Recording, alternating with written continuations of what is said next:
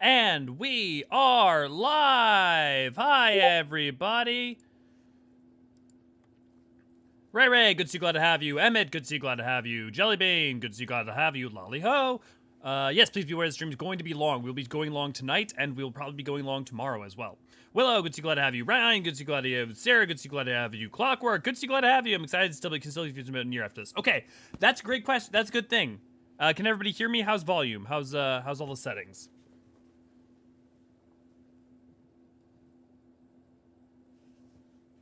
I'll give you guys a second to let me know how everything's looking. Audio's good? Okay. So, I have a question for you guys.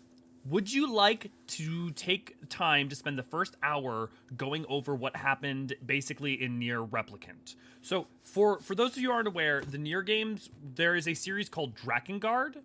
And Drakengard, it was a fantasy series, basically, that was made by Yoko Taro. And it had multiple endings. And one of its endings... Ending E of Drakengard leads to the game Nier, what is now known as Nier Replicant. In the West, there was two versions. There was Nier Replicant and Nier Gestalt, the PS3 version and the Xbox version. The difference being the Gestalt version, you play as a father, and the Replicant version, you play as the son. It's cosmetic differences, effectively. There really is no difference. So now it's known as Nier Replicant. My only exposure to Nier is the raids. Okay. Yukio, good to see you, glad to have you. Rip, good to see you, glad to have you. Okay, so that means, for those who are not aware for what this stream is, we're going to be going over Nier Automata. It'll be my second ever playthrough. I've not played in about 5 years now. And the main purpose for this is to go back over it in order to re-experience it and to convey context that would be really helpful and important for those of you who are going to play the Nier Automata raid in Final Fantasy XIV.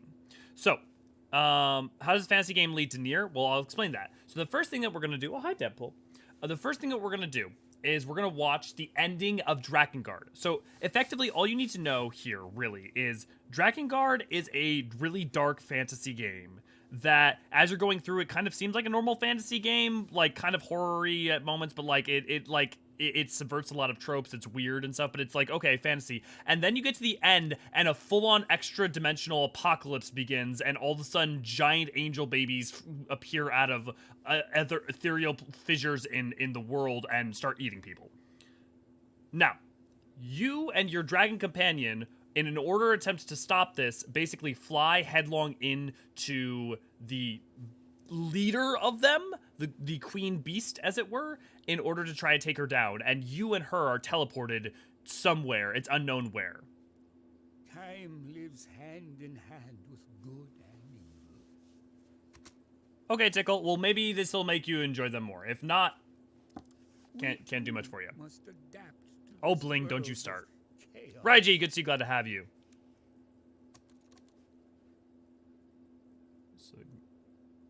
So this is you and your dragon companion and the queen mother beast, basically, of all these creatures falling through a portal.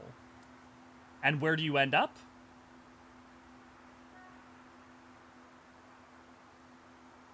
Yes, all Yoko Taro games are incredibly bleak and also about hope. Except for Drakengard. Drakengard's just bleak. So the portal opens up, and the queen mother falls through. Queen beast falls through. Cat, good to see you, glad to have you.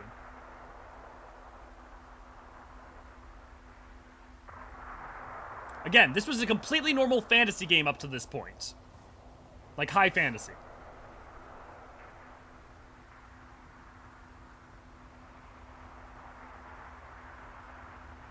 Is this the land of the gods? And you end up in Tokyo. Yeah, Kat, we got you your ward. You're getting your ward set up. Thank you so much for your support. What is this? This thing? What can we do? And this is the final secret ending of the game. And it's a rhythm game against an eldritch horror abomination in the midst of our Tokyo, like real world Tokyo. Lady, good to see you, glad to have you. So if for those of you who have done the Nier raid already, if you're wondering where, like, for instance, that final fight in the final one and what's going on with, like, the white and black bands and stuff, there's precedence for all that. Yeah, we're going over Drakengard lore, Sagittarius. So we're going over Drakengard lore real quickly, and then we're going to go straight into Replicant. Now, my plan for Replicant is actually, I think we're just going to watch the Clemps Nier videos, because I think they do a really good job of communicating not only all the information that's important, but also the truth is that to understand what's important about Nier Replicant for Nier Automata, it's the emotions of it are also very important, not just the actual facts, because the actual facts don't always convey a whole lot. So yeah, so it's literally just a rhythm game. And if you fail once, you fail. You have to restart the entire thing. And this goes on for about 10 minutes. And it gets harder and harder until it gets to points like this. And it's 2 different buttons. You have to make sure you're pressing the right buttons in order. And timing them correctly. Also, if you listen to bum bum bum bum, if you listen, you'll hear that in the final fight of Nier. This music is used and sampled. Baphomet, good to see you, glad to have you. So you complete that, and you kind of save the day. Well, save the day. You stop the Queen Mother, effectively. Or the Beast Mother. And she starts falling to, like, ash, basically. Like, her body collapses into Tokyo. No, so this is part of what's referencing Yukio. It's referencing this. It's referencing the flower of the intoners. It's referencing the N2. So the good guy, so you stop her, and then you get taken out by the Air Force.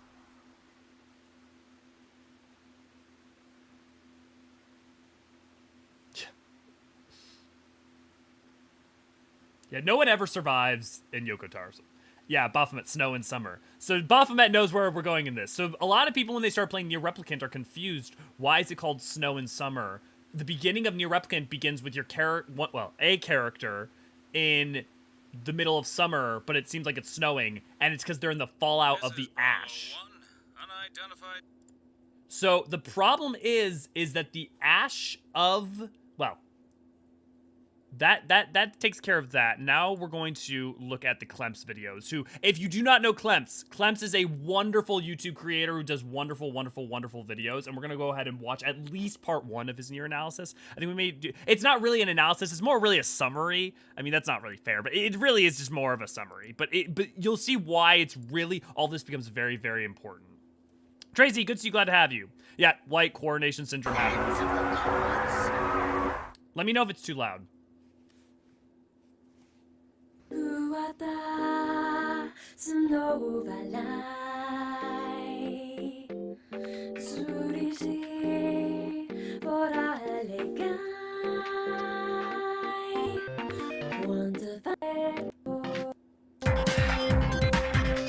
It was so long ago.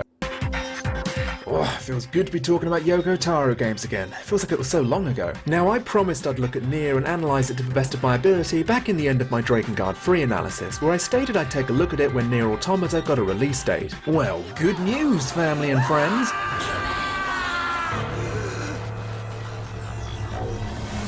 Glory to mankind. I'm not gonna lie, this entire project was pretty intimidating, so when the news about Automata's release date hit my dainty little ears, I was mixed with 2 emotions: overwhelming joy and apprehension. For those of you new to my channel, you may not be aware of my previous Drakengard analysis. Sorry, we're gonna go ahead and skip forward into the Nier stuff. Oh, actually, you know what? This is actually pretty good stuff. But yeah, so Deadpool. I know it sounds ignorant, but someone told me basically the entire reason for why humanity is extinct in Nier was because of an impatient father. Not really. It's much more complicated than that. Yukio, that sounds like your friends who always oversimplify things. What relevance do they have to Nier, you limey cunt? If you let me finish. The Drakengard series plays an important role in the creation of the Nier universe. If you want to see the whole in-depth explanation of this, you can click these links here. If you want an explanation of Drakengard, go watch his summary of them. It's fantastic. But basically, all you really need to know is what Drakengard as a series wasn't overwhelmingly popular due to its average sales, at least in the West, but it developed something of a cult fan following, myself included. People were drawn in by its dark method of storytelling, and a feeling of no matter what you do, there won't be a happy ending. So of course, when Nier was revealed to be a continuation of Drakengard's ending E, which was originally a joke ending, well, it got a few eyebrows raised to say the least. Trust a director like Yoko Taro to continue the Drakengard timeline in a completely different franchise. So way back when Nier first came out, I picked it out due to curiosity. Shut where so much of the main is forward. Sister, but when I start it makes me wonder how many other people have no idea this game is connected to a different game altogether. The hints they drop at us are subtle enough that you'd miss it if you have no memories of Drakengard's final ending fresh in your brain, so hopefully by doing this video, it'll make a few people have that moment of, holy fuck, wait, what?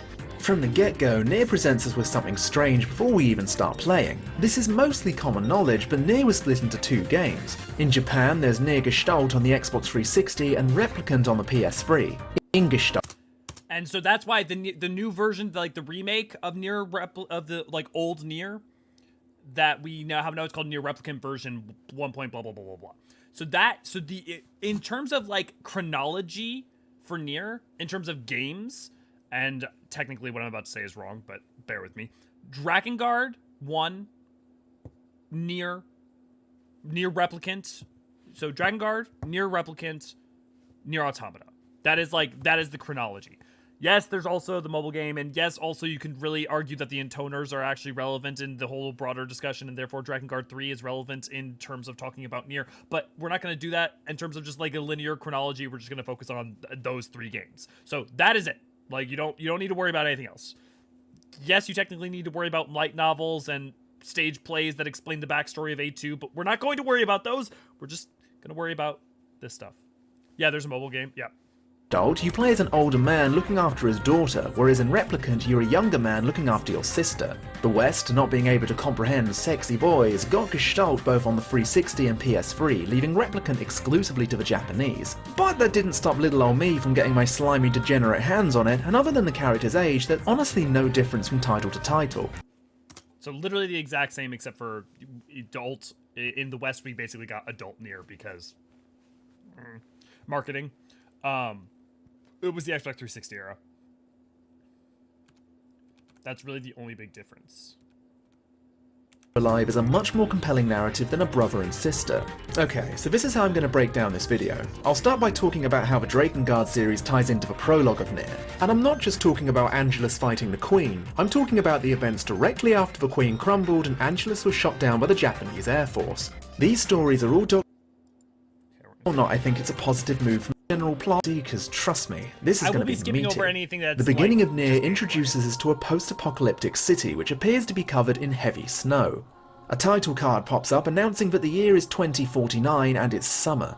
We're introduced to a man called Nier hiding out in an abandoned supermarket, a strange book by his side. The book seemingly talks to him, but he's having none of that voodoo shit. Get out of here! Shortly after, he's alerted to danger as we're introduced to the primary antagonists. The creatures, known as Shades, attempt to attack us, but we dispose of them pretty quickly. It's now that we're introduced to Yona, a central driving force in the plot whose importance will be explained as we dive further into the game. After the Shades appear for round 2, Nier tells his daughter not to touch the book under any circumstance. Guess what happens? Guess what fucking happens? Nier fights off the gathering Shades with the assistance of the mysterious book. I need to protect Yona. I want to also explain something that's very crucial about what we're about to cover.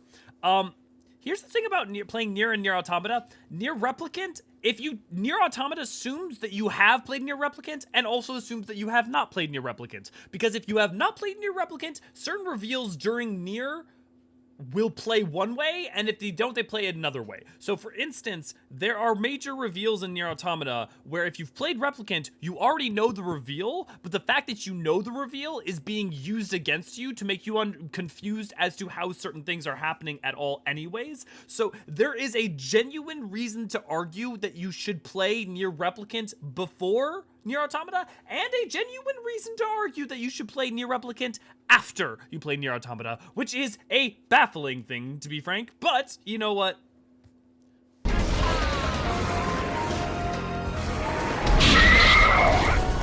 By using this book, he can use powerful magic, and during the whole introductory segment, it's a great way to get the players pumped up for powers they'll eventually receive later on in the game. But it turns out Yona was a cheeky cunt and touched the book regardless of her father's warning. An ominous black text starts to move up her body as her father calls out for assistance. This is the catalyst to the events that occur in Nier. We need help! Please, anyone! Help! Help us! Remember, anytime you see the old dude, imagine him as a younger brother instead of as an old dude, because, like, if you ever play Replicant, it's the same character. It's just father versus... Yeah, that's kind of the point that I'm making, Sagittarius. Also, do not spoil anything from Nier Automata in the stream if you have already beaten it. Also, if you want a fucking phenomenal soundtrack, the soundtracks to these games are... So literally, smash cut, or I guess not smash cut, fade to black, but that happens, and then...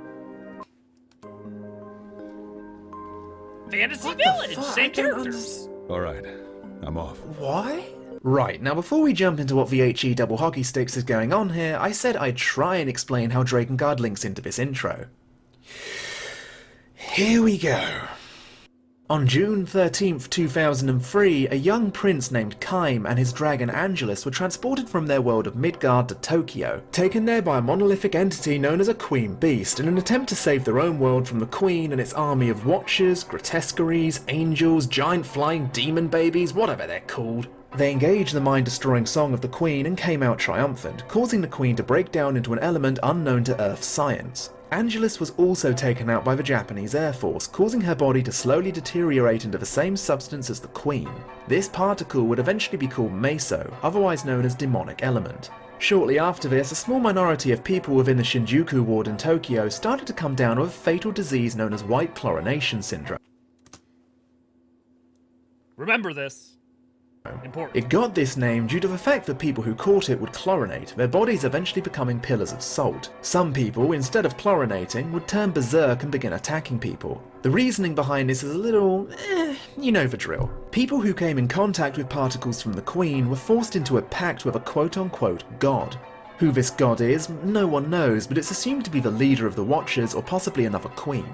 This god gives the infected two choices: make a pact and become a mindless red-eyed monster known as a Legion, or reject it and die, turning into salt in the process. So basically, you're fucked either way. So when I was talking about this post-apocalyptic city being covered in snow, that isn't snow. When an infected individual chlorinates, their body will eventually crumble in the same fashion as the Queen Beast, their salty remains floating into the sky and eventually falling as what appears to be snow. So literally the raining salt ash of humanity. During this whole fiasco, a wall was erected around Shinjuku known as the Wall of Jericho. This was used in order to keep the Legion from spreading around Japan or possibly the rest of the world. The government and troops, however, were alerted to a certain individual who was seemingly leading the Legion. This individual was named Red Eye, and only 5 years after the Wall of Jericho was erected... Notice the red eye thing. There's a repetition of red eyes, and that those who serve the god have red eyes. Red Eye led his berserk troops and destroyed the wall. Reports say it was destroyed from the inside, many hearing a sound that I will try to draw your attention to things that are relevant to the Final Fantasy XIV raid and or... resembled the song of the Queen. Now, in Grimoire Nier, there's a picture of Red Eye. You may not notice it at first. Apparent, I'm gonna go out they never... How did he turn into Red Eye?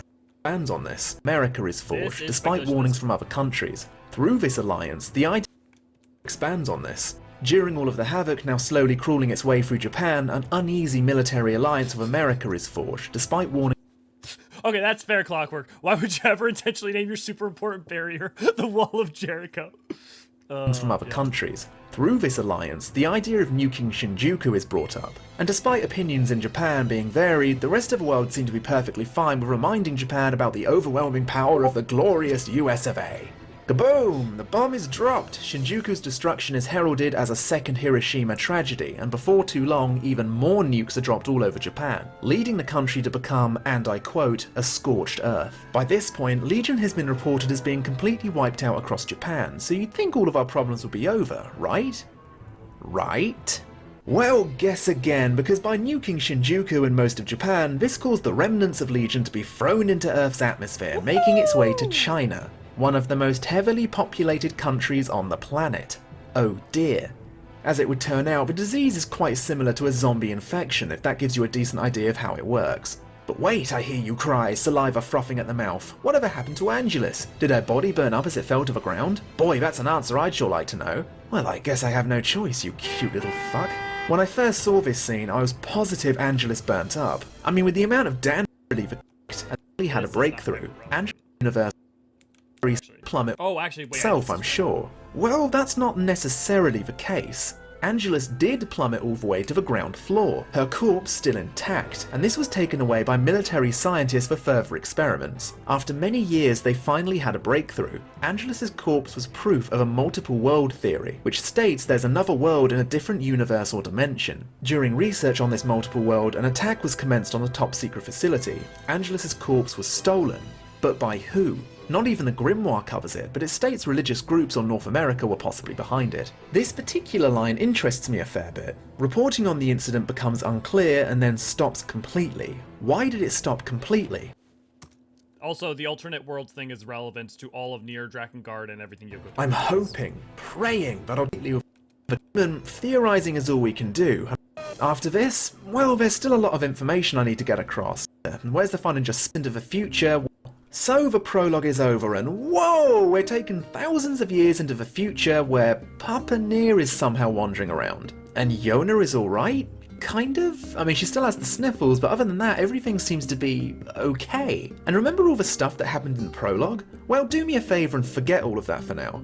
No, seriously, forget all about it. I won't be revisiting it for a while. Nier explains to us that humanity is now on the brink of global extinction, and all they can do is just sit back and wait for the ticking clock of time to finish them all off. But despite all of this, the places that Nier visits and inhabits don't look that terrible. The guy has a nice house, the village seems to be thriving, and the surrounding towns seem like a place I'd visit for my holidays. Is this a criticism? It's difficult to say. By painting the post-apocalypse as some fantasy medieval society, it doesn't really give us the impression that these people are on the brink of extinction. Yet I still love it. I mean, don't you love it? As you can plainly see, the game is environmentally much different from that of Drakengard, and this is all a positive thing, in my eyes. Clem, could it be that you're biased towards that particular reason Drakengard 2's sudden change in environment, despite what Grimoire Nier has told us about what happened over 2,000 whereas in reality it's anything but friendly. In Nier, the location is Earth, so it would make sense the world is a little more bright, despite what Grimoire Nier has told us about what happened over 2,000 years ago.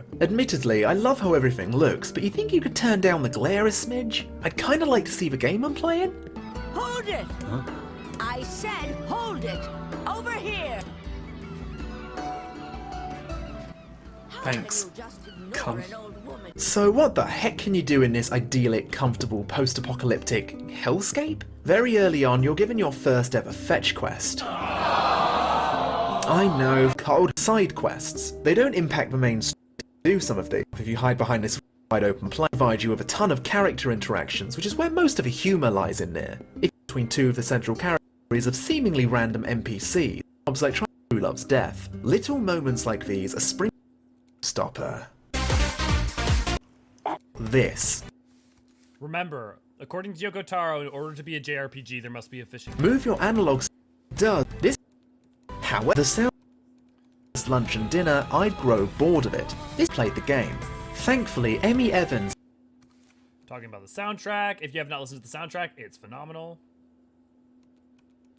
And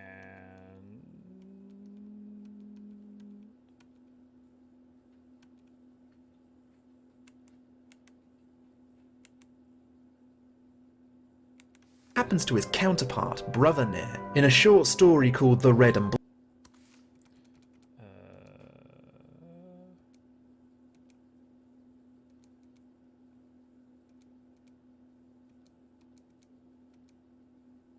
Yeah, here we go.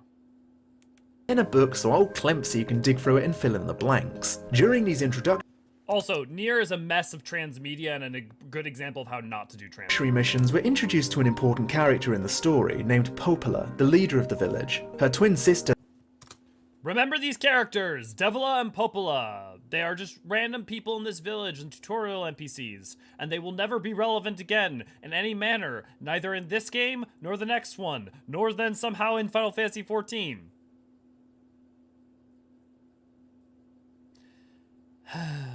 Devila also leads alongside her, however she's usually off doing her own thing. Upon returning home after a few fetch quests, Nier tells Yona about a particular flower called a lunar tear. This flower Remember this, Lunar Tear. It is a flower, and is very relevant as a symbol of both this game and is said to grant the wish of anyone who finds it. A fairy tale to most perhaps, but not to a little girl who would do anything to recover from her illness. When Nier returns home again, he notices Yona has gone missing.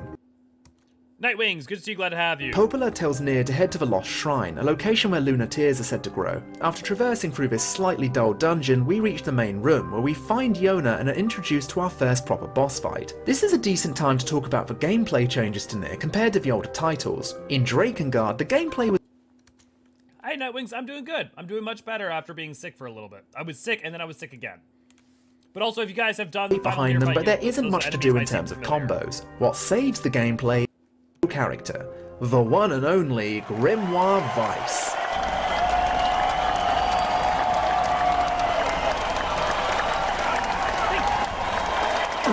Stop!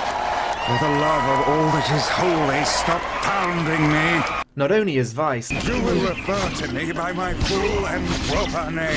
fuck you, not only is Grimoire Weiss a legitimate good source of comedic relief, he also helps you utilize magic. See, Nier doesn't really use magic, it's more like he channels it through Weiss. Magic can range from Wicked Weave fist attacks that are Game sound is drowning me out. There's game sound? Like, do you mean the YouTube? I'll just make sure to pause in the future. Replicant Remake is essentially the game that brought up the standards, yeah.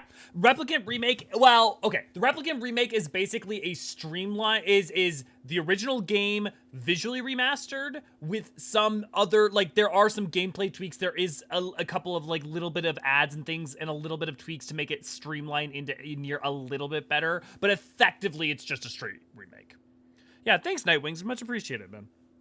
shown in the opening, there are your basic magical projectiles which can be used to counter enemy magic, which opens up a whole new form of gameplay which is kind of unique to Nier, or at least a game which practices action combat. It kinda turns into a bullet hell, which is fine. I mean, I love bullet hell games, it just definitely feels like it needs a lot more polishing. There's my personal favourite, which ironically requires the least amount of work. It just looks hella flashy and gives off being presented to us in the start, and it leaves for some deep and escape the shrine before the door crumbles. When we take down the boss guardians Hansel and Gretel, we rescue Yona and escape the shrine before the door crumbles. She laments not being able to find a lunar tear, and much to Nier's horror, the black scroll starts to slowly move up her arm, causing Yona to be bedridden yet again.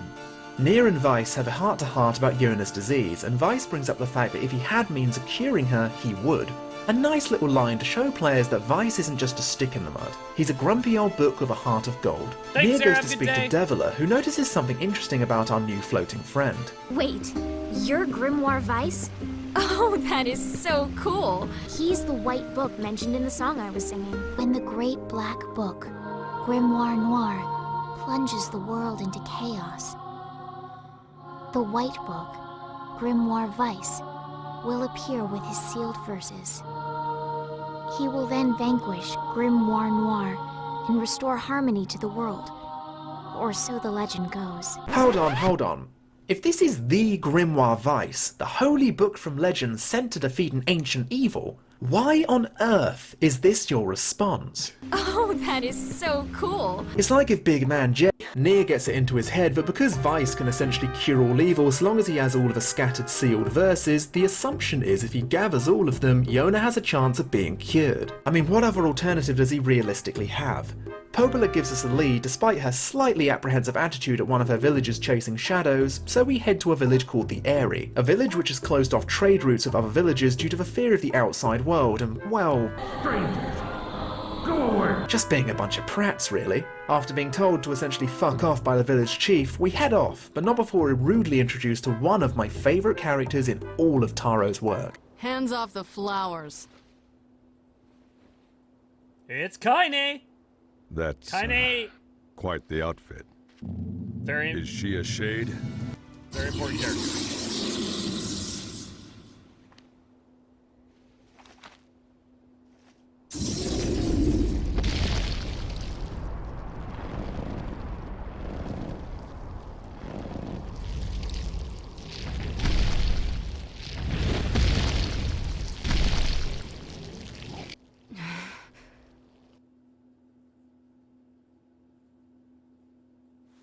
Okay, that's perfect. Hey everyone, thanks for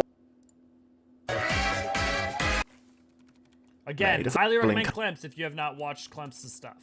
At the ending deeper into Man 1, I left you with the introduction of a new central character, Kaine. But before we go a little deeper into the mentality, For those of you who are not aware of the homework that I gave you over on the Discord about the song I played, that song is called Kaine Salvation.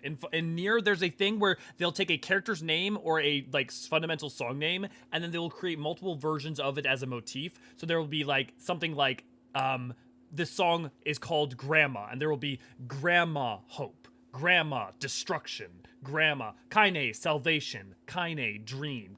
Like will there have the same song reinterpreted slightly differently? So when you see a character's name plus like an adjective or a noun or something, that will be what's going on with the musical nomenclature there.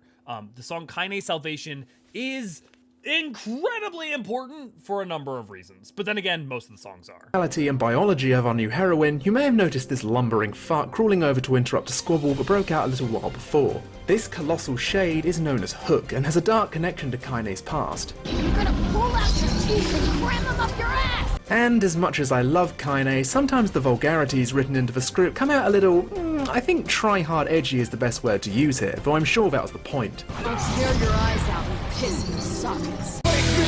The fight with Hook doesn't last all that long, as Kaine uses one final burst of energy to blind the beast in one eye, causing it to slink away to tend to its wounds. Weiss comments on the fact that Kaine is possessed by a shade, allowing her to wield magic. And that isn't all that Kaine keeps secret from the world. If you pay attention to some dialogue text later into the game, you'll note that people fear Kaine and mock her for her differences. What they mean by this is Kaine's hermaphroditism. Kaine possesses female and male genitals, and the game handles it in the best way possible. By not bringing attention to it at all, it's merely hinted at, only being confirmed by the director himself later in an interview. Though I should probably bring up the fact that not everything was down to experiences plays a lot.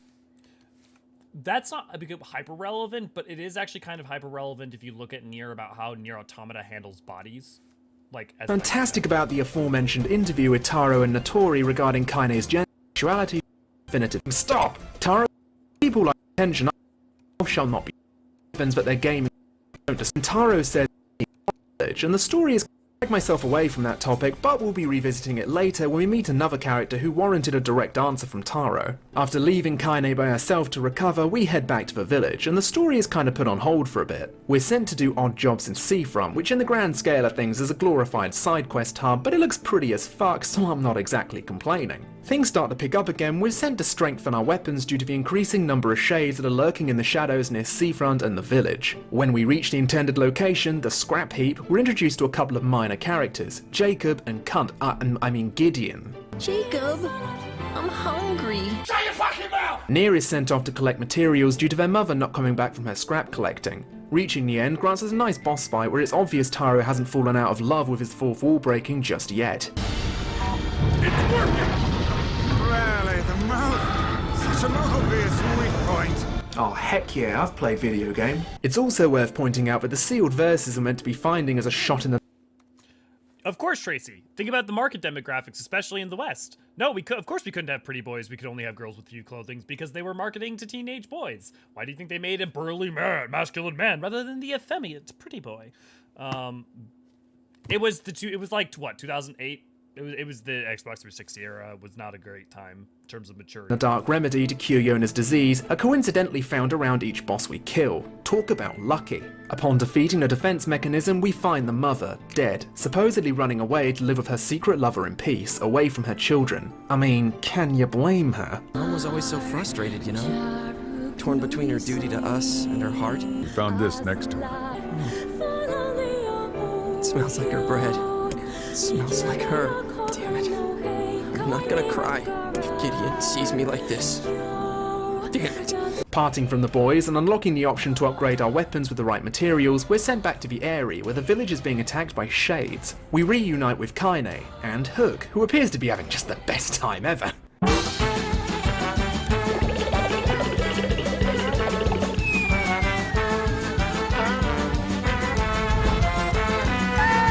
The battle with Hook is an annoyance for sure. When you use your finishing blow on certain body parts, he'll jump over to another part of the area, which means navigating this maze of a town. If you've played the game enough, you'll be able to get your way. When Hook is nearing defeat, he exhales a hallucinatory gas that causes Kaine to hear a voice she hasn't heard in many years. Kaine, it's me, Grandma. When Kaine was a little girl, she had a grandmother. The foul-mouthed old woman was named Carly, or Curly in Replicant. A vulgar yet loving old lady, she protected Kaine from the cruelty of others and taught her about her inner strength and outer strength, giving her the motivation to keep pushing forward. She even made her a wreath made of lunar tears, the legendary flower that most people could live their entire lives without seeing one. But Carly had somehow achieved the impossible. They lived their lives in a strange variation of peace, with comfort at home but ostracization out in the village due to Kaine's physical differences. And as the years went on and Carly's health started to deteriorate, most of her responsibilities laid on Kaine's shoulders. However, on one seemingly normal day, Kaine returned home to see it ablaze. A large shade tortured the aging Carly underfoot as it laughed at Kaine's inability to stop it. This shade was Hook. Why go on living anymore, Kaine? Is that it? Hmm? Are you done talking? Kaine, don't speak to your grandma like that. You're going to stop talking now. And then I'm going to walk over to you and very carefully extend my hand, reach into your chest, and pull out your fucking heart!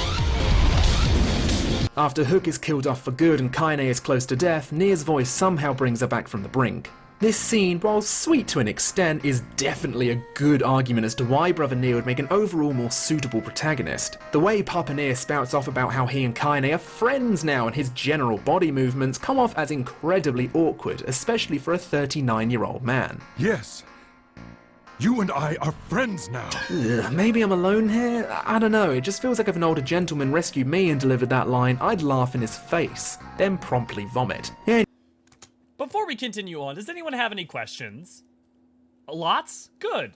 It's going to continue being Anyways, like that. I'm picking nits. Upon rescuing Kaine, she brings up the fact that she knows a king who suffers from the Black Scrawl. I mean, who doesn't? And he and his people might have come up with a cure since her absence. So, on that note, we head towards the bizarre desert city of Facade, a city which now welcomes Kaine in with open arms due to saving one of their children from a pack of wolves back in the day. Facade is a city composed of citizens who speak a strange language and follow a few strict set of rules. Sorry, did I say a few? I meant a few fucking thousand. One of these rules is to wear a mask that covers your face. The explanation as to why is never directly stated. Maybe it was a gag that eventually turned into a gimmick. When we enter the city, we're introduced, kinda, to a character named Fira, a young girl who was sent to Facade by disgraced parents due to her face becoming disfigured due to burns. And because of Rule 32, she isn't allowed to speak due to not having land identification. I'm not sure if this rule is specifically for people living in Facade, because Nier and Frem seem to be perfectly fine having a chat if Fira guides us around the town for what seems like 10 bloody hours. After we finally stop following Fira around, we're told that the king has passed away due to the scrawl, making a lot of the journey ultimately pointless. However, there's a slight comedic scene where we find out that the Prince of Facade has gone missing in a location called the Barren Temple,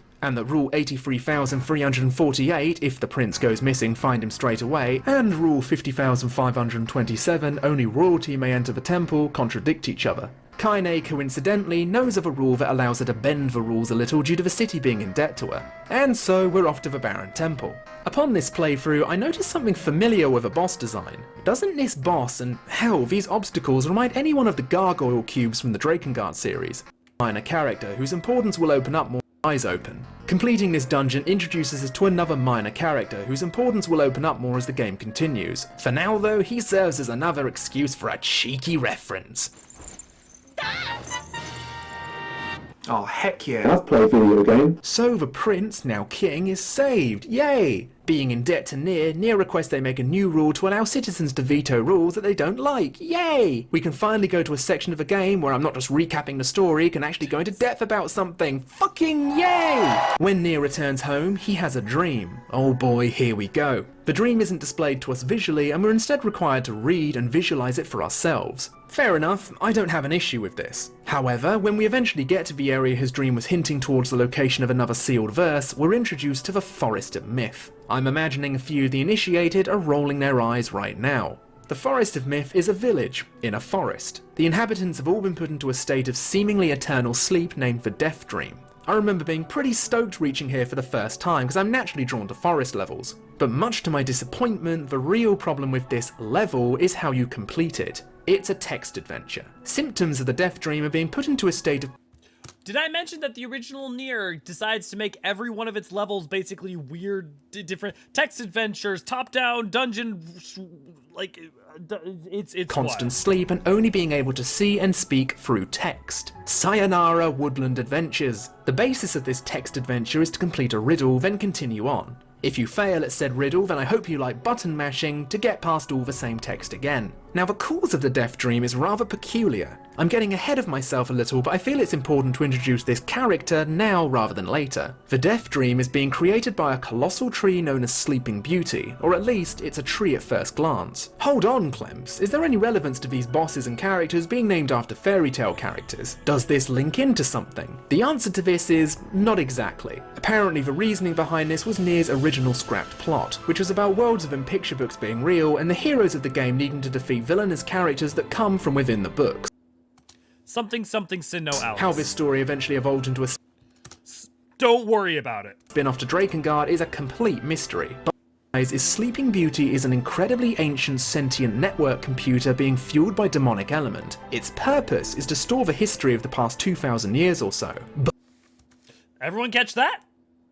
don't realise is Sleeping Beauty ended up the way they did. Anyways, back to the tree. What a lot of people don't realise is Sleeping Beauty is an incredibly ancient sentient network computer being fueled by demonic element. Its purpose is to store the history of the past 2,000 years or so. But why? I'm not entirely sure whether Sleeping Beauty's real appearance is covered by the overgrown tree or if it's the tree itself. But regardless, its existence is crucial for one of the most elusive of endings, ending E. Nier and Weiss managed to break the village out of its slumber, but this definitely isn't the last time we're going to be visiting the Forest of Myth or coming in contact with the mysterious Sleeping Beauty. When Nier returns home, he finds out something that shocks him to his core. Yona has been talking to her fucking boy, the hussy. She begs her father to go visit her new pen pal, as according to the letters, he's sick and in a lot of trouble. Nier accepts, being unable to turn down his beloved daughter.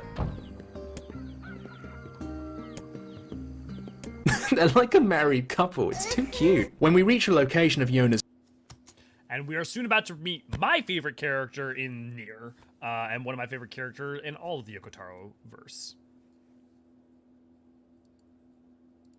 new friend, the second we swing open the gates, all of the colour from the surrounding area is drained. To begin with, we have no real clue as to why this is the case, but the more we explore and get to know its inhabitants, the more we'll come to realise the artistic reason to making it this way. Something you may notice during this particular segment is what I like to think are callbacks to other games like Resident Evil or Silent Hill, due to the camera changes and general creepy manor aesthetic. Reaching one particular room introduces us to another central character, Emil! And one that will eventually become a staple in the franchise itself. The young, soft-spoken boy named Emil is blind. However, he isn't blind due to a defect, he's blind out of choice. He wears a blindfold due to petrifying anyone who makes direct eye contact with him, which makes this courtyard full of statues even more creepy. This is one of the reasons why I believe the monochrome colour scheme works for the manor. It gives off a feeling like time itself has been stopped entirely, which reflects in many victims left in the courtyard, their time unfortunately stolen from them. We're sent to find Emil's butler, Sebastian, to find out more information about the letter that Emil apparently didn't send. Turns out the sender of the pen pal letter to Yona was the butler himself, which is also pretty creepy. He states the reasoning behind this was to ask for help from Nier, but Yona misinterpreted it as something else entirely. Nier accepts the butler's request to escort Emil through the shade-filled halls to a location within the manor that may hold a cure for his eyes. The library, which holds the apparent cure, also holds an enemy which looks very similar to our floating friend Weiss. Grimoire Grimoire Rubrum is fairly easy to take down, but it opens up a lot more questions about Vice's origins and who the book even is. If there are other grimoires, what are their functions? What is their purpose? We'll find out soon enough. Fuck, this book is a real asshole! Stay classy, Kaine. Stay classy. Incredible! As it would turn out, the information stored within Grimoire Rubrum wasn't a cure for Emil, but more so a cure for individuals who went through the petrification process. So for now, we leave Emil's mansion. The scene we get before leaving to the village, however, is one of my personal favourites. Maybe I'm biased because it's another Kaine scene, but they allow us to see a different side to her than we have before. She empathises with his hatred of his eyes due to being ashamed of her own body in the past. It's just really well directed and hits me on so many levels. The physicality of the scene is wonderful. The way she moves her hand here is something you never expect from an individual as violent as Kaine, proving to us through a physical gesture that there's so much more to her than meets the eye. She allows Emil to touch the shade part of her body, then whispers a request into his ear, referring to the shade. He visibly flinches at this, and for now, this is all we're going to get. Hopefully it was nothing inappropriate for a young man of his age. The truth, hussy! And after that amazing scene, we're sent back to the village, where Jonas Sniffles send Nier on a seemingly innocent fetch quest to gather some herbs to ease her coughing. However... Emil? So much pressure.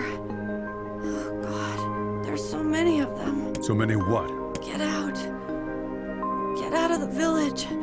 The shades are coming. It's at this stage in the game where the seemingly comfortable JRPG experience is torn from under our feet and the suffering is slowly being drip-fed into our systems. The hell's That's going Yoko on? Taro. That will be a running thing done by Yoko Taro. No time. Get everyone into the lot. Someone make sure Yona's safe! Don't worry. I'll go and get her. Within minutes of the shades breaking into Nier's quiet little village, a Behemoth-sized shade named Jack of Hearts breaks the protective gate and begins its rampage. We can't let him You may recognize this fight get to the library! Towers of No Paradise. matter what!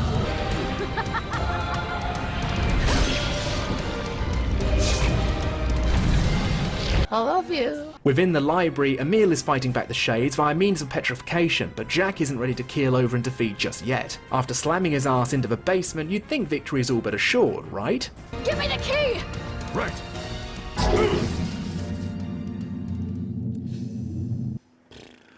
Fuck.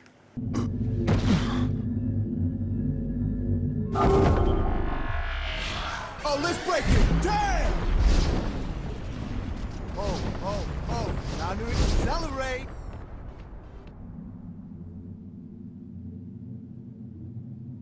Dear God.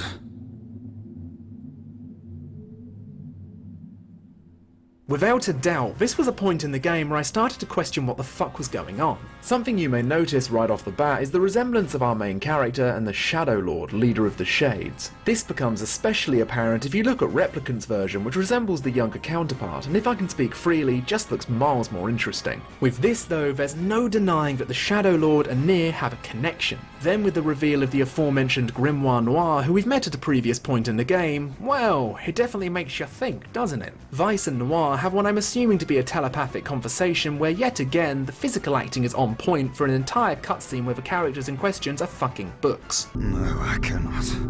I will not. The time has come for us to create a new and perfect world. Noir tells Vice that both of the books are servants of the Shadowlords, and since they have collected all of the sealed verses, they can fuse together to, and I quote, set free shades to the world. He even lets on to the fact that Nier finding Vice and being told to collect the sealed verses were all set in motion by the Shadowlord. Vice, ultimately confused by the current events, begins to hear the voices of his companions calling him back, one in particular being the Oscar-worthy performance of Kaine. Start making sense, you rotten book, or you're gonna be sorry. Maybe I'll rip your pages out one by one, or maybe I'll put you in the goddamn furnace. How can someone with such a big smart brain get hypnotized like a little bitch, huh? Oh, Shadowlord, I love you, Shadowlord. Come over here and give Vice a big sloppy kiss, Shadowlord. Now pull your head out of your goddamn ass and start fucking helping us! The rest of them turn my stomach a little with the whole power of friendship vibe they have going on, but Vice eventually breaks free of Noir's control. Vice! Good to see you, Kaine. Although I don't think anyone has ever accused me of being a little bitch before. We must unite. We must become as one. I don't like you. Hello, darkness, my old friend. In a final act of desperation, Noir sends an attack hurtling towards Vice, but Nier takes the blow. The Shadowlord wins the fight and takes off with an unconscious Yona. Not only is Nier unable to fight, but Kaine is realizing time is running out for her as well, as the Shade is about to take over her body. She requests to be petrified in front of a basement door, stopping Jack from making his escape and the Shade from taking over. No more crying, okay? Okay. Grow strong. What's wrong with your face? Never lose hope. Nice. Spare me the goodbye, hussy. I imagine it will take more than this to kill you. I doubt it.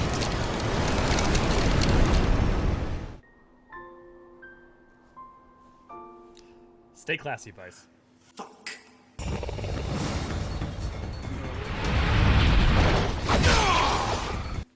And time skip. Welcome to Nier, 5 years in the future after Yona's kidnapping. This is where the game really comes into its element, and it's a shame because I know for a fact many people dropped it before this point. Daniel, good to see you. Glad to have you. Okay, so everyone understands everything up till now? Any questions? No? Also, you know that library we were just in? Yeah, that's important, so remember that. Oh yeah, no. I'm sure a lot of you are wondering why Papa Nier is now wearing dirty briefs on his head, and the honest answer is, they kind of make him look cool. Maybe they had no idea how to differentiate this Papa Nier with the time skip version. Again, this is something Replicant did much better than Gestalt. Now the game has changed its motive. Instead of hunting for a cure for Yona, we're hunting for Yona and a cure for Kaine. Before Popola hands us a letter from Emil stating he may know a cure for Kaine's petrification, Nier brings up the fact that it's as if Popola hasn't aged a day since the first time he met her. But she brushes it off as an embarrassing compliment. Surprisingly, this is a pretty sly little nod to events that will later unravel. Upon reaching Emil's mansion for the second time, he tells us he's found some information about a room in the manor called the Planning Room, which might be able to grant Emil the power to harness all forms of magic, which can not only revive Kaine, but might be able to grant him the ability to cure his eyes. I also feel like it's a good point to bring up how on earth magic is even a thing in this universe, as I forgot to bring it up in part 1, when I brought up the fact that Angelus's corpse released a particle into the world known as demonic element. Well, by harnessing demonic element, scientists were able to develop magic. Note how a lot of the magic used in the game is blood red, just like Angelus herself. We're led to the courtyard. Did everybody get that? I'm gonna go back and play that because that's also relevant to Automata. Deathberry, good to see you. Glad to have you. I hope you're having a great day too. Element. In part 1, I feel like it's a good point to bring up how on earth magic is even a thing in this universe, as I forgot to bring it up in part 1, when I brought up the fact that Angelus's corpse released a particle into the world known as demonic element. Angelus, the dragon from Drakengard, when it fell into the world, it released an element called demonic particle that... Well, by harnessing... That was then harnessed and studied and used by scientists. Demonic element. Scientists were able to develop magic. Note how a lot of the magic used in the game is blood red, just like Angelus herself. We're led to the courtyard where the secret entrance to the manor is revealed, and hello? Well, this is getting more and more suspicious by the minute. Turns out the manor was a front this whole time. Back in the era after the Queen Beast fell, a group of who I assumed to be scientists and military personnel were involved in using demonic element in order to make weapons to combat the waves of Legion that were slowly spreading across the map. The method they used to make these weapons, however, were immoral. 2 human children, codenamed Number 6 and Number 7, were experimented on in order to make this perfect weapon. Eventually, Number 6 was a supposed success, but due to leaving her human heart within the finished product, she went berserk, almost destroying the facility in the process. The human child, Number 7, was quickly given the ability to petrify anything that came in contact with his eyes, allowing the skeletal beast to be kept out of harm's way. Number 6 was named Halua, and was Emil's one and only sibling. My sister.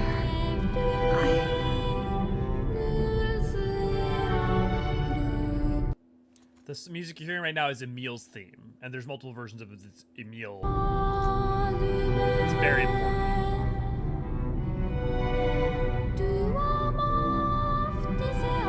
Thank you. Halua.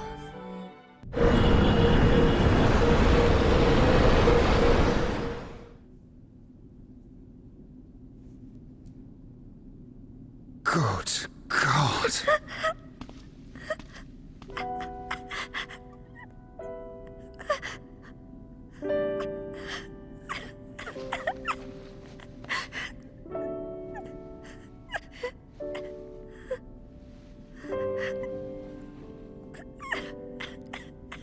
Welcome back, Emil.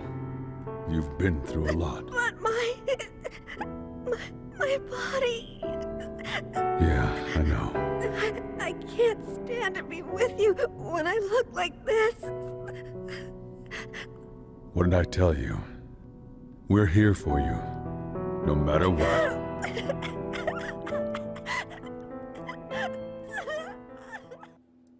And final part. Recapping, but I feel in console, I also feel it's necessary in order to just My face. go with that out of the way, it's time to rev up the engines once again. Can you see my face?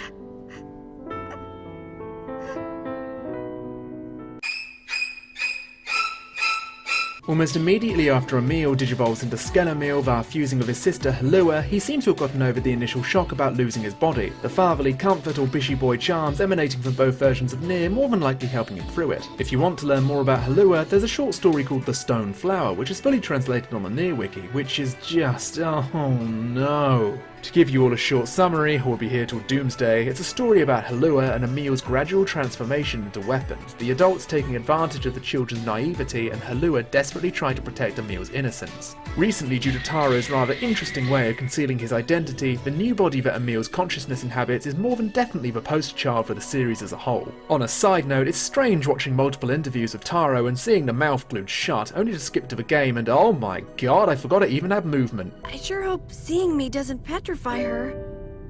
You know, in fear. Shortly after this, we get to watch Emil's new magic in action as he releases Kaine from her stone prison.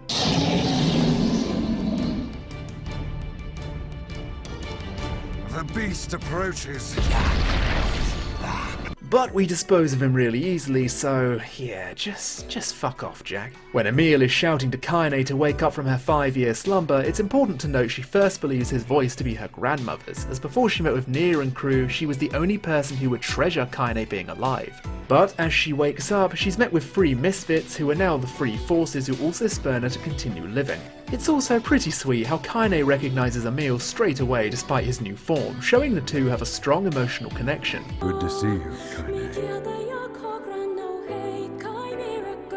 You look like shit.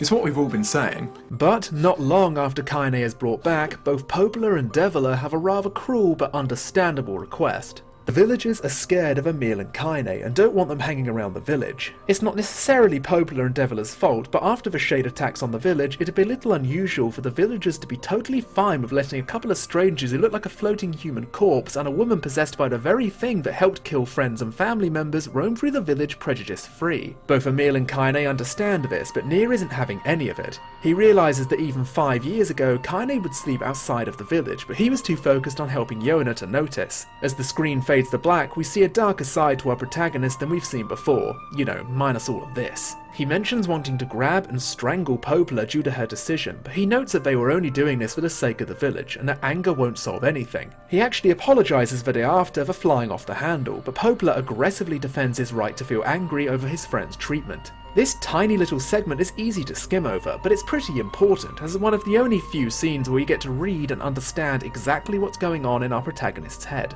After apologies are swapped, Popola gives us a huge breakthrough into the location of the Shadowlord's current whereabouts. She tells us to take a boat and travel to the Lost Shrine through a secondary entrance due to the previous entrance now being blocked off. Apparently the location of the Shadowlord is linked into this place, so this isn't exactly something Nier and crew can simply ignore. When we reach the main room where we originally met Weiss, we see that one of the Guardians, Gretel, is still alive and kicking. Something else to keep in the back of your mind is that when Gretel crashes through the ceiling, we hear it speaking in a language that we can't completely make out.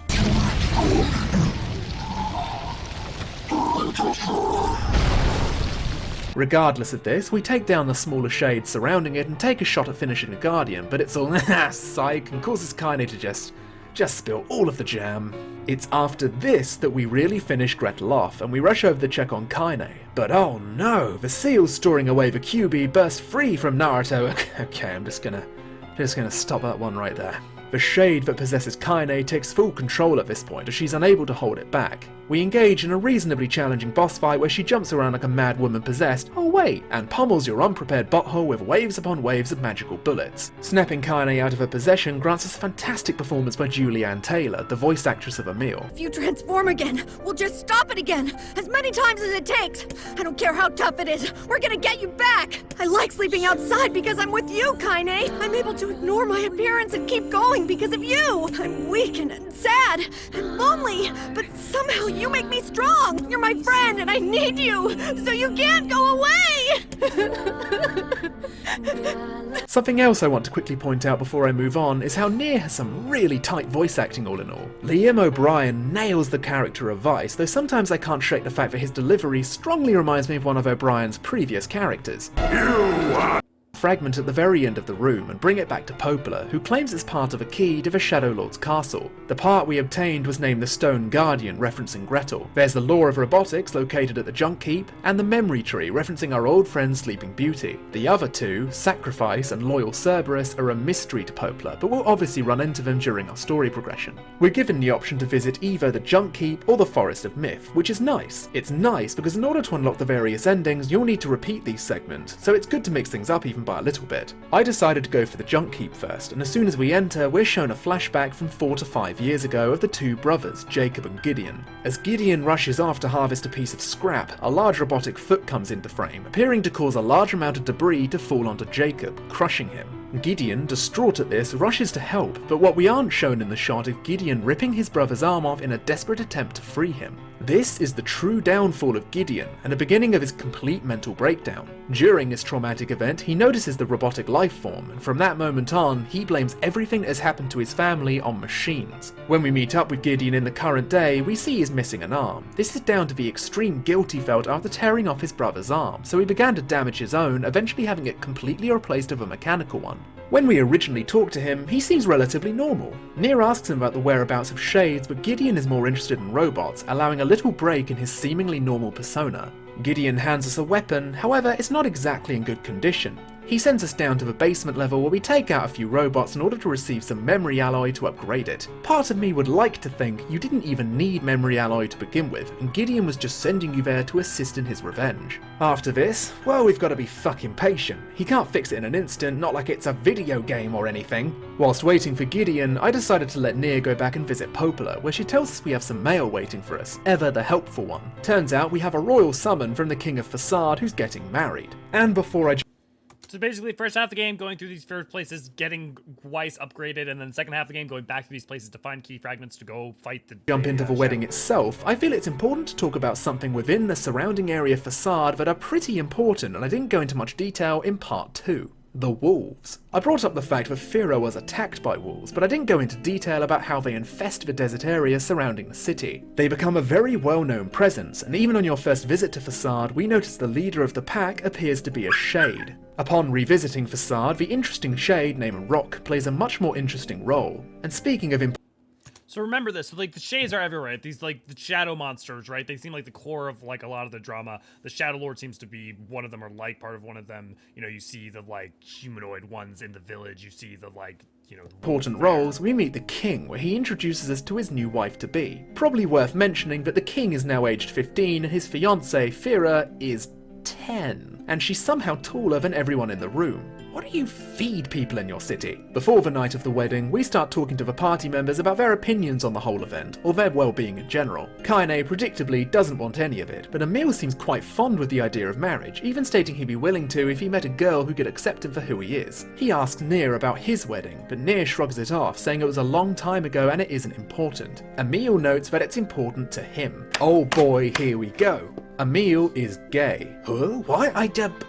What? Woo! This is something a lot of people miss, and I can't blame them in the slightest, especially in the version the West got. Due to Nier and Gestalt previously being married, of course the dialogue is going to be different here. In Replicant, Emil discusses brother Nier's potential future marriage and what kind of person he wants to be his bride. Once the brother leaves the room, Emil says that he wants to be his bride. Now before I go any further, it's probably worth pointing out that no, Emil's sexuality doesn't really play a big part in the game itself.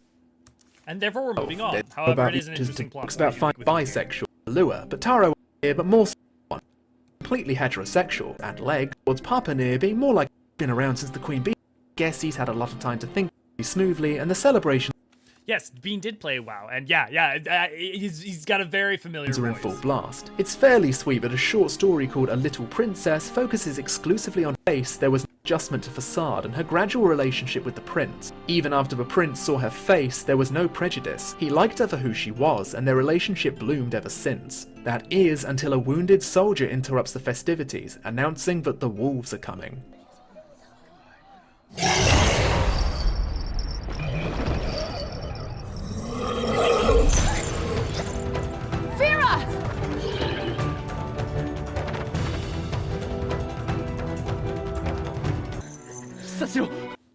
So was the Western version purposely censored, or is it just the way where that throws people off?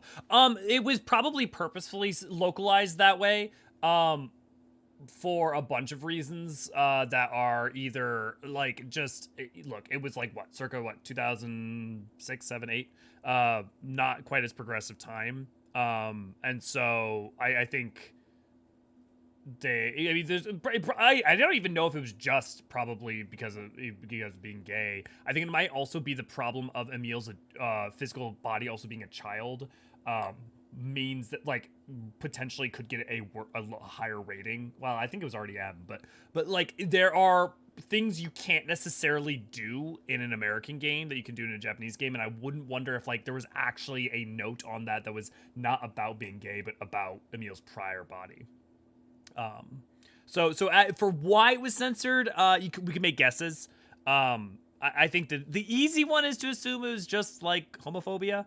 But, like, you know, it could have been other reasons besides. Yes, sir!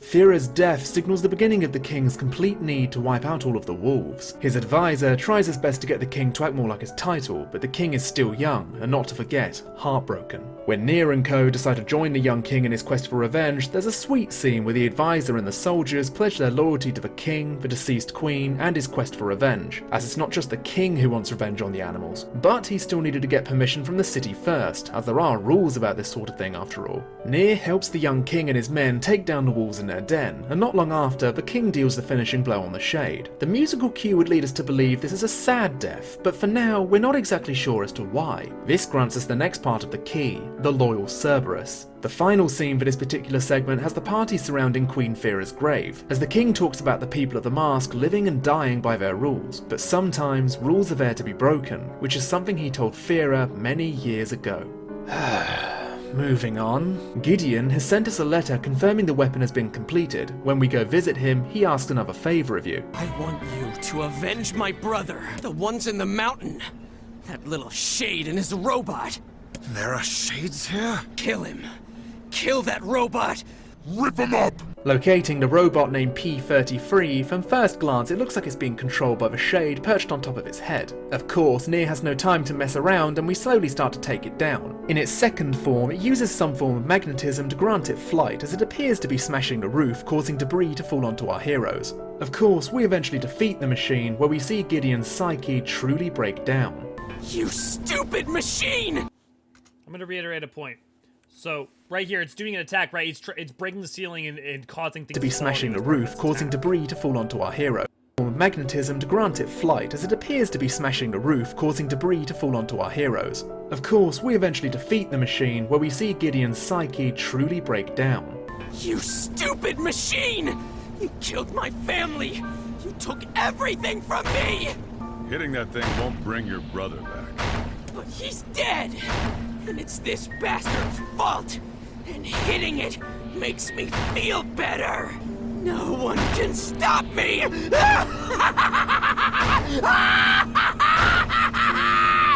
so we get the law of robotics killed! Next, I decided to bite the bullet and visit the Forest of Myth for the next part, but that being said, there's a lot of interesting things that present themselves to us if we're ready to sit down and read and not just open up an online guide. This time, we're going head on with Sleeping Beauty in the form of another text adventure yet again. And since I've already mentioned Sleeping Beauty being a sentient network computer, the introduction where it talks about gathering humanity's memories like dew and storing them deep in its roots make a lot of sense. We're then shown a trilogy, kinda, of short He seems well adjusted. Yeah, Daniel seems fine. Monkas, yeah.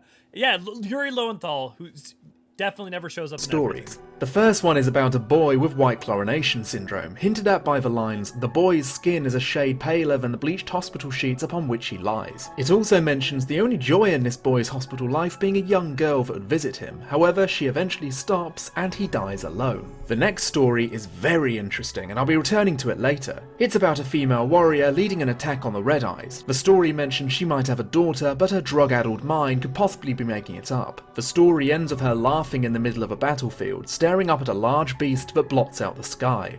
The third one is about a red dragon who fell from the heavens, but Sleeping Beauty just happened to forget about that. In fact, Sleeping Beauty has been forgetting an awful lot, more than likely due to age. It feels like it's lost its purpose, the memories it once proudly stored being lost, never to be recalled.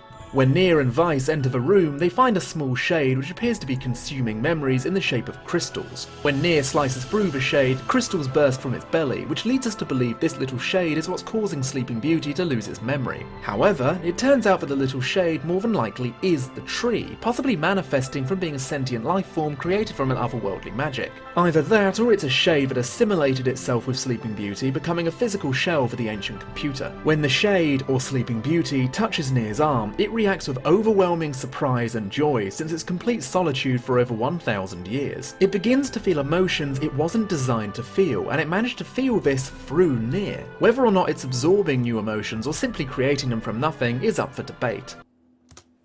This is important. This is very important. It's not very important for Nier, but it's very important for Nier Automata.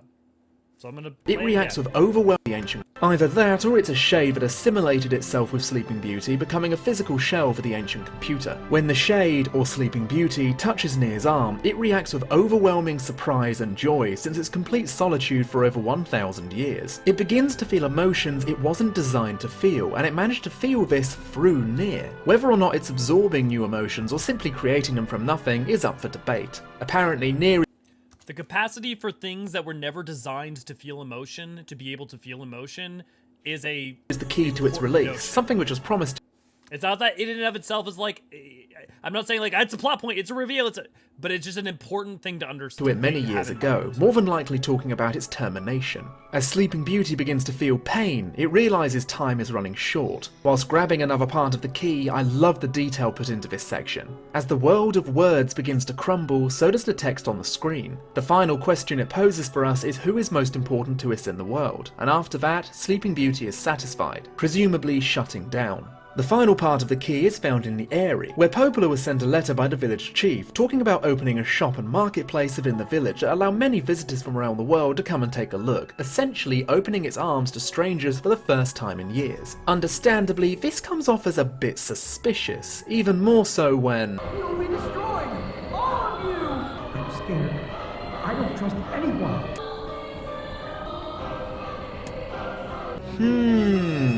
The marketplace itself isn't exactly strange, and they actually end up selling you things. This all changes, however, when a guard mentions knowing something about the letter, and when Nier tells him his goal is to eliminate every last shade.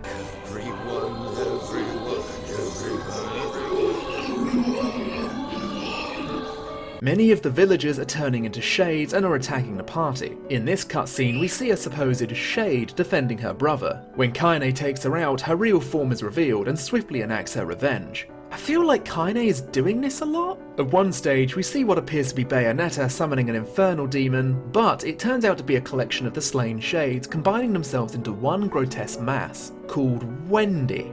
I mean, yeah, looks like a Wendy. Emil seems apprehensive about taking down the creature, as he implies it didn't only absorb shades, but it absorbed the villagers too, though this doesn't really matter to Nier and Weiss. During the fight, Emil succumbs to the will of his friends and fucking Expelliarmuses the frick out of Wendy, and during his second attempt combined with Nier, they manage to kill the beast. But Emil's instincts as the ultimate weapon start to take over, causing him to essentially nuke the entire village, killing bystanders and leaving a crater where Kaine's village used to be.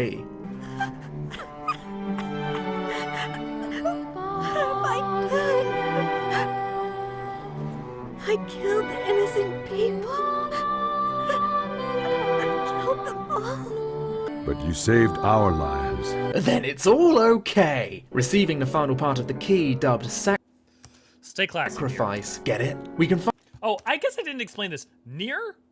That's the dad or the brother. That he's Nier. Finally enter the Shadowlord's castle, which is located in the exact same area we found Weiss and fought with Hansel and Gretel. Both Deviler and Poplar are here to see us off, as well as passing on gossip that the village is ablaze with the news that Nier is finally off to save Yona. Poplar seems a little apprehensive to see her villager go off, but she lets us go regardless. Breaking the seal to the entrance, we're introduced to one of the nicer looking environments in the game. Definitely not the kind of final dungeon aesthetic I was usually used to whenever I played a JRPG.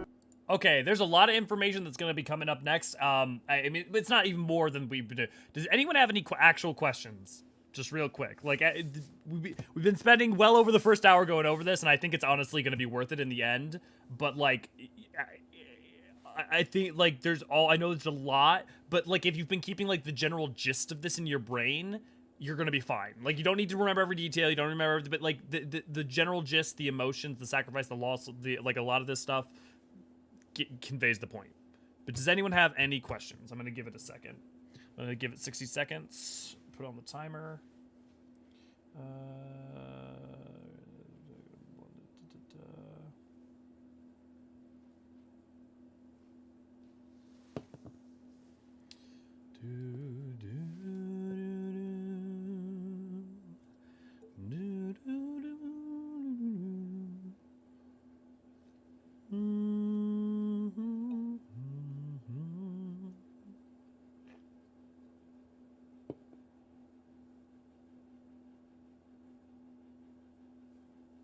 Nothing that isn't who hurt Yoko Taro and why is he like this for me. I would point out that, like, you know, like Ishikawa does some similar things. I think, like, the thing is that the juxtaposition of, like, hope and humanity and what it means to have them and to struggle for them and to make them meaningful is a lot more bright and powerful in contrast to sorrow and tragedy and incontrovertible loss, you know? Now, I'm sure a few of you are wondering where on earth this is. I mean, it clearly isn't anywhere near the Lost Shrine, because later into the dungeon, we notice we're now in a city. I'm not sure if it's meant to be Tokyo or not. Taro answered this question in an interview, stating that behind the altar there's an elevator that brings you a long way underground, then there's a pathway that leads to the castle. Position-wise, it's located behind the mountains of the Lost Shrine. These two doves, presumably machines, pose the party a series of 3 questions. The answers are passwords to continue on. Why did humans disappear from the world? How can humans extend their lives? And what is the destination of souls? The answers to these, in order, are because of a black disease, by separating body from soul, and they are placed in their corresponding shells. This is a hint towards the direction the game is going in. The direction being a fucking rabbit hole. It's... Get ready, peeps, because we're about to learn basically what is... You're about to learn the thing that if you play Nier Automata, that Nier Automata doesn't technically spoil, but the thing is that Nier Automata the entire time plays one way if you don't know the information you're about to learn, and plays another way. Okay, to be fair, it's not that the whole game does. It's not like, oh, you get to the end, it's like, but there's a pivot point within the first third-ish that is going, well, I guess Route B, really, but it's going to... There's a piece of knowledge that will recontextualize a lot of pieces of information. The other thing I'd point out is that recontextualization is a very, very common thing Yoko Taro does. The twins from your village. Hopla, Devila, what are you doing here? Hey, any chance you'll just go back to the village. And down the rabbit hole we go. Deviler and Popola now stand in our way, but they make it absolutely clear that they didn't want to fight with us. When Vice begins to question their motives, Popola snaps at him, claiming he's a traitor. Shortly after, the twins appear to drain Vice of his powers, only to reveal that they didn't copy anything. More so, they're taking back what was loaned to him. After the battle stops, the twins drop a comment that proves they're closer to the Shadowlord than what was originally thought. They take off, asking Nier to find his own truth about the situation, and in the next segment we're greeted to an unusual room with ghostly figures having what appears to be a gay old time. But it doesn't last all that long, as I'm sure you can guess. Kaine breaks down the next door, only to find something strange hidden behind it.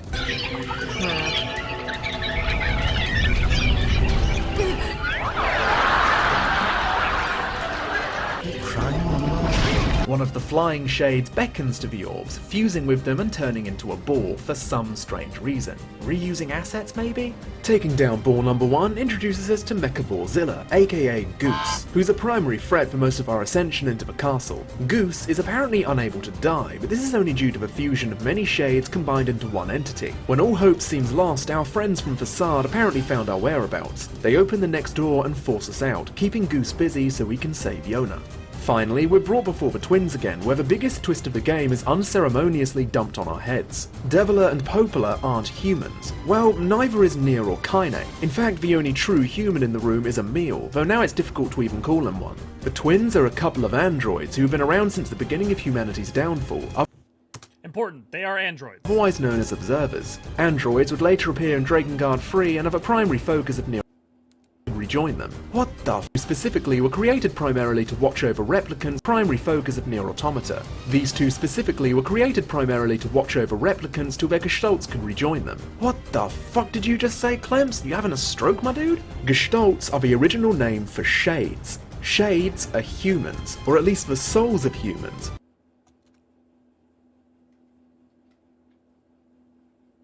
Replicants are, well, what we originally thought were humans, so people like Nier, Kaine, the villagers, etc. Project Gestalt was a last resort by humanity to keep the race alive, by separating body and soul via touching mass-produced versions of Grimoire Noir. Replicants were originally meant to be shells that Gestalts could rejoin after the White Chlorination epidemic was over. However, due to a rather big error in the system, replicants became self-aware, making it impossible for the Gestalts to fuse with them. This causes a majority of Gestalts to relapse and go berserk. However, it also affects the replicant, in the form of the Black Scrawl. But this isn't the case for many shades, as most completely retain their sanity. Something that a lot of people miss on their first playthrough is how the little shades that you first fight in the game near the village entrance don't attack you at all. They also drop school books. Nier has been slaughtering children. A very fair question to ask is, if Gestalts are mere souls of humans, why can they bleed? Taro answered this, saying that when Gestalts are attacked, their wounds temporarily return to their human state, which is why they can bleed and die just like a regular human. Something which blew me the fuck away during my research was how much thought went into the little details in this game, specifically the scroll. I'm just gonna transform into Professor Clemps here for a second. You'll remember I mentioned that the Black Scrawl appears to be some kind of text, right? Same applies to when you use magic. The symbols that we see are all part of the Celestial alphabet. There are a series of 4 letters from this alphabet that link all of the Drakengard games and I know, Yukio. Nier together. They were found on the Seed of Destruction that Furii entered. Some of the seals in Drakengard 2 also have these letters, and finally, the boss seals within Drakengard 3. And if you pay attention, you will see this script all over the Nier raids in Final Fantasy XIV. Games and Nier together. They were found on the Seed of Destruction that Furii entered. Some of the seals in Drakengard 2 also have these letters. The Seeds of Destruction, by the way, there's a Seed of Destruction in Final Fantasy XIV, and that Seed of Destruction is from Drakengard. And finally, the boss seals within Drakengard 3. What these stand for are A, C, G, and T. Adenine, cytosine, guanine, and thymine. All of these are found within DNA. The general consensus seems to be that the Black Scrawl is meant to show how the DNA synchronization between Replicant and Gestalt has well and truly messed up. Moving back to Project Gestalt, the fusion between Replicant and Gestalt was meant to be performed with a fusion of Grimoire Vice and Grimoire Noir, hence the line, set free shades to the world. However, due to Vice's memory loss, he's seen as a traitor by Deviler and Popola, by not allowing humanity to return to their new bodies. In fact, what's interesting to note here is how Vice was originally human himself. In the short story And Then There Were None, it's read in the perspective of Weiss as a young man being put into a room with various strangers in a kill or be killed situation, each with a strange blank book by their sides. All of the people within this room are or were previously children soldiers working for the Hydaelyn organization. It's also important to note that the Hydaelyn organization later went on to create Project Gestalt. These children soldiers were given the very first anti-white chlorination syndrome drug named luciferase, as it was more effective with younger patients. The Hydaelyn organization would proceed to send these children out to vanquish the legions as they could no longer be infected. Within the room is a young woman who he became acquainted with on the battlefield due to saving her from being frozen with fear in front of legions. Weiss grew attached to this girl. Later on, in this room with no clear exits, a fight breaks out between a man and a woman. The woman slaps the man and the man goes to strike her. However, a black hand reaches out from the book beside the woman and crushes the man.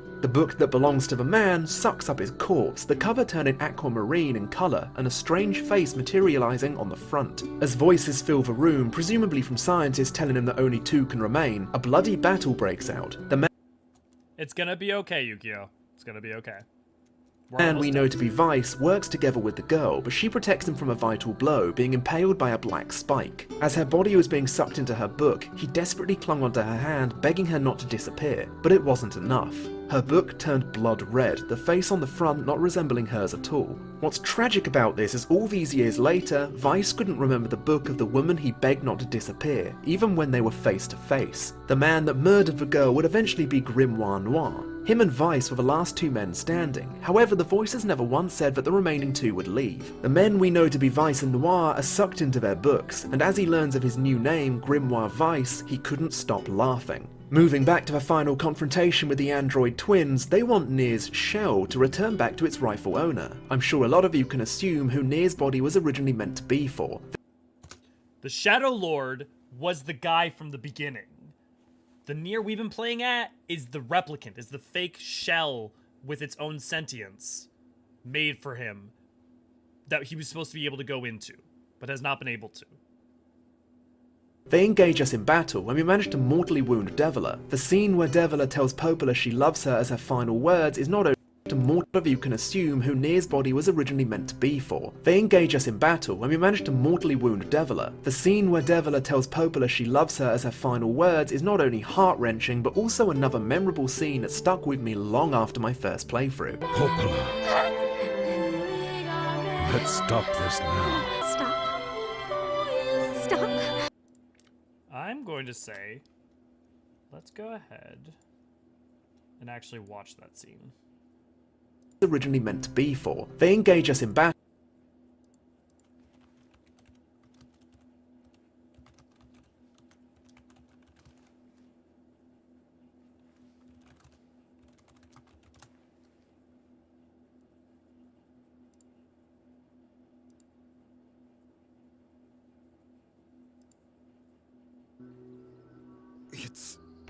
It's the twins from your village.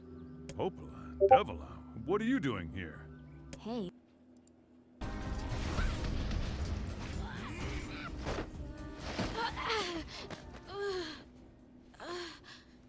Devila? Devila!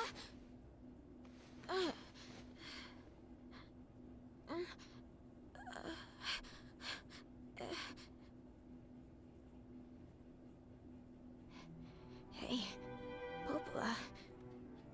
You crying? No! Don't die! You know, I understand now why we're twins. It's because we were born without souls. Devila! I can't stop the bleeding. Oh God, I can't stop it! This world is too lonely for one without a soul. There's too much emptiness.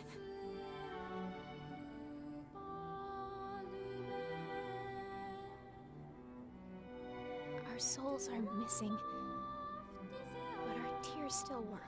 That's kind of weird. Sorry, sis. I love you. Devila! Devila! Don't you go! No, I can't be alone!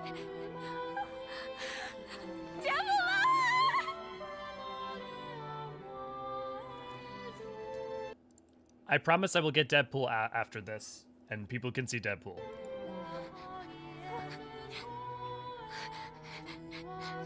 Popola. Let's stop this now. Stop. Stop. You want me to stop?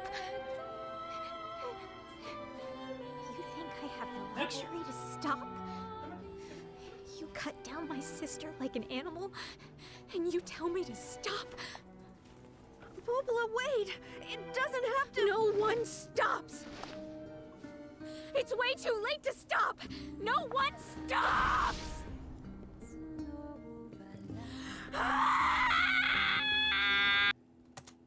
Okay, let's take a second. Everybody breathe. Lots of emotions. We got the good boys here. He loves you all very much. Everything is good. I love you, buddy.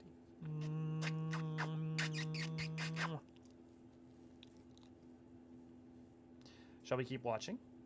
You want to keep watching? Okay, we'll put you down.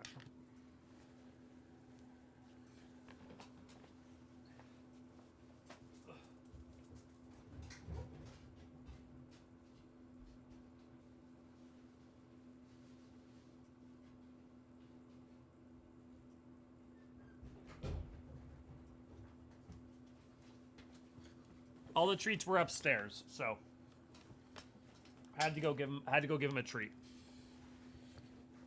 Okay. And then the next scene I want to watch. You fight her and you defeat her. Devil, no. No stopping. No stopping ever.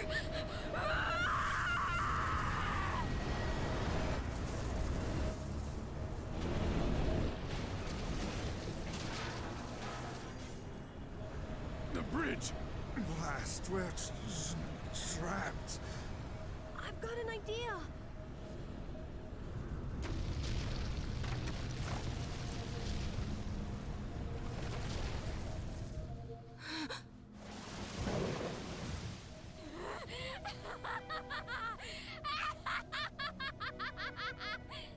I fear we're done for. It'll be all right.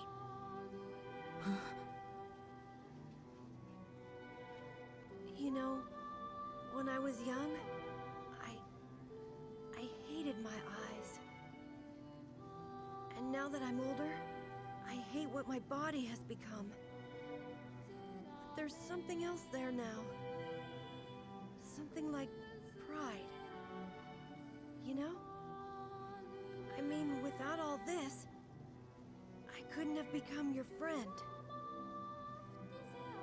Goodbye, my friends. Thank you for everything.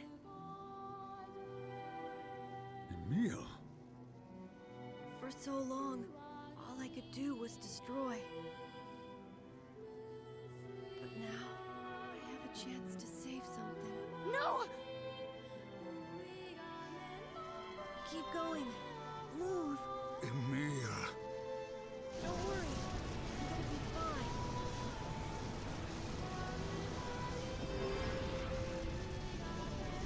Emil! Emil! Emil! You jackass, get back here! Emil!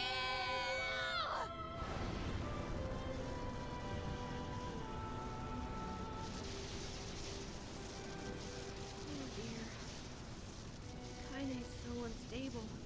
And Vice can't stop arguing with people. I love Emil so much. Once I'm gone. Well, I guess they'll just have to learn.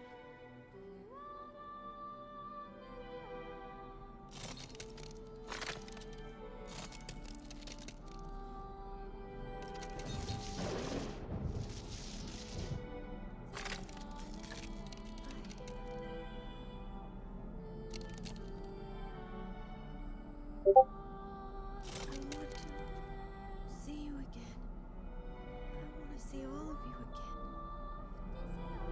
Just one more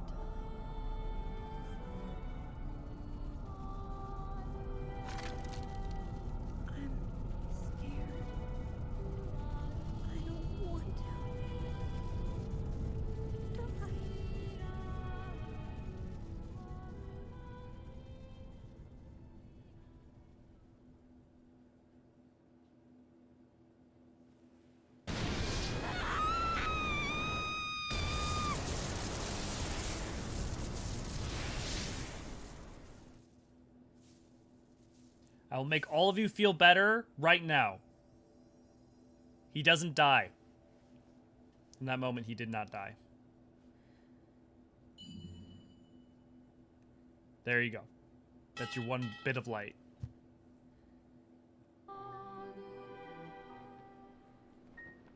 I'm not going to tell you why. I'm not going to tell you how. Not now. Not for many hours to come.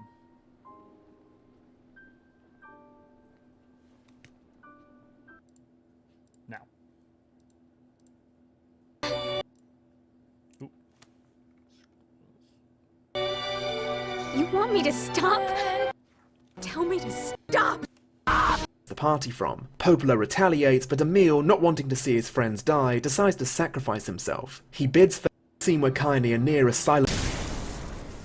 Popola and Emil are gone, and the next scene where Kaine and Nier are silently grieving over Emil's departure is by far my favourite scene in the game, as it shows Taro and Notori have a deep understanding of the character. Nier is crying, Kaine seems defeated. Not long after, she begins to beat up Nier, pinning him to the wall. The 5 seconds we get here is the indication we get towards Kaine's feeling towards him, as they have now evolved into romantic ones. Kaine has never been able to express her emotions well. A lot of the time she comes off as violent. This physical outburst is a way for Kaine to express her emotions. Even Taro in his interview stated this is the most romantic part of the game. It's a fucking perfect way for us to understand how Kaine's thought process works, and further grounds her as one of my favourite characters. Finally though, the long adventure comes to a close. Nier comes face to face with the Shadowlord and Yona is now in clear sight. The Shadowlord is Nier.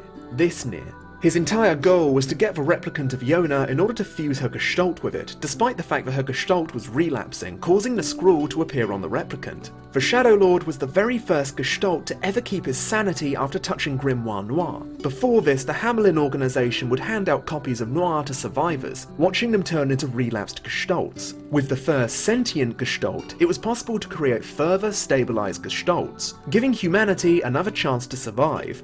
Yona's Gestalt was put on ice as a thank you for helping the project succeed, promising him that her relapsing would be cured. But, after thousands of years, this was obviously a false promise, and the Shadowlord decided to take matters into his own hands. What he didn't take into account, however, was that his replicant would share his same burning desire to rescue his daughter. After beating a Shadowlord, Nier gets to see his daughter for the first time in 5 years. But...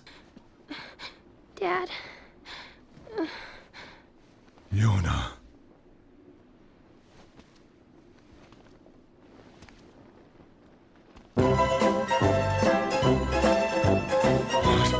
Yona's Gestalt talks to the Shadowlord, telling him that she doesn't want someone else's body, and that there's another soul in there with her, wanting to see Replicant Nier, implying that if Gestalt and Replicant were to combine now, there would be more than one soul, as Replicants are now sentient. Gestalt Yona tells her father she loves him, as she releases her soul from the Replicant, dissolving into the sunlight. I would like to point out this is part of also why I watch these synopses rather than just making you guys watch a bunch of the cutscenes, because holy boy would the emotions hit a lot harder if there weren't some comedic bits added in. Shadowlord is understandably not best pleased. Oh, bother. One moment. I'm also skipping over a lot of the fucking most epic moments, like for instance when that Shadowlord theme first kicks in when you're about to fight him, because... Please. You okay?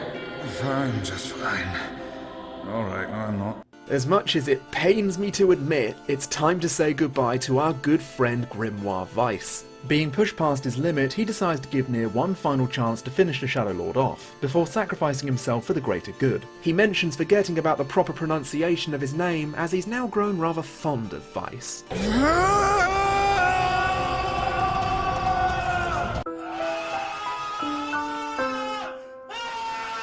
After avoiding this hellish bullet hell segment, there's a moment where we see Nier having doubts about what he's about to do. He pauses, shakes his head, reaffirming to himself that what he's doing is right, and ends the Shadowlord or the original Nier's life. Oh God, no. Oh, please, the girl is fine. Weiss returns to us for a moment as a disembodied voice, though it won't be long before that goes too. He tells Nier to recall his memories of spending time with Yona to bring her back, and after typing in who she loves more than anyone, she wakes up. The reunion is sweet, but Kaine begins to leave. Nier offers for her to stay with them, but Kaine insists she has other shit to take care of. As Nier goes after her, Yona stops him by asking him to look outside with her. This is a scene created by Notori, and Taro was quoted saying it was an amazingly twisted scene, as he wanted a beautiful moment where they look out onto the sky, right, but Yona chimed in at the worst possible time when Kaine was taking her exit. I mean, Yona's kind of a little shit. It's like, no, he's mine! But I suppose Yona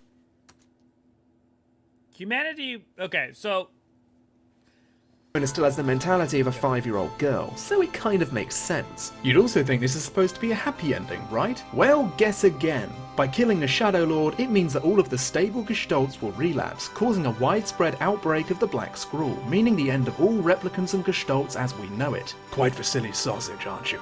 After this, we get ending A. In a flashback, Gollum and Walking Disease know how it's pretty sunny today, and the Shadowlord and Yona meet together in what appears to be an afterlife. Wow, so that's ending A. So another thing about Yoko Taro games, they all have multiple endings. Now the thing about multiple endings is you're used to the Western idea of multiple endings where, you play through the game and through a couple of choices, you get this path, you get the Renegade path, the Paragon path. However, in Yoko Taro land, it doesn't work quite like that. For instance, in this game, in Nier Automata, what you'll see is that there's a point halfway through where you play through the game, then you play through the game again from a different character's perspective. Then you play through a second half of the game that wasn't as a half of the game, and that's ending C. Now, why is ending C technically an ending C, even though it's an ending that's far later than ending A or B, and ending A or B is actually just a recontextualization of the same path? Who can say? Oh, wait, okay, what about the next ones then? Ending D and E. Well, guess what? You're going to play through that entire thing, and then... Right, you know, we'll get there. We'll get there. Oh, that's it? I mean, I guess it's only the first ending. Surely they get better after this, right?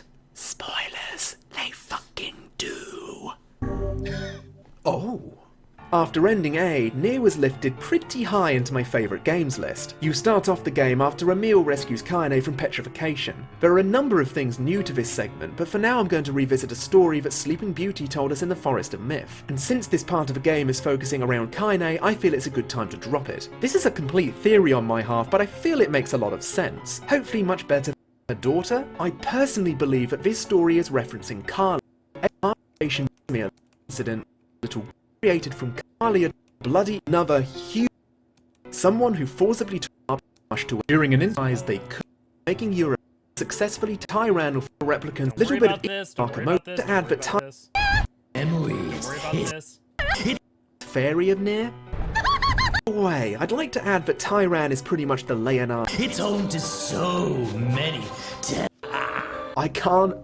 And talking to Kaine, often mocking her or the things she's killing. Tyran's inclusion to this game is discovering Gaia on its head during his frantic view, which ultimately paints Nier as an unfortunate villain, that the game discovering Gaia Online's roleplay forums, and that just ain't fun to listen to. Another thing that the game flips on its head during the hunt for ending B is the perspective. We've seen the story primarily from Nier's eyes and his frantic one-minded goal to rescue his daughter. Now we get to see the story from the Shade's point of view, which ultimately paints Nier as an unfortunate villain. We get to see the story of Gretel after Hansel's death, getting to know the incomplete Gestalt children and understanding them as equals. We even get to see what Gretel was saying as it encountered us for the second time.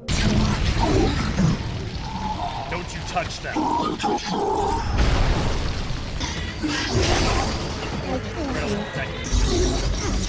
Stop hurting my friends.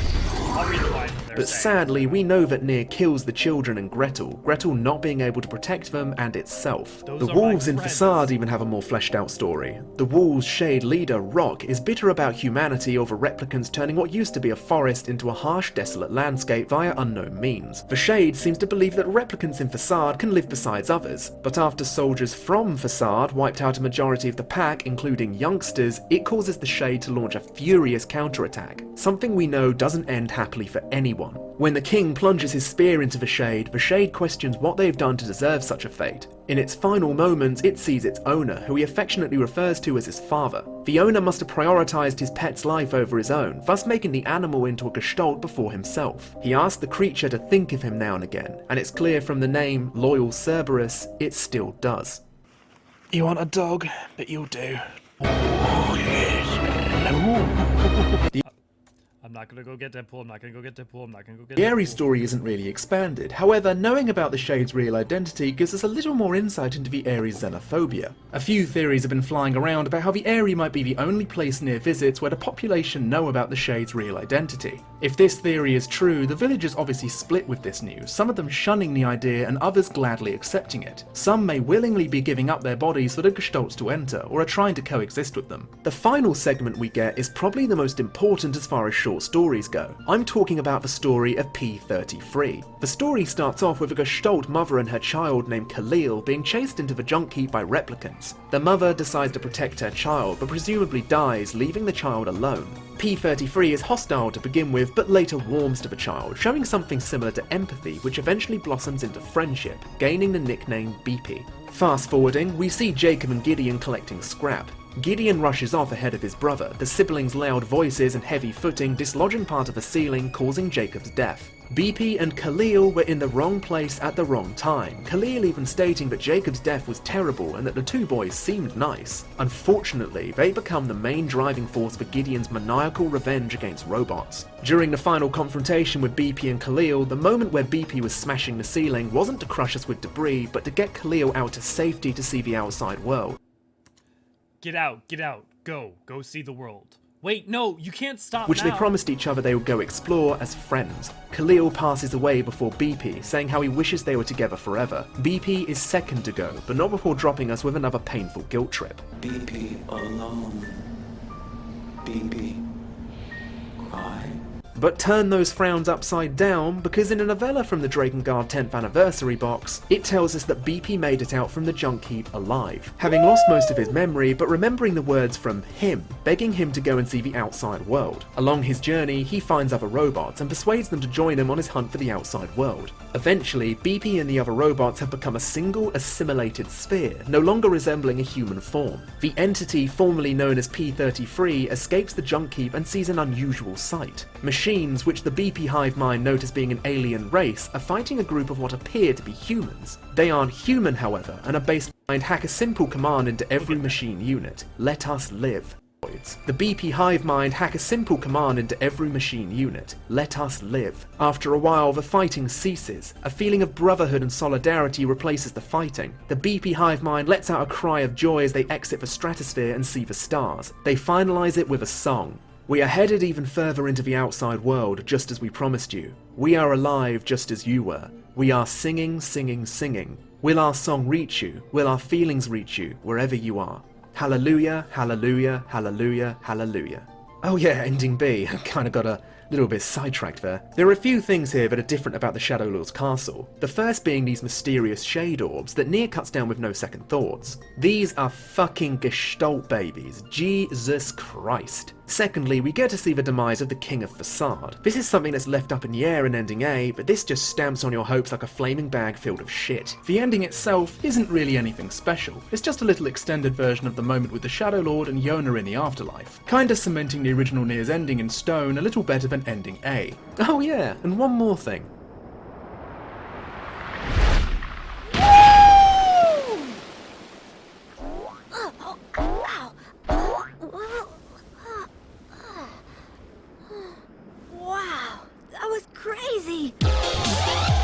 As many of you are aware, especially been keeping up to date, worth noting that despite Emil making an appearance as one of the side characters in Automata, he's now well over 15,000 years old in the game's timeline. Before this, he even has a 5-year scene. Starts us off, both are thankfully connected to each other, as they both revolve around Kaine. Ending C starts us off from Kaine's departure from Nier and Yona. Tyran begins to go on an edgy baby boy rant about how killing was totally fucking rad. However, he quickly changes his mind, claiming that it now feels empty. In fact, there's a line he says in a previous room that hints towards his changing nature that just makes my skin crawl. Hey, sunshine. There's something kinda weird happening in your heart. The hate is gone. Oh, the sadness is gone. It's just a bunch of white light now. Tyran is about to relapse. If he relapses, so will Kaine, causing them both to go berserk. Kaine asks one final request from Nier. I want you to kill me. During the battle, Tyran makes his first vocal appearance to Nier. He states that when the time is right, he'll pin Kaine down so Nier can save her. It'd appear that even Tyran, formerly known as Yura, has also had a change of heart. And when the time does come, Nier is presented with two choices. kill Kaine and end her suffering, or make her human again, destroying Tyran and completely wiping Nier from existence. If you choose to kill Kaine, she dissolves into nothingness. Tyran speaks to Nier in the same manner that Vice did, telling Nier that as a being who has been tormenting Kaine for years, if he tells him that she's free now, he wants Nier to believe him. He also delivers a final message from Kaine. Thank you. If you choose to sacrifice yourself in exchange for Kaine's life, well, everything is wiped. Yep, you heard me. Your weapons are wiped, your items are wiped, your save file is wiped. Nier is completely and utterly removed from existence, not even a memory remaining. That is, unless you're a cheeky cunt like me. Way. By Yona. Yona asks if she was the one who saved her as Kaine looks around an empty room. After touching Yona, she has a brief flash of a man she doesn't know, a memory she shouldn't have. She begins to cry as she says it's almost as if she's found something very special. As a way to finish this Goliath of a project, I thought I'd run over Ending E, an ending which was exclusive to a novella. Even before Ending E, there's a segment in the drama CD where after the events of the Don't worry about the drama CD, don't worry about the stage shows, don't worry about the Shadowlord, Kaine gets attached to a villager who showed affection to her, but he's killed in a shade ambush. Kaine storms into his house where the little sister is mourning over his body. The sound of ripping clothes can be heard as completely freaked out. On to Ending E. In this ending, Kaine reaches the Forest of Myth, hunting for more shades to kill as a way for her to vent her frustrations about feeling like she's lost something precious. However, a lot has changed since our last visit. Power cables have now completely covered the ground floor like tree roots, a strange green sap or oil accompanying them. When Kaine reaches the most strange looking tree in the forest, the vines materialize in the form of a young man. Kaine cuts off the head of this man, but the vines simply materialize again. The form states its name, which is lost in translation, but it states that the forest is now entering its final transition, the complete reset of the replicant and gestalt program. The entity who I assume to be Sleeping Beauty's final form sends a wave of non-sentient P-33s after Kaine, eventually throwing out a copy of Kaine herself to fight, which is rumoured to be an android. Not long after, Emil coincidentally... Did they? Okay, well... See, that's one of the things that I haven't actually replayed the remake completely yet. I haven't had a chance to sit down and play it. Take down the enemies, falls into a giant puddle along with the forest. Emil protects Kaine. Well, you know, let's just go watch it. Ending E replicants.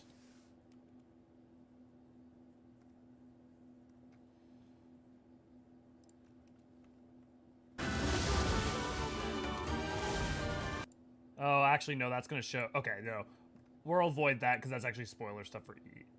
Throwing out a copy of Kaine herself to fight, which is rumoured to be an android. Not long after, Emil coincidentally finds Kaine, now sporting a makeshift body. The two team up together, and in a final blast, they take down the enemy's core. The young man, or Sleeping Beauty, compliments how far replicants have come before it dissolves into a giant puddle along with the forest. Emil protects Kaine from the storm of power cables that are now flying wildly out of the forest's demise, but Kaine eventually reaches an area of blinding light that she thinks is the border between reality and a dream world. She feels something familiar to her in this light and tries to grab it. Whatever it is tells her to stop, but she refuses, exclaiming that she must get this back no matter what the consequences. She feels an invisible force pushing her forward, telling her, "I'll leave this guy to you, lingerie woman." I can't say exactly who this is, but I know exactly who I want it to be. So the ending is effectively Nier sacrifices themselves in order to, like, save everyone.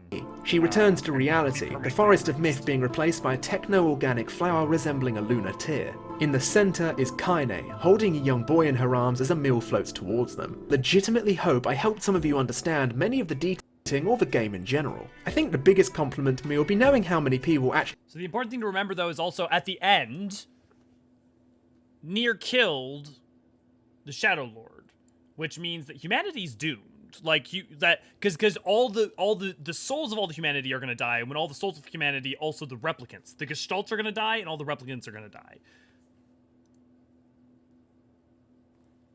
And with that, we are now almost exactly 2 hours in, and we can now begin playing Nier Automata. Woo!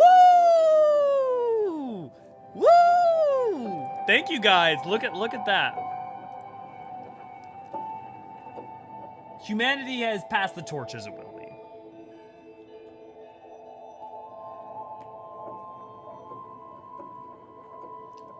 So. Well, a god is, but also be careful about spoilers for any for things not related to what we're talking about. But yes, also that's not really related to Automata. Automata doesn't get into that. Okay. Does anyone have any questions or anything that they want to check out really quick? I know we spent 2 hours on that, but I promise you it was worth it for both making Nier Automata, certain things in Nier Automata make a little bit more sense contextually, and also make 14 be like, oh, that's what they're getting at.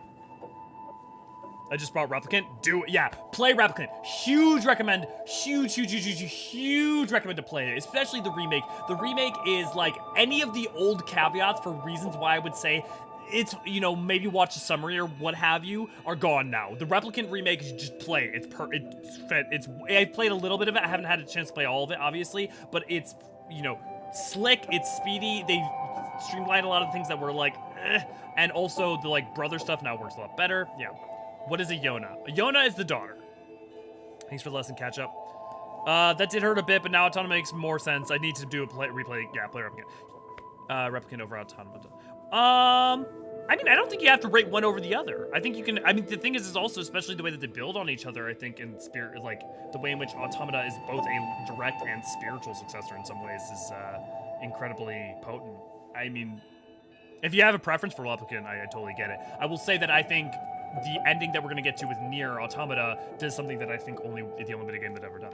So the dooming of humanity was not intentional for Nier's part. Yes, and since the Gestalt project was inherently flawed, humanity was fucked either way. It wasn't so much that it was fucked, but it was kind of in a bad place where it was kind of fucked, and then it's now definitely fucked. And now Nier Automata takes place thousands of years later. I just like Replicant morph the characters. Yeah, totally. I just like say, like Baphomet, if like what you mean is like you like Replicant over Automata, which includes what you're saying, totally get it. I just like, in terms of like, if we say like, oh, Replicant's better, it's like, I mean, you know, it's kind of like saying like, which is better, Endwalker or Shadowbringers, right? That old question. It's like, well, I mean, Endwalker's doesn't work without Shadowbringers, you know, and it's a finale, whereas Shadowbringers doesn't have to be a finale, and blah, blah, blah. That whole conversation. Hope that answers your question, Yukio. We'll get started here in just a second. We'll give it about a minute or two in case there's any questions.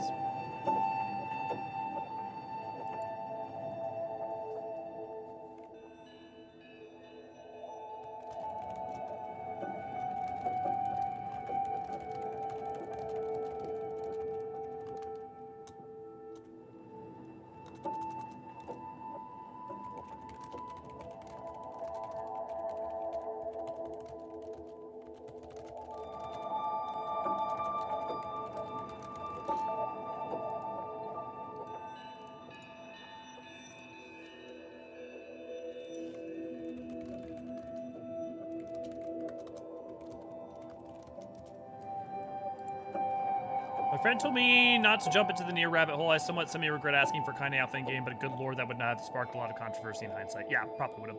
But the fantastic game. Yeah, and the thing is that the Nier rabbit hole, I mean, partly I meant laughing because Yoko Taro's a madman and it's a nightmare. But like, the thing is honestly, if you just like basically know the ending E from Replicant causes Nier, and then you just play Nier and Nier Automata, honestly, it all contextually is good. The main problems from there are that there's like things in like light novels and novellas that short stories that provide some contextualization that is actually really helpful. But I will mention those things as we come across them if they're relevant in game. Most of them were already mentioned. One of them is a novella created that right before Nier Automata came out, where Emil, who is still alive in this, who survived the events of Nier, sometime in the future, witnesses aliens come and invade the Earth and fights them off. So aliens invaded Earth sometime in the events of Nier and Nier Automata, and were fought. I'll say nothing else about it. I played Automata first and I was shocked like 30 minutes in, yeah. Now that I know you are a Drakengard lore fan too, what do you think of the theory that Drakengard games are bad on purpose? I think it ignores the complication of video game development, and I think that a small budget team was trying to do best they could. I think there are ways in which they are, aggravating or abrasive that are intentional from a design standpoint. I think bad on purpose, like, it really depends on what you mean. If you mean, like, for instance, the chore of, like, mindlessly killing person after person after person, it really does go along with some of the, like, the stated goals of Yoko Taro. So, I feel so bad for Emil. It cannot be good for someone who's trying to keep hope alive. Yeah. Glory to mankind. Glory to mankind. Shall we then, my friends?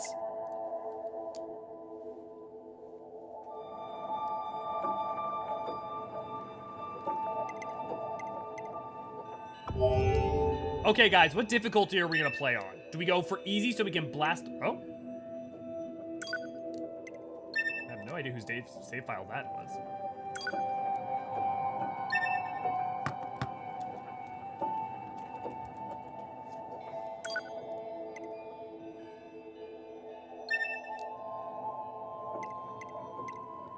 I've already beaten it on very hard, so I'm normal or easy is the question. Normal? Yeah, let's do normal. I think that will give a better impression. Let me know if I need to turn up the audio at all. Yeah, it seems like everyone's on the normal train. Everything that lives is designed to end. We are perpetually trapped in a never-ending spiral of life and death. Is this a curse? Or some kind of punishment? I often think about the god who blessed us with this cryptic puzzle, and wonder if we'll ever have the chance to kill him. Edgy. Seriously, make sure to let me know if I need to up my volume or I need to up the game volume. This is Command. Yorha Squadron, come in. 2B here. All units have penetrated... Game audio is joining me out. Okay. Thank you.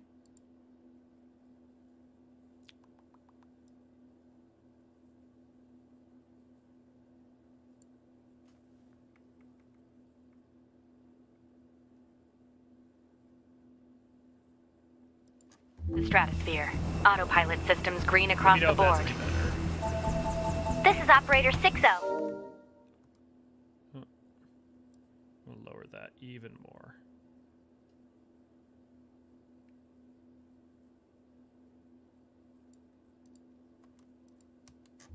All units confirmed. We've passed the 50-kilometer threshold and are proceeding toward the target. Understood. Once you reach their anti-air defenses, proceed to manual attack formation.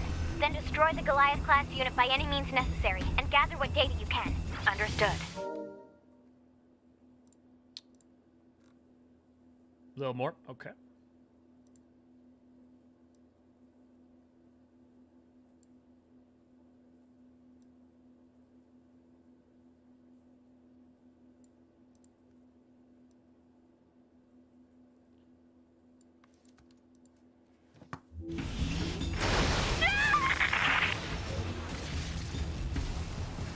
H down. All units activate manual mode and rely on visuals to evade. Already engaged. Free move. Okay. Movement unlocked. Origin point of long-range lasers confirmed. Big recommend if you're playing on PC, do not play on mouse and keyboard. I mean, you can, but play on controller. 11B, down. Our HO229 cancelers are ineffective.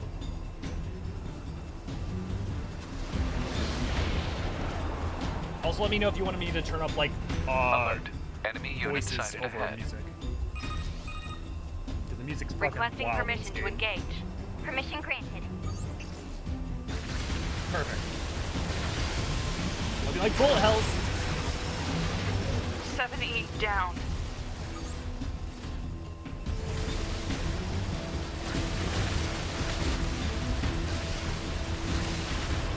Man, it's been so long. It's been like 5 or 6 years since I've played. 1D down. Assuming captain's duties.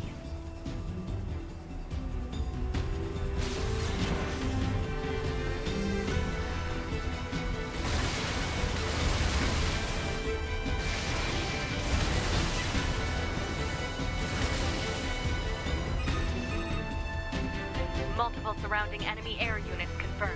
Requesting permission to assume mobile configuration. Permission granted.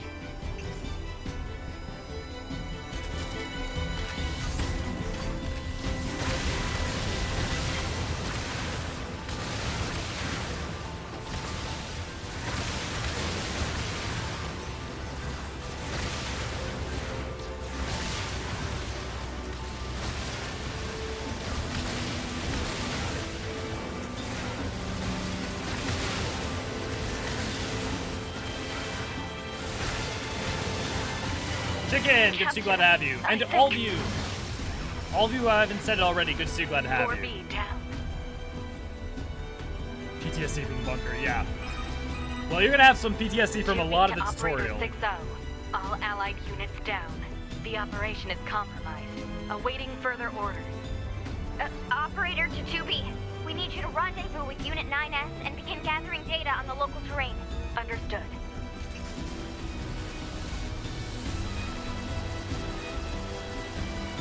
God, this game is beautiful.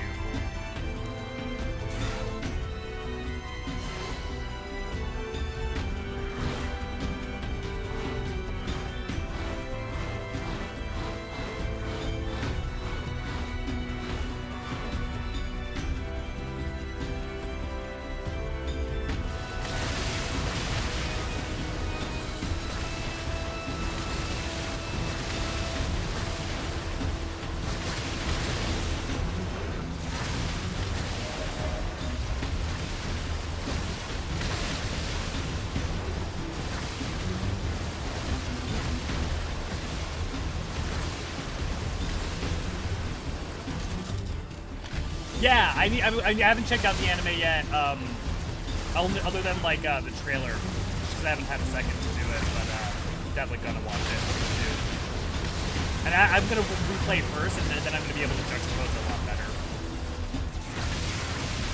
But yeah, right now they are airing an anime adaptation of Automata. First time playing Nier? No, it is my second time, but I have not played since launch, so it's been a while.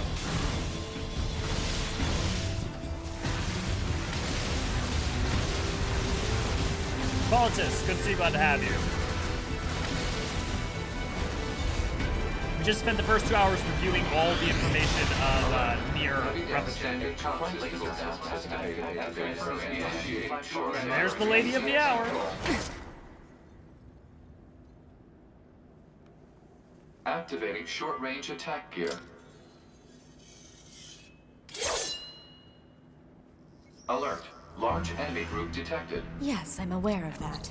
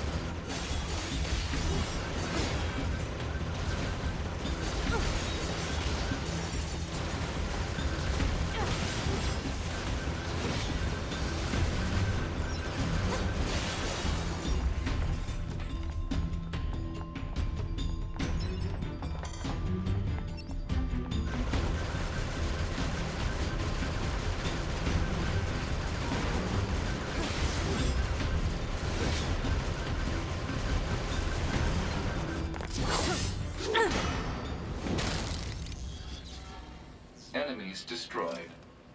Not quite. This feels familiar. Yeah. And played Nier Replicant? Yeah, yes, absolutely. Oh, thank you. I'm glad you enjoyed them. And yes, I have played Replicant.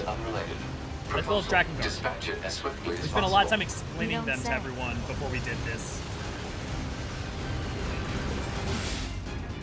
Is dodge a chip? Is that why I can't dodge first?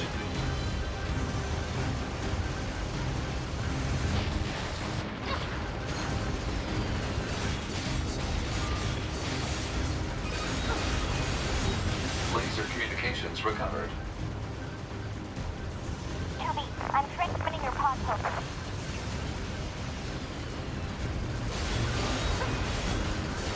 Pod program download complete.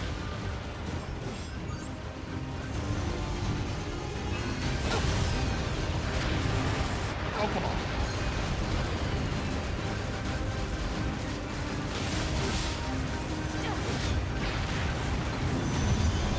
Gotcha. Why the blindfold? I will explain that in 1 second, Tracy. Dodge is not a chip. I think it's a bumper or trigger on the right. For some reason, wasn't really... We'll see. Better make sure he's actually dead next time. That was dangerous, man. 9 shorts. That is 9S. You're 2B, right? My name's 9S. I'm here to provide support. Copy that. So, was that big old buzzsaw the Goliath you came here to take out? No, just another defensive system. Oh, well, I guess we have to find the target then, huh? I've got a flight unit, so I'll take a look around the perimeter. All right, I'll work my way inside from the ground. I wouldn't hold my breath, Yukio. They don't retroactively add things very often, if ever.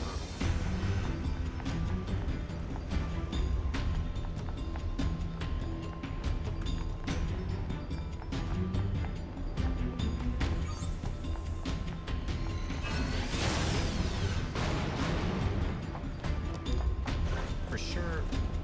Oh, it was just right trigger. Huh, I don't know why. Yeah, you totally called it. I don't know why I didn't just press right trigger.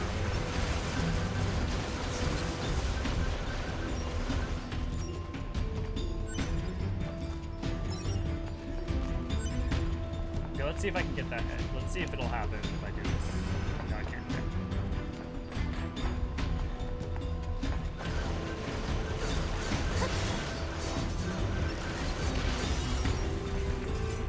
You'll have to give me a little bit to get back in.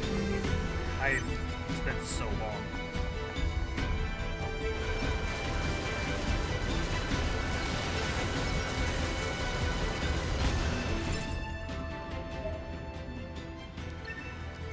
Give me a second.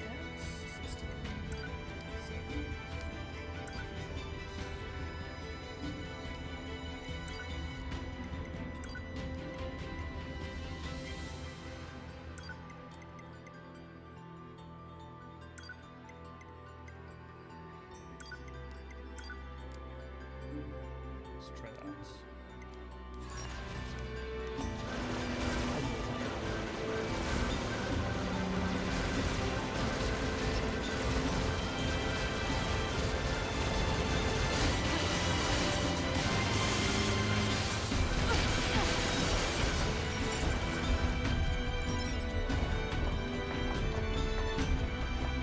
Took me forever to learn it myself. Yeah, no worries. Yeah, definitely a dodge. I know there's iframe dodge. 2B? Ma'am? What is it? I was going to send you the map data I collected earlier. Do it.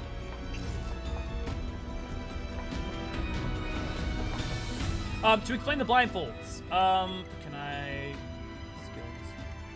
Yeah, I can. Yeah. Okay, the blindfolds are effectively their overlay, like their UI system. They're like their HUD system. It's like right now how she's seeing the map is via... at least that's the canonical lore that they've explained for it.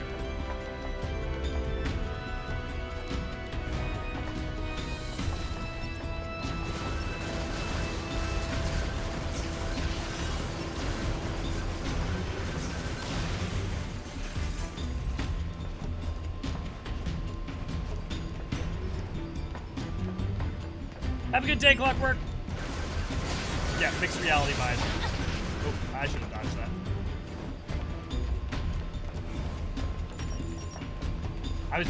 I kept trying to press circle because I'm used to that being my dodge button.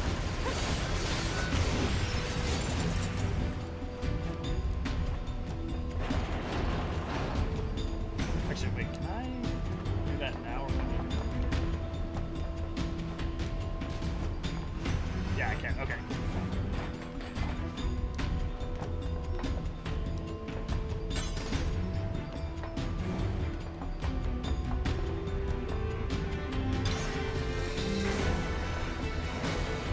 I forget how to get that ending. There's one of the secret endings you can get right now.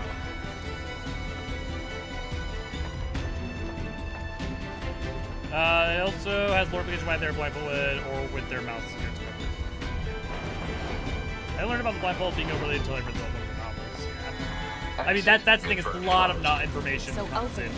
Negative. Nearby That's the thing about Nier. Nothing's A ever lot easy. of transmedia stuff, and I don't think that's a strength. I think it's usually a weakness for it.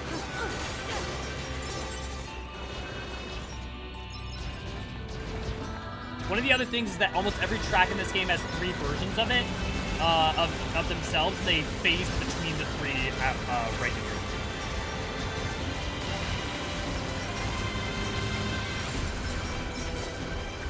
There'll be like a calm version, a battle version, well, there's actually 4 versions, but I'm not going to explain what the 4th one is until we get to it.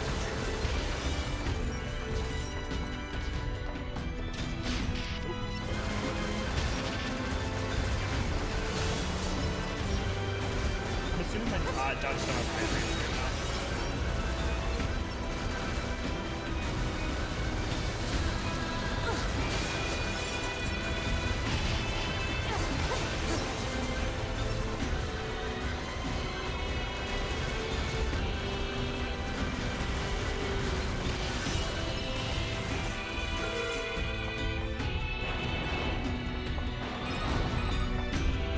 You know, ma'am, I'm glad you're here. Why? Scanners like me mostly work alone. Scouting out enemy lines and all that, I don't usually get a partner. It's kind of fun. Emotions are prohibited. Sorry, ma'am. And another thing, stop calling me ma'am. Huh? It's unnecessary. All right, then. 2B it is. For those of you who have played the game before, you may understand the tragedy and irony of the situation. For those you don't, scouting units, so their letter is their like designation. So B as in battle units, S as in scouting units, and they work as teams.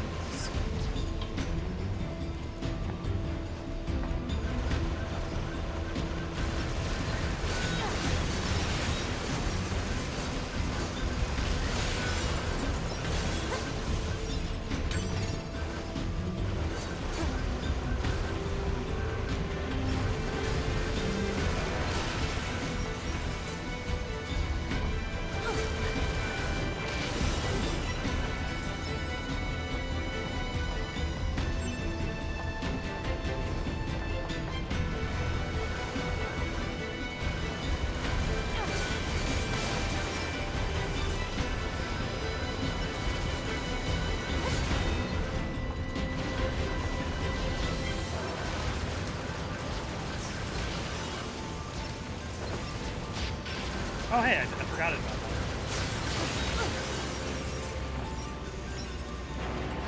that. This Wow. place sure is big. I guess humans used to use it as a weapons factory, but now it's just crawling with machines. The enemy seems to have repurposed the facility to increase their overall machine production. So if we don't destroy it, they'll just keep coming.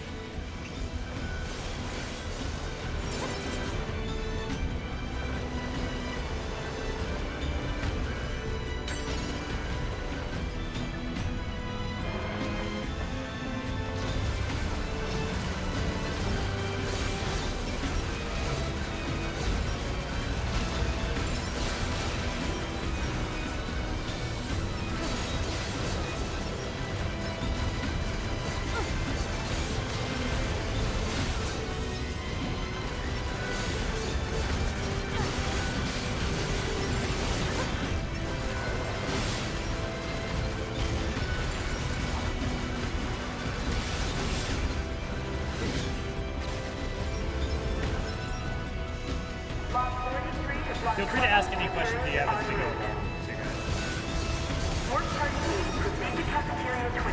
What? It's just accessing random, nonsensical data from the old world. There's no actual meaning behind anything machines do.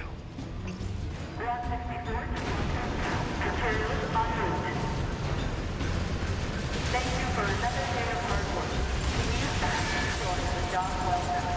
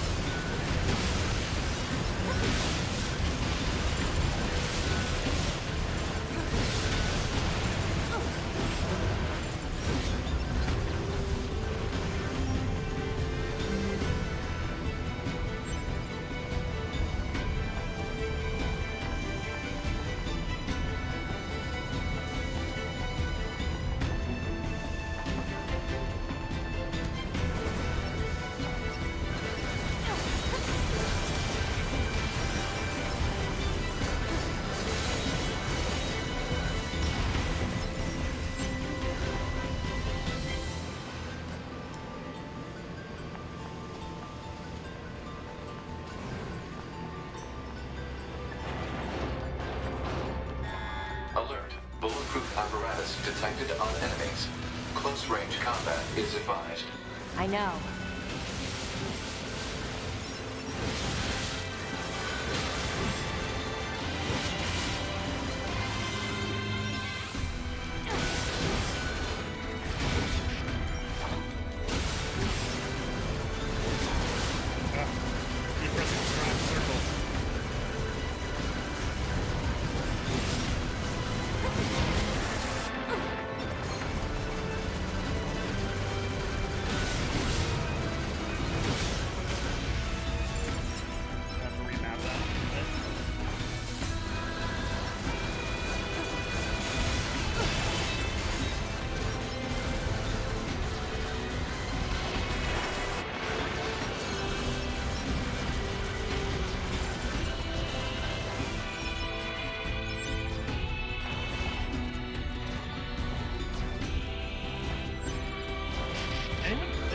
There are iframes on the data. But you have to get the chip to get the iframe.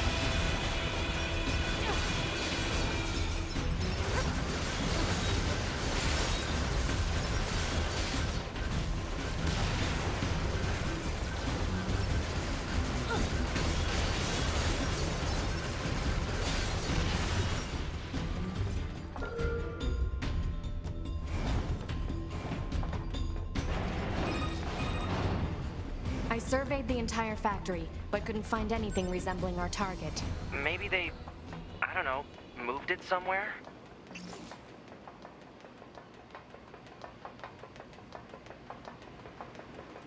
Is that? You mean the birds? Yeah, there's more plants and animals here than there used to be. Probably because the environment's changed.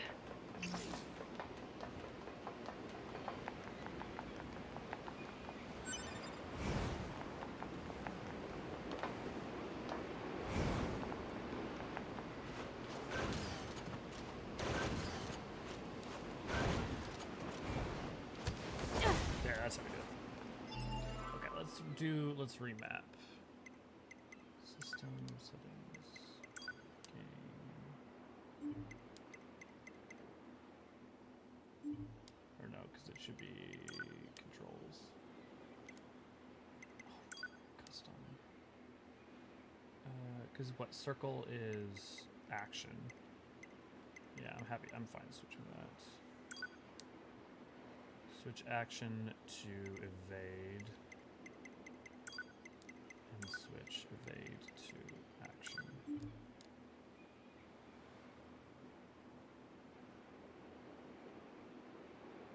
Oh, because that's right.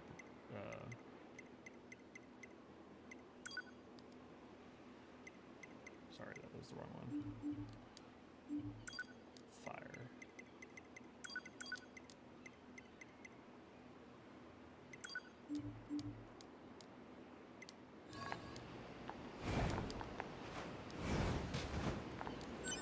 Yeah, I like that better. Much better.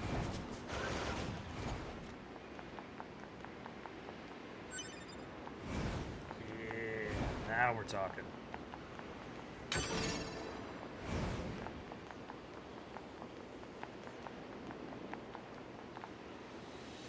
This doesn't feel ominous at all. Everybody thinks this is gonna go okay, right? That doesn't look familiar.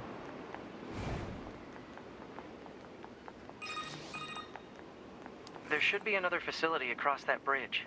It's a bit of a hike, but should we check it out? It's not like Command to get a location wrong. I guess even they get bad intel from time to time, huh? I wouldn't bet on that.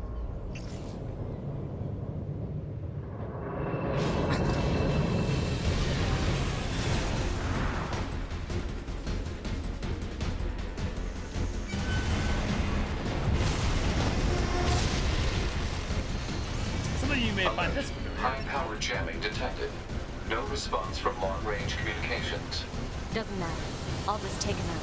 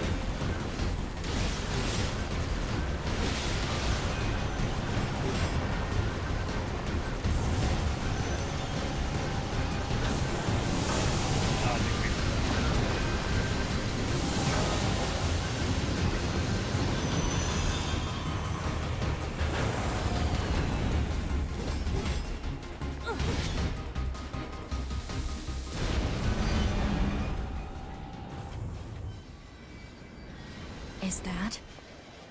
Target enemy detected.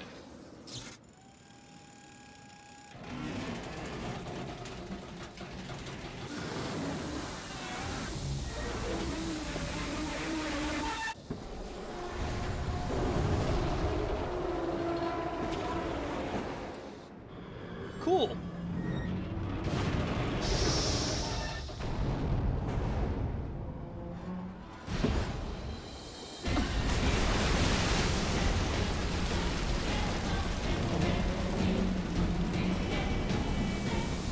Yep, no, see the script down below it?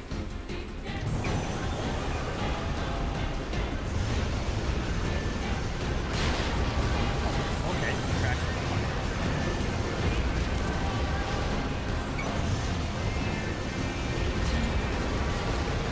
Okay, they are. You have the quick dodge.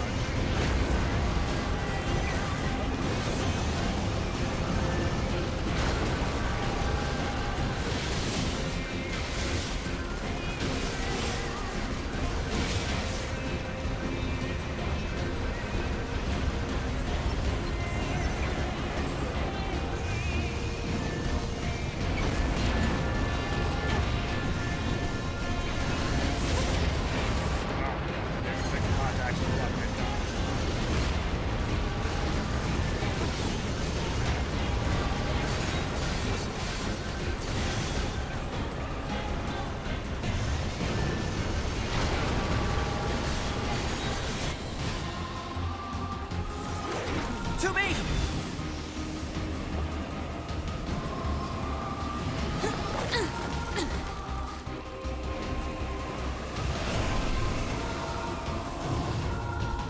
What's your status? This is the target. I'm going to destroy. Oh boy. Right. I'll provide support.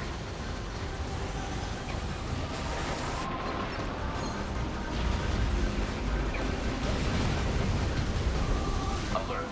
Incoming enemy attack from below. Proposal. Evade. Dodge, dip, dive, duck, and dodge. I'm sure that's not familiar at all. Breaking up from below.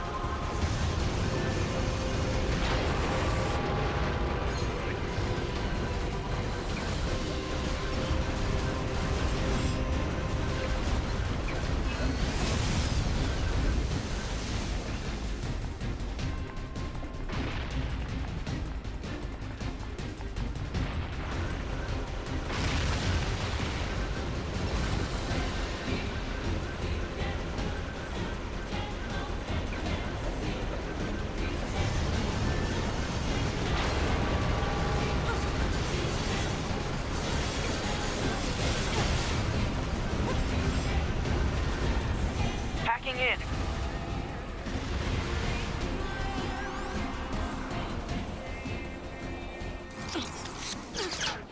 Pay attention to every time 9S is around, by the way, like, and doing stuff. It'll be worth it in the end. Boost!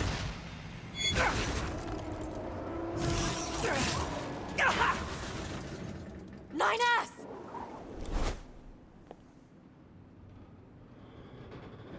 Also, it's really fucking impressive how well they managed to replicate the look of Nier in 14. 9S! 9S black box signal detected. No response to communications. I'm going after him.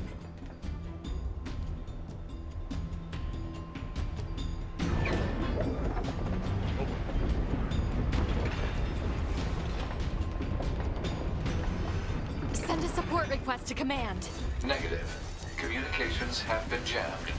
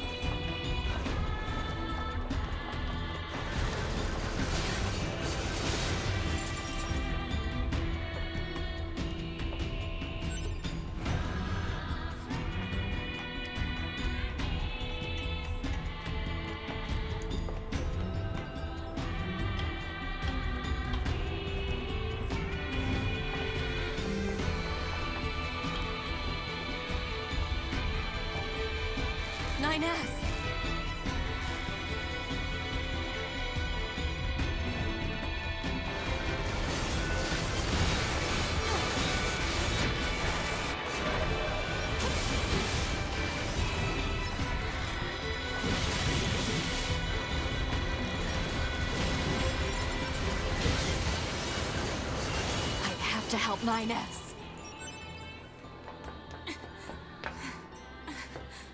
I have to repair him. Pod, get me staunching gel and logic virus vaccines. Then access the... Inadvisable. The subject's vital signs are too poor to attempt field repair in Shut up! current... Just do what I say! That's because if you understand all the lore around them, You shut up too. they make sense. But if you don't, they feel like nonsense. We're soldiers. And more reasons. We take pride in our service.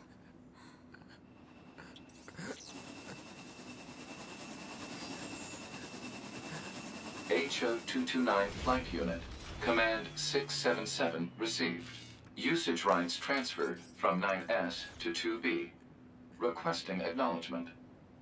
Please.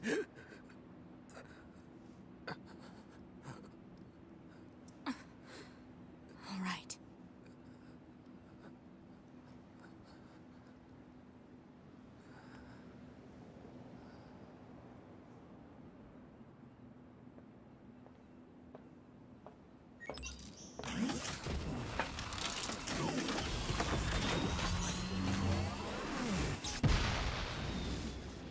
We can talk about it a bit, Baphomet, once we have a second.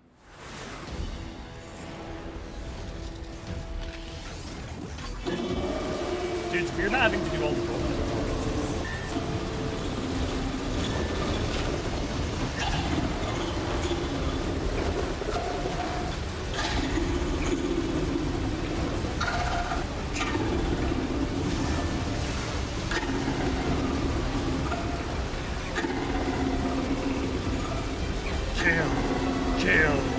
Kill! Is what he's repeating over and over and over again. It talks? I notice he's got those red eyes. I didn't know the machines had that kind of intelligence. 2B. I found a weakness in the target. Hacking in to provide support.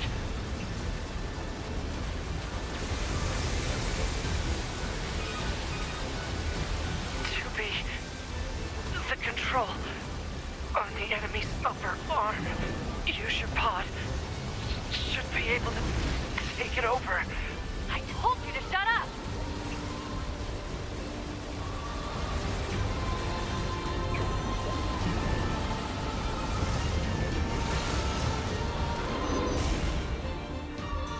Control of upper arm. Seized from enemy unit. Marking weak point. Got it.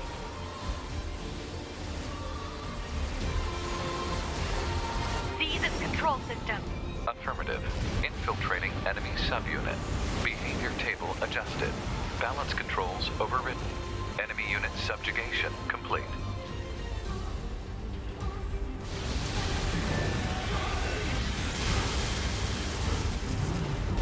Why are you hitting yourself?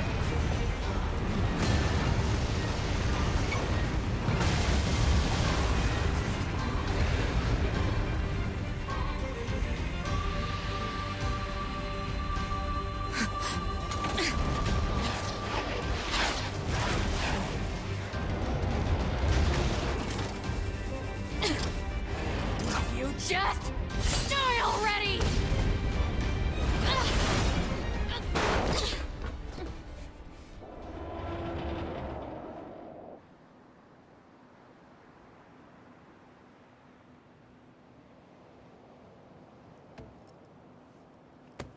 That's a good topic conversation, Ryan. We'll talk about it in a bit. Talk about bringing the battle to them. 2B. Contact command. Request assistance. No. It doesn't look like that's going to be necessary.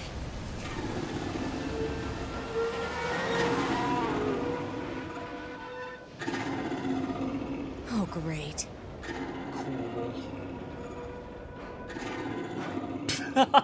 Vince, good seeing that happen, and you're not wrong. Oh, forgot to explain. I don't imagine that this is going to end well. I have something to explain about this. That was Angles, right, that we just fought? The black So box. this is their black box. This is like their memory, It's their ready. soul. Well, these are their literal souls. They're like core, though. All their memories and stuff are stored in it.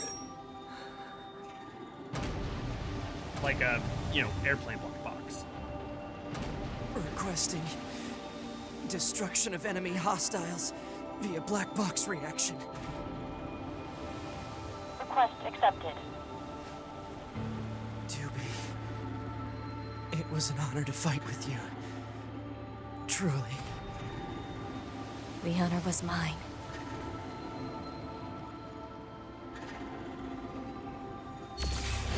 Yep, and this is just, congratulations, that was the tutorial. Nier goes hard.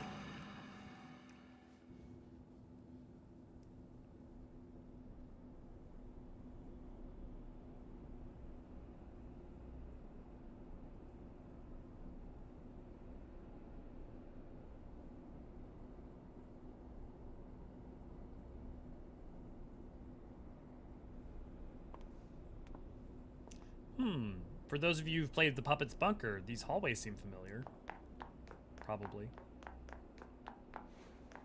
Okay, let's talk about that conversation real quick. Okay, why do people like the Nier raids? Okay, so one of the other problems Baphomet is, well, some people have problems with the fights, which is weird to me because they're my favorite, some of my favorite, if not my favorite fights. But the problem is that unlike something like Ivalice, where they took Ivalice and somewhat problematically just made it work within 14, but like recontextualize it, they just took a Nier story and put it in 14 for the most part. And so the problem is that if you're not a fan of Nier or Drakengard, it doesn't, you're like, what the fuck is going on, first off, and then also it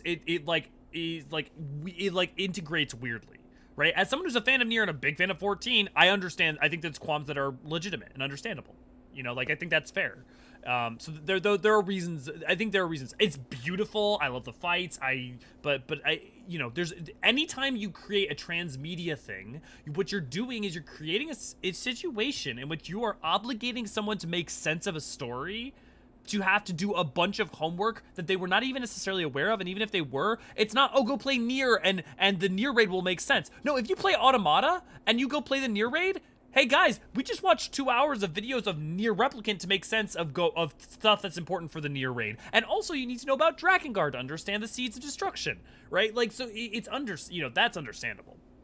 It's not the texture work in 14 is quite bad. On the contrary, it's just that all the jank little jagged edges on the clothing that's distraction, which will be addressed in the graphics rework. So that is, to be fair, Reinhardt, that's aliasing, and that is a byproduct of two things. I mean, mainly in this case, it's a byproduct of the texturing. And the problem is that the texturing is bad, is that the texturing is very low resolution in order to optimize for performance. And so it's not intentionally bad because they couldn't do better, it's because they tried to make it very performative. And so that you have a lot of textures in 14 that are actually sub-HD. Especially things pre-Stormblood. Especially things pre-Shadowbringer. Shadowbringers onwards start to get really better. But like, and so they're doing really good for what they can. What I would also say is I love seeing the Nier raid with graphics. I bet it looks like the game, if not better. I bet it doesn't, because the thing is that the update is going to affect lighting and textures. It's not going to change the polygon count. And if you don't change the polygon count, that's always going to, you're never going to, there's only so much you can do. The tutorial ends with a bang. I'm glad the game introduces an existential crisis that comes along with sapient AI memory transfers. The tutorial really gets me terrified right from the get-go. I mean, that's the thing, is that I always joke that Nier Automata is a transhuman story about the meaning of humanity without any humans. What is the permadeath for Eorzean units if they can't upload their data? So they can upload their data to this bunker, basically, and if their data gets uploaded, it can be transferred into a new body. So effectively, your memory and self can be restored, but it has to be saved. If it's not successfully saved, it's gone. It's done. I don't think I've ever done the Nier raid. Should I try them? Yes, 100%. The raids are hard, but fun. Would definitely recommend them. The problem is also they've become a lot slower since. So before the stat crunch, they were really fun and really like pretty quick to do. But after the stat crunch, they've become like 1.5 to 2 times longer of a run. It's like the stat crunch really hit them hard. For me, everything makes sense to me because I'm obsessed with Drakengard, but I understand that normal people don't understand Yoko Taro's psychopathic mind. Yeah, I mean, that's the other thing, but like, it's not even just understand, right? You can be like me and know all of that, and I still think it's bad that it's in there. Like, I love the Nier raids, and I think it's bad that they're in 14 in terms of that story. You need to not make a Nier story in 14 in a way that's going to negatively affect Nier, like, 14's cosmology and be weird, and also all the people who are playing it are confused and thrown off, and that slot could have been used for something that was 14 related, you know? So it's like, even if you understand, even if you've done all the pre-work, it could still be bad. I did Copy Factory but couldn't make sense of it. Yeah. Might be worth it doing now. Yeah. Still wanting to casting Top of the Accuser Torture. Well, we could do we do our Saturday, we do our events where we run stuff. A bunch of people I'm sure would love to run the Nier raids with you. I know I would. I love running them. I'll run them just for fun.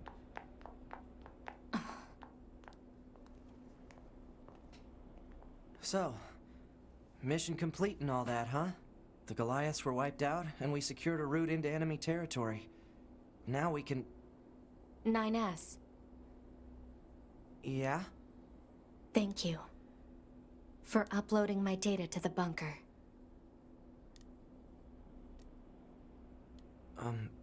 I did that? Sorry, I don't remember. He uploaded hers, but he wasn't able to upload his own. There wasn't a whole lot of bandwidth down there, you know? I probably only had enough time to back up your memories. Mine are only intact up to the point just before we rendezvoused. I see. Glory to mankind. Glory to mankind. Glory to mankind.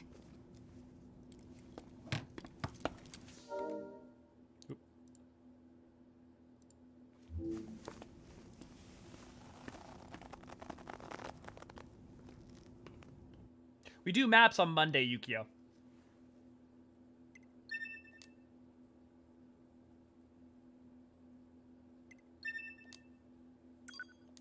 Still have no idea where that other save file came from.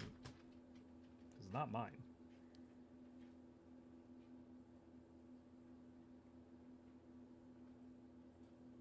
Bless the little roboy. 5012 AD.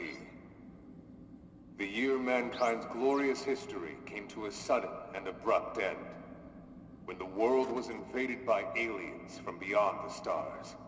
The aliens unleashed a new breed of weapon, machine life forms, that all but annihilated human civilization. The handful of survivors that remained fled from Earth, seeking refuge on the moon. 5204 AD. Humanity launched its counterattack, deploying an army of androids from a network of orbiting bases. But after more than a dozen large-scale descents upon the enemy, we still haven't managed to repel the invaders. That is why you, the Yorha forces, exist. To break this stalemate, once and for all. You are our ultimate weapon, and you must put an end to this war. Understood, sir. I wish you good hunting. Glory to mankind. Glory to mankind. Again, if you have questions to mankind, or just you refreshers and stuff, make sure you ask. Yeah, it's a fair point. They could have relaxed a bit the Drakengard weapons for the universe to work if it had to be like that. No, well, but it doesn't though. Is the problem, Baphomet? Is the Nier doesn't? Again, I love Nier. Nier doesn't work in the FF universe. It doesn't, and the problem is that even if you relax the Drakengard's reference, it doesn't solve that problem. Is that you wholesale took Nier and put it in 14 in a way that doesn't really commingle particularly well. And it's not references to the old games, it's the problem in and of themselves by themselves. All right, just give me a second here. Oh, cool, I have some... Okay, I found the guide. If you can just follow that, it'll make things easier. Oh, there we go.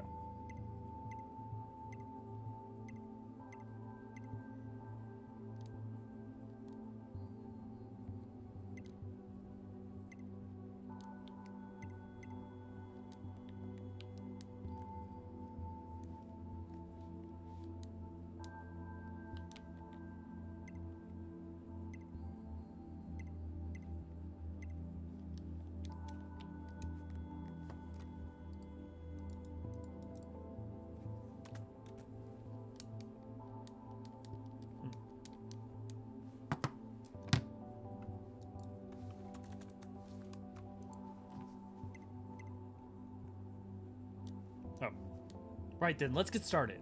So we'll go through each adjustment in order. Let's start by getting the brightness set. Okay, how does this look? Roger that. No, and I should probably let you know that this entire process is being recorded for posterity. Now, let's take a look at your voice recognition settings.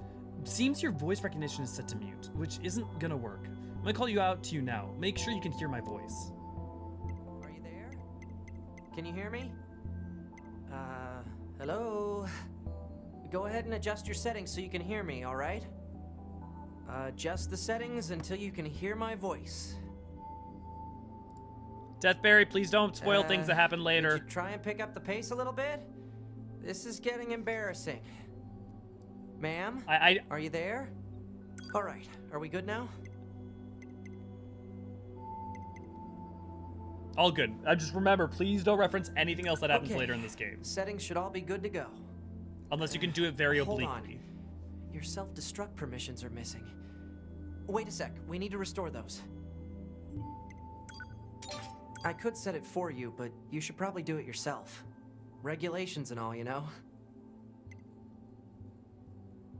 Huh? Wait, no. You need to leave that turned on.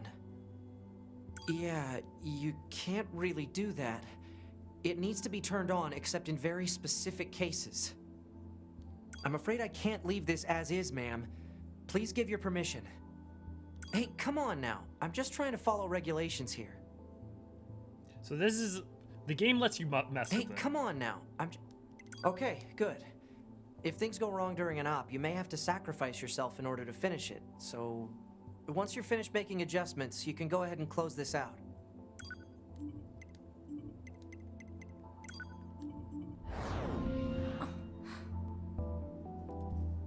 Morning. When there are cutscenes with voices and stuff going on, I won't be reading off chat. Just be aware, guys. So I'll be trying to like message afterwards. 9S. Or talk afterwards. The commander's put me in charge of your maintenance, ma'am. That means I'll be performing regular checks on you from now on. Right. I see. Maybe Deadpool's playing. Don't worry. We 9S models are the best around, you know. Though I suppose we're not exactly known for our modesty. So you notice they both have their own little pods. What is it, ma'am? Stop calling me ma'am. Huh? There's no need to be so formal. All right. If you say so. Oh, I almost forgot. The commander was calling for you. We better go see what's up, man. 2B.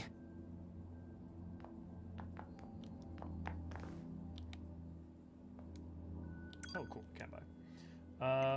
Small recovery, HP gauge. So you're... Oh god, I love that this... Okay, so here's the cool thing about this game. So, well, there's a bunch of cool things about this game, but again, Baphomet, I'm not saying they're like bad, but I think that criticism of the Nier raids in 14 are fair, you know? I don't unlock them, so I ever do run them on WoW stream, being gone for so long. Yeah, I'm loving it. Yeah, we're gonna be going for a lot longer. Emmett, so to get them, you need to go unlock them over in, I believe, Tomra, in Calusia and Shadow. You have to finish Shadowbringers, so you have to be done with 5.0, and then you can go unlock them. Yeah, Demiz, gotcha. Do we still have book club? Well, book club would be today, because it's Friday today. So book club would have started an hour ago if it was normal time. Government can't tell me what to do. And yeah, Deathberry, feel free to like obliquely, like you can wink and nod at that, at what what you were referencing. Just don't straight say it, if you could. Like I'm happy if you want to like knowingly wink at me with stuff like that. Okay, so if you look at, so like the way like some of your upgrades in this game work, you equip like little chips, right? Except for you can literally equip you can unequip your HP gauge so you can't see your HP. You can unequip your enemies, you can unequip your mini-map so that you won't have access to your mini-map. It's like literally downloaded into you. So like if you want to like unequip your mini-map so that you have extra space to do more damage, you can do that. You can unequip save points. You can unequip like you can it's good shit. But let's save real quick, because I want to show you the other thing about this game. So as you guys remember with the other Nier game, it had M being A, B, C, and D, right? And as well as E in the unofficial thing, right? Well, and the remake has E. So it has multiple endings, right? Drakengard had a bunch of extra endings. Nier has 26. One for every letter of the alphabet. Yep. Actually.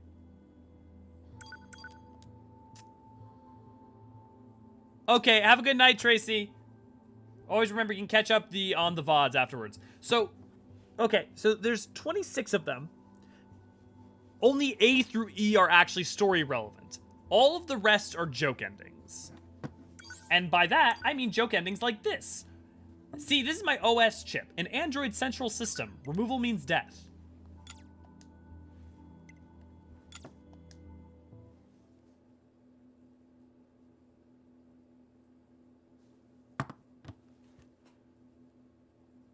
Booting system.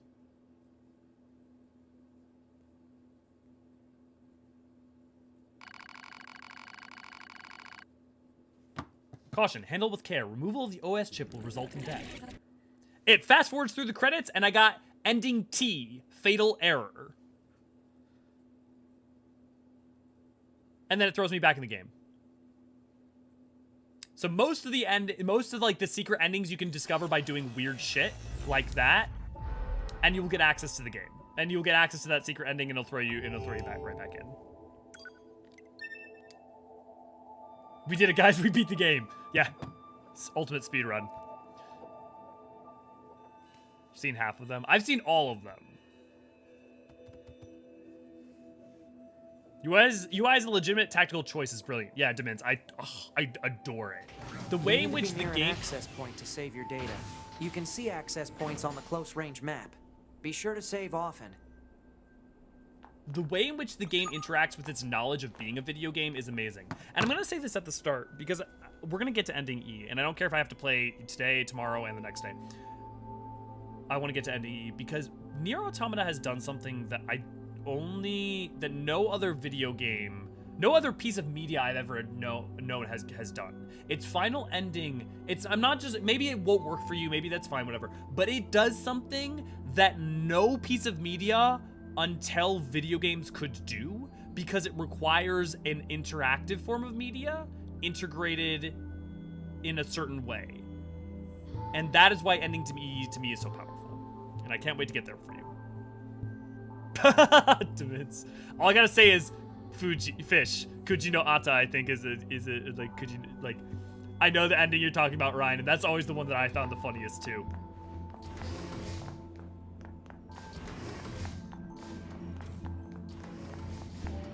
Remember, there are chests.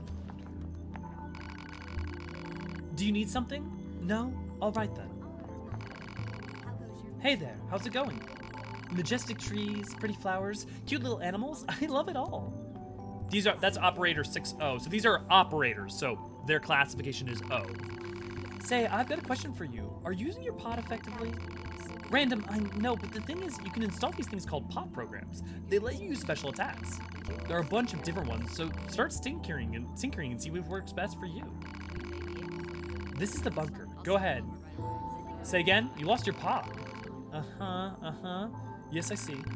Well, a lost pod will emit a distress signal, so try to locate that and then search the surrounding area. Bunker out. And maybe don't lose it next time. Honestly. Did you know you can install plug-in chips to improve your body's performance? If you want to install a bunch of chips, go talk to the S-type model in the server administration room. Okay, you guys get the gist. Do I need something? No, I'm just self-aware protagonist of an RPG and how my main trope is talking to every random stranger's hope something to exchange for me.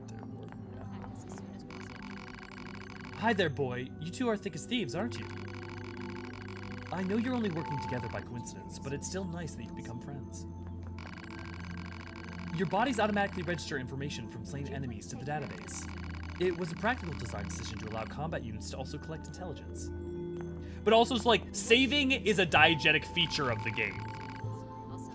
Like, you're saving because you're saving your memories. A save point is diegetic. It's not like a weird, like, him being like, here's a save point, is because it's saving yourself. Are you checking your mail regularly? Sometimes important mail sits around for weeks because the recipients don't know how to check it. So don't be that person. Check your mail regularly at transport terminals, alright? How may I assist you? Please keep it brief. Want a piece of advice from someone who's been in your shoes before? Back up your data whenever you can. If you do that, it doesn't matter if you lose your body. You just upload the backup data to the new body and be on your merry way. I won't be reading everyone's stuff all the time.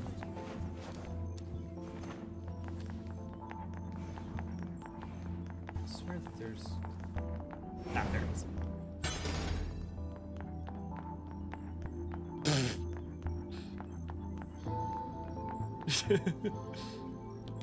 We'll try to get that to that eventually, 2B. Baphomet. Maintenance finished? Yes, Commander. You detonated your black box in order to defeat the enemy. Bold, but risky. Try not to be so reckless next time. Understood. I know you're fresh out of maintenance, but I have another mission for you. I need you to head to the surface, rendezvous with the Resistance, and do some recon. Doesn't Yorha have a dedicated Resistance contact already? We haven't been able to get in touch with them, so we'll need you to look into that as well. Understood.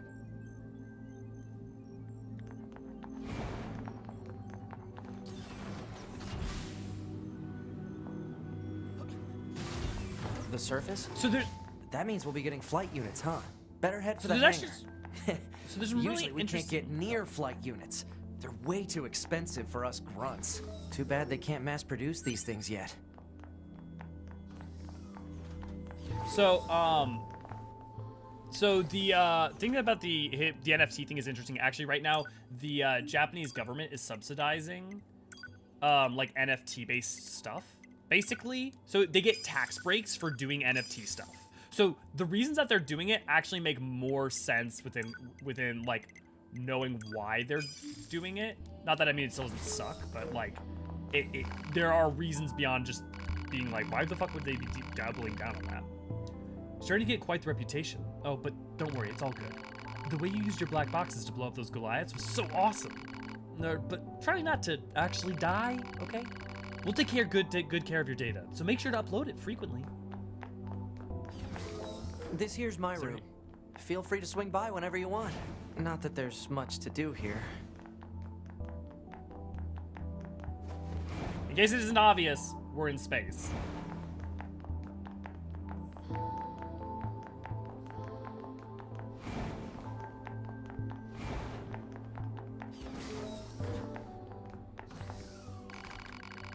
Hiya, have you been using your recovery items? Everyone on the R&D team is really proud of them. You can even buy them from the terminals in your quarters. Give it a try. Space! Space, space, space, space, space, space, space, space, space, space. The hangar's up ahead. Let's go. But yeah, so they gave some dialogue explaining that like the flight units are actually really expensive and replicating them is difficult, expensive. And so it's hard, so they're not like used willy-nilly. Like they can't send endless armies of them.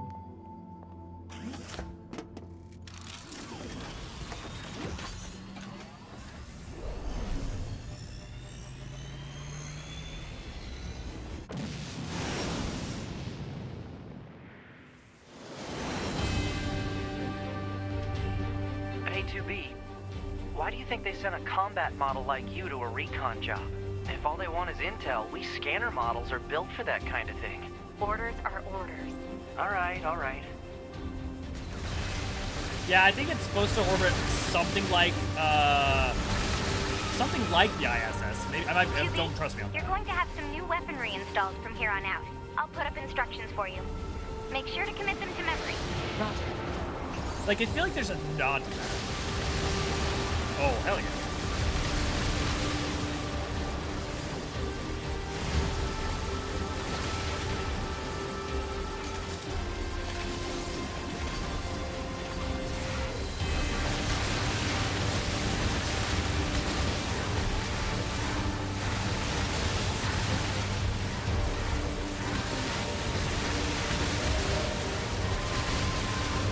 Remember what you actually get for leveling up? Is it just more chip space? Ah.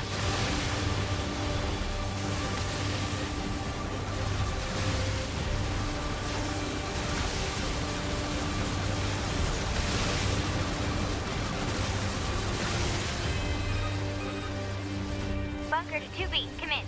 I've set a landing point for your flight units.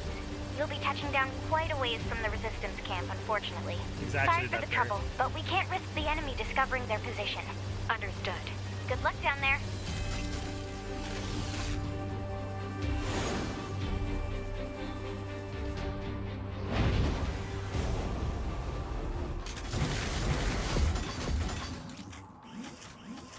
Oh, I forgot to explain the angles thing. Okay.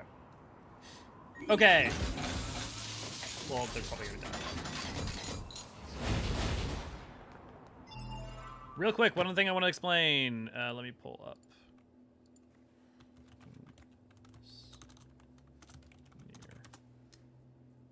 Yeah, that was angles. Okay, so a lot of the I think every boss, almost every boss in the game, if it's not named off something for Nier, is named after a philosopher. So like the giant thing that we fought earlier was named after Friedrich Engels, who was a philosopher. I think English philosopher. What was he? Was he German? No, German philosopher. Developed. Engels developed what is known as Marxism together with Karl Marx in 1845. He published the Condition of Work and blah blah. But so the fact that a giant robot literally made of the factory, like the factory, the worker is the means of production. The giant robot is named Engels. They will continue. Almost every boss that is named after someone or a character that's named after a philosopher is referencing some kind of joke, or there's side quests that do it. There's all sorts of stuff like that, but all the names are very intentional in this game. Okay, Baphomet, see if you come back. Thanks for joining in. More HP, more damage. Is it just directly that, Ryan?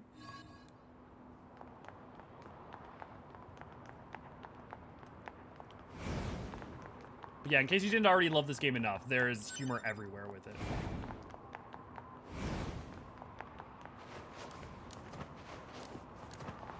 Oh, let's see if there's... Okay, I'm not being weird. Just give me a second. Give me a second if I can make it work. I may have to get lower down first.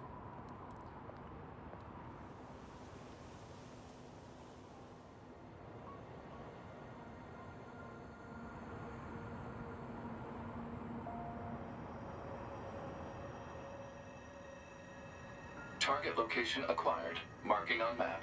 Proposal. Proceed to target location. How would I describe Yoko Taro? I would describe him as someone probably deeply desirous of being connected to humanity and believing in humanity while also struggling to connect to it in normal ways at some points. I don't know. I would describe Yoko Taro as being... I don't even know. I guess it depends on how you want to define complicated, but like...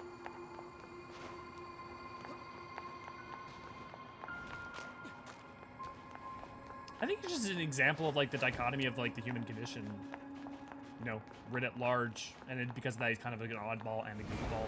And he's a byproduct of that expressed through a very like Japanese ethos on top of it. Like, he's very, in some ways, like, very non-standardly Japanese. In other ways, he's very, like... You know, I mean, I guess that all the amount that I'm struggling, right, makes him complicated. God, this game is beautiful.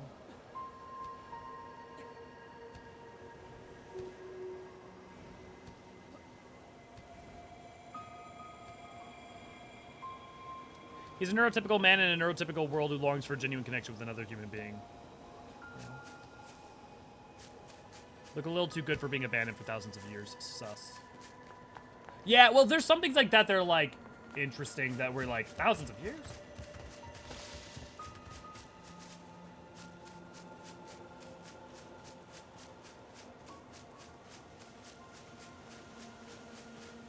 Yeah, will they attack first? So you'll notice these guys don't have red eyes. None of the machines in this area are hostile. We've been seeing more and more enemies like this lately. They just stand there and stare into space.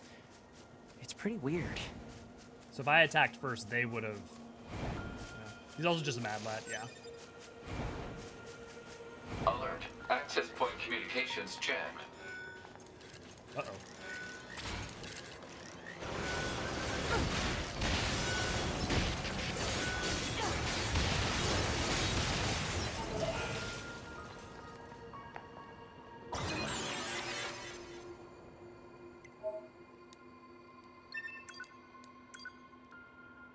This message is intended for the verification of your mail account. Members who encounter problems with the mailing should send contact to their supervisors as soon as possible. IT operations lead server engineer. The thing I'll say too. Obtained from bunker. Data may be displayed from the system menu. Map data, huh? It's hard to get an accurate picture from this. Our satellite resolution isn't so hot. Hopefully they deploy new satellites soon. A general idea is good enough. You don't let anything get in your way, do you? So the thing too about there's a strength and then sometimes a kind of a weakness for Nier, and is that like a lot of really interesting and juicy like stories and lore are also hidden in like random things, like in your email. If you actually read your email in your inbox, a lot of really interesting characterization is done that way. But you have to be willing to like check out that stuff. A scared girl saw soldiers protecting their land surrounded by the winds of death. So these are other players who I believe died. And if you like walk over them, you can pick up, like you get a little boost. You can get like some items and money.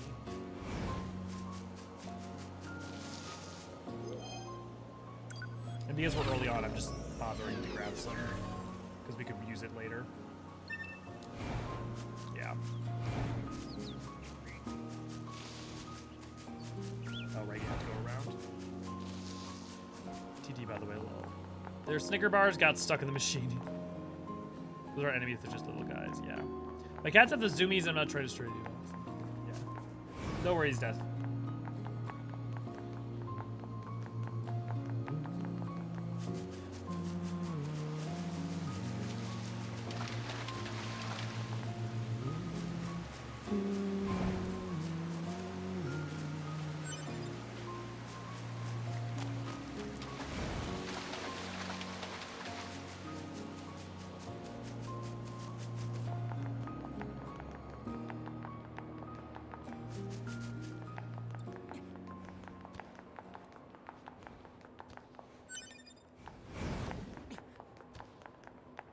And the resistance scan.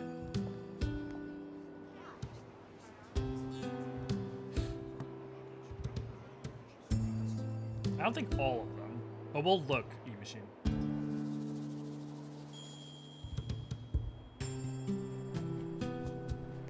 So this is the resistance camp, huh? We should probably go talk to their leader first thing. So who are you? Are you new here? Are you the new Eorzean soldiers? If so, you should go meet our leader.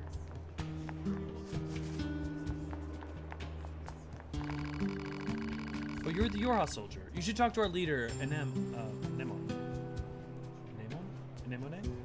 Anemone? Is my brain just not working today?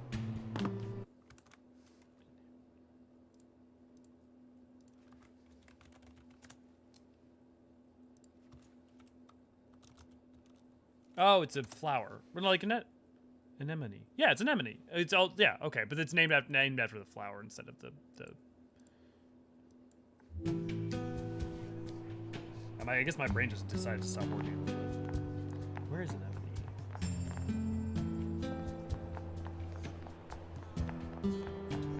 Ah. You're number 2. You know about 2B? Yes, well, the bunker told me to expect you. My name is Anemone. I'm the leader of the android resistance that controls most of this territory. You must be the new scouts we heard about. Well, I'm sure my people will have plenty of information for you. Please feel free to ask them anything you like.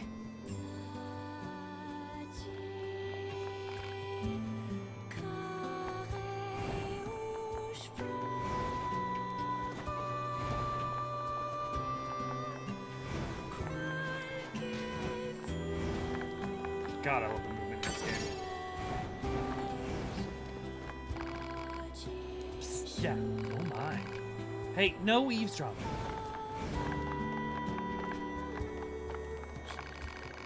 Up ahead is the material storage site. Sorry, but it's off limits.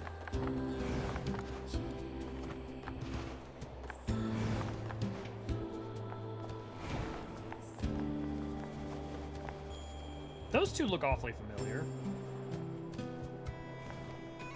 Huh. I can't wait to have a drink after work. This goes here.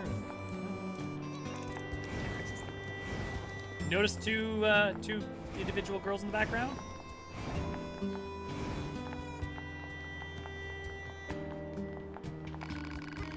Welcome, welcome. It's always great to get new customers. You some kind of supply trader for the Resistance. You know it. Every item here is handcrafted from abandoned parts and stuff plundered from enemy corpses. So then, to business. What can I get you?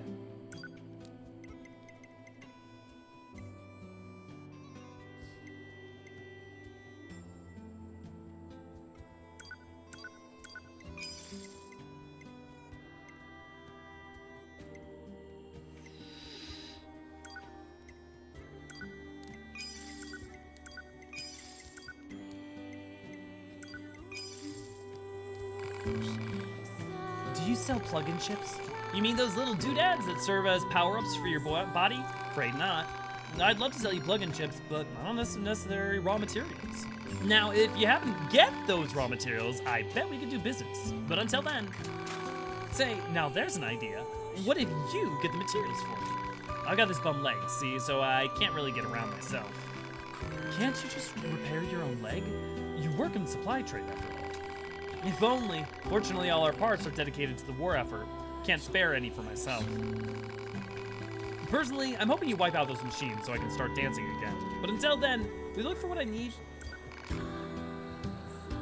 Who's that? Who is that? Okay, well, if you didn't catch. Oh, thanks a million. Okay, so I need 1 broken key, 1 small gear, and 1 broken circuit. You can smash up a few small machines to find them. You can tame them from enemies in the big open area towards the left when you exit the camp. Target location data obtained. Marking on map. So, do you guys remember Devla and Popola from the Nier thing that we just watched? The girls with the red hair? Notice those 2 red-headed girls in the background? But then again, Devla and Popola died in Nier, so obviously it's not them. I fixed the camp's transporter so you can return to the bunker. It's ready for you whenever.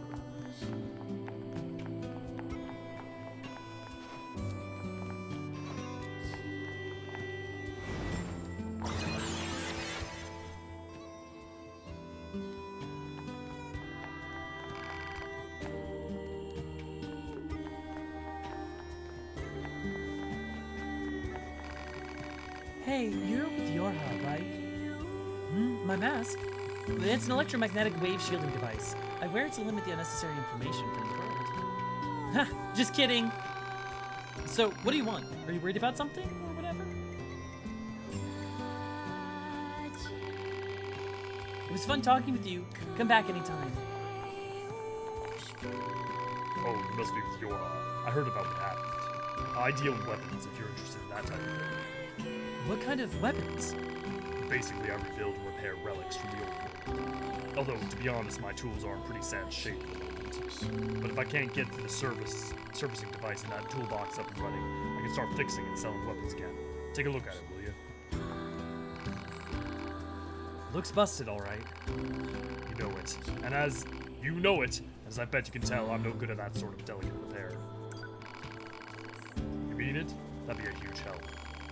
Look, like the servicing device shorted out, so must have put too much load on it.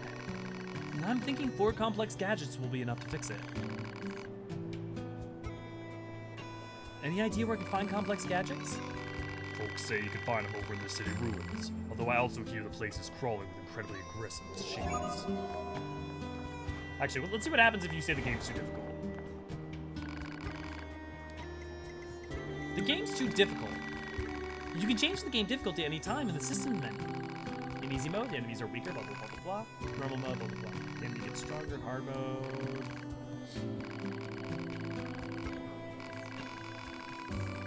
And hey, just between you and me, if you go to the Intel and select tutorials, you may find out something you didn't know.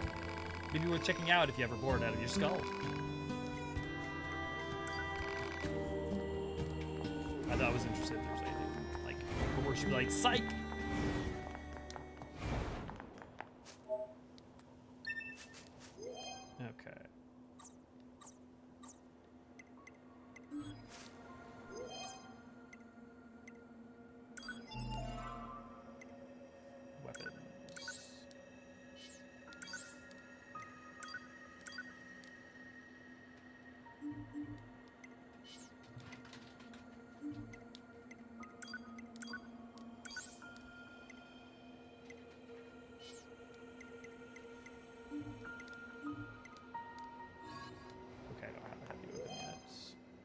Do I have any chips?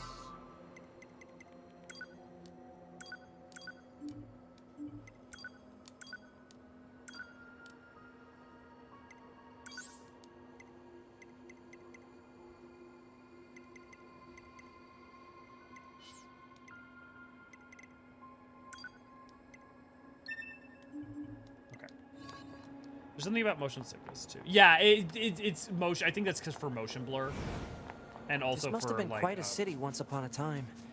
Too bad vegetation's claimed most of it now. Operator 60 to 2B. It is time for your regularly scheduled contact. This is 2B. Nothing to report. Good to hear. Say, how's the weather on Earth today? Good? It's fine. Does that question have anything to do with our operation? Not really. I just figured it might feel nice to have some good weather. Feeling nice has no bearing on completing missions. That is so like you, 2B. Anyway, talk to you later. But yeah, I was, so again, be careful, but yeah, about spoiling stuff, guys. Like, even like the funny little joke things that are like revelations, we want to save those for people to like get to experience them for the first time, right? Like, we're gonna play through the whole game. Like, I know I love the things that you're mentioning too, but like, please try to avoid specifically stating them. Try to talk about them obliquely. Oh, do I have? There's gotta be a way to.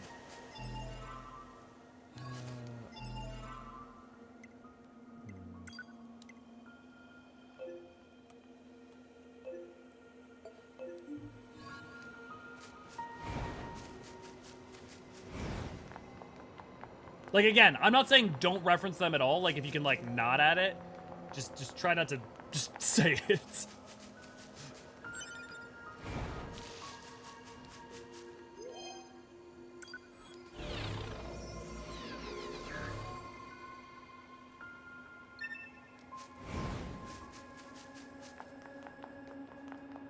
Ah, effects, because they're not the actual chips. Okay.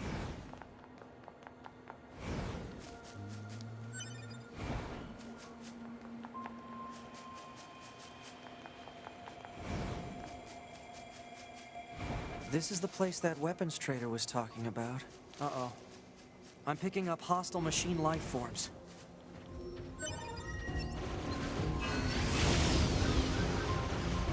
So the music dynamically changes.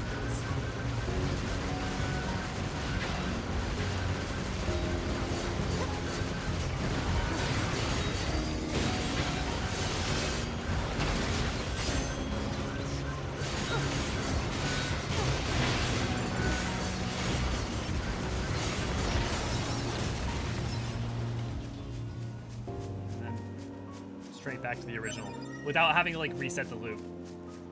And it's crazy to me that more games still don't do this.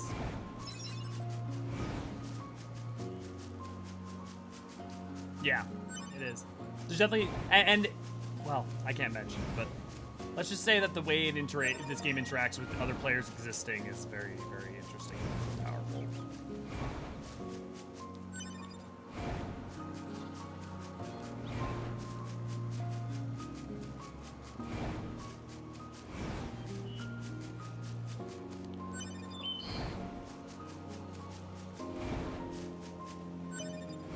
Plant life has claimed most of the central area. Big plants, too. Report. Records show that vegetation has grown to an abnormal size since the departure of humans. Wonder if there are any huge boars and such, too. More dynamic music than Halo had. The only other example I can think of is Homeworld Desert of Karak.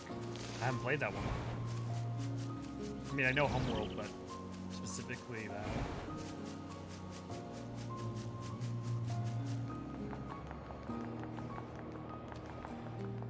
Unless that's literally just Homeworld, and I just didn't know that that was its colon. Because that may have happened.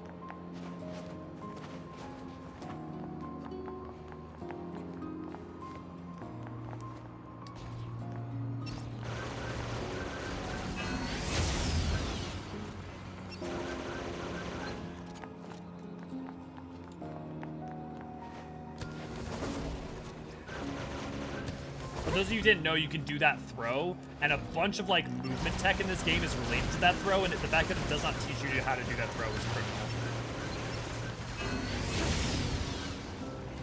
I didn't learn that until I was like almost completely done with this game the first time. Okay, it's below me.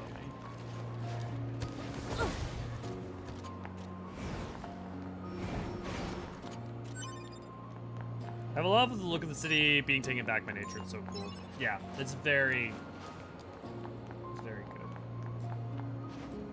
Okay, looks like it's just down below. Alert. Access point communications jammed.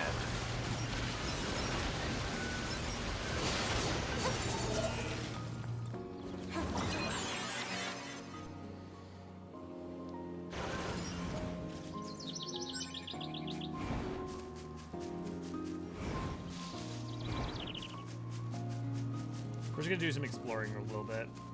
We're just gonna, sorry, I just like, honestly, I just want to be able to play this game too, like not even just like speed it, partly because I love it so much, and when I really love a game, I only like to play it, I usually don't even replay games very often, if ever. And when I do, I only do it like once every about 5 years or so that I can like re-engage with it at a different point in my life. And to see like, do I feel differently about it? Does it no longer mean something to me? Does it mean more to me? Does it mean the same thing to me? And so forgive me if I'm not always going straight to story stuff.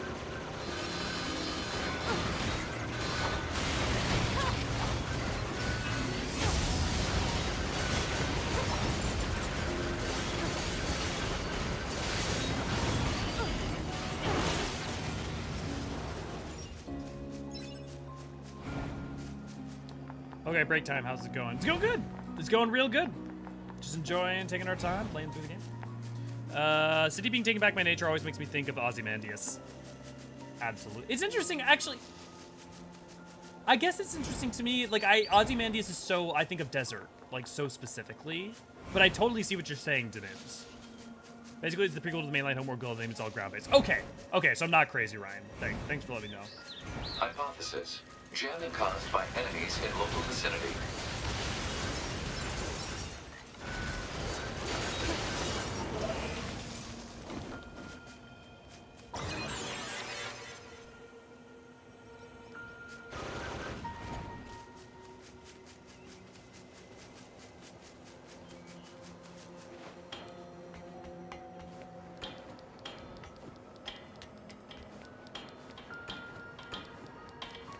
There's got to be other games that use dynamic music like this. I'm sure there's even ones before Nier.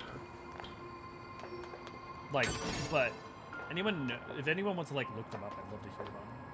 Okay, let's see if we can do this now too. Okay.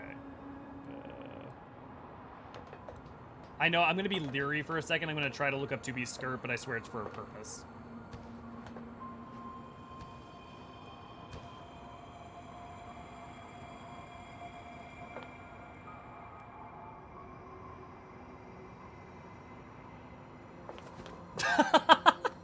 If you try to look up 2B's skirt, it literally she shoos away the camera.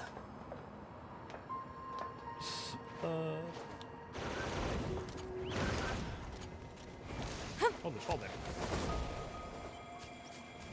Yeah, there's a reason why there's 2 button 9 shorts.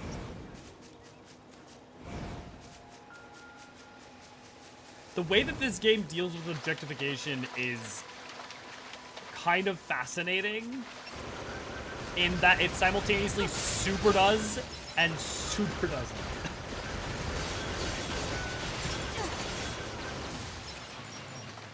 And like, it's really interesting the ways that, because also like they're not human, right? And not only not human, but they are, the way it deals with like, they are sexless, they are, you know, effectively genderless, they are, other than what they are prescribed, and it does, and the game does talk about it. It does work with it. It just doesn't always work with it as like one of its primary themes. It like sits in the background constantly. And it's part of its broader conversation about it. They have no concept of sex. Yeah. Why would they? That's, I mean, that even the robots have an interesting like thing later on with that. Am I crazy? What? Is there like there must be like one more item I need to pick up? Is that what's going on?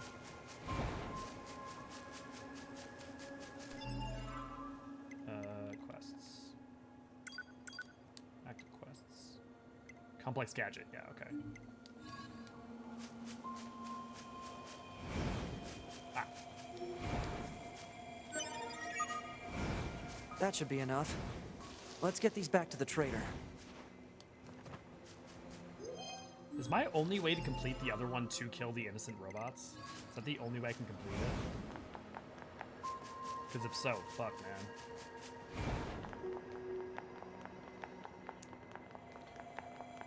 They do have a concept of personal space. Yep. Also, this is really cheering me up. I've been having a rough week with my asthma, so it's nice relaxing to watch this. Awesome, Emmett.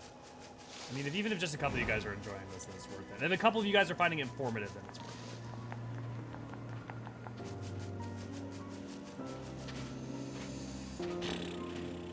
Should I do it, guys, in order to complete the quest? What is it?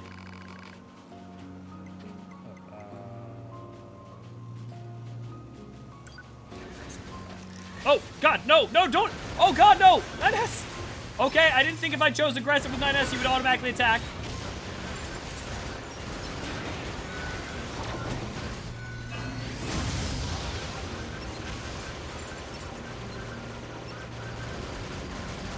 Well, right, I said that solved that problem for me.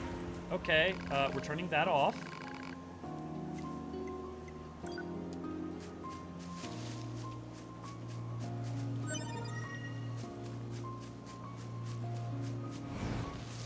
He really did.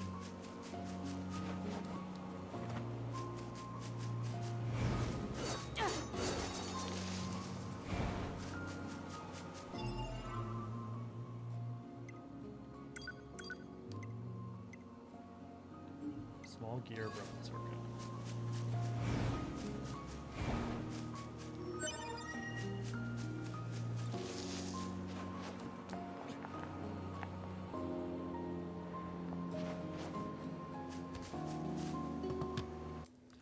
He just said fuck it, YOLO. Yeah.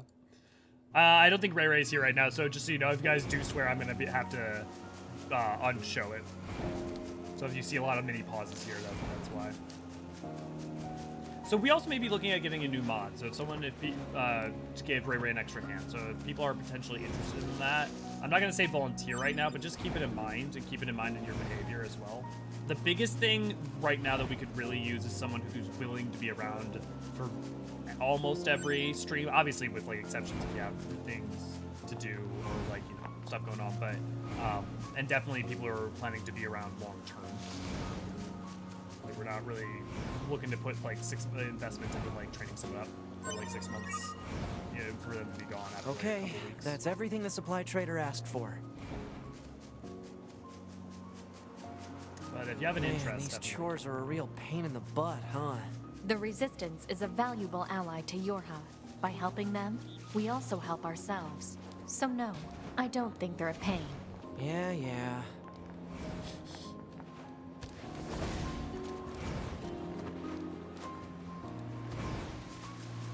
And you want to know why Nier Automata is a JRPG, guys?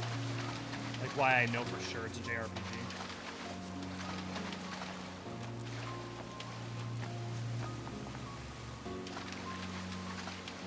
Where the fuck?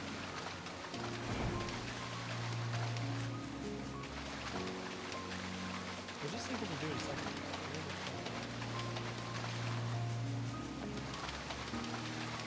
Well, I can't do it now, but because you can fish here.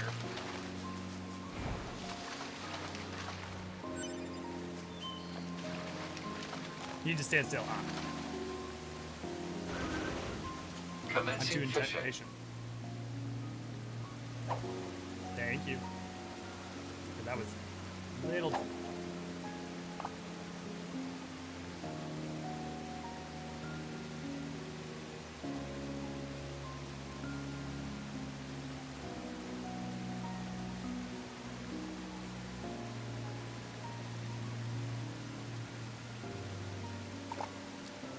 No response. Complete. I think I actually need to wait longer. Of course, the robot modeled after Teenage Boy would hate chores. True. He's all somebody else who kills. He made a decision for you. Yeah, little man goes ham. Yeah. That's good looking water there. It is. It is. Oh, Bean, you're still with us. Good. Sorry, it's hard for me to know sometimes if you guys are, if people have left or not when if they haven't chatted. Honk, shoe honk, yeah.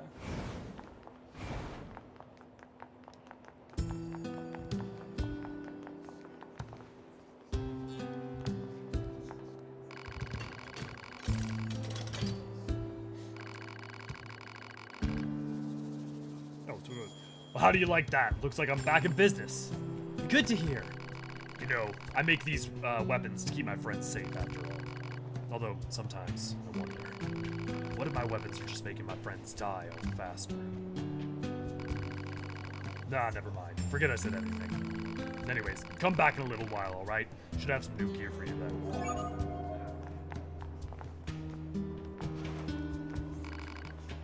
Hey, it's you. No, I almost forgot I still owe you a reward. I wanted to say thanks for helping me get things up and running again, so I whipped you up some upgrade materials. Want to try it out?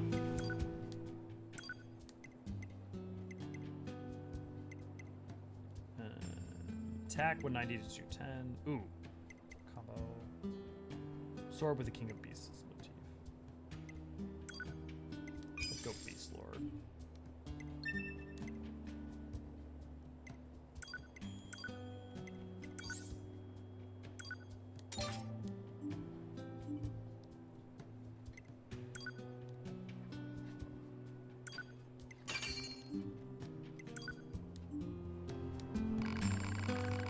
Come to me whenever you need help with your weapons. Hey, so where do you get these older weapon models from? No, the lady who owns the place sends me over. I'm over every once in a while. Her name's Accord, and she's the proprietor of this here business. And I just tend to the customers to keep all the repair devices summoned. Now, I only see her every few years, to be honest. She mostly just uses delivery drones to drop things off. And I don't know where she gets this stuff, but most of it ain't in pretty good condition. Say, if you ever happen to run into her, say hello for me, alright? You can upgrade the weapons by you. How much can I upgrade your weapons depends on how much money and materials you have. So upgrade weapons also add effects that improve performance. Give it a try.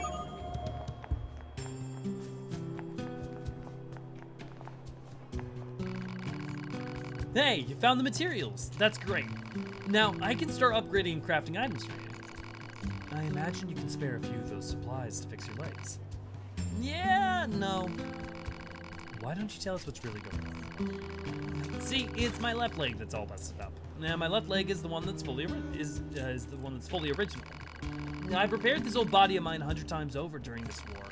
And I've swapped parts in and out so many times I can't even keep track. But this leg, this left leg, it's never been touched. So if I go and replace it, what happens? I mean, would I even be me anymore? Or would I just... Literally, it's Ship of Theseus. He's just the Ship of Theseus. Anyways, it's my own problem. Didn't mean to trouble you with it.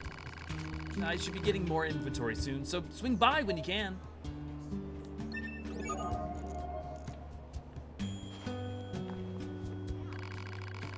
Welcome. What are you buying? What are you buying? What are you selling?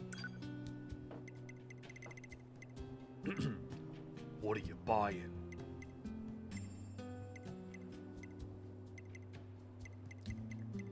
Any interesting? Oh, here we go. Weapon attack up. Yeah.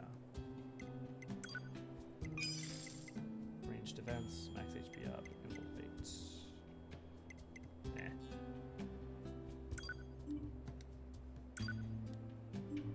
We'll go with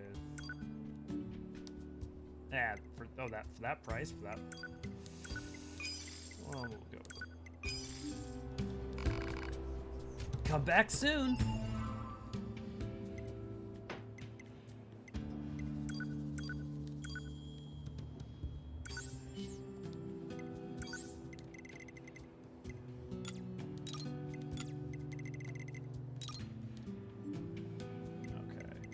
Let's see, what am I gonna unequip? Auto hide elements in certain situations, yeah.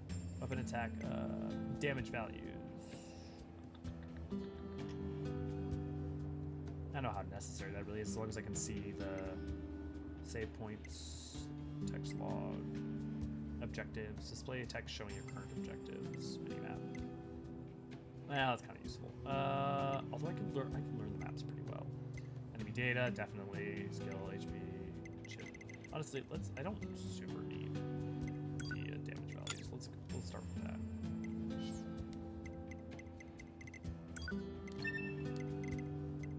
Let's see, do I have enough to put another attack in?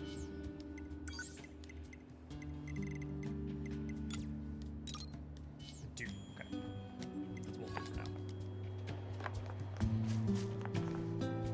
I feel like the philosophical problem is different when there's a sapient personality involved rather than just an unliving object without agency. Is there though?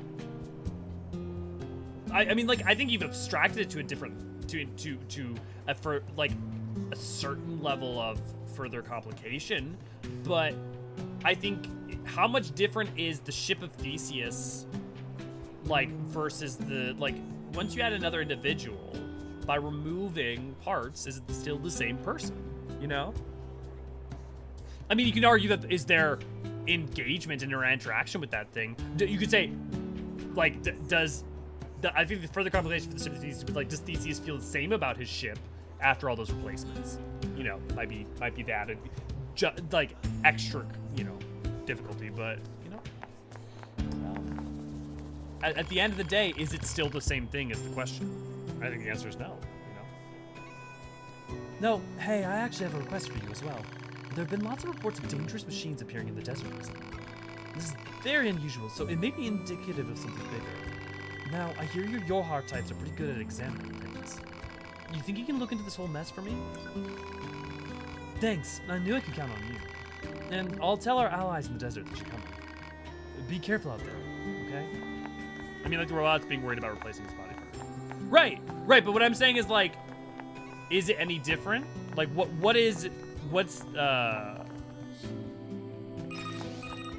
the difference between the ship and the robot? 042 to operator.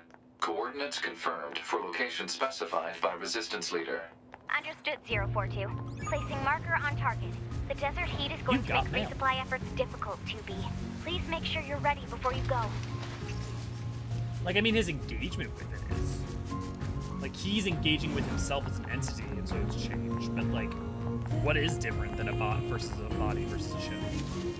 As humans currently are the same question stands. Our cells grow, divide, and die. Well, in our memory, I'm just thinking about memories. You know?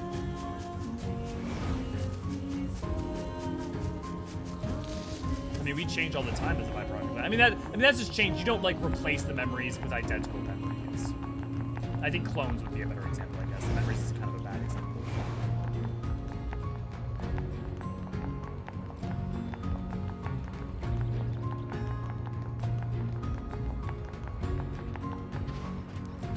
I mean, it's like a sincere question to this. Like, if you have any thoughts on, like, what makes it very different, I'd love to talk about it.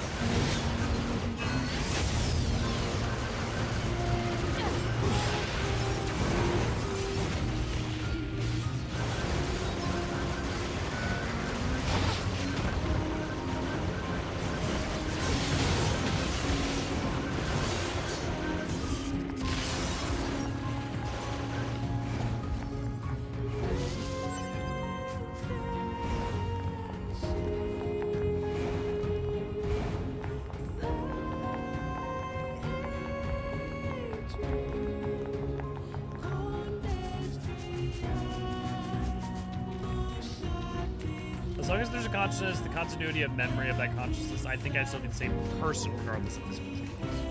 But do you... Sure. But do you think, though, that by the loss of the initial self, like, you'd agree, right, that you put your own consciousness into a child's body versus an adult body that's going to affect, like, your experience? Which, I mean, I guess it's not really the argument here, though, right? If he loses that initial part of himself, is it any different? And I think the way he engages with himself is different, though. But maybe that's not... But I guess there's that wholly different. You're from Yorha, right? I've heard about you guys. We've got a squad mate waiting in a rocky stretch up ahead. Head on over. Just remember that there's nowhere to resupply out there. If you need anything, best to take care of it here while you can.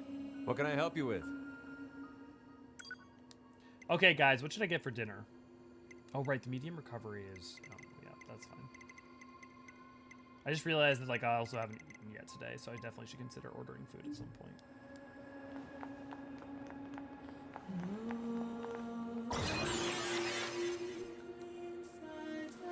Oh, actually, the inbox is open.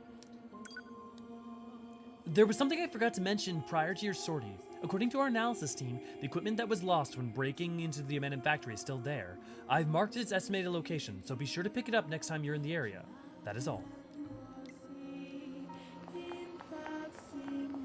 Playing Nier? As long as playing Nier some chicken tendy seems fitting.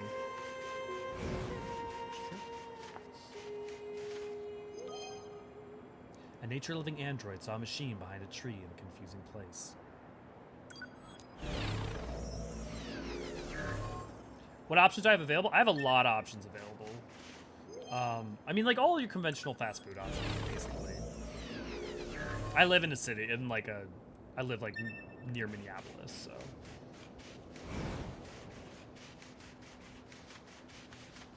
He'd be literally different than maybe the loss of all his original parts would cause him to react, behave differently, but that'd still be the result of him reacting based on his experience. Yeah.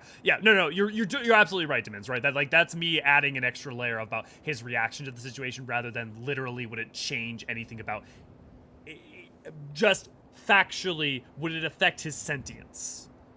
To have, like, in and of itself, without what happens next, would it change anything? And the answer is, should be no, right? So I think you're right. I think you're right that it is an extra level of, like, what happens next is a different quandary. Philosophy of identity both intrigues me and Council of terrifies me. Humanity has a message for all of our brave androids fighting on the surface. Currently, our struggle against the machine life forms is at a stalemate. This battle has raged for far too long. I am sure all of you find the effort grueling. But now is not the time to give up. Now, more than ever, we must forge on. Remember that several 100,000 humans on the moon want nothing more than a return to Earth. Glory to mankind. So those council broadcasts are always so stiff. So remember, he's saying that there's a bunch of humans on the moon. Notification received from access point. And they can't return because they had to flee because of all the robots that attacked the Earth.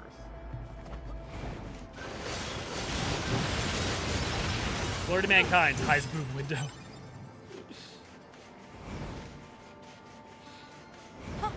Chicken is always good. I had to get some BBQ chicken earlier when doing errands because it's not good. Ooh.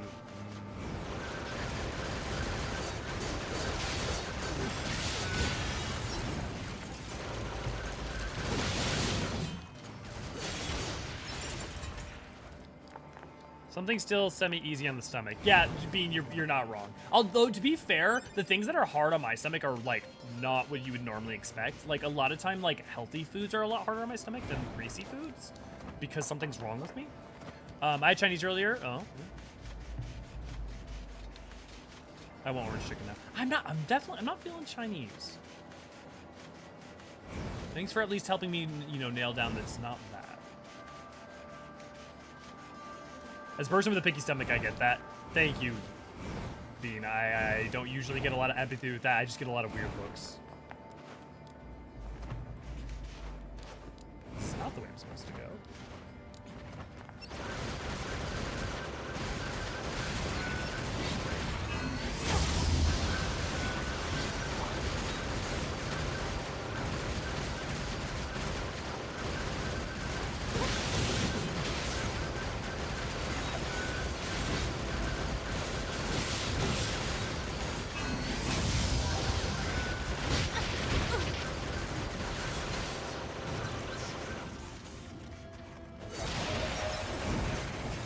No, but I am gonna get a level up. I'll take that.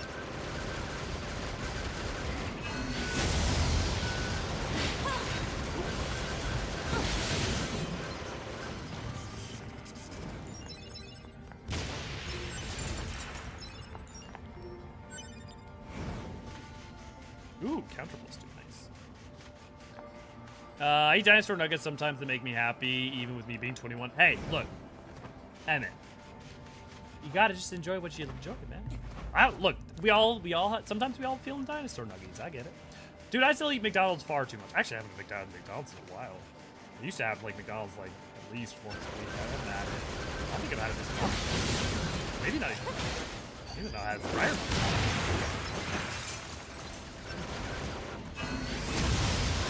I have been trying to eat slightly better. I also have I have Culver's near me, but I'm not feeling it.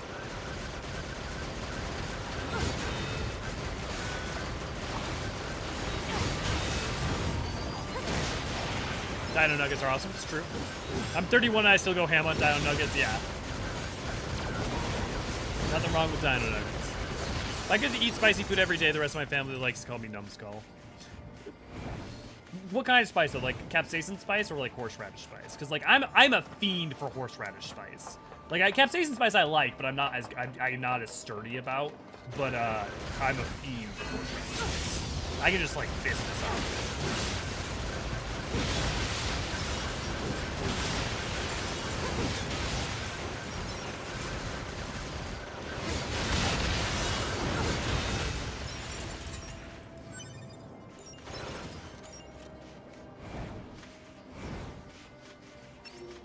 New Taco Bell got built in that town. Nice. Hurt me good. Yeah, you're also in the south though, so like you, like in the north too. Like we only have bitch capsaicin spice for the most part. Like it's never like really gonna hurt you that bad. Except for if you go to like a couple places. Like if you go to like a real like Malay place or like a real Indian place. Like, sometimes. Oh, buddy, I'm sorry. Oh, I didn't know. I didn't know. I didn't know you were a yellow eye.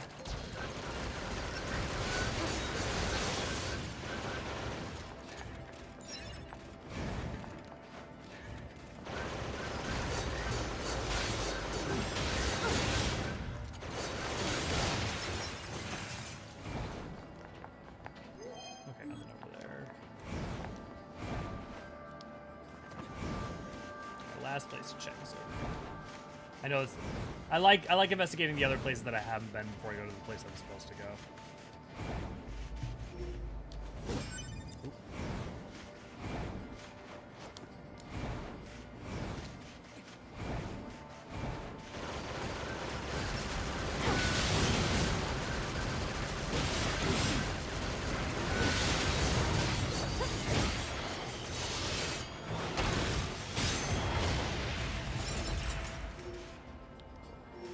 Honestly, turning off the numbers also makes it feel more like I'm playing when I do in 14, because I don't have my numbers on in 14.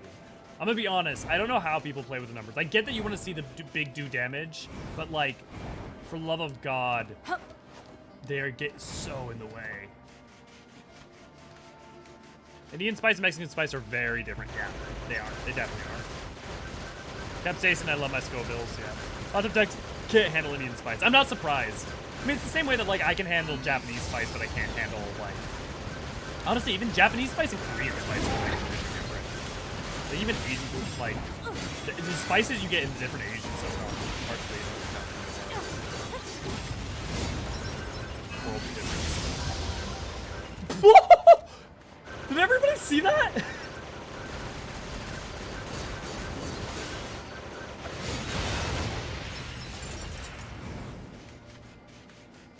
Des, good to see you, glad to have you. My spice tolerance is non-existent, I can't handle anything. Des, seeing as you're probably one of the whitest people I know, like, I mean, like, you're not, I know some bangers, but like, because you give me the vibe of being one of the whitest people I know, I'm not surprised. Po' boys and jambalaya drools. I'm not a jambalaya guy. I ate the vampire-themed cafe while there and was the best food I ever had.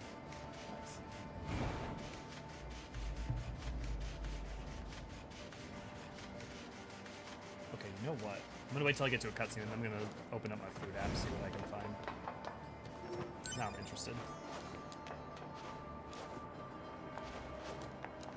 Hey, our leader told me all about you. Name's Jackass. Nice to meet you. I hear you're planning to take out all the machines in the desert. Guess that means we need to get that entrance open. Looks like it. So, Jackass, was it? What are you doing all the way out here? Totally forgot about her. Oh, that? Well, wouldn't want to have anyone getting tangled up in that, now would we? Don't go trying to be a hero, all right? Don't go trying to be a hero, all right? I can't help it. I'm one of the least diverse areas in the country. I didn't know Steve was in there. Who opens a sealed gate with explosives? There's gotta be an easier way, right? I'm 2B and I'm 9S and welcome to Jackass. Quick, someone get on Cameo.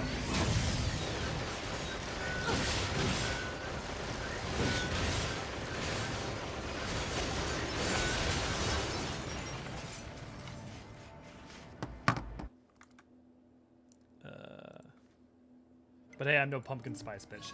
I'm not surprised. I would 9S. I would open a sealed gate with explosives. Okay, yeah, you are the demographic. You guys are the demographic. Okay, who's ready for an interesting cutscene? Oh, actually, wait, no, this is the desert. We still have a while before we have the interesting cutscenes.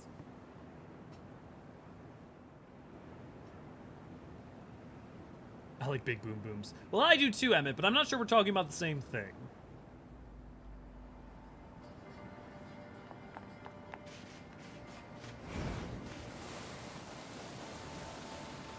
God, this sand sure is slippery.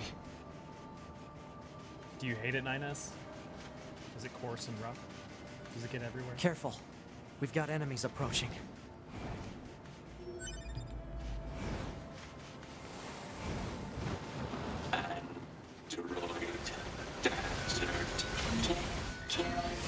By the way, do these guys' outfits look familiar at all? Talking. Yeah, I heard from the Resistance that they've been seeing this a lot lately. Couldn't tell you why, though. So remember, the machines did not used to, like, as far as we know, it, like, machines talking, the androids thought they were, like, vacuous, like, things that just attack.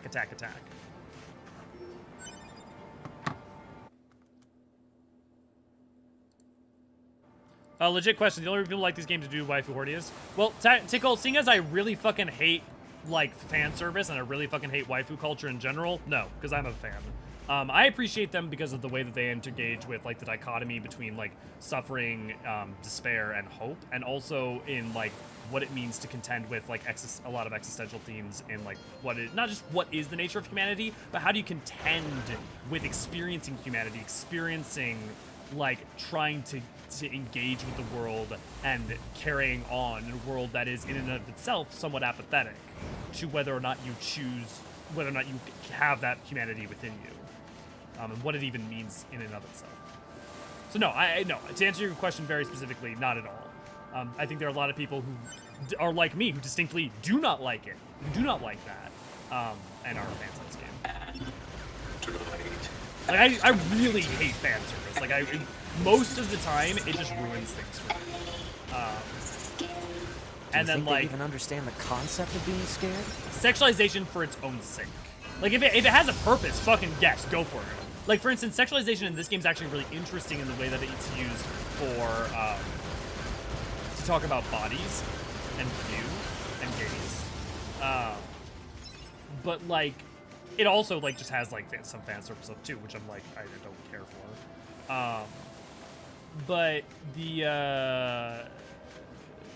beyond that, yeah, I'm just not a fan of the waifu culture in general. Partially also just because you can't have an actual engagement with a character. Like, I get being, like, enjoying a character, right? But, like, you can't have a relationship because it's only a one-sided dynamic. It's literally definitionally can't be a relationship.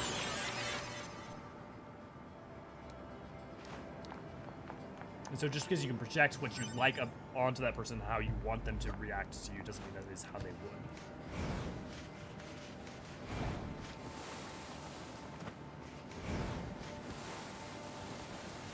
But if you guys remember, these guys are wearing these cloaks, right? And they're also wearing masks.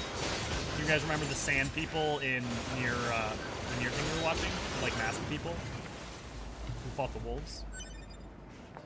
Also, these buildings look awful familiar.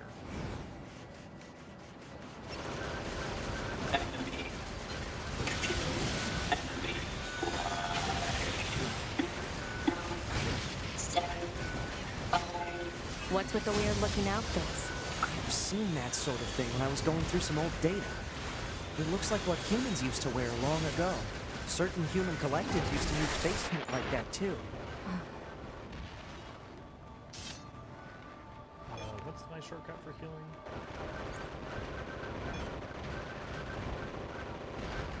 What the fuck is the shortcut?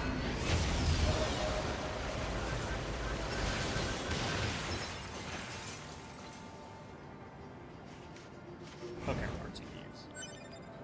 Nier's a great game if you love philosophy and action RPGs. Yeah, it's also, it just plays well. Like, it's really fun to like play and move.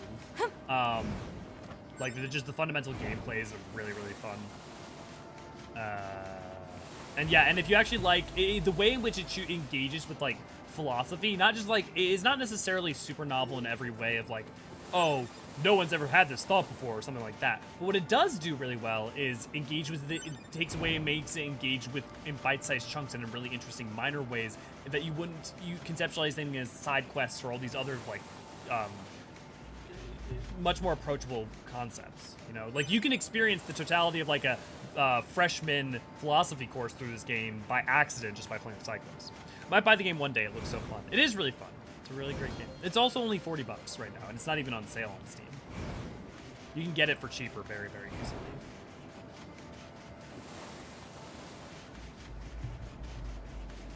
And just because you see, if you see me play this, I still highly recommend playing it for yourself for a lot of other reasons. Your own engagement with it will affect a lot, like your own experience of that. So Tickle, I hope that answers your question.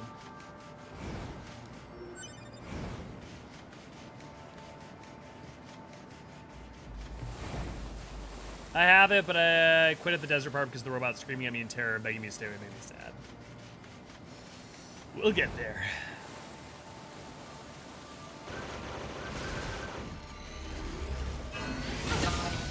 Run, scary.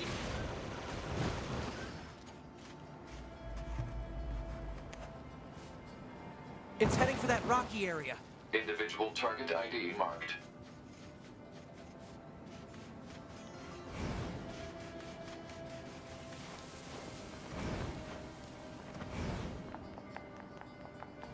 Well, it depends. If that means that you haven't got much further than this, I'll be excited to show you what happens after.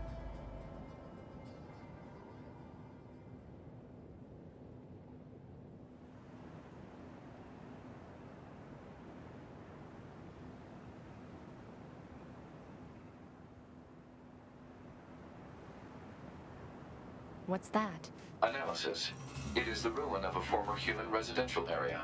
Large numbers of humans resided in such concrete and metal shelters. The structures were referred to by names such as apartment complex.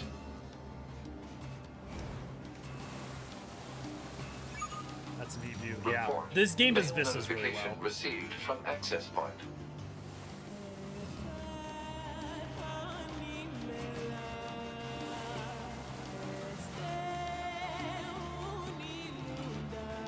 Yeah, is there a chest up here?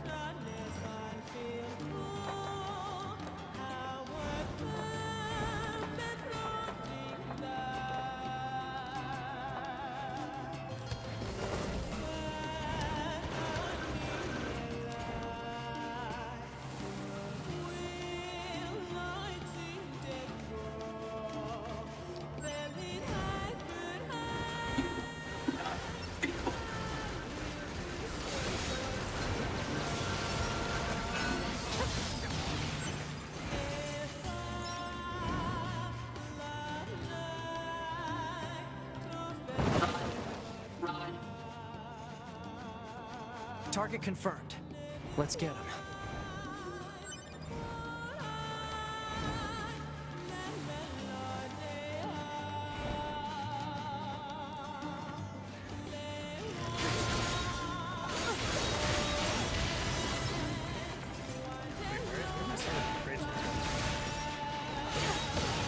Oh, did I switch back? I still think I switched battle modes. Yeah, there we go.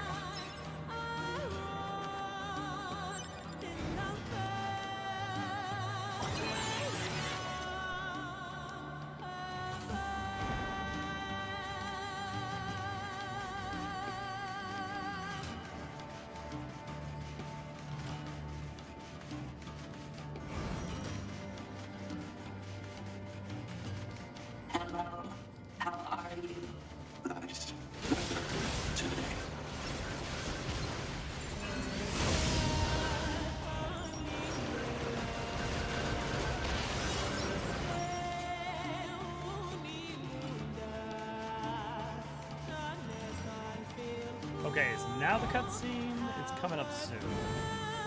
Yeah, I think it should be just past here. Androids are scary. Scary. So cute.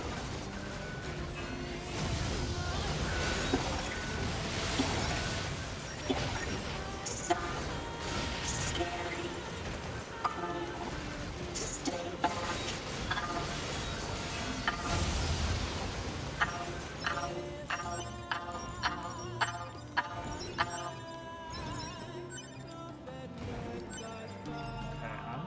Just so you can make sure you guys can hear stuff. System setting.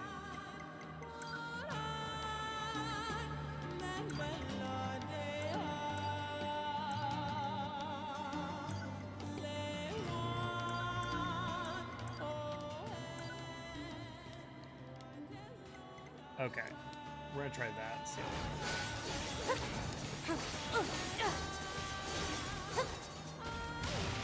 Everyone dead. You are false.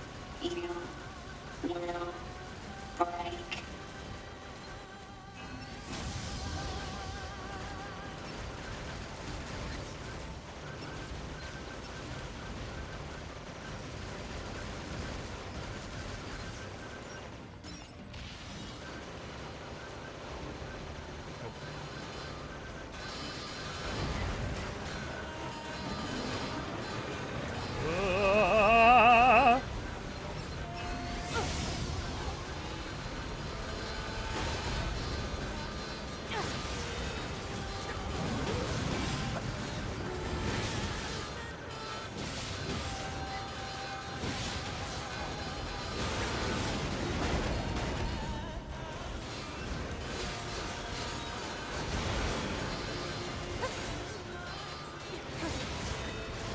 God, I love the design about this game.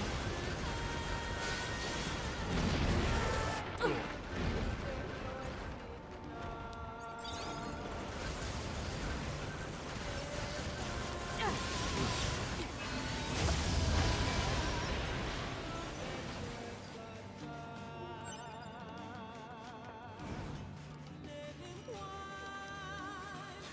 That's also ironic when strangers start small talk with me. Run. Not this way. How's the volume now? What makes them choose these words? I'm gonna crank it a little bit.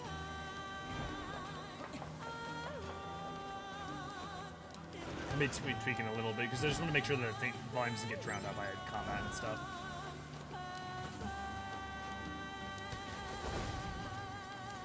Volume's good? Cool. These are android bodies. Hypothesis. They were killed by local machine life forms. What are they doing here? Unknown. It's like they were gathered here. So these are what androids look like without their skin. So you can see like part of her skin is still on.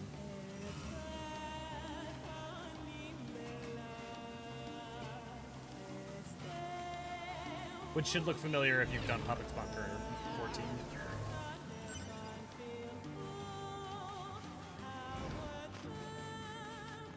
There it goes! They don't give up. Run. Run. Must run. Which of you guys likes Pretty Boys? Question.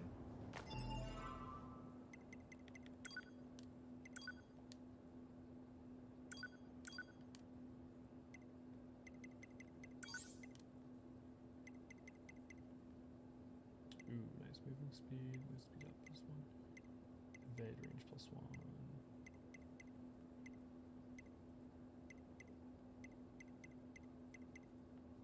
Contra aim attack, send back.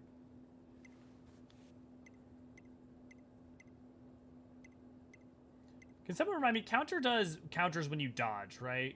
Like that's what it is.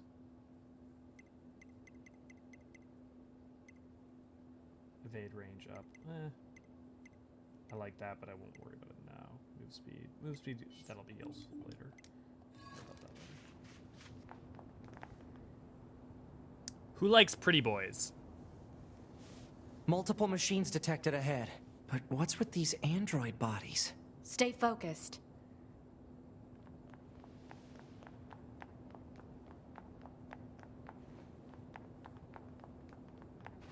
Like pretty boys. Like boys that are pretty.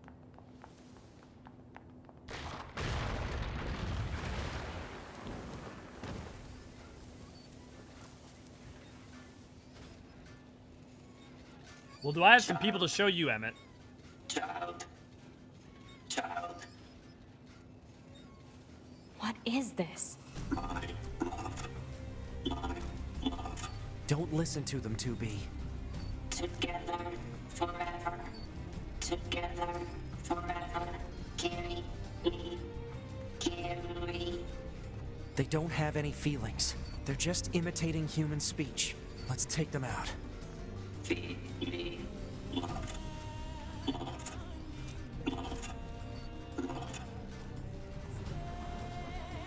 I'll get you for this.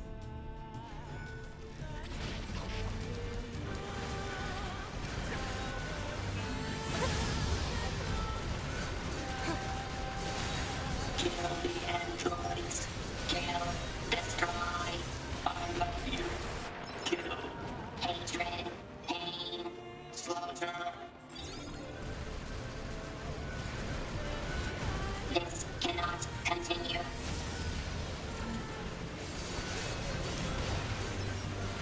This cannot continue. This cannot continue. This cannot continue. This cannot continue. This cannot continue. This cannot continue. This cannot continue. This cannot continue. This cannot continue. This cannot continue. This cannot continue. This cannot continue. This cannot continue. This cannot continue.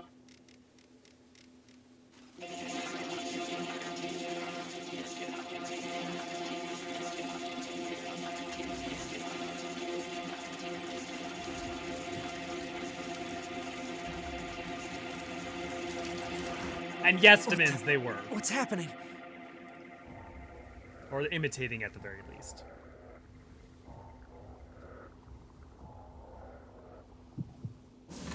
I saw this in Bloodborne once.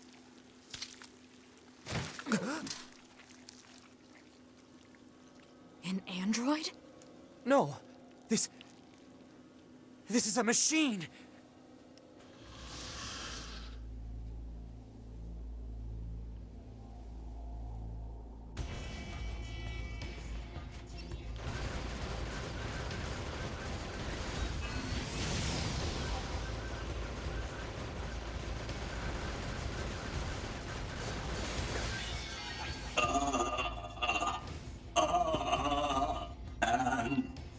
Androids, why fight?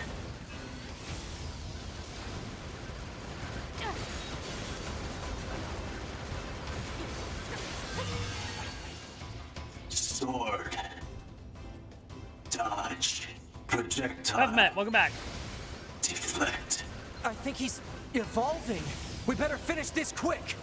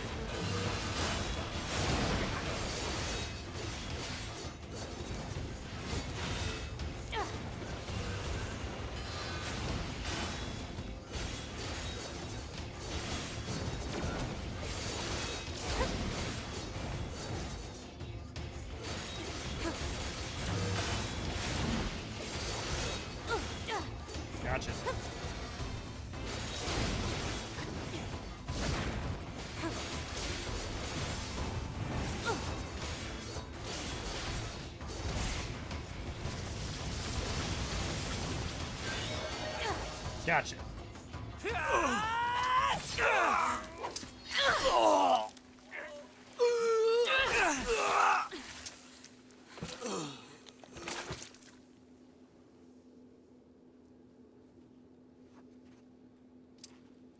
Is this really a machine?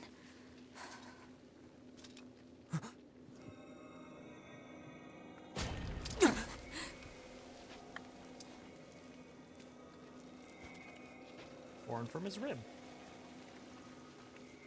Damn it, not another one.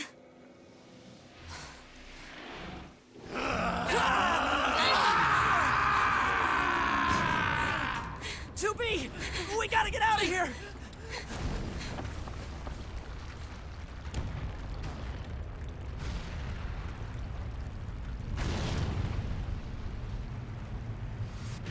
Never heard from Come again. on!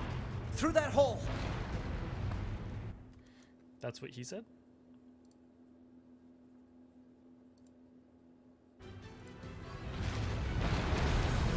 Yes, he was just popped out wanting to wanting. Oh.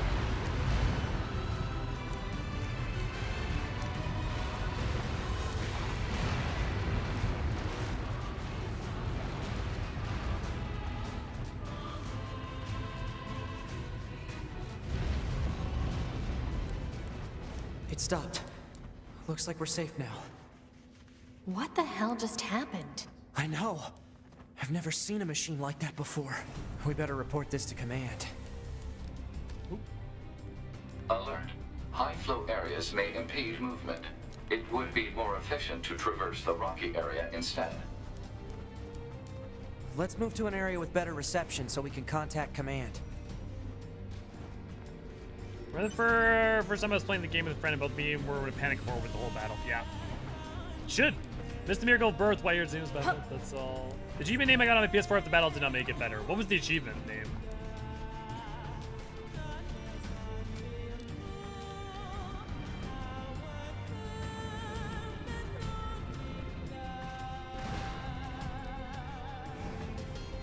I think I've only ever played this on PC, so.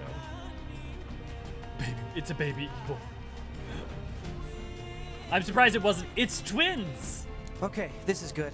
We should be able to reach command here. 9S to bunker. Do you copy? I read you, 9S.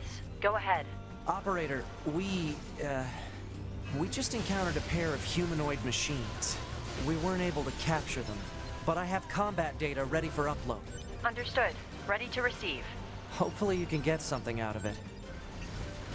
In case it isn't clear, machines were created by aliens. The machine life forms were created by aliens to fight and take over the world. Something. And then androids were made by humanity. So, I know, like, a lot, they're used differently, but, like, you know, a lot of times you can be like, oh, androids are machines or machines. Just so it's clear.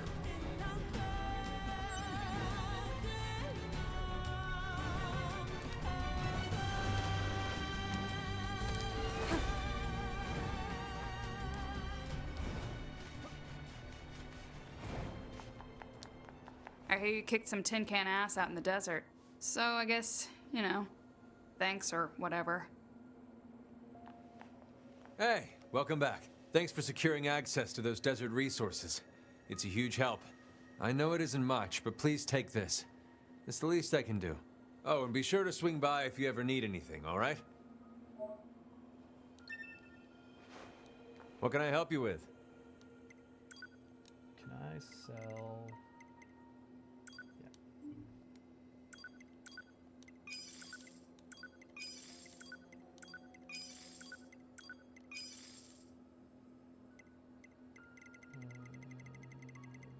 Yeah.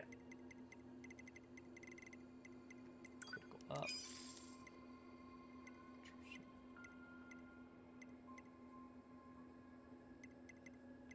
I know I wasted money, that's fine.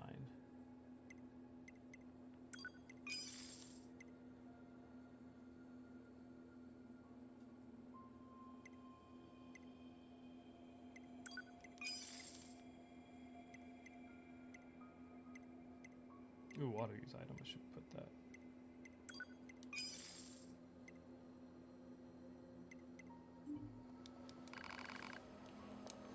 Sweet. Okay.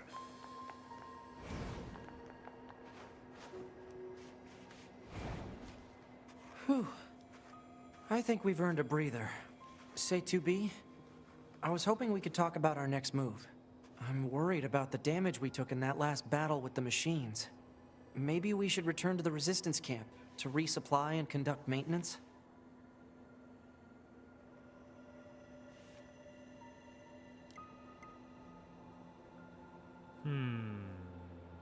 All right, let's go back. You got it.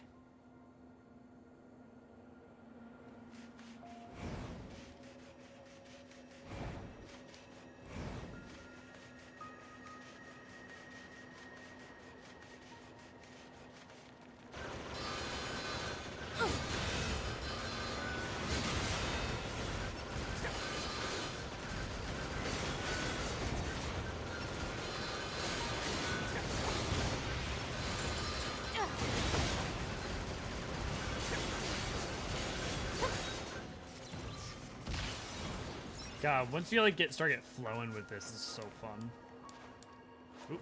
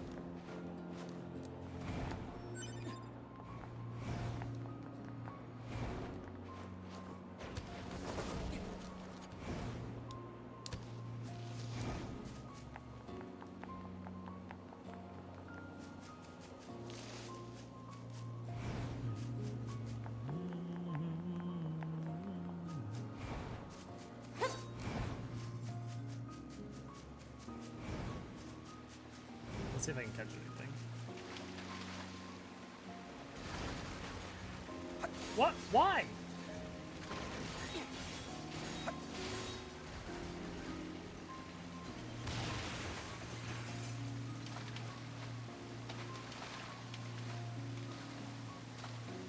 You, talk to me.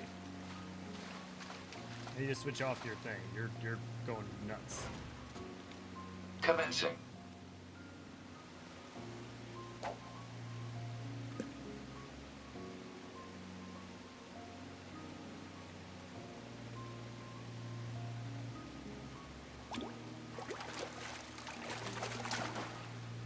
Report. Success. Yosh! Complete.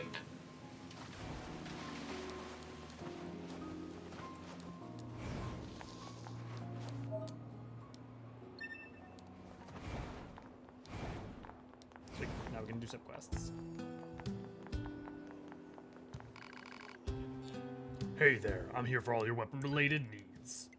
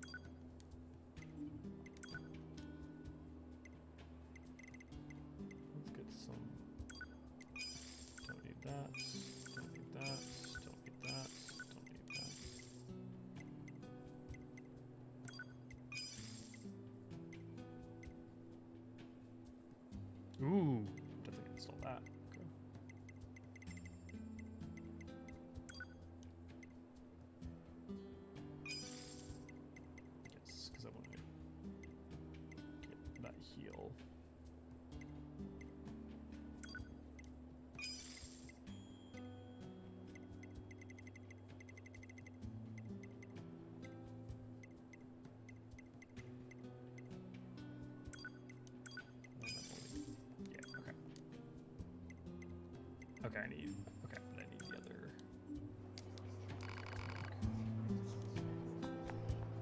That's what it is.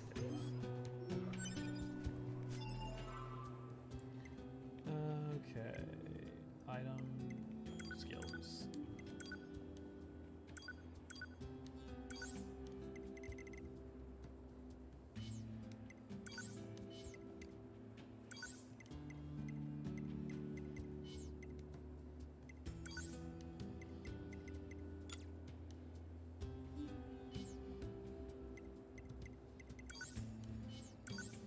Counts as defensive? I mean, I guess because it's a heal, but still.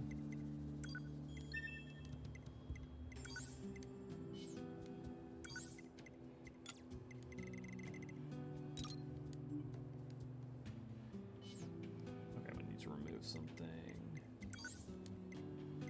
Definitely not that. HP gauge, definitely not that. Skill gauge, display the skill gauge, just pop cooldown time. Honestly, I don't really need that. I can just press and check. Enemy data, definitely want that. Minimap. I like being able to check that. HUD objectives. Yeah, definitely want that. Text log, yes. Save points. Control. How to hide you at certain situation. Yeah. Weapon attack up. Yeah, okay.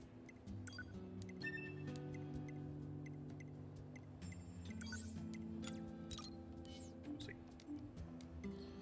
We're at 4-hour mark. Don't feel like it's been that long. Have a nice night, Deathberry. Oh, Deathberry, you already had out? Have a great evening, man. Yeah, I wouldn't be surprised. I mean, like, we're already 7:30, so we're going like later than a lot of times we normally would for normal stream. And I plan to possibly just stream throughout the night, so there's a good chance that chat might be low key. Be ready for that. But if you want to talk to me about it while we play, about the game or just anything, feel free to. I welcome the conversation.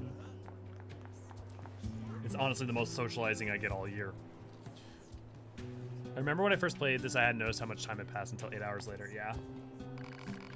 I mean, the first 2 hours, to be fair, we've only been playing for like 2 hours.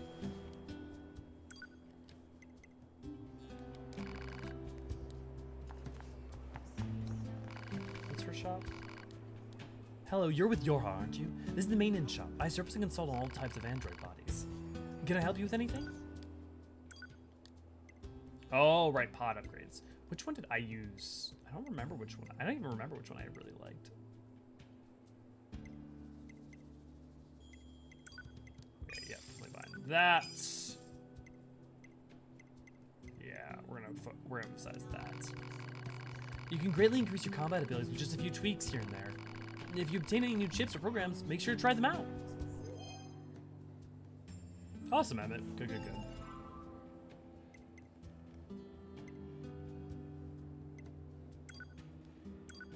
I may take a break here in like a couple minutes just to order food.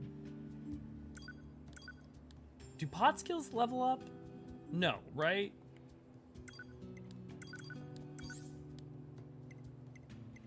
Do weapons level up in this game, or do you just get it from upgrading them?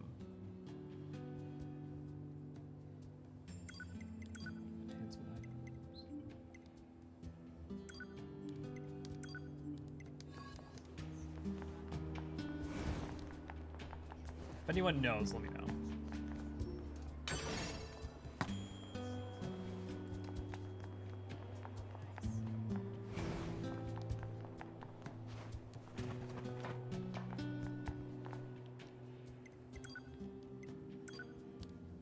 Thousands of years have passed since we humans were driven to the moon, and while the war remains deadlocked, we know that our continued safety is only possible thanks to your valiant efforts on the ground. We ask that you continue giving your all to the mission of recapturing Earth from the scourge of the machines. Glory to mankind. This is Operator 60. 2B, have you heard of Jupiter's fortune telling? It's all the girls over in R&D have been talking about lately. They say you can examine the color and shape of Jupiter's gray red spot and learn about what kind of luck you'll have with health, work, and love. Sounds amazing, right? I'll try it and let you know what I find out. Operator 60.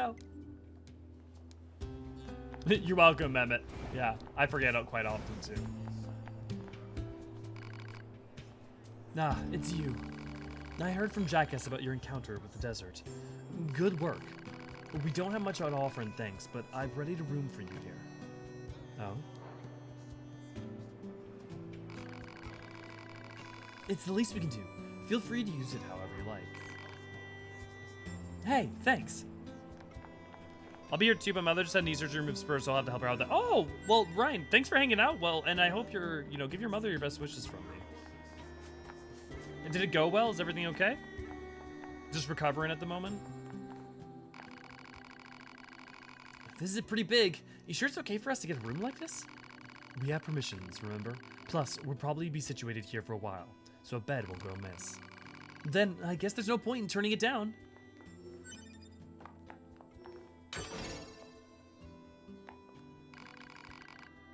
Do you want to take a break?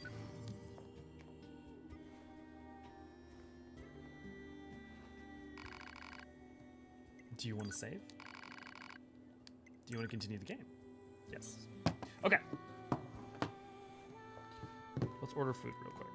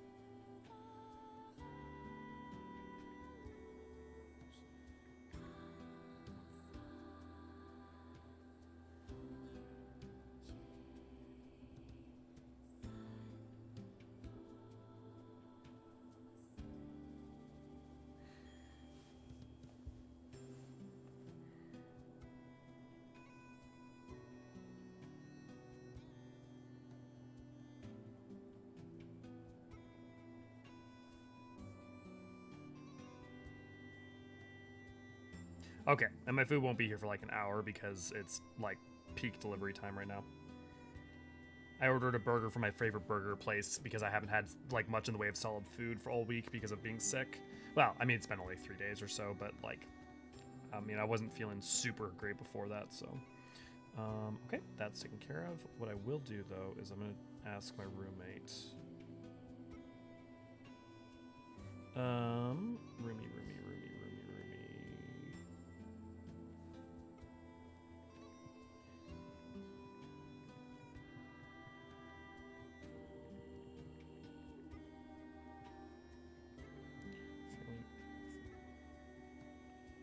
Okay, that's solved for him.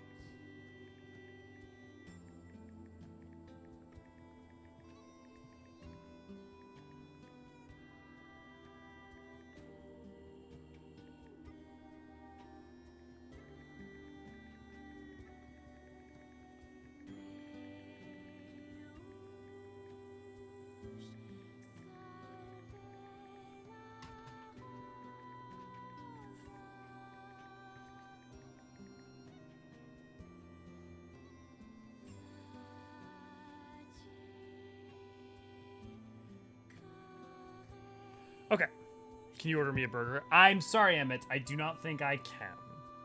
Sadly enough.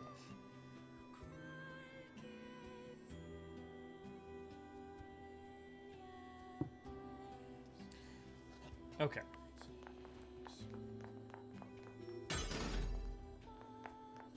That's taken care of, though I don't have any liquids other than water to drink. So I'm gonna have to...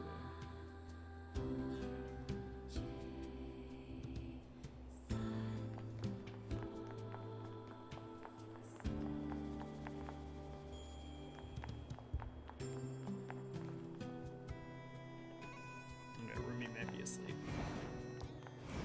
Well, we'll worry about that later. Operator to 9S. This is 9S. Go ahead. I have an incoming message for 2B and 9S from the commander.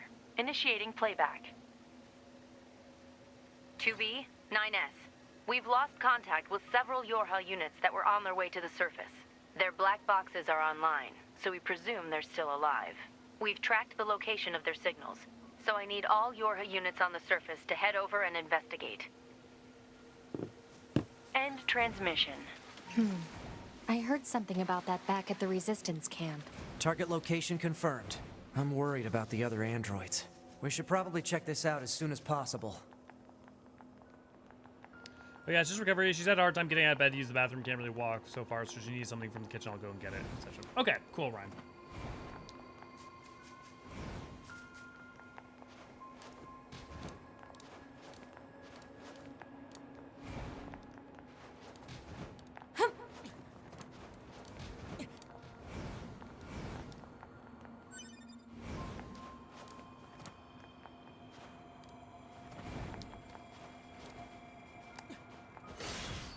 Ah, fuck.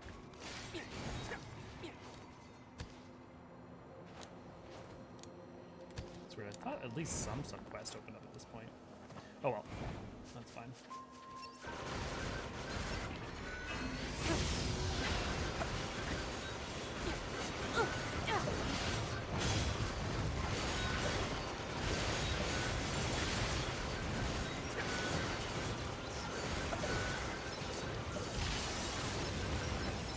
Sounds good. Well, you know what? You go do that, Emmett. I'll take a second to just like check one thing real quick. So I was wondering why Nina's voice actor sounds familiar. He's the main character from Fire Emblem Shadows of Valencia. Oh.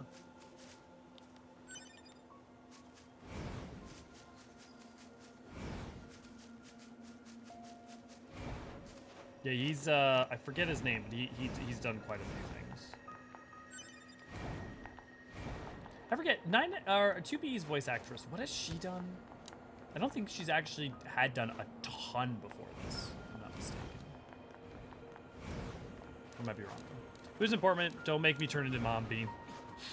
I just ordered food. Call me Carly, yeah.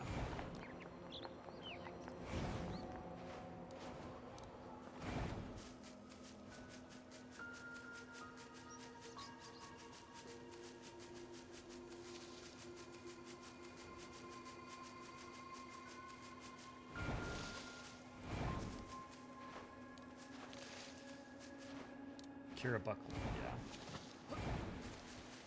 Do you never cook? I cook often, but not while I'm working. Not if I'm streaming. I cooked for years and years and years and years. Looks like our surface route's been cut off. Maybe we can get through from underground. And I had to do cooking for work for a lot. And if I have access to like, if it's like especially a weekend or something, or like if I can afford to eat out, I do just because it brings me a lot of joy. Cooking stream when? I mean, we can do a cooking stream where I do the those machines out in the desert look just like androids, right? Right. But we androids were modeled after our human creators. So why would machines try to look like us? There's no point trying to work out unsolvable problems. I suppose. But yeah, we could do. I have the Final Fantasy XIV cookbook. We could just make something from that. Make a whole meal. She's been in some Persona and SMT games. And Honey Pop? What the fuck is Honey Pop?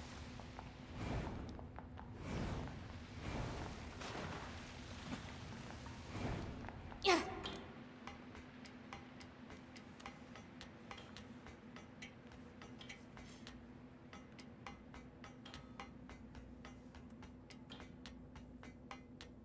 porn puzzle game. Well,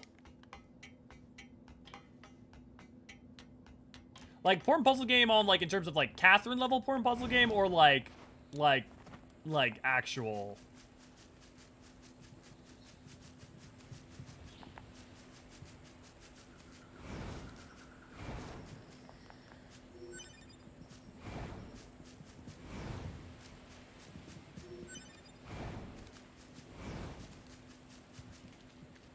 I'm kind of sad that they didn't find a way to work the,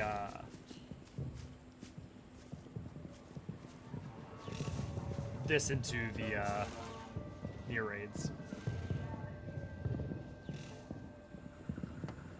It's a dating sim and gem matching game mixed into one. Hey, look, the amount of people who got their start in Yaoi, like the amount of male voice actors that got their start in Yaoi is, quite high. What are those?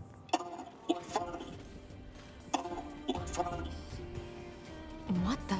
Wow, this is weird. Let's be happy together, together, together.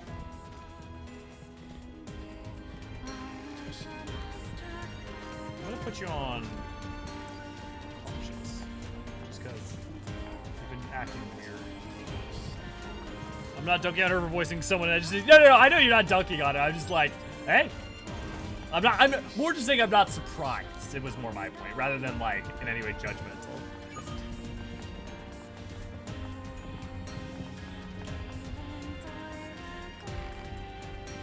Oh, hello.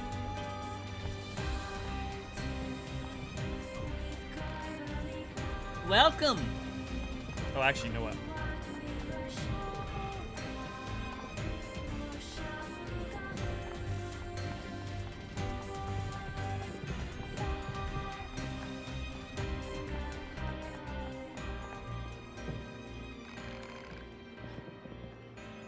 Let's be happy together. Together. Together. Oh, what fun. What fun. Throw down your weapons. Surrender to love. Hey, hey.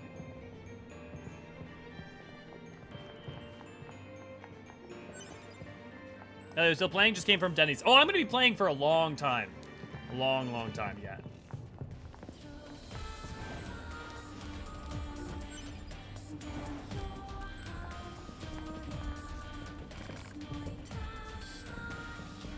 Come again.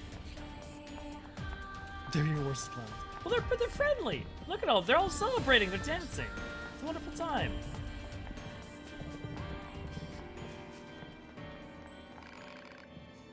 Shh, don't shout. Can I help you?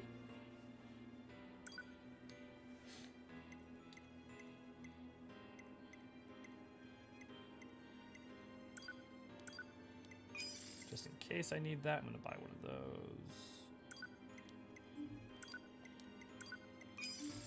Maybe that later, so thank you. Oh hey, look, it's a flower. It's a lunar tear.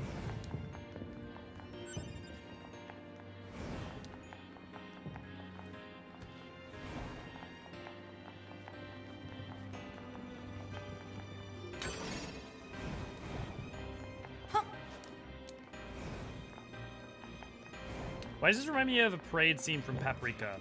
Because it should? I mean, because it like seems like a fever dream. You have business here, no? Where does this corridor lead?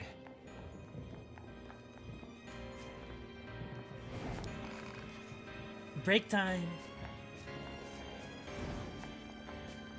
Should probably try to like do an accent for the machine. It's like break time. Yeah, something like that. I like that. First thing I thought when I saw them as clowns, interesting culture, these ones. Oh, friendly. Jellybean, I'm so excited to see your perspective on this game as we go through. Came back to creepy clowns. Yeah, welcome back. We're getting resistance signals from that building over there.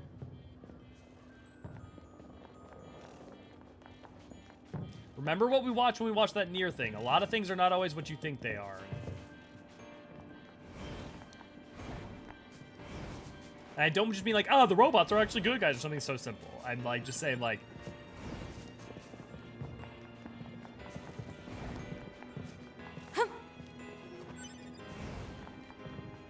We need a way through. Let's look around for a route we can take.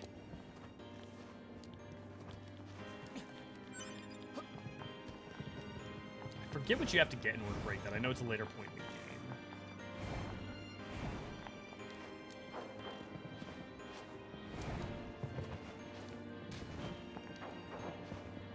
What is that? Oh, it's the save point.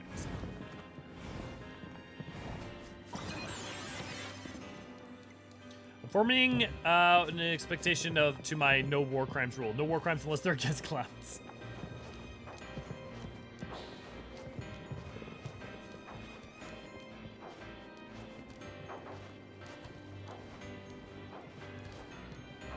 The way it seamlessly moves between camera perspectives is really great.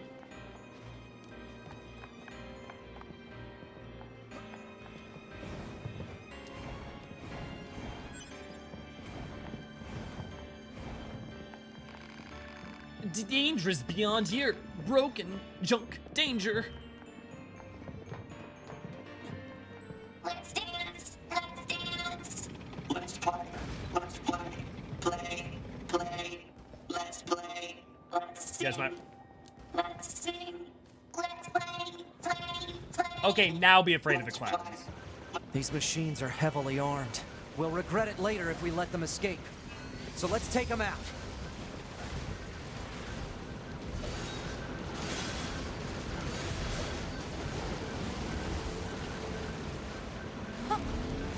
You guys might remember these from some of the fights.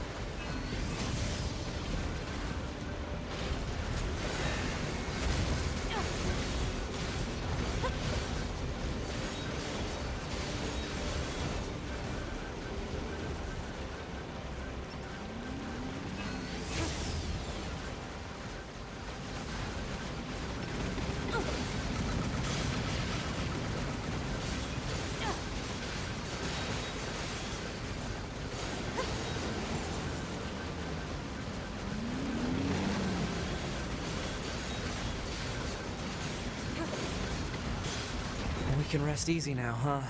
Yeah.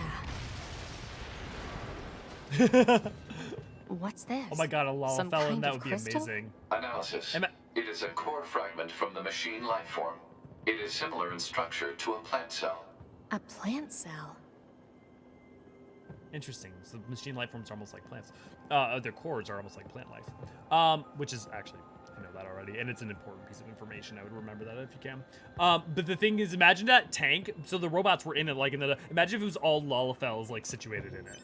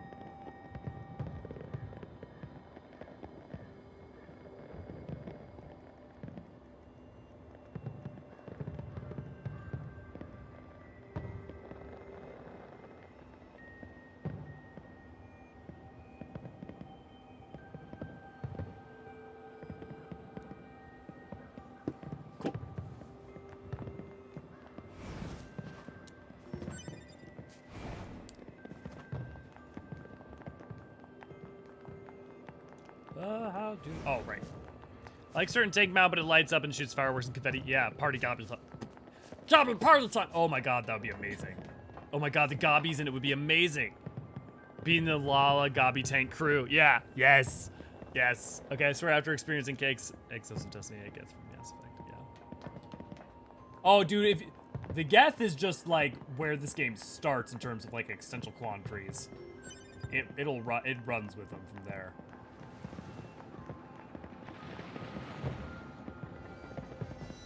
What's this? Analysis. It is a device that propels humans Oh, on rails Bean, you've just at given me high an amazing speeds idea. For the purposes of amusement. It was commonly referred to as a roller coaster. Humans sure are strange creatures. Party Dobby in the house tonight. Hey, 2B? Yes? People who know me well usually call me Nines, so... Oh. So what do you think? Of? I mean, if you want to call me Nines, it's totally okay. I'm good. Oh, alright.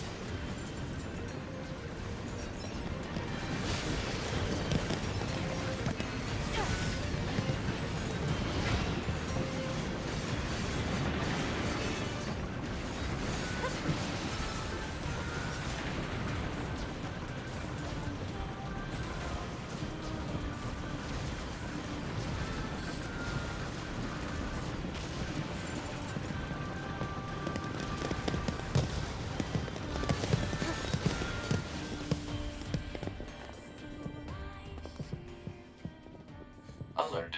Multiple resistance members detected beneath this room. Sure is a good thing that nothing bad could possibly happen.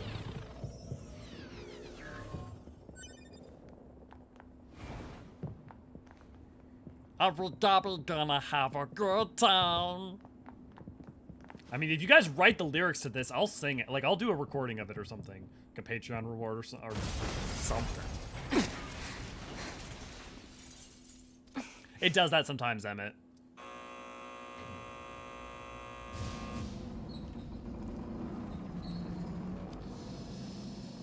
Simone.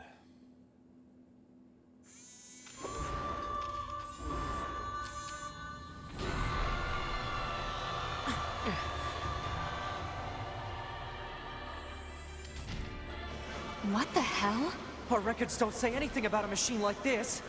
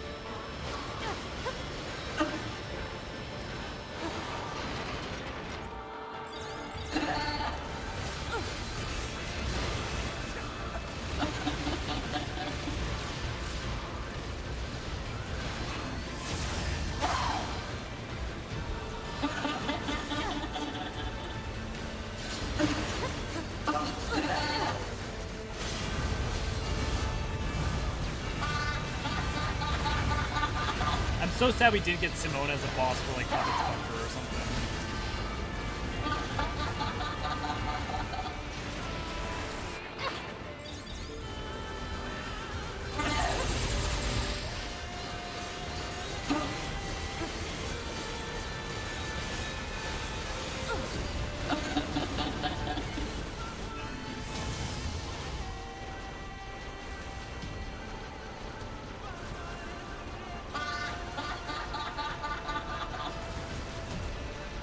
I'm not controlling the camera, by the way, right now.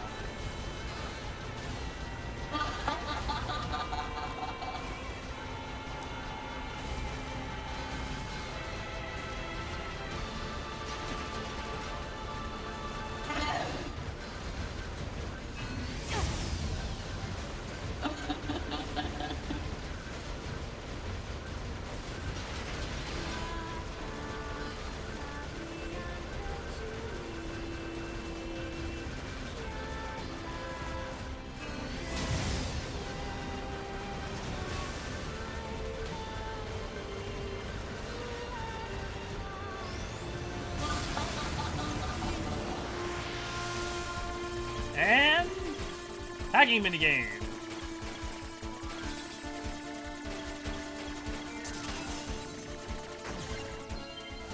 you're wondering where that came from in the It's Towers of trying to Paradise hack breach. us. If we take hacking damage, it'll affect our bodies as well.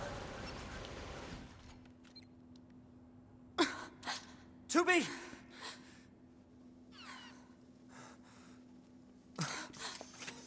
Beautiful. Beautiful. I must be beautiful. Those look like corpses.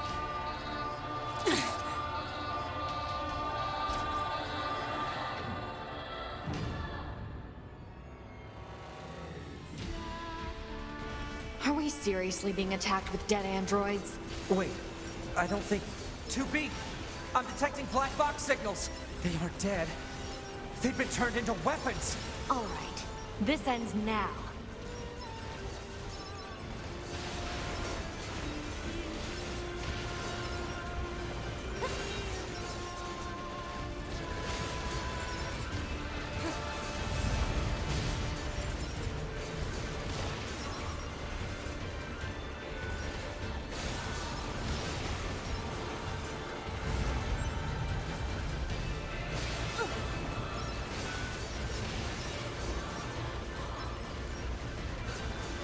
I've almost analyzed the enemy's hacking pattern.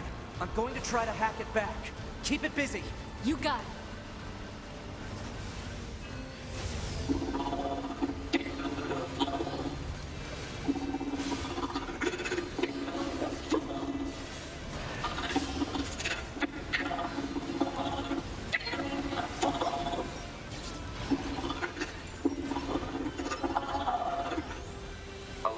Saturation attack triggered by enemy consciousness data.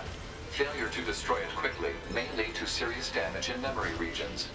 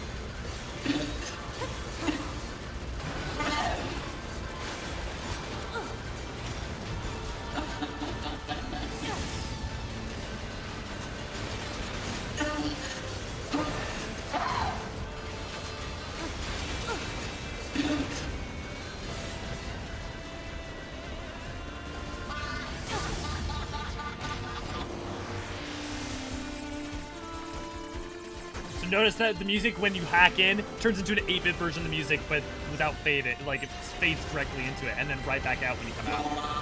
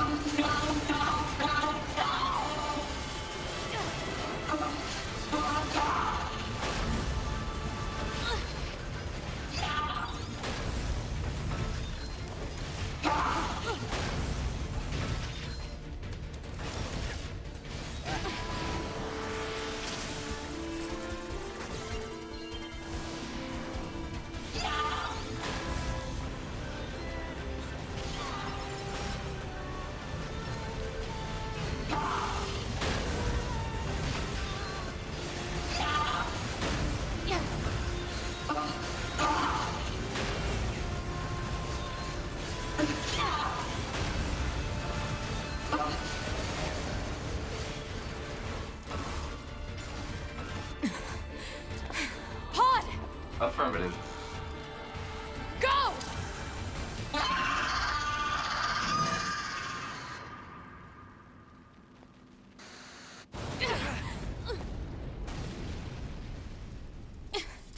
Yep, new machine. Well, that or Platinum likes bullet hell's demons. Yeah, to overlay the handle main theme. Thanks for the assist. Oh, you mean the hacking? No worries. Us scanners are pretty good at that kind of thing. I've got your back anytime. We have to save those androids. I'm sorry, 2B. Their circuits are fried. I think they were only being kept alive by that enemy. Oh.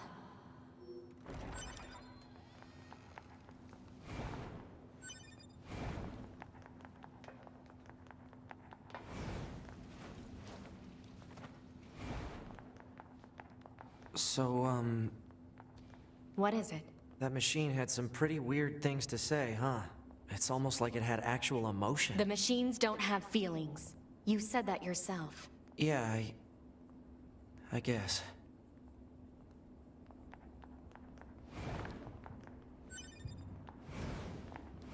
You keep telling yourself that.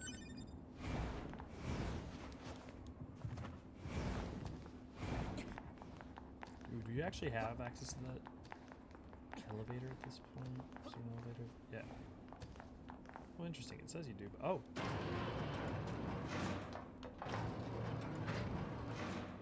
This is not where you're supposed to go, but I know that you can go here.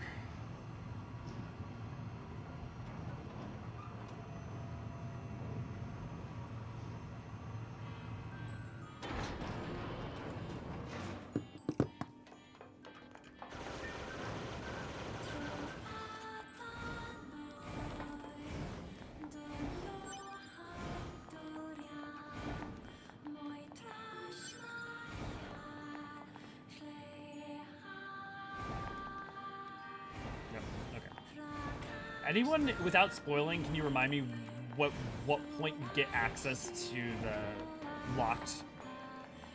Do you have to finish route? Is it route B?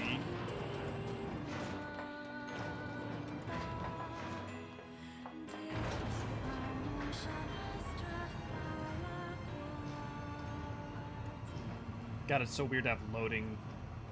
I got so used to the SSD standard. I've been like playing on the PS5 a little bit.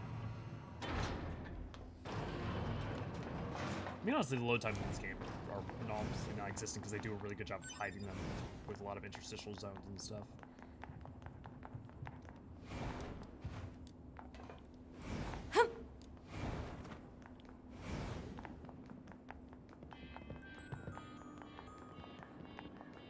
Hostiles! I am not hostile. Huh? You defeated Broken Machine. You saved us. This thing is awfully verbose for a machine. We repay you. Come to our village. It could be a trap. Still, we should at least head over there and gather data, right? Yeah, Emmett, go ahead. You can always you don't have to talk only about Nier. Like I said, I'm happy to just chat with you guys. So. We're gonna be here a while. This way. Here.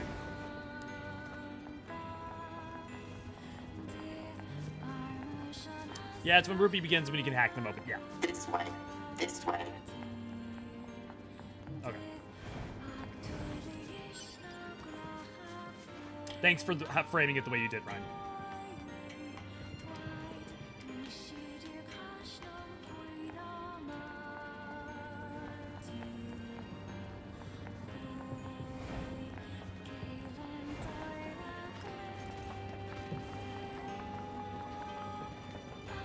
One of my favorite side quests you can pick up over here. This way.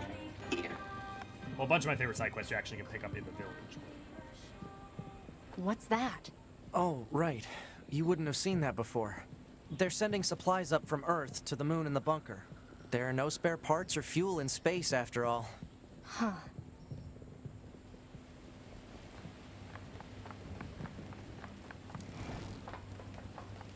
Beautiful. So why don't the machines, or the aliens who created them, Attack the bunker directly.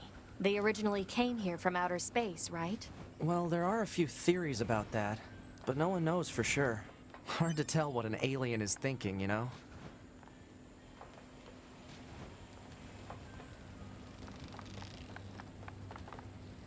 The quote something. Yeah, it's the quote something from a show called Red vs. Blue. Time? Line? Time is not made out of lines. Time is made out of circles. That is why clocks are round. Shut up, Caboose.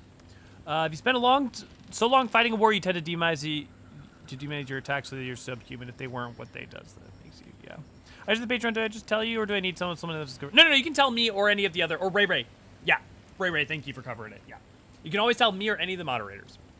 What language is this, or is it just original language Nier? It's original language Nier. So they basically, I forget what the actual order is, but they basically took the, like, Japanese, filtered it through, like, English, then French, then, like, Old Celtic and back, and then, like, basically they made it so it's, like, supposed to be kind of like a universal language. But it's you can't actually make sense of it. But it does have an original meaning, but no one knows what it is, and, like, they've never, yeah. It's in language original Nier, yeah, here in the Discord. Discord will be better at it, but you can hear if you need to. Zingy's original language is an amalgamation of English, Japanese, French, Italian, and others. Yeah, exactly. Thank you, Sarah. Season 13. Is this gameplay or background? This is gameplay.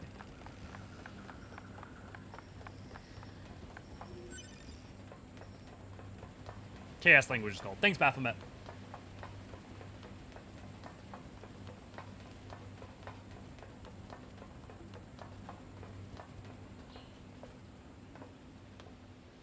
Yeah, DMing Ray would be the best. Pascal! Do you like them yet, Bean? How about now?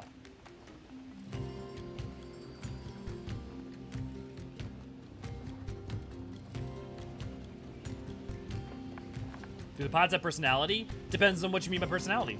They all have white flags. Looks like they really don't want to fight. Oh, and I forgot to explain. So, real quick. That boss was named Simone, and I believe... not Simone Bolivar. Simone, I'm forgetting her name. But, no. Bauvor? Yeah, Simone Bolivar would be very different. But, Bauvor. I'm sorry, I don't know French very well, but, like, she was a philosopher, existentialist philosopher in, what, the 80s? No, not the 80s. She would have been, I mean, the 20th century. No, she died in 86. Okay, yeah. But one of the main, like, she was like very famous and stuff, but she had a lifelong relationship with Jean-Paul Sartre, who's also very, very famous philosopher. They're growing on me. You're gonna love Pascal. Hello. Before we begin, there's something you must understand. We are not your enemies. 2B, we can't trust anything the machines say. I understand that you see us as the enemy, but... Well, anyway. My name is Pascal. I'm the leader of this village. Those who reside here desire nothing more than to live a peaceful existence. Look around for yourself. You'll see that it's true. You know, we already have something of a relationship with you androids. In fact, I'm hoping you can take this to an enemy in the resistance camp. What is it? It's a view filter that she requested. If you take it to her, it should make it clear that we're a peaceful group. All right.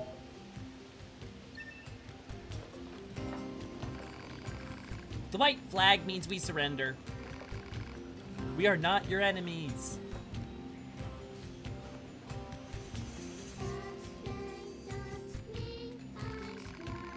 White flag means we surrender. Excuse me, do you have a moment? Please, I need your help.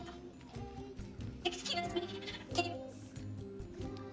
Excuse me, can you please help me? I need to find my little sister. She's lost. And it's all my fault.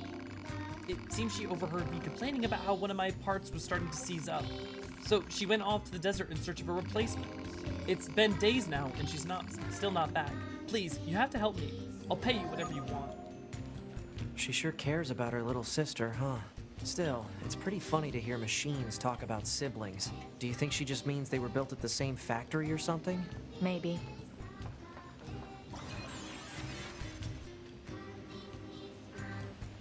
Emil voice actors. Yeah.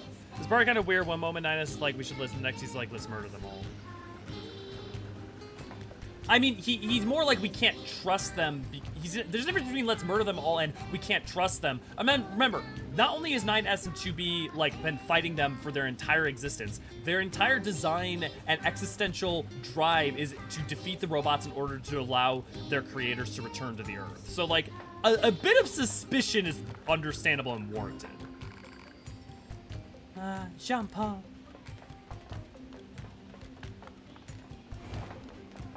I'd honestly be more weird if they didn't have at least some, like... Okay, wait, is this a trap? You know, it's different when with one leading them, but when it's like a whole village, you know?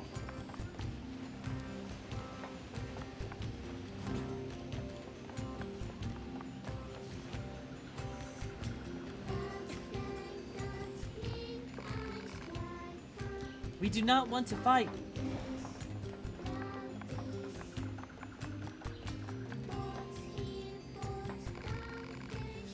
Existence precedes essence. Man is nothing else but what he makes of himself. Additionally, hello? Yes, and you are? Wait, do not tell me. I am already deduced that you are here to listen to me expound upon the great mysteries of existence. Well enough, let us begin by discussing the concept of existentialism. Essence and existence are two sides of the same coin. And yet, what is existence? I am glad you asked. To answer that, I will require many long hours of... This is pointless. There's no point in talking to Jean-Paul. We stopped trying to figure him out a while ago. All he does is spout a bunch of mumbo-jumbo about something called philosophy. If you're curious about him, you'll have better luck talking to his followers. They tend to use smaller words at least. The guy has followers? More like fans, I suppose, but yes, there are quite a few out there who buy that what he's selling. Don't ask me why. Some folks just get into that sort of thing, I suppose. There's even one Jean-Paul follower right here in this village. You know, the machine with the thick paint on her face? That's the one.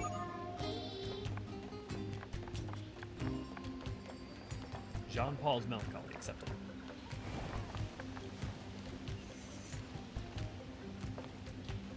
I love Simone for being equal parts cool and equal parts disturbing. One of my favorite doll reprinters. 3-printed a ball-jointed doll version of Simone. Nice. They seem nice. You should kill them all and see what happens. That's... No. Why? Like, why? That's... 9S despises the voices. Not gonna lie, it would get grating if you have ears as sensitive as the androids probably do. What? I mean, but under that auspice, he should despise 2B's voice too, Quinn. Hello, can we ask you... Oh, hello, can we ask you a question? Do you happen to know a machine named Jean-Paul? I certainly do. Jean-Paul is a genius. You can rely on him for absolutely everything. Are we talking about the same Jean-Paul here? In fact, I was just thinking about how much wisdom he has to teach me, so I wrote him a letter asking for guidance. You can take it to him, won't you? Huh? I can't let that lady in the desert get to him first. Oh, that hard to be in the amusement park. Great, there are more of these weirdos. And wait, they have genders?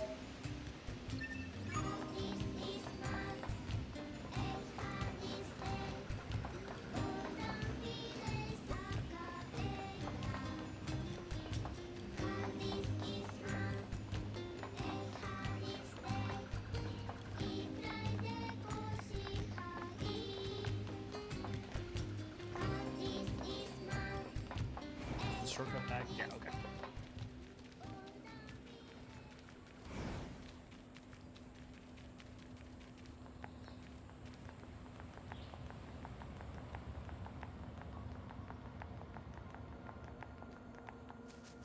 Anything over here? Oop. We can get into the city ruins if we move that box.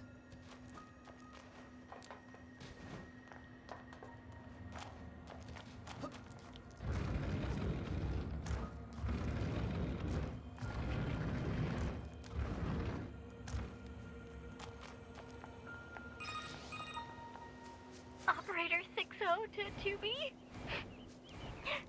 Time for your regular regularly scheduled contact. Oh no. 2B here. What's wrong? Oh. There's this operator I kind of liked, but when I asked her out, she turned me down. Honestly, 2B, I don't know how I'm supposed to go on living. I am definitely not the person to discuss this with. I don't think I can stand spending one more day in this bunker. You leaving would be bad for me. It would affect mission efficiency. Are you saying you need me, 2B? All Model B combat units require the assistance of an operator. So... 2B? That's all. Closing this channel. Sheriff Queen, we love you.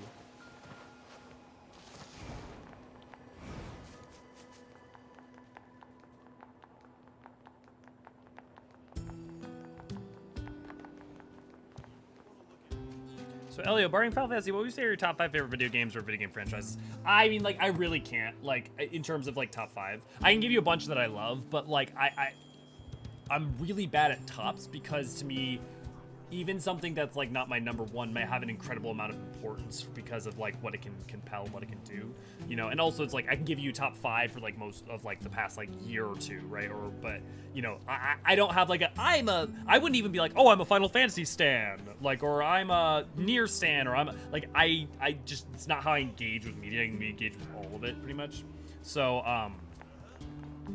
if you can give me, like, some parameters to work under, I can definitely, like, answer, and I'd love to, and I'd love to talk about it, but it'd be like, my top 5, I'm like,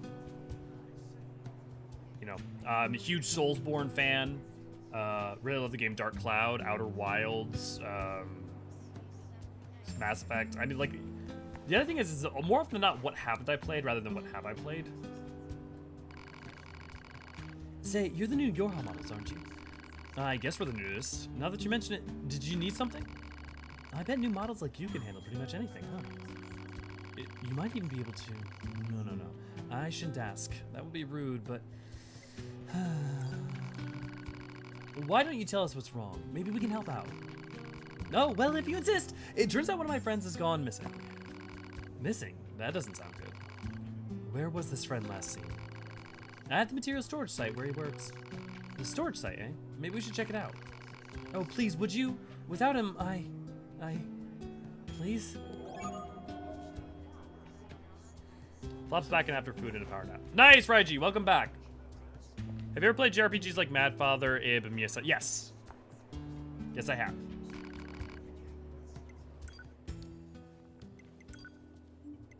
Upgrade pot. What am I upgrade? Pot A. Oh, it's just more damage. Okay, well, I'm gonna.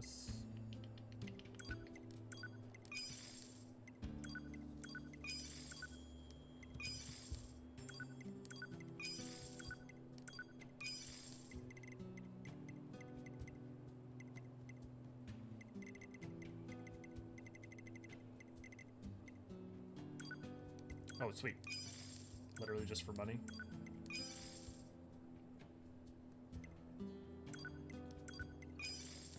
The game wouldn't lie to me, right? It wouldn't tell me that machine cores are only for money, but you can actually use them for other things. Now I'm paranoid.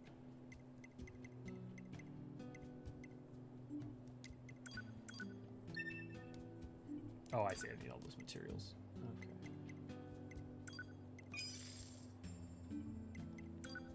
No, fuck it. Oh, I forgot I can equip all those. I have much more space now. Okay.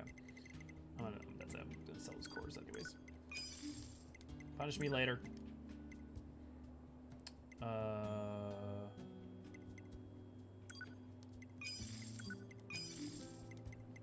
I have anything else to get enough?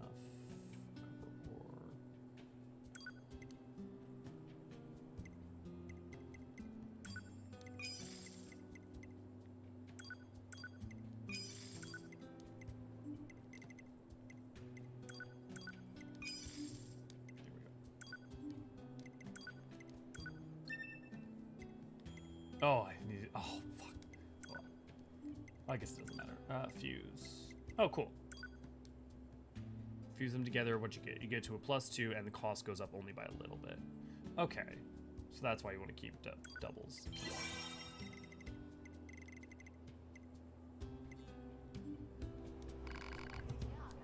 Come back anytime. Okay. And then plug in chips. This is going to be a bit of an upgrade. Oh, Deadpool's buffing. I'll be right back, guys. Ugh.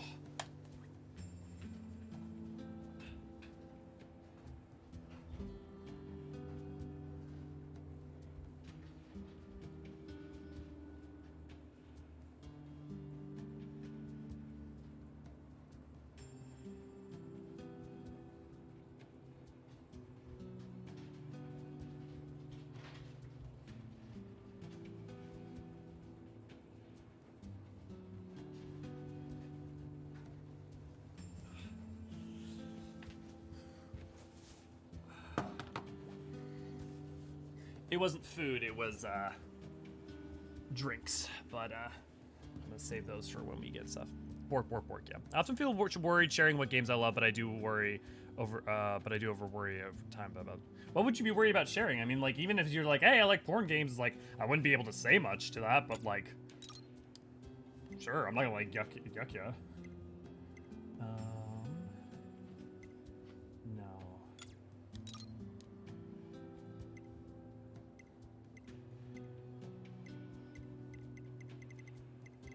I actually don't have as many interesting. How much damage do damage ups actually even do? 2%? Oh, I bet I could also fuse them too. Melee defense up. Max HP up. Yeah, that works well. Ooh, or I could get a movement speed up. Ooh, I think I like that better. Okay, but I need 15. What do I want to take out for 15?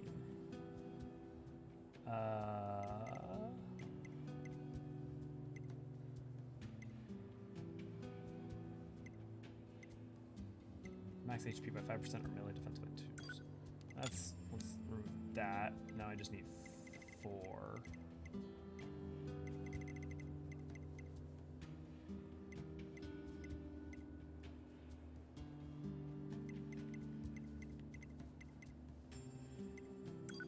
Honestly, I think I'll do max HP and then I'll just slot.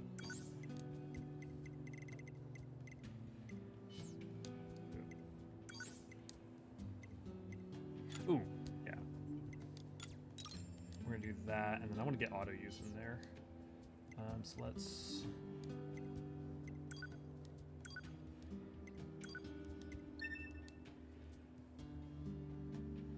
Yeah, 9 means I need to get 1 more. Objectives showing your current objective. Display text showing your current objective. Well, if I don't need text.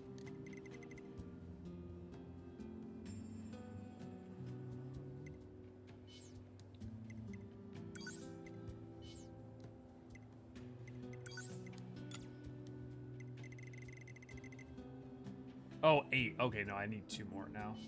Okay, well in that case, equip chips. 2 more. HP gauge. Enemy data. Yes, I definitely want that. Minimap.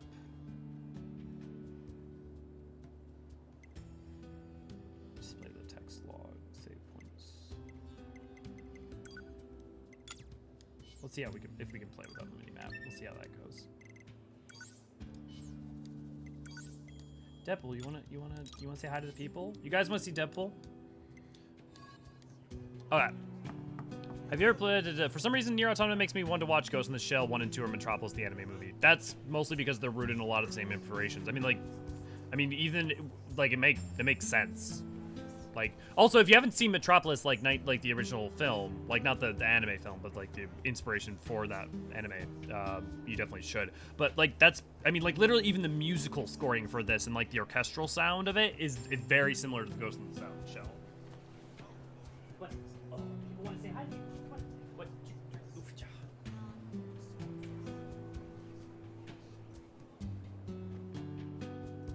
Yep, Fritz. Yep, Fritz Lang's Metropolis. Yep. Inspiration for C-3PO and any number of things.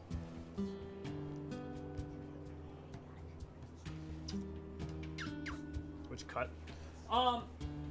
Honestly, any cut is fine. Really, to get the point across. Anyone that, like, any remastered one's fine. Like the Criterion one or whichever one you can get your hands on. It really, in my opinion, doesn't matter too much because most people, if you're gonna, like, the value of just engaging with it, having engaged with it at all, is so much greater than whether or not you engaged with the exact perfect one. Yeah, when do you guys not want to see Deadpool? It's true. They've been playing Planet Zoo. It's calming just to build homes for animals. Yeah, makes sense. What's wrong? What's wrong with Planet Zoo? What are you buying? What are you selling? Wait, you can get auto invade. Easy. I was gonna say, you can get auto invade. Oh yeah, look at how long this goes now. Oh yeah. Much better. Say, an enemy. I've got a package for you from a machine called Pascal. A fuel filter. Ah, perfect timing. We were running low. Wait, you met Pascal? Sure did. So you've been consorting with machines, huh? Just the ones in the village. They're totally harmless, and they also have the means to construct intricate devices that we can't. In exchange, we provide them with oil and other materials. I guess you call it a form of commerce? I see. Anyways, if you're headed back there, please take the high viscosity oil to Pascal.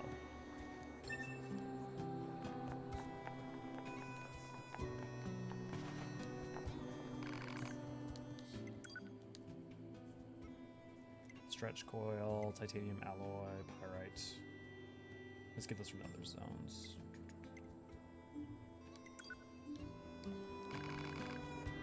Don't be a stranger now. Ah, keep pressing the middle button for my menu instead of pressing this.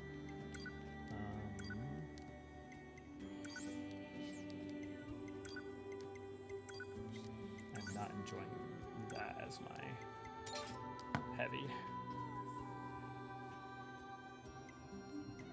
Honestly, actually, let me, curious.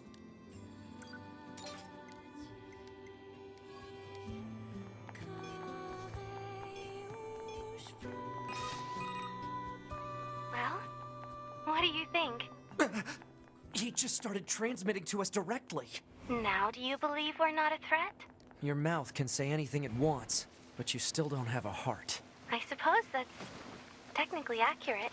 Yes, well, you're free to visit our village whenever you like. Oh, Pascal. If we ever say no to seeing Deadpool, insert Modern Family shower speech. I gotta make fun of before, but someone for playing an animal-themed game. What? Which I know I shouldn't care what they think, but it's kind of hard not to. But, okay, so I understand that, you know, it's hard not to care what someone thinks, but, like, I guess what I would say is look to that opinion, right? Their opinion is they're making fun of you for playing an animal-themed game. But that's a stupid opinion. Like, that's a stupid thing to make fun of you for. Like, why? On what metric? Because it's kitty? What about animals is kitty?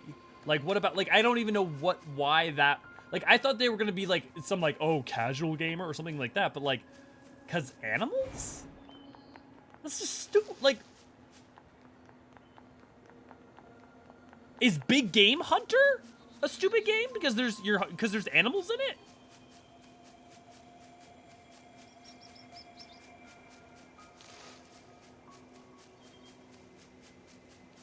I understand that ever-present worry because cozy games are just as valid. Yeah, of course they're valid. They're all games. It's like saying fighting games aren't valid because they're not a stylish action game. It's like being like Tekken's not really a gaming because I only play Devil May Cry. What? It's just like, it's not even like a, oh, you know, I see their point, but you know, like I still love it. It's like, no, it's just a stupid point. It's meaningless. And it's like reductive for no purpose. Look how massive industry mobile gaming is. Yeah, and mobile gaming even has hard games on it. Like, you ever like played high end like Infinity Blade? Oh, I miss Infinity Blade. Is Monster Hunter stupid because it technically has animals in it? Yeah. This game has animals in it. Is this stupid? Or not stupid, childish, yeah. Yeah, because they thought it was kiddie because it's a zoo builder game.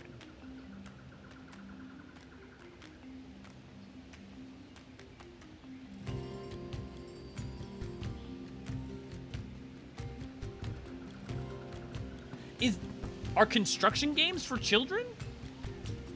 Like, fuck, man, even Viva Pinata, most of the people I know play Viva Pinata are adults. Like, it's like, yeah, don't take them seriously, not just because, don't take whoever said that seriously, not because like, oh no, man, just love what you love, but because, like, anyone who, like, has that take, it's just a bad take in and of itself. Like, it's okay for you to reject it, not just because you're like, well, I like what I like, you know, okay, that's kind of a valid criticism, whatever. It's just stupid. This is a stupid point.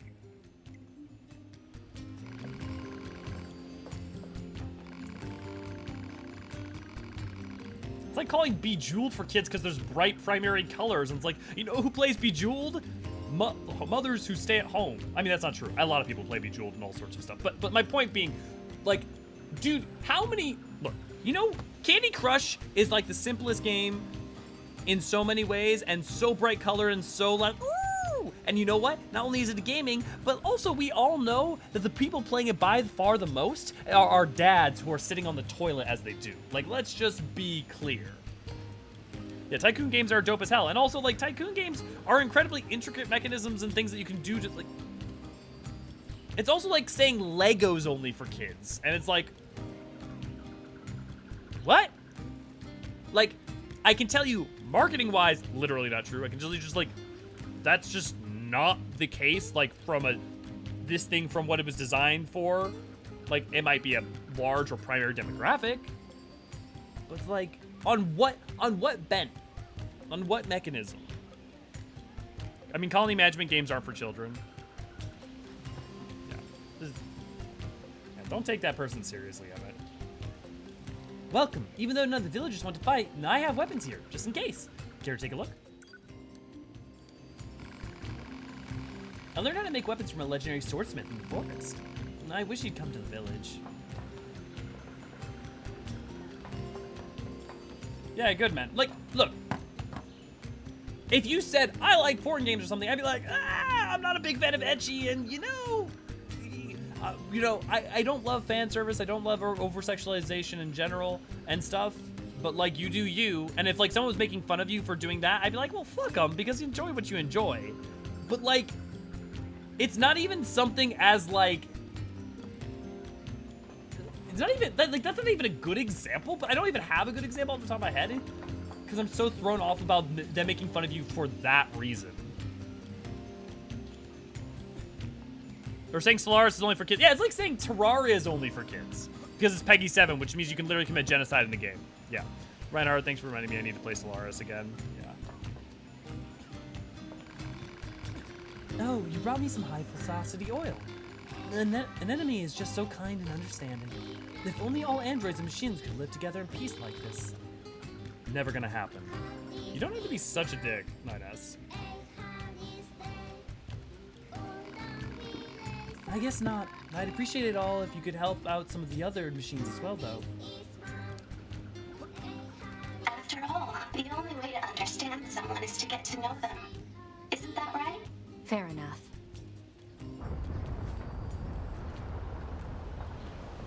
What's that noise? 2B, this is an emergency transmission from the bunker. We're reading a Goliath-class enemy inside the city ruins. And it looks like there are a ton of other machines there with it. All Yorha units should proceed and engage immediately. A Goliath? This was a trap. I knew it. I promise you, we were not aware of this information. I realize the odds of you believing me are strikingly low, but I hope you will nonetheless. We'll sort it out later. Let's go.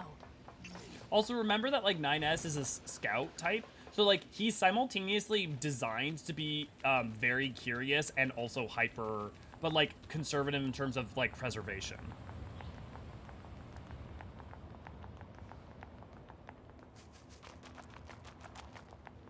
"2B, Command is deploying new flight units for us. They just set the coordinates, so let's get going." On it.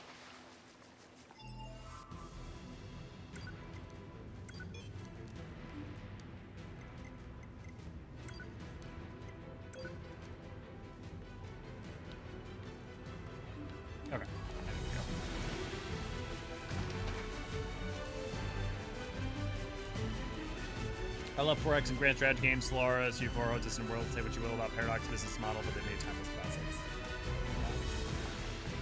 I'm not just trying to think of other good examples of like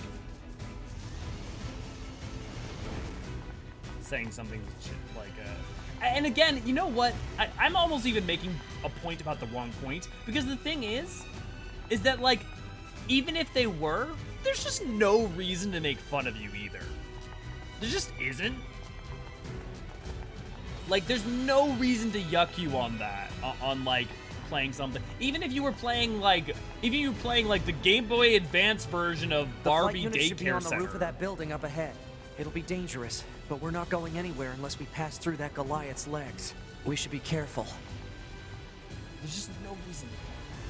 God, I love the scope of this game.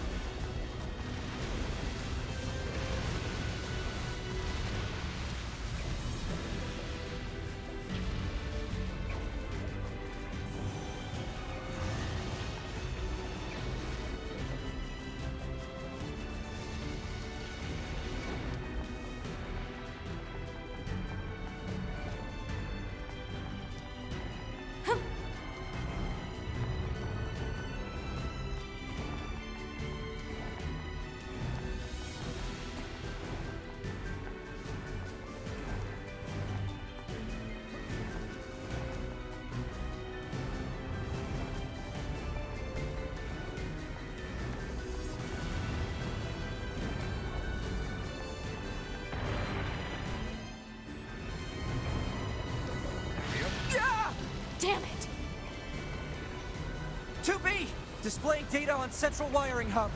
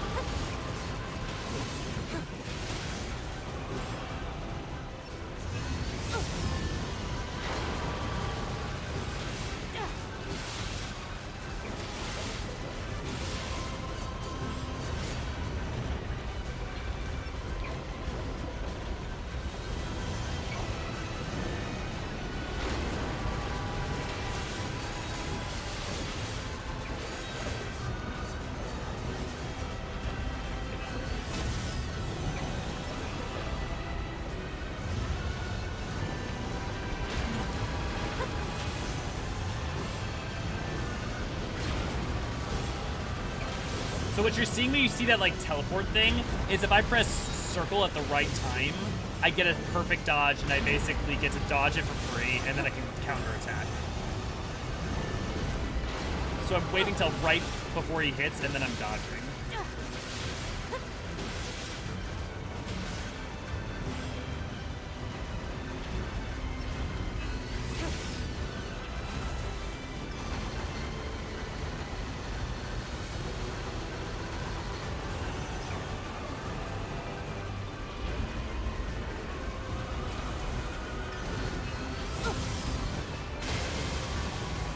Gotcha. Let's get to those flight units while we can. Okay, you know one like really important series to me too is the Mist series. So Mist, Ribbon, Mist 3 Exile, those three especially. After those, Be careful. The skies are packed with anti-air weapons. Make sure to approach at low altitude. Copy that. I wish people would stop you know.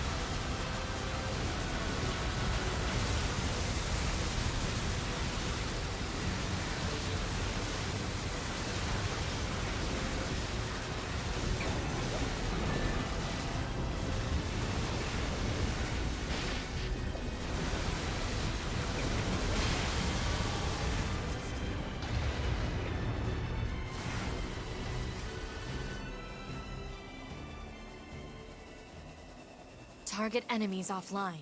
That should do it for the Goliaths. Look out! It's recharging!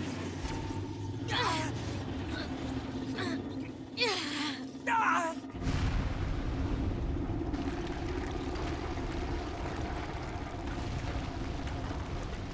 Enemy vibrations are growing in intensity. It's resonating in tandem with the area beneath the combat zone.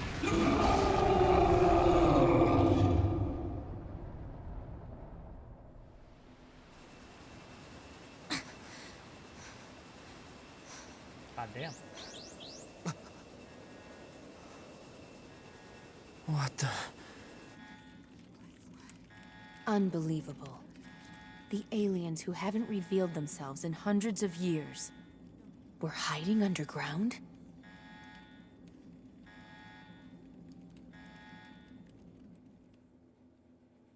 The whole time.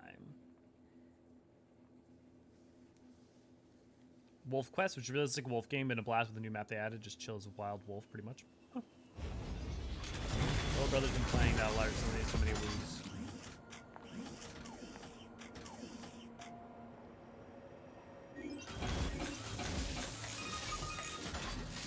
Yorha, this is your commander. For the first time in centuries, we've intercepted a signal belonging to the aliens. These are the creatures that are in direct command of the machine lifeforms on this planet. If we can destroy them, we can end this long and arduous war once and for all. Our intel team is hard at work attempting to analyze the source of the signal, but we're not there yet. We need more data. All Yorha units are hereby ordered to prioritize data collection above all else. We can't let this chance slip through our fingers. Let's not try Glory to. Let's to not. mankind. So Baphomet, you I didn't used specifically command say what the data plot to twist determine was, the but signal. telling people there's a plot twist about to happen is like you're still explicitly. I appreciate you trying to. Okay. Source and marked it on the map. But it seems to be underground. If you want to preserve that there's a surprise, right? Telling someone that there's a surprise coming still takes away a certain part of the surprise, right? Like way underground. Guess we'll see once we get there. If we're lucky. You're not much for plans, are you, 2B? What is this? Analysis. It is a cave-in caused by the collapse of an open space underground. Why is there such a huge cavern beneath the city?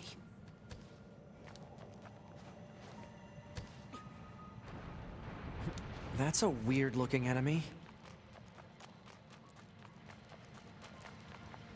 Ooh.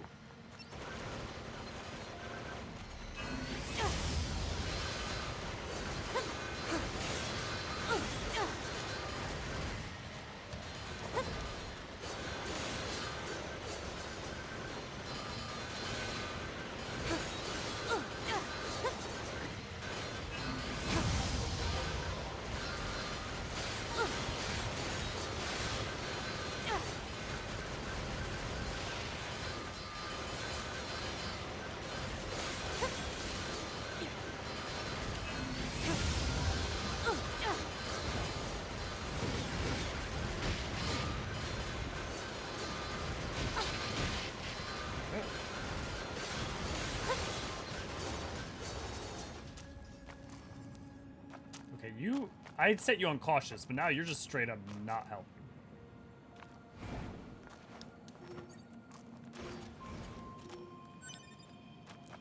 I'll bring cookies. Yeah, don't worry about them. It was just a. It was just so like. it made me laugh. It's totally fine.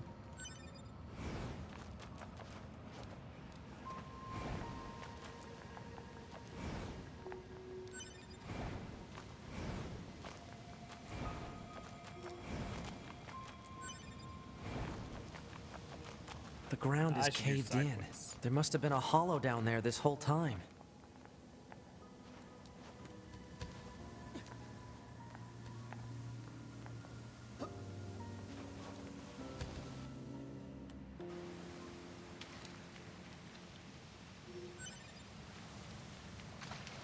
See, so I'm glad you're excited, Demins. The thing is, for me, is that not all, like some of the changes are great changes, but like almost all the changes that they did, which they had to like change up the formula. They had to do things different because they don't want to just do the same thing over and over and over again. But a bunch of the things that they removed, most of the things that they removed were the things I loved about Three Houses that I didn't like about old ones. So I'm not sure I'll be. This hallway looks also pretty old.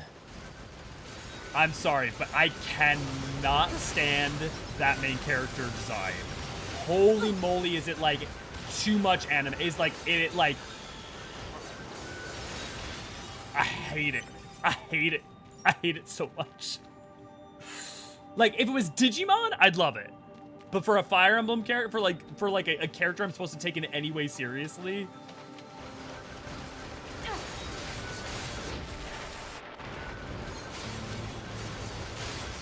Yeah, this is definitely something. I haven't played Fire Emblem since Path of Radiance, and no, I don't own the game. No, I don't own the game anymore because everybody was Path of Radiance. So. I recommend Three Houses. Huge fan of Three Houses. I'm not a big fan. I've played most of them. I'm not a big fan of most of them, but I always try. Big fan of Three Houses.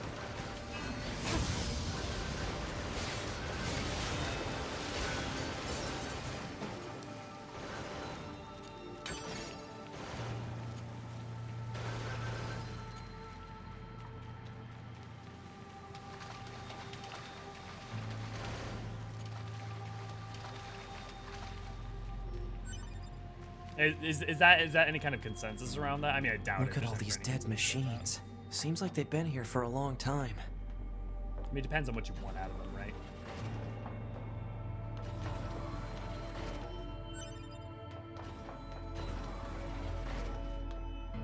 See, some of these visuals may seem so familiar to you because of the Puppet's Bunker from Nier. What is Nier this raid. place? I don't know. There's nothing like it in the database.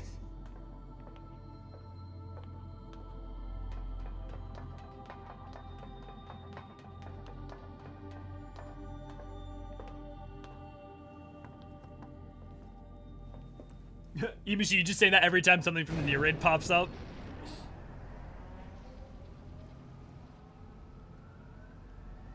Are they dead? 2B, look! Destroyed alien motherships. Welcome to the graveyard of our creators.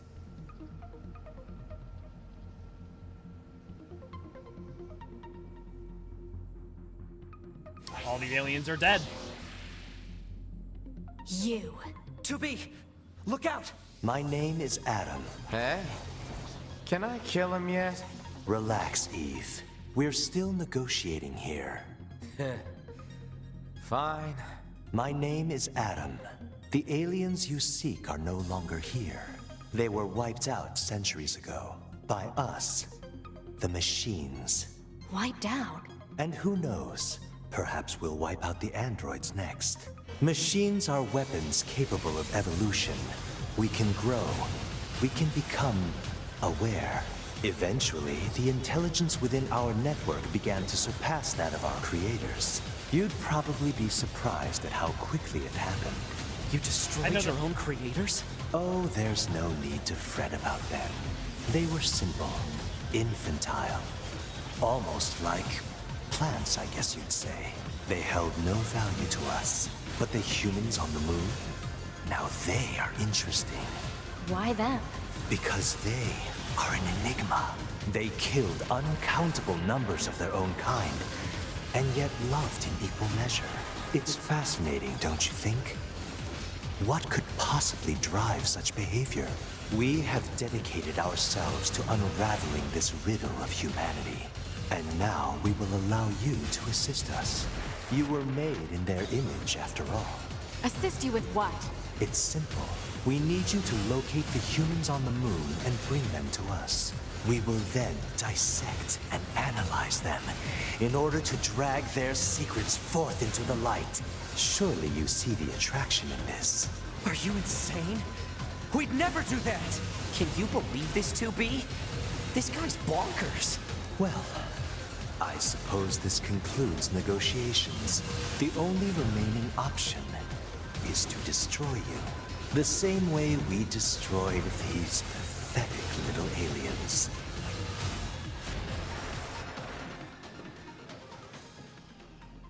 Time grows short. This year, this is the fate that befell our creators. As for your beloved humans, I guess we'll see, won't we? Noctis? I did not realize that was the voice actor of Eve. They're gone.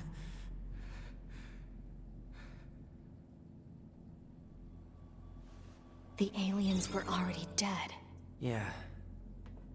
We better get back to the bunker. So the aliens have been dead the whole time.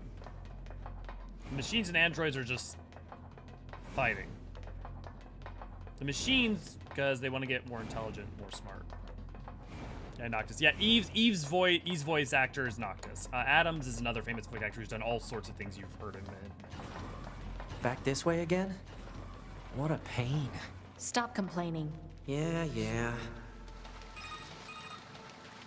2B, this is Operator 60.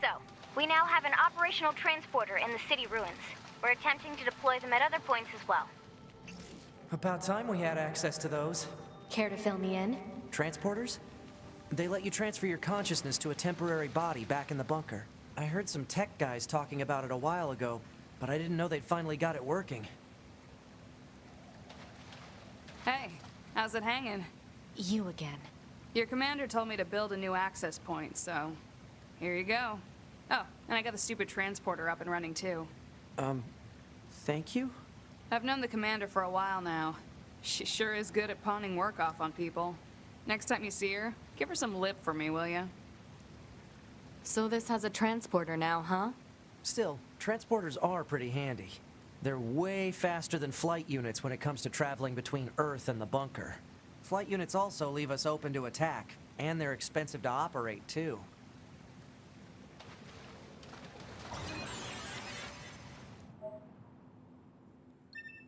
So now I can go back. I can teleport to all the different places.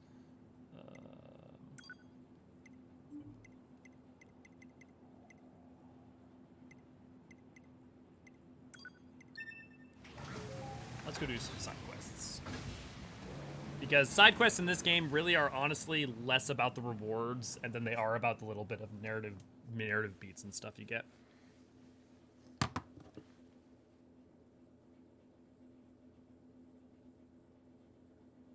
My food will be here in about 10 minutes. Hello no. there. Sooner than that. Hello? Testing. Pascal?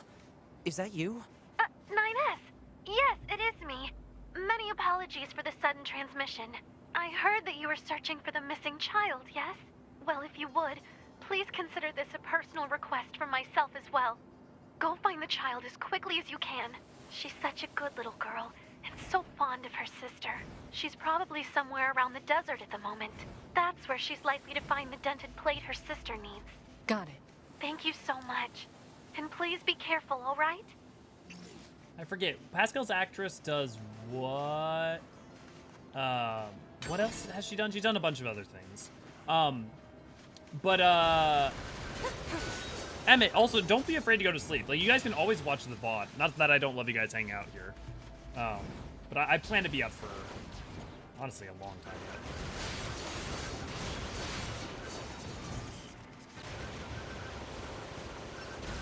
I spent the past, 2 days doing nothing but sleepings. Lost time.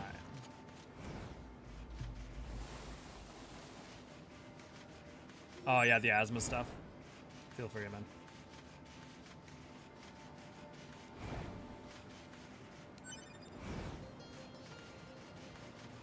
If I remember right. Yeah, this over here, that's the...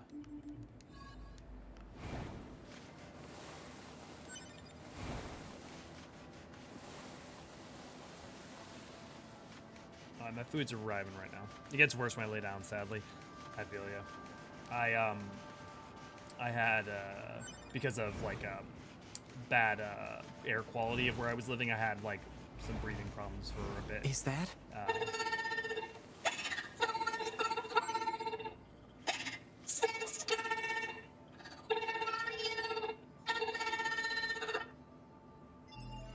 Okay.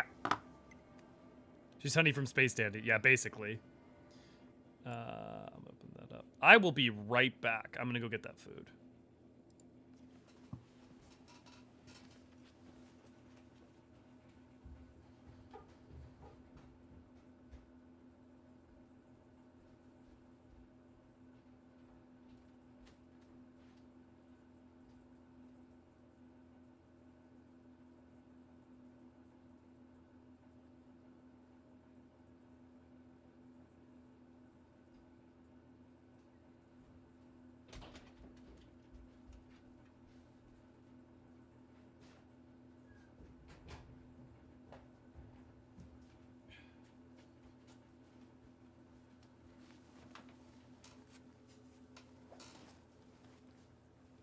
Okie dokie doke.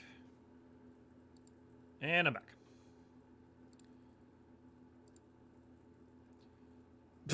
right. Quick, blaze away. Everyone hide. I love Space Dandy. Space Dandy's awesome. If you guys have never watched Space Dandy, if you like something like Bobobo, I mean, it's not quite the same. It's really not the same. But like, if you like things like that, like just wacky, wild anime, they're just bizarre. It's great there. No beans here, only trees. I had problems with my asthma when I was younger, but eventually grew out of it, even being born with a collapsed lung. Oh, wow. Right, and I had a partner once who was born with a collapsed lung. And she had scars from it, from the surgeries to fix it, but luckily she was able to grow out of it. So question. How do we want to deal with me needing to eat? Because, I mean, I can try to play and surreptitiously, you know, pick at things. Or I could try to,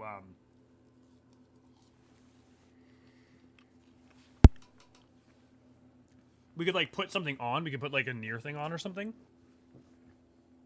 For a short period. Don't eat, just pop up a UV lamp and photosynthesize. Sadly, I am not like the aliens. We could put on that Drakengard analysis thing. The Drakengard summary in order to explain that. So that people that have even better understanding of Drakengard. One.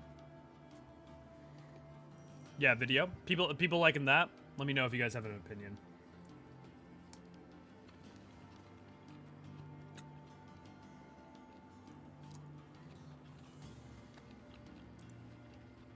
Okay, let's do Drakengard then.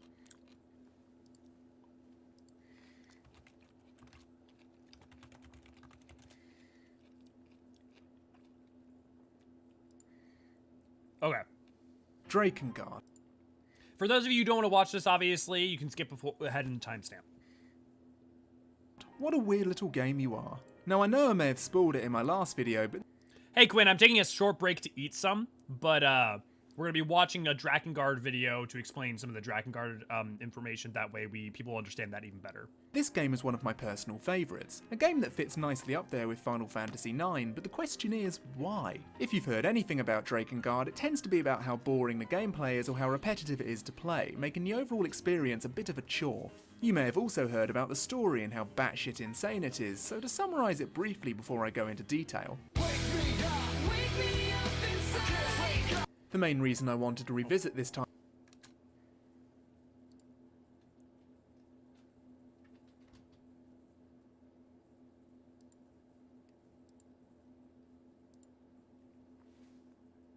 Drakengard. What a weird little game you are. Now, I know I may have spoiled it in my last video, but this game is one of my personal favourites. A game that fits nicely up there with Final Fantasy IX, but the question is, why? If you've heard anything about Drakengard, it tends to be about how boring the gameplay is or how repetitive it is to play, making the overall experience a bit of a chore.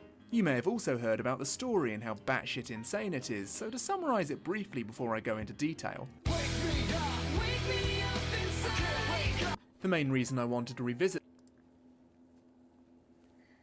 Also, Clemps, if you're seeing this, with the amount that we are watching your videos, if you end up claiming this, I will not blame you. But great.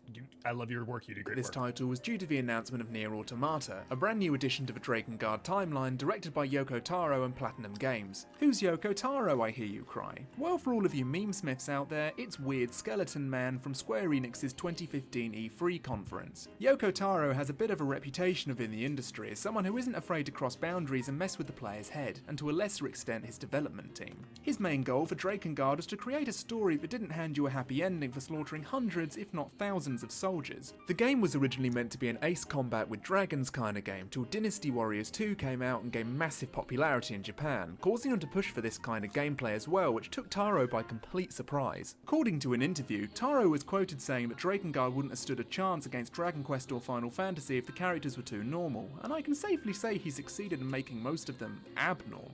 Something that I took away from my return to the Drakengard series was Taro's love for making characters with a defining trait that makes them somewhat ostracised or unique in a video game setting. You'll find this becomes a pattern in each edition to the series, including Nier and I'm guessing Nier Automata. Touching a little on the gameplay, I can't really say too much about the ground combat. I'll sum it up quickly in one short, easy to understand clip.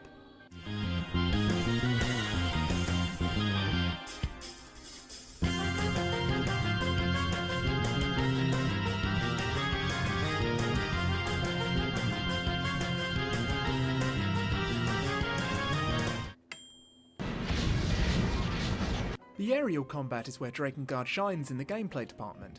During these segments, you'll control a dragon whose main goal is to shoot down enemy. Do the watchers laugh too? Like in which way? How's the food? The food's awesome. The food is great. It's from a they have awesome fries and great burger place.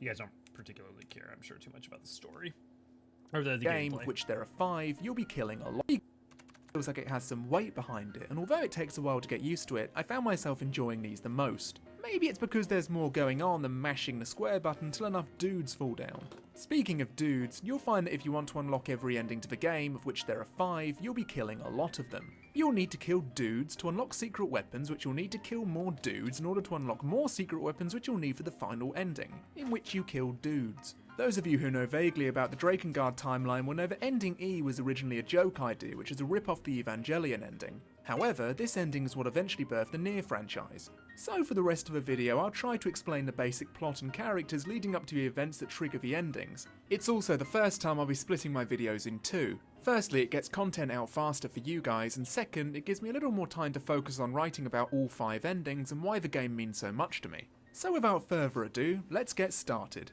Let's hope it doesn't drag on for I won't too get long. food poisoning again, I promise. Drakengard takes place. Looks like Squall? Not really, his hair's much shorter. Kind? I mean, only like that they're kind of like brunette dudes with slightly spiky hair. Place in a fantasy world called Midgard and is protected from an otherworldly force by 4 seals: the seal of the desert, ocean, forest, and the seal of the goddess, Furiae. A mysterious cult has taken hold of the Empire, enslaving thousands of soldiers to become a mindless, red-eyed hive mind with one goal: to destroy the seals, allowing these otherworldly beings into their dimension to cause a ruckus. The game starts with our main character, Kaine, fighting a battle against the Empire with his army, the Union. Kaine will be our main character, who brings an interesting twist on the silent protagonist. Show no mercy! Attack! But Clemps, I thought you said he was a silent protagonist. Spoilers!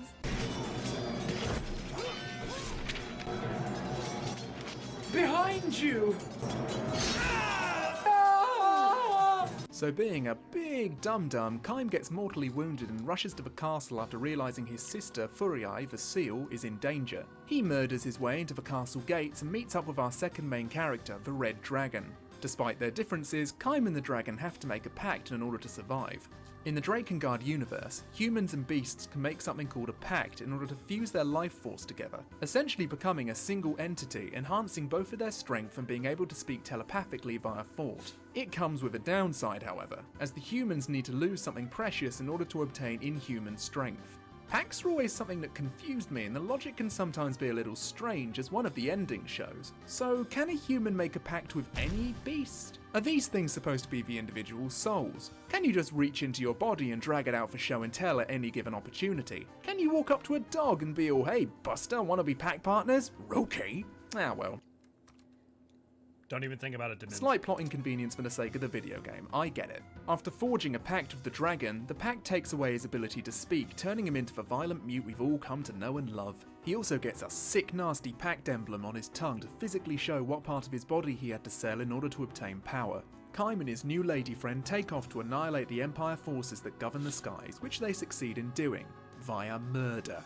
Shortly after bathing in the blood of a few hundred soldiers, we're properly introduced to Kaine's sister and his childhood friend Inuart, who's a naturally talented musician. Furiai and Inuart were originally supposed to be husband and wife before Furiai became the goddess of the seal, which is why he's so adamant to protect her. Stay away from Furiai, he says whilst throwing him in her general direction. God damn it, Inuart, you're so fucking stupid. Kaine! It's enough. He's dead. Perhaps we should celebrate. The usual song? Tell me why I'm stuck as a virgin with rage. Tell me why I so need a cute girl my age. Inuart proposes the party head to the elf village as the castle is no longer safe. Man, sure hope everything's gonna go smoothly. Oh, well played, Quinn. No. Oh, Furiai. You must forgive me. I'm not strong enough to protect you. But your songs, they calm me. Songs? I pray for strength. Next, the dragon hears a character named Hierarch Hydaelyn reaching out to a pact partner telepathically to bring the goddess to him for safety. So I guess pact partners can also communicate with other pact partners via thought. I mean, sure, I guess? Hydaelyn is a holy priest of the seal who made a pact with a dragon back in the day, although now it's petrified, meaning he's pretty much useless in combat. He sacrificed his hair as a pact price, and compared to some of the other shit people had to give up, I'd say he picked the winning straw. After speaking to a dying elf, Kaine learns that a bunch of hostages have been ferried away to a shrine of the Watchers. Inuart and Furiai take off to the desert shrine, whereas Kaine decides to split off from the main group to do a bit of heroism. Through murder, Kaine finds out that the kidnapped elves have been taken elsewhere. Well, the dragon kind of assumes this, and I guess we're just going to go along with it. Next, we're introduced to Leonard, one of the more controversial characters within the Drakengard series. Although it's not directly stated in the game, and the comments regarding it are pretty ambiguous, Yoko Taro admitted that Leonard was indeed a paedophile and was off jerking it to little boys whilst his brothers were murdered. Okay, what do I say? Fruity tooty, no, that's awful. Leonard licks lads. Oh god, I'm in trouble. Your burden for the pact is male pattern boldness. Exactly, Dimins. Getting up your hair is pretty easy. Yeah, it's not the worst one. Okay. Dipsy, Lala, Poe. Leonard, broken and racked with guilt over his actions that caused him to be away from his family, attempts suicide but ultimately caves into his own fears and drops the knife. It's then that we're introduced to one of the worst characters in the game. Your sorry, pitiful little brothers, dead on the ground. What fun! What fun!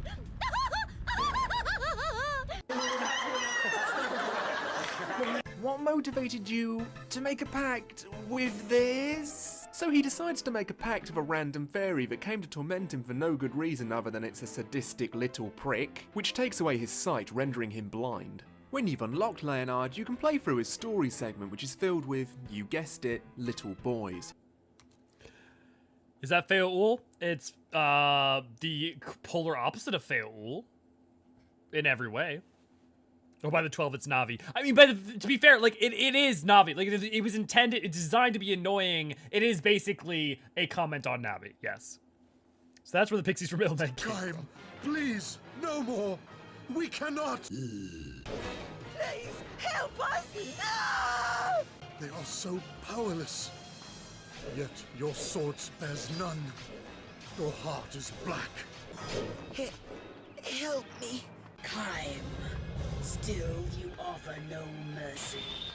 Anywho, the dragon reveals that Inuart was basically the coolest guy ever and saved Furiai and Hydaelyn from the Empire. By the way, I'm lying. Sort yourself out, you plum. It's Fea'ul after she finally snaps from you not calling her for one too many times. I am. A girl touched me. Thank goodness you're safe. I will be safe. I am a goddess after all. No, the Empire are after you because you're the goddess. Don't bullshit me, you rascal. Kaine heads to the Empire prison and succeeds in rescuing Verdley, and it's clear that Inuart's being held in another location, so for the time being they have to give up on their search. However, the Empire have a much more nefarious plan when it comes to Inuart. If only I had more strength, then I could protect Furiae. Oh look, it's Shadow the Hedgehog! My one true love. All mine, Furiae, all mine. Shadow, come on buddy. If she ceases to be a goddess, can she become a woman again? Impending antagonist alarm. If only I had the strength.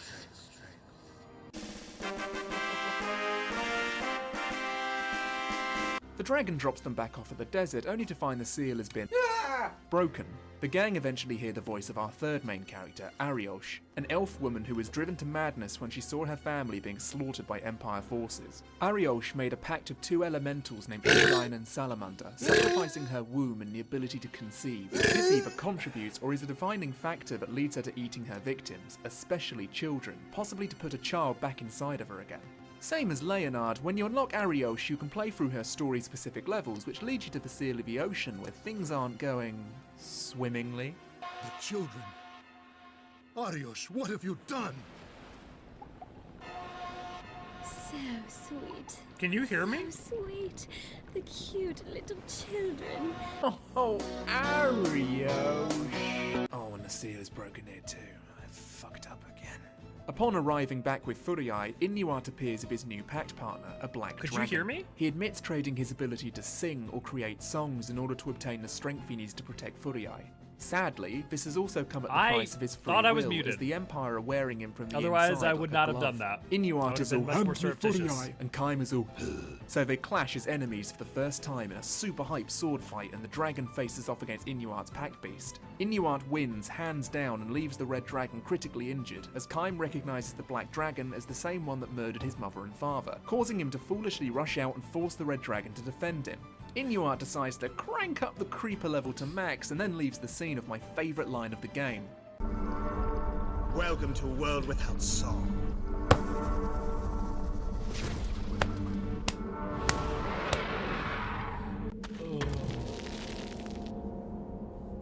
Well, enjoy that. Incredible! After Inuart leaves, Verdley drops a bombshell and explains that if all of the seals are broken, the seeds of resurrection will be sown across the land. What? Honestly, I was really sad. I was honestly just mostly trying to like let it out because I had to but usually I can do like that was nothing. Like I'm sad because usually I can go much louder, much longer, much like bigger with that. I wonder if it's because I was sick, because that was like those were like wimpy. Those were wimpy. What are the seeds of resurrection? What purpose do they hold? I'll explain them all in due time. Finally, the goddess's capture gives the party enough motivation to storm the Imperial lands to retrieve her personally, and find some new allies along the way. It's a good thing I know now that the mute button's not working. Oh, that's just a Discord mute. Oh, cool. Well, now I know. Wait, no, I take it back. Not cool. No. This young boy named Sarah lovely is an sound. orphan whose parents were some of the many victims of the Empire attacks. A wandering golem found Sarah alone and, taking pity on him, sealed a pact. Sarah gave up his time, meaning he'll never die of old age, forever remaining an immortal child. He's also my least liked character in Drakengard. Seems I share this opinion with Yoko Taro, who claims Sarah is too much of a goody two-shoes to fit in with the universe. He was created to contrast the party of miserable individuals we've come to know, but he somehow ends up being insufferable to me. Mother, I'll kiss you and then you'll wake up, right? Kill me if you desire, but you can never dirty my soul, wretched human. Now before I jump into Sarah's part of the story, I thought I'd explain something briefly. You'll notice that in this particular scene, Sarah isn't here, whereas in this exact same scene, he is. The explanation for this is the endings to Drakengard and the process you need to do in order to unlock them. For most of the characters, you'll need to revisit older chapters to have them as backup, and for the first ending, you won't be getting Sarah at all. Does that sound awkward? Yeah, it kind of is. Right, now we can tackle Sarah and his involvement in the plot. Serai has a twin sister called Mana, who his mother despised for an unsaid reason. She would claim that she loved Serai and only Serai, eventually leading Mana into the mountains and abandoning her. Despite having much more pressing matters in hand like the end of the fucking world, Kaine and crew decide to help this little Melvin out. Stay back from there. Serai! A spell of possession. A wizard must. I'm also going to point out that there's going to be a recurring theme in Yoko Taro's works of evil twins with the color red. Hit him! Golem, you have one chance and you're missing it. Hit him! My friend. Oh, you fucking blew it. Serai! Finally, after rescuing the little squit, the fairies of the forest release a death cry meaning only one thing. The third seal has been broken, which leaves Furii as the last remaining barrier between this world and the unknown. Kaine and the dragon rush to the Union's aid to take down the man-made Cyclopses and manage to secure victory. Via murder! After a grueling battle, it seems like the Union has won and spirits are high.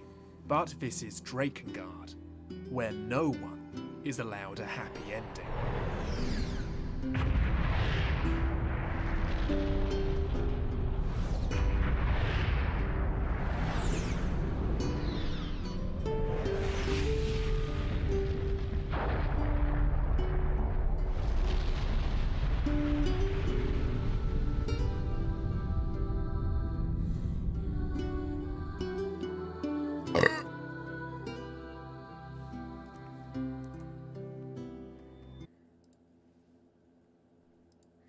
Holy nuked from orbit. Yep. Me after a Taco Bell. Yoko Taro's obsessed with depressing endings, to be honest. He must be a fan of the Greeks. I mean, it's actually interesting that you say that, Quinn. I actually don't... I don't know that he's just obsessed with depressing endings. I think also actually his more recent work shows, like, an interrogation of, like, gaming and, like, inescapable tragedy as well. Yeah. Well, part 2 is here at last. If you haven't watched part 1, achieve its goal. A goal which is becoming closer to visible. A brainwashed hive mind inevitably sealed their victory. If you wanted a clear example of the Empire forces being a brainwashed hive mind, the fact that they're almost proud to die is a good example of that. They're disposable. Whoever's in charge sees them only as a tool to achieve its goal. A goal which is becoming closer to reality the more our heroes faff around.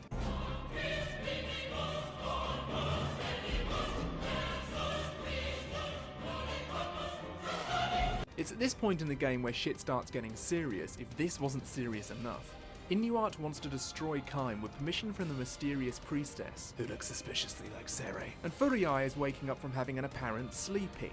Wow, Inuart, I had the weirdest dream. I was useful for a second, but then I woke up. Here we are. Pull the stick out of your ass. Instead of fighting Inuart on the ground, we're going to be fighting him with the dragon instead, and I really start to pity the poor voice actor, because some of the delivery is... well, let me show you. Furii! Furii! Furii! Furii! Furii! Furii! I really hope you're getting paid well for that, mate, because fuck me. The Red Dragon uses the rising winds to follow Inuart into the massive flying fortress that bombed the ever-loving shit out of us earlier. When we finally find a way to break inside, Kaine does what a Kaine does best as he feverishly attempts to save his sister. Kaine. However, it appears that in this ending, That's we're going too somewhere. late, as Furii was apparently killed off screen by Serai's twin sister, Mana, aka the Priestess of the Watchers. The Red Dragon announces that the seeds of resurrection have been sown, and the end of the world is looming. Inuart, noticing that something is wrong, pushes his way to Furii's side. The sight of her lifeless body snaps him out of his trance, and we're led to assume that by the twin voices, Write not the Watchers, sculpt not the Watchers. Mana is possessed by the Watchers. This next scene, man, I don't know whether to laugh or cry. Did I kill you? La la la la la, la la la la. Watchers dance, such fun. The Watchers dance. La la la la la. La la la la la. La la la la la. The Watchers, they dance. Speak not the Watchers. Draw not the Watchers. Hey, Abby! Ooh, I'm gonna call you Cindy! Cindy, lay down! Inuart is broken, emotionally and mentally. He carries Furiai's lifeless body to do the unthinkable. He wants to put Furiai inside a seed of resurrection. Inuart believes that by placing Furiai inside one of the seeds, it'll do what its name implies and bring her back to life. Fun fact, I was almost named Cosmo as a kid. Cosmo, how dare you be that creepy. Damn, alright, I'll watch the rest of the body. I gotta take it to the airport. Sounds good, E-Machine. Catch you. See when you catch up. However, the seeds are not only called the Seeds of Resurrection, as the Red Dragon states. They are also known as the Seeds of Destruction. So as I'm sure you're aware, we don't exactly want Inuart to place a human corpse inside something called the Seeds of fucking Destruction. So we fight him in the air for a second time. This is the fight that you'll be repeating a lot. Dude, people tried to pick on me and they stopped real. Like, as a kid, people tried to pick on me, and I only had to stand up for myself for a small period of time before, and by stand up, I also mean punch people in the face for a small period of time before people stopped fucking with me. I was always a weirdo, but like, I was also really good at melding the difference between different worlds, like nerds and the stoners and stuff, and so, yeah, people, I can get in a scrape. Now and then. 100% mark, so you should probably get used to this line. Die, die, die! Die, die, die! Die, die, die! Die, die! After defeating Inuart, he manages to escape to an unknown location, which leads us onto a clear-cut course for ending A, the anguish of an unsmiling watcher. Kaine is pissed, and rightfully so. I mean, his sister kind of flopped over like a bag of shit, so who can blame the guy? We descend into the destroyed Empire City, and we're given an important boss battle which highlights just how close the dragon and Kaine have gotten since the beginning of their journey. The creature flying before Kaine and the Red Dragon is a worm. A dragon so ancient that to engage in combat with it as a member of the Draconoid species would be seen as a grave sin. With a little encouragement from Kaine, the Red Dragon decides to test just how powerful she's become and faces the worm head on. After a grueling battle, we down it for good, making the Red Dragon an extremely powerful member of her race, which not only boosts her pride, she also finds respect or even affection for Kaine. It is nothing. It is you who should take care, Kaine. Upon reaching Mana, you'll notice that Leonard, Arioche and Sere aren't here with Kaine and Verdelay. Well, for the time being, whenever you don't see these three in a cutscene, you're just gonna have to assume that they don't need to be unlocked yet for the endings they're canon to. Kaine is ready to smash the little twerp's head in, but Verdelay is all and does some crazy Harry Potter shit, which causes Mana to roll the clip. Pathetic. Pathetic.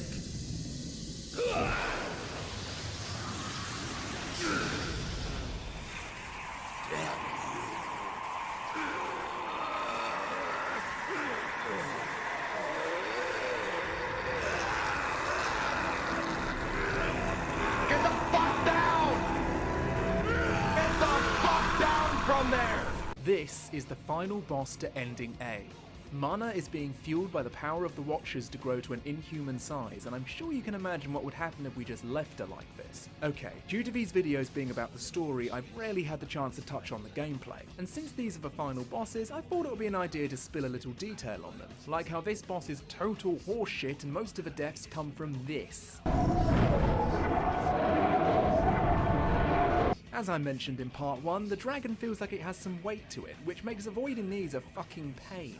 If you're lucky, you can down her in a ridiculously short amount of time, but I'm gonna wager you'll be dying a few times before you see this screen pop up. Or maybe I'm just bad at video games. Yeah, there's also that. Eventually, as video games go... That's what fits for Final Fantasy XIV Glam. Die, die, die! Well played, Quinn. I was too tiny to do anything like that to bullies, yeah. Needless to say, they stopped after that, yeah. What? That looks creepy. You're correct. Shaking DoorDash right now, there exists an ice cream place called Soon Scoops. Does it come with Tsundere? So we beat Mana and she reverts back to her natural form. It would appear that she's returned to normal, although the influence of the Watchers is still there to a certain extent. Okay, hear me out here. I kind of feel sorry for this character. This little girl is asking to be killed because the weight of her crimes are finally hitting home.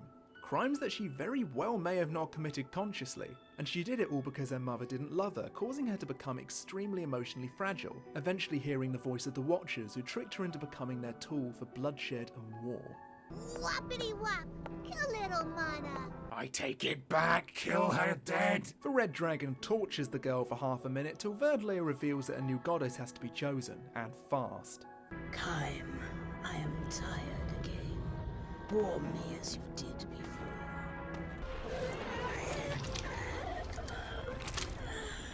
Now, some of you may have thought like I did at this point. Whoa, that's kinda... you two hiding something from me here? Fucking baddragon.com? And it turns out that isn't far from the truth. In Ending A, Kaine and the Red Dragon have formed an emotionally romantic relationship. This is something that Yoko Taro never planned, as he originally wanted the relationship between Kaine and the dragon to be something Demins, when did they let you on the writing team? Similar to a parasitic relationship, Kaine being the parasite. The romantic connection was instead written in by Takuya Iwazaki, and this is a theme which carries over into Drakengard 2. Remember when I said things would get fucking weird? The Red Dragon announces that she will be the new goddess of the seal, as no other human can match her strength. So Ending A involves the Red Dragon sacrificing herself to protect the world from the Watchers. As Verdele burns the seal onto her flesh, Kaine sheds tears for the woman he loves, and she reveals her true name to him. Angelus. My name is Angelus. And she fades away, protecting the world from destruction until another goddess needs to be chosen.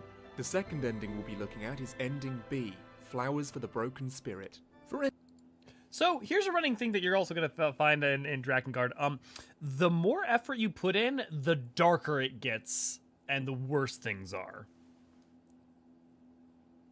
Yeah, we're not going to talk about Drakengard 3. We're going to go back in. We're not going to talk about Drakengard 2, and we're not going to talk about Drakengard 3.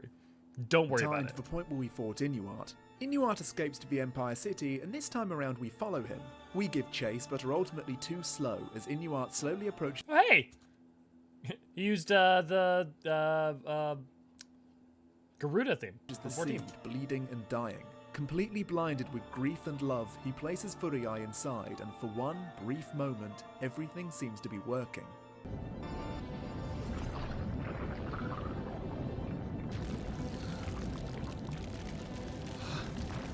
It worked! It brought her back! Huzzah!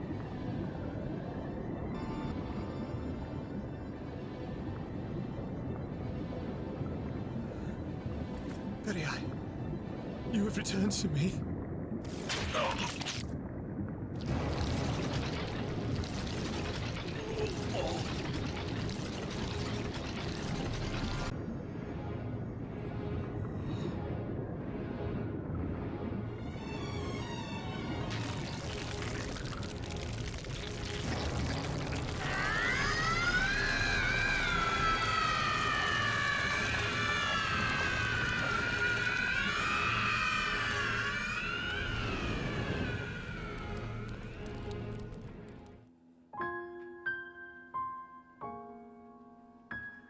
Cool.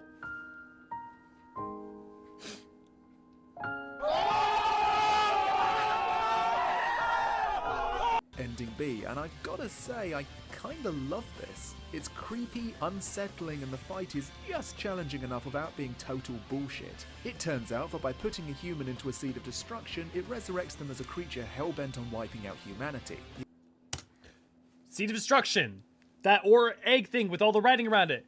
See, that is a seed of destruction. That shows up in the Nier raid. Going Inuart, how's that working out for you, you dumb bitch? When we eventually beat Furiai, that is the thing that the final boss comes out of. The finale, where Kaine holds his monstrous sister in his arms, looking out onto the broken Empire City. And as the camera pans around, it seems that the battle between Kaine and Furiai isn't over just yet.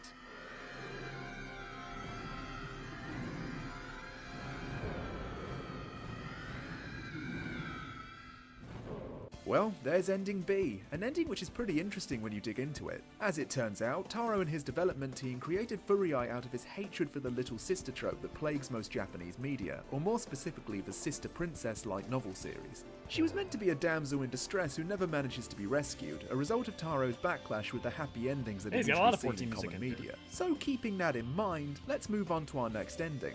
Ending C, A Companion's Eternal Farewell. For this ending, we're going to go back to the climax of our attempts to rescue Furiai. We actually managed to make it to Furiai before her death, where Mana begins to unravel some truths in front of Kaine. I'm just a girl. A normal girl. What's this?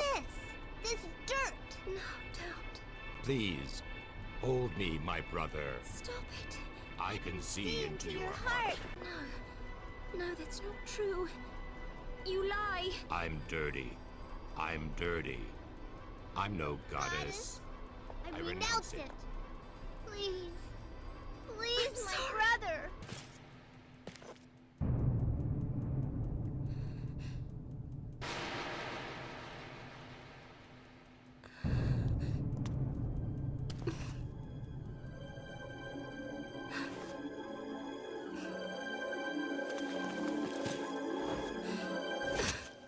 Confused? I sure was. Why did she kill herself here? Kaine turns away, seemingly out of shame, so Furiae plunges a dagger into her chest. Doesn't that seem a little extreme? Well, you'd be right in being a little confused, because the English translation completely fucks this scene up. In the original Japanese version, So the girl's a dude. No. The girl's not a dude. The girl's possessed by the Watchers. Drakengard feels like an online roleplay done on the random forums back in the early 2000s. I'm not sure I follow. The angel design from Drakengard are outright crazy. Yes, they implies are. that Furiae harbours incestuous feelings towards Kaine. Kaine. Whether or not Kaine and Furiae have engaged in a physical incestuous relationship is up to debate, but it'd explain why Inuart is so jealous of the siblings. The English version censors this in the weakest way possible, going as far to imply that Furiae could just want a simple hug from her brother, which only further increases confusion about Furiae's heartbroken response to Kaine turning his head away out of shame. Jeez, this whole goddess business is a taxing situation. I'd sure like a hug right now. Fucking kill yourself, you harlot. It makes no sense. Okay, anyways, Furiae is dead. Again. Inuart is upset. Again. He falls over like a bag of shit in front of the seed and never manages to fuse her with it, dying with a smile on his face. Angelus notes that a human is at the altar, this human being Mana. She attempts to summon a dragon for whatever reason and ends up being promptly devoured by it.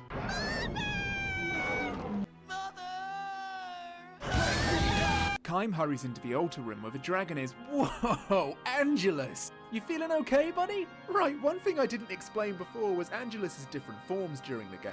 She levels up via story missions, and when you unlock them, you can play as them in the free mission mode. So in this ending, she turns into fucking Satan, and then does something that genuinely took me by surprise the first time I got to it.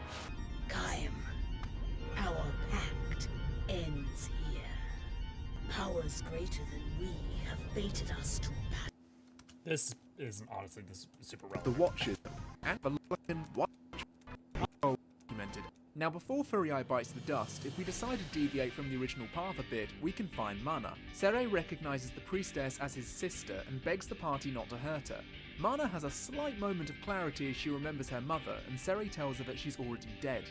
La la la la la. Don't miss the Watchers. What the fuck? Don't miss the Watchers. Forgive me. Forgive me, Mana. Golem. Please. Help.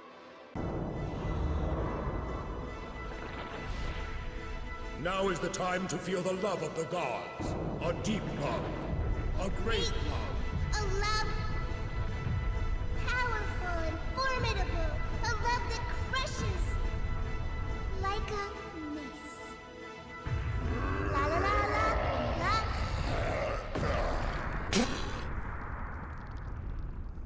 Was that your idea of helping? Golem, you straight out killed the shit out of her, dude. Holy crap. After Golem wipes Mana's residue off his big lumbering hands, the short calm ends, and along comes the storm.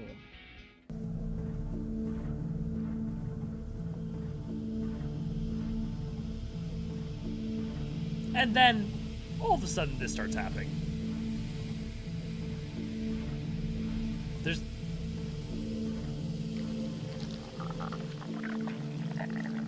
These are not really, like, you don't understand really what these are. Like, it's not... Like, yes, there is the Watchers, and but, like, within the confines of Drakengard 1, it's like...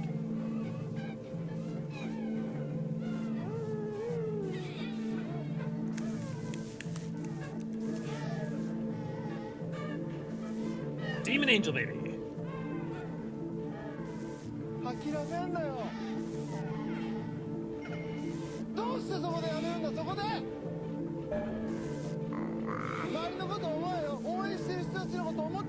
Think of all the people around you. The people who are depending on you. Never give up. Giant flying demon babies. I mean, sure, okay. These are the Watchers, the same interdimensional beings that possessed Mana, the very same creatures that took hold of the Empire.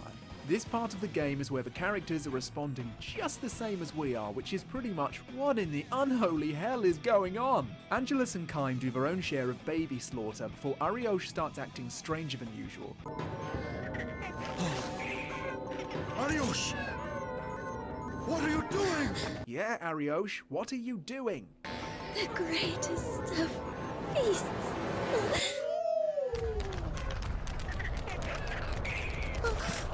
They're devouring Ariosh!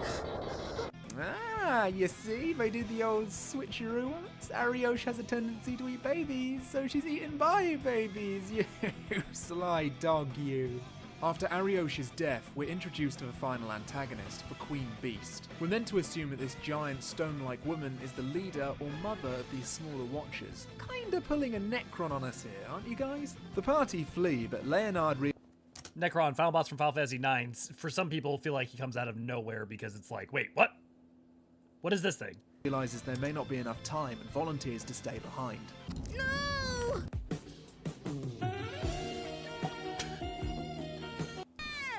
I will not die.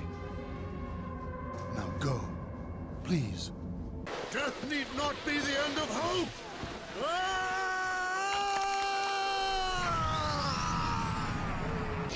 That was a lie. Our party is dropping like flies, and only Kaine, Angelus, Verdelay, and Sere are still alive. Sere has a violent reaction to the Queen Beast, who appears to be controlling something called the Great Time.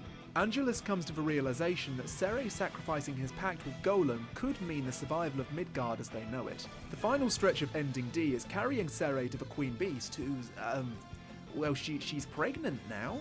You know, I'm just not going to question these things anymore. Fuck it. Avoiding the Watchers, or as the characters call them, grotesqueries, allows us to launch Sere off of Angelus, who's sent shooting towards the Queen. He lands a perfect 10 on this big old prego belly, and whilst he's taking his sweet time, Angelus and Kaine are killed and eaten. The little boy lays down and breaks his pact. When Sere breaks his pact, it would appear that time around him crystallizes, meaning that the Queen Beast and Sere will be frozen in time forever. He silently hopes that Mana forgives him and falls into an eternal sleep, never to wake up again. And that's one of the good endings. Arguably.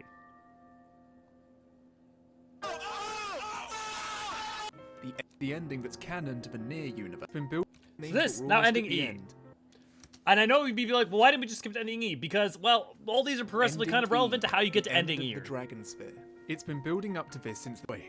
Now, I've watched this little cutscene over and over again, trying to understand what she means by this. Okay, so you'd assume she means, to kill the Queen Beast, we must fight it on its own turf. But it's right there. Sere is all, don't leave me when she mentions this, but why would you assume they're going away? I mean, they will, but that's not the point. Now, since this is the ending that I've been building up to, I decided to play it from start to finish without any interruptions. If you're watching this or have seen it already, skip to this time code. Sitting comfortably, let's go. And we're gonna stop after here, but, so, they fly in, and you guys know what happens there. The ending E, the Queen Beast Mother falls in, white things falls apart, white chlorination sickness, all that becomes the part of the things, becomes the thing, becomes the blah, blah, blah, blah, blah. And Nier happens, and then an indiscriminate amount of, well, actually a specific amount of a couple thousand years pass, and then we get to Nier Automata. Shall we continue? I believe we were helping a sister get back to her sister. Welcome back, Dest! Nier, am I right? Who's feeling like they understand the franchise better? And who's feeling like, oh my god, I'm even more confused? Hey there, are you a machine who came out here looking for a spare part? Huh? Who are you? Your sister asked us to look for you. She did? Really? Really? So, what do you say we head home? I was so scared! Right. Let's get her back to Pascal's village. How'd you get lost out here anyway? I was looking for my sister's part, but then I got scared.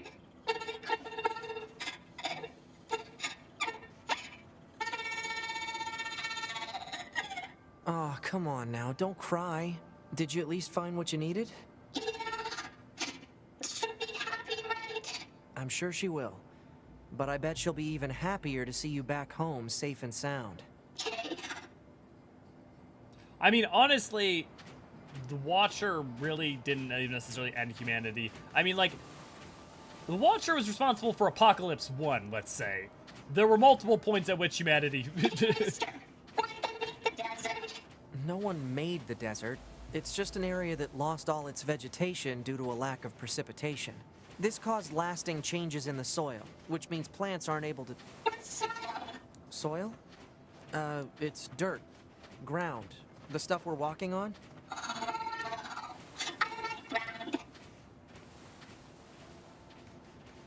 I think I understand the coming out between all the games is interesting. Don't trust that which has red eyes. Yeah.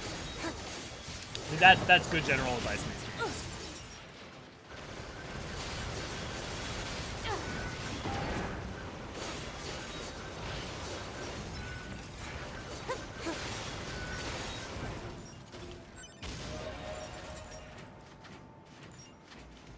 Can someone do me a favor? Or, like, and just double check real quick for me. Just, like, leveling up just straight increases your attack and stuff, right? Like, that's all it does. Like, it increases your health and attack.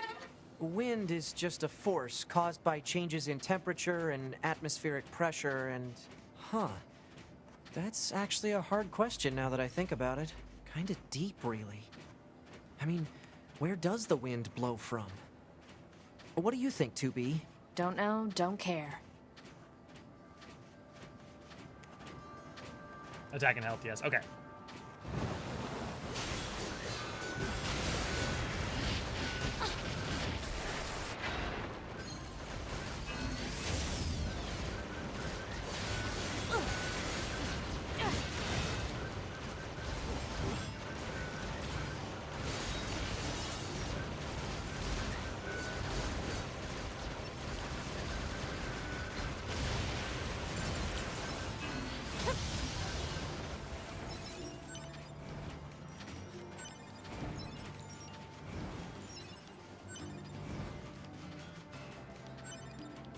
Nerd! Mood mostly in that I relate to him. I thought those were ribbons. Oh, it's a bow. Yeah, on her back. I would kill die for that bunny ear robot girl. You mean the bow? Yeah, the bow. Well, machines can't really make children. Neither can androids, now that I think about it. 2B? Little help here? Huh? You're the chatty one. Work it out. Oof. Wow, it's getting late. Let's get you home already. I mean, it's interesting that he was designed to have any form of propriety.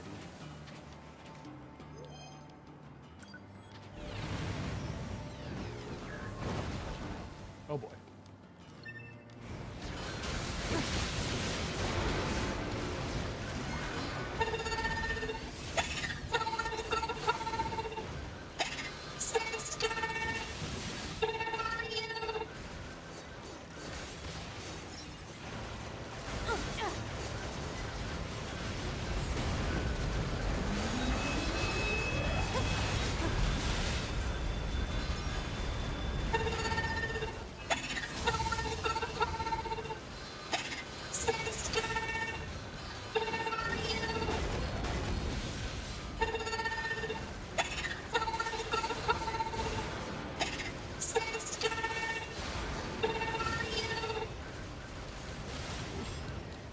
Gotcha.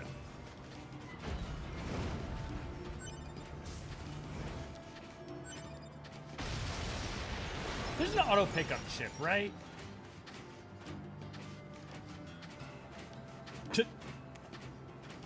Yeah, I think you might be right there, Demins.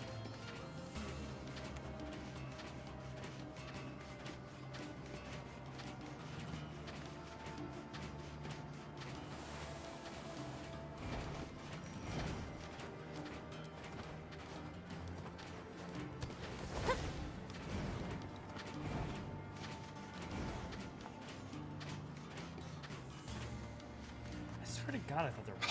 I know this place. I'm gonna get home by myself now. Thanks, mister. Thanks, grumpy lady.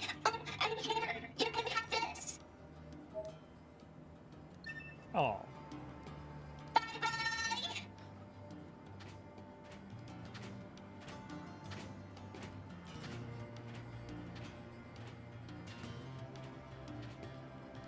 Make sure to come back and tell me how to make children!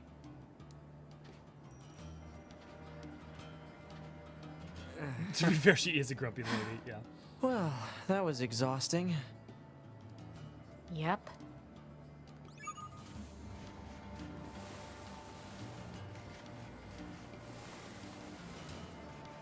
So I'll say this too, in case you ever play it. Just so you know, there are points of no return in this game. However, I will tell you that I won't tell you how, but it's not a problem. So if you ever hit a point of no return, don't stress out too bad.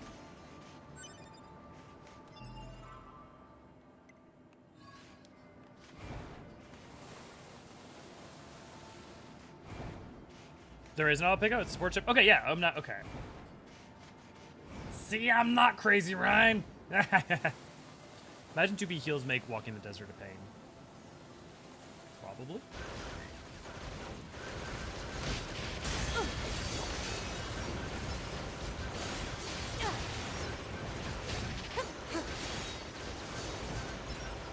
I mean, then again, like, she has the capacity to, like, automate. I mean, like, think about it as an android.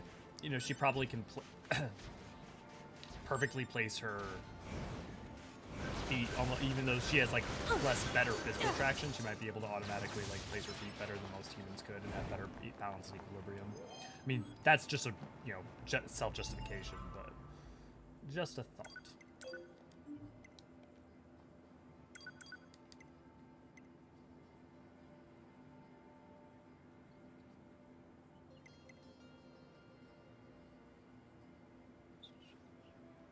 Oh, right, there's one in the desert, that's why. That's why.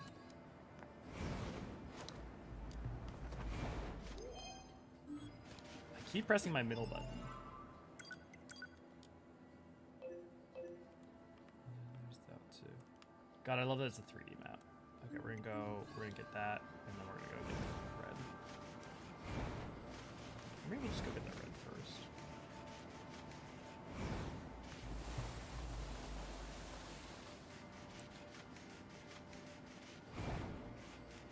Replay this game. I mean, yeah, you definitely should, especially because, like, if you've only done the 1/3 mark, I mean, yeah. If you mean you've only finished ending A, there's a lot more. Hey, Rin, good to see you. Glad to have you.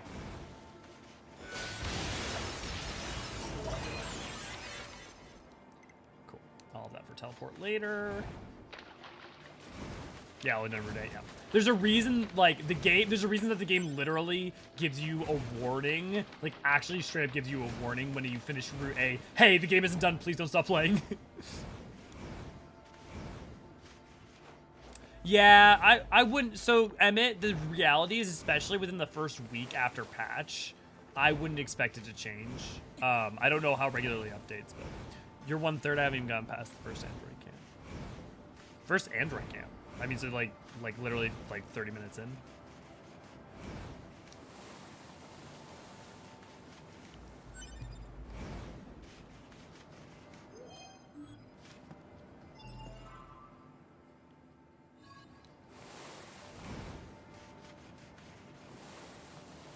I'm really excited to show you guys the secret boss.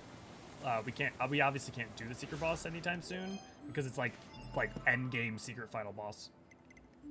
Where is this? And I'm gonna go ahead and not having the mini-map is actually annoying me now. Okay, what am I gonna unequip?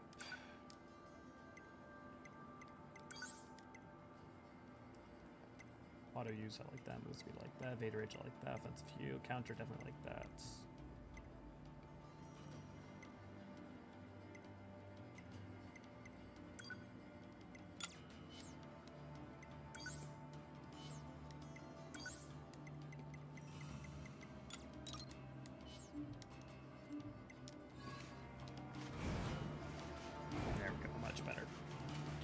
Remember, any chance you're a fan of or play the Tales series? I'm not a fan of. I played a couple of them. I played like Symphonia and stuff. I wouldn't call myself a fan. I think they're fine.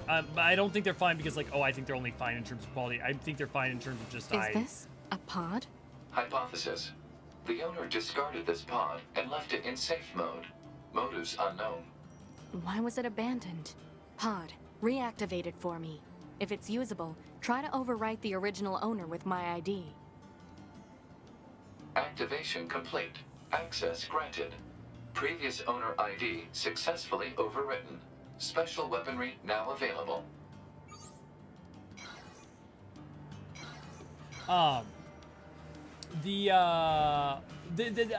Just kind of your standard JRPG fare in that regard is just not super my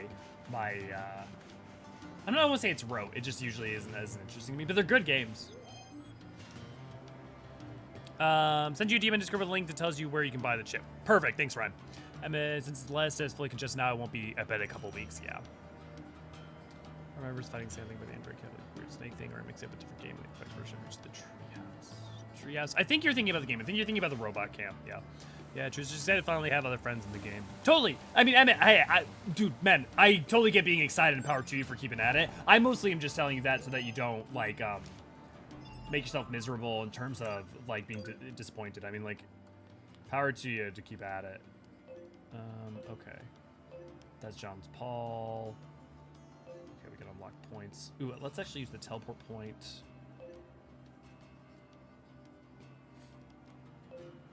Okay. So those are all the... Oh, yeah. Okay, these are the side quests.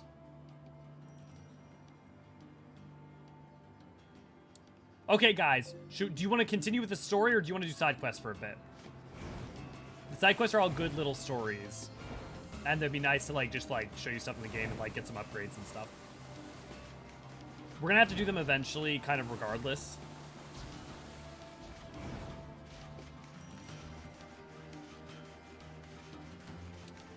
Bizarre has the best characters ever, also main characters voiced by Christian V. Yeah, I thought Bizarre was fun. Don't take my, like, lukewarmness as me saying it's not good. Operator 60. Remember that message I sent you about Jupiter fortune telling? I had the girls on RD do it for me, and I got the worst reading possible for health, work, and love. But that's when I realized something. That stuff is a bunch of occult crap. I mean, how are you supposed to figure out your destiny by observing another planet? It's ridiculous. I'll forge my own destiny, all by myself. That's the truest the desire of every Yorha woman anyway. Right? Sad emoji. Random anonymous sender. EB79BB2EE5BE93168.2.37183-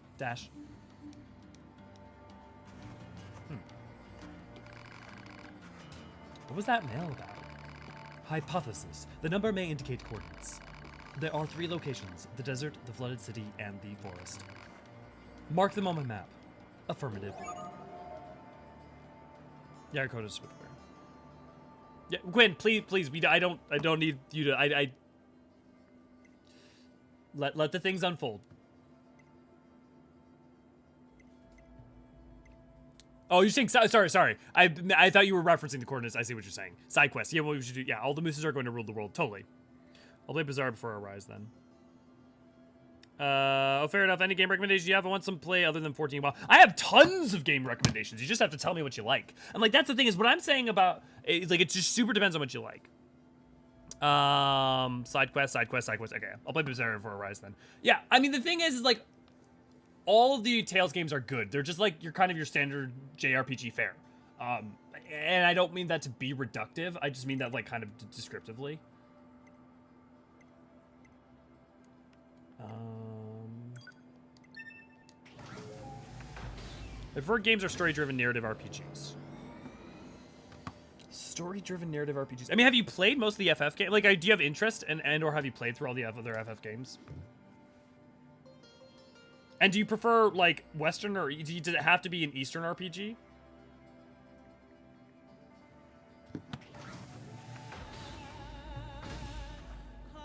I've been considering playing FF9. I mean, if you like turn-based, I super recommend playing FF9.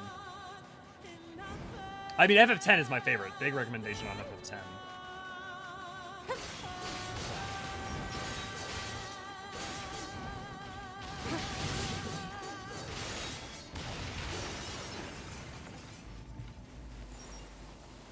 I got you. You're safe. Hello there. Ak. You came here from my master Jean-Paul's village, did you not? I cannot tell. I can smell him on you. Ah. Okay, that's weird. Jean-Paul is wonderful. He pursues near knowledge with a passion that is almost indescribable. I admire him as I do no other. You have issues. And you clearly lack a discerning eye. I bet a man takes advantage of you all the time. Not exactly. Nah, right. Now I found something that Master Jean-Paul is sure to be interested in. Please take it to him with all speed. FF10 is one of my favorite games of all time. Yeah, one of mine too. At the very least, it's one of my favorite JRPGs. Wait, if everyone dies at the end of Drakengard, does the sequel have a new cast? Yeah, it's completely separate. Each Drakengard game is basically a completely different cast, completely separate, not direct sequel in any way. Like Drakengard 3, you would almost be shocked that has anything to do with Drakengard. And Drakengard 2 is like effectively is not really a Drakengard game, basically. Drakengard 3 is just called Drakengard. It's not actually Drakengard 3. And Drakengard 2 is effectively made by a different team. I mean,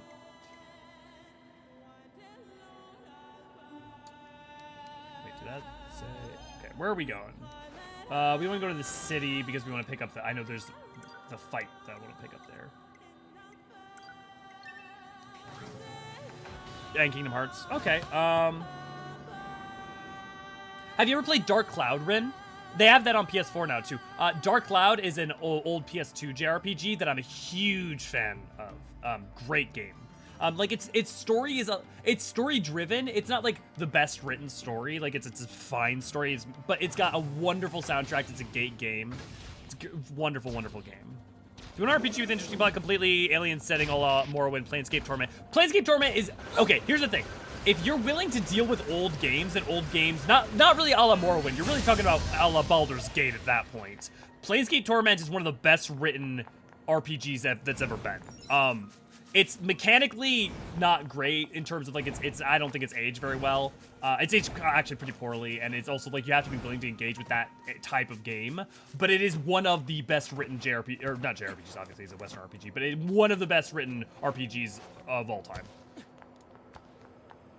You can move multiple characters at once, but you need to wait to do more, yeah. I played 10, 12, 13, all of them, 14, 15. Okay. Will I be able to move any all... Okay, Ray got you there. Drakengard 3 is canon, is the prequel. Drakengard 2 is the one that has nothing to do with it. No, but Baphomet, Drakengard 3... I'm not saying Drakengard 3 isn't canon. In fact, if anything, Drakengard 3 has just as much to do with Nier and, like, the multiple timelines. But I'm saying that if you think about, like...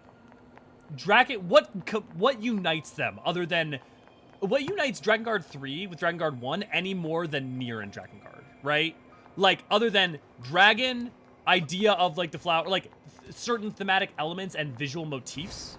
Like, it is effectively so far removed in so many aspects, it might as well be another split off in the same way that, like, Nier was a split off.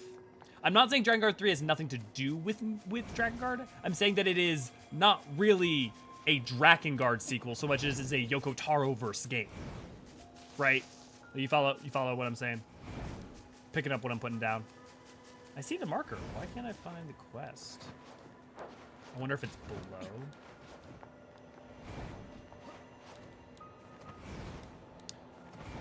Speaking about a question, I give anyone a copyright question, but I've never played Drakengard. So, Rin, we just, at the beginning of this stream, we went through all of the Nier to explain the lore of Nier and what's going on there, and we just finished watching an explanation of the Drakengard stuff. So, you could either go back in the timeline, or I would recommend you go watch the Klemps video on Drakengard and Nier. But I'm not going to go back over it at this point. We spent a lot of time on it. And I'm also sure what has copyright. If anyone knows, it's a copyright question, but I'm not sure what it has to do with copyright, though.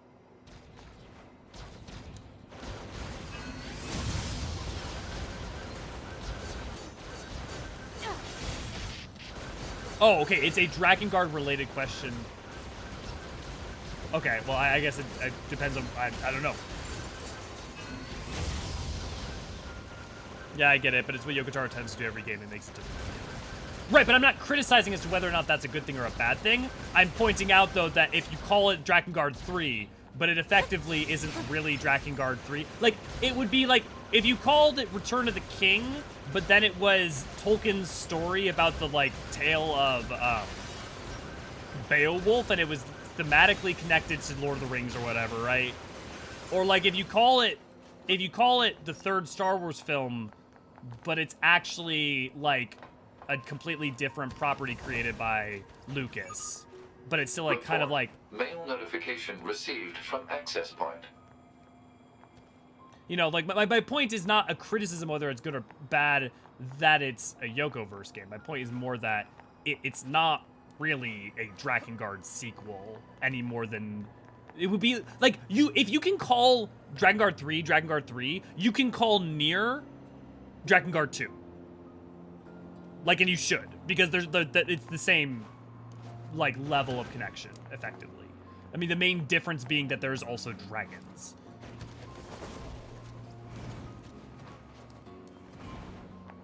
You know? Draken meaning dragon and guard meaning home. I was curious if anyone knows how that copyright would work, whether I should change it. What, did you write a story named Dragon Home? I mean, no. I mean, you're probably fine, but I wouldn't be surprised if someone's already written something called Dragon Home anyways.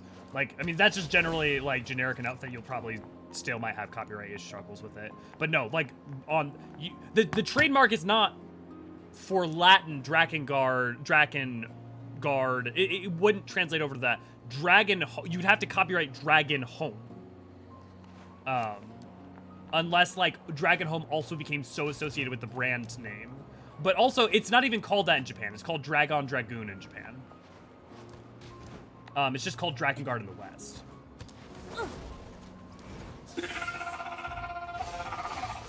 Kung Fu Master Pot!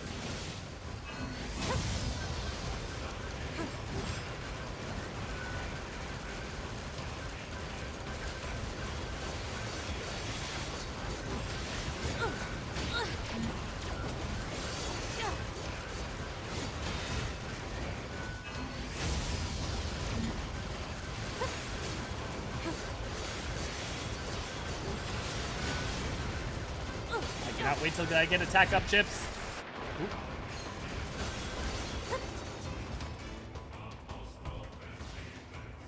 Good match, dude. Not too shabby at all.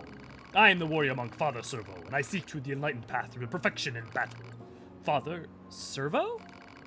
But alas, there is only so much Father Servo was capable of on his own. Perhaps you would be so good as to aid a fellow on his spiritual journey. I'm not sure we should be helping Machine with combat training. No ho ho! Fear of the unknown clouds your mind, young one. What's in it for us? Father Servo shall impart upon you all of his secret battle arts. I don't know, 2B. This seems pretty suspicious. What do you think? The heaven smiles upon Father Servo this day. Now then, let us start with a light round of sparring.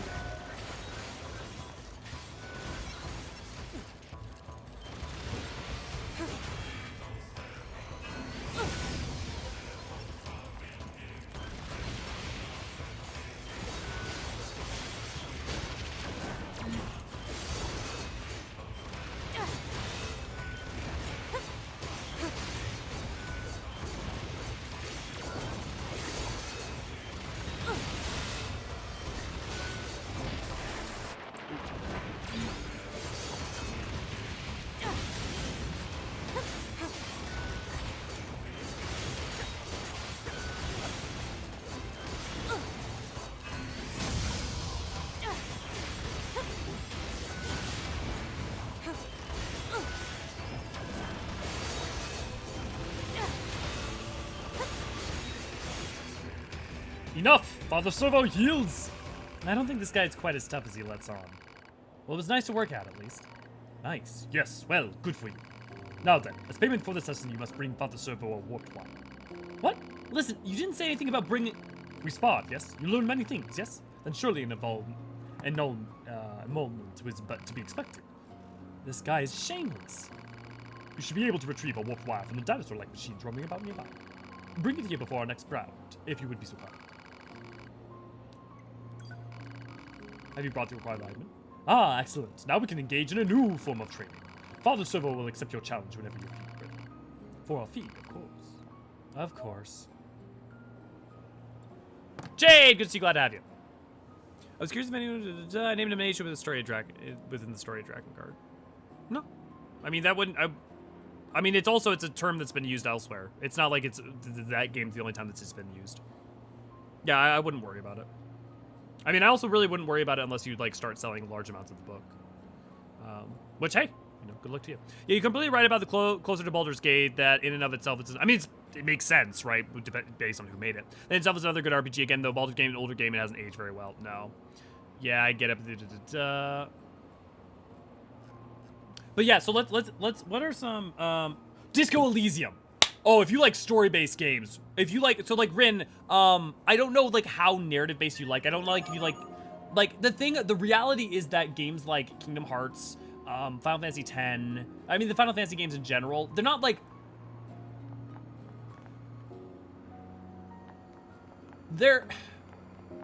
a teenager can engage with them. Does that make sense? Like, I'm not saying that they're like shallow. I'm not saying that they're void of meaning or powerful or impactful or well-written, but they're not, you're kind of talking about a high school reading level, not a college reading level, right? Which it just says nothing about quality, mind you. But so Disco Elysium is much more college, like that kind of thing. Oh wow, how far is Elio? I'm not super far. We took a break to eat. Story. I just played 14 solely for the sake of the story. The number one most important thing to me. Then Disco Elysium. I cannot recommend Disco Elysium enough. Disco Elysium is one of the best, like, most wonderfully written games out there. It might not be your cup of tea. It might be, like, in terms of it might be like a new experience. It might be different than the usual fare. I cannot recommend it highly enough. And it's going to be a very different experience, partially just because it's an Eastern developer, and most people in the West are super used to, like, a lot of, like, not even just tropes. It's not about tropes. But, like, there's going to be a whole level of, like, history that is being, like, evoked that you may not even be, be hyper aware of or have a relationship with. Like, I cannot recommend Disco Elysium enough. It's a wonderful, wonderful, wonderful story. And to everyone and anyone. What's it on? It's on Switch. It's on PC. It's on PS4. It's on, I think it's basically on everything other than, like, mobile. How do I get up there? Or how do I get underneath there / up there?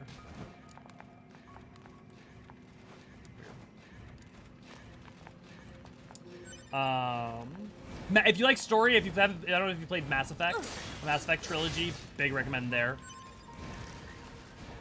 Maybe on Switch then or PC. I played it on Switch. It's a really good port for Switch.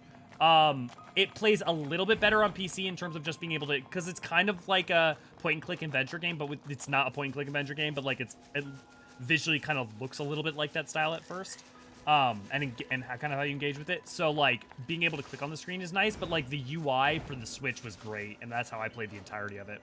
Sorry, it was the last one, someone's talking my ear off, and I didn't hear the recommendation. Mass Effect trilogy.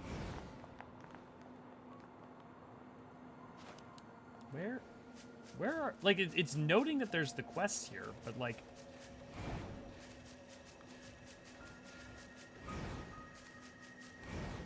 Weird. Alright, we're gonna go back to the camp real quick, just in case I need to do something like this in order to spawn it.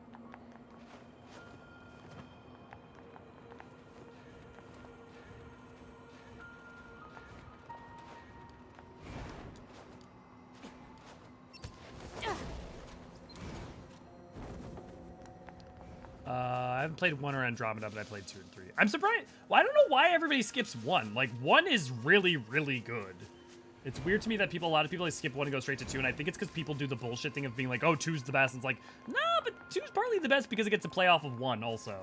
It's like being like, Shadowbringers is the best, so don't play Stormblood or Heaven's Word or Realm Reborn. They're pointless. It's like, okay. Something wrong? You're from Yorha, right? I don't suppose you... The thing is, I recently came out of the losing end of a scuffle with some machine life forms. The battle ended up corrupting a portion of my memory, which is a serious pain, as I'm sure you can imagine. Take these photographs, for instance. I have no idea where they were taken or even what they are. I only know that they're in port. Oh, hey, it's the Oasis. I recognize that you're busy, but if you have the time to help me out, I'd appreciate it. Thank you so much. If you find the locations shown in any of these photos, please send me the coordinates.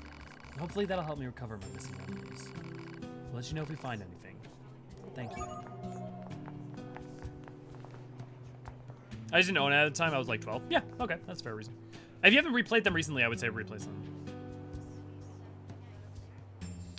Yeah, I mean, that's a completely These legit places reason look too. familiar. One looks like the amusement park, one looks like the desert, and one looks like the forest. Let's keep our eyes open next time we're in any of those areas. How is that android so big? Because he was built that big? I mean, like, what stops him from being any size? You know? It's been tough lately, but it's important to get rest. Make sure you keep your weapon in good order. Sweet. Honestly, this is so much more damage than...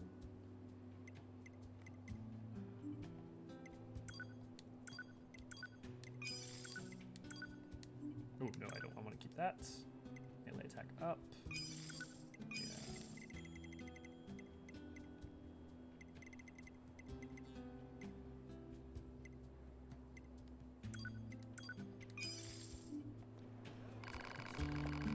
Righto, this weapon is now level 3. That's as far as we can take it here, but there are craftsmen in the wood who can raise it to level 4. If I ever met someone like that, I'd want them to teach me all they knew. Come again.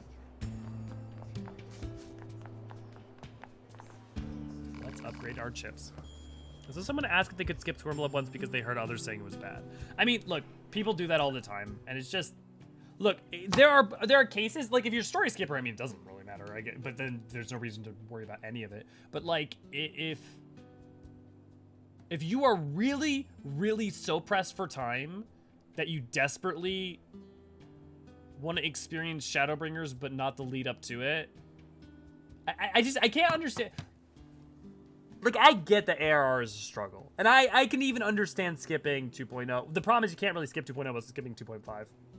But I can even understand that to a bit. But to say skip Heavensward and Stormblood is just silly to me. And to play through Heavensward but then not Stormblood is just weird. To me.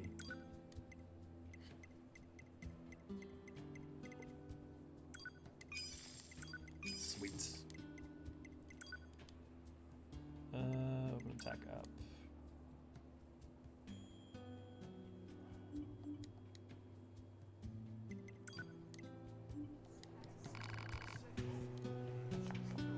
I feel like it would confuse on some story points in this game. I mean, it will. I mean, that's the thing, is it will. I mean, like, the thing is, if you're willing to be confused and, like, just try to pick it up as you go along, I mean, power to you, I guess. But then don't complain, right? Like, the thing that drives me insane is if someone does that, then complains about something like, well, why is this character doing this? And, like, you'd know if you had played through the story. Like, that's what drives me wild. It's like, yes, auto heal. Auto heal's the fucking best.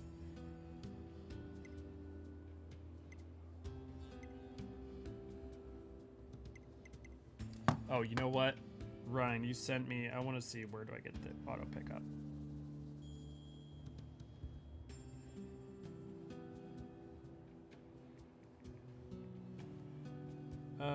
Message requests. So, let me get you auto collect.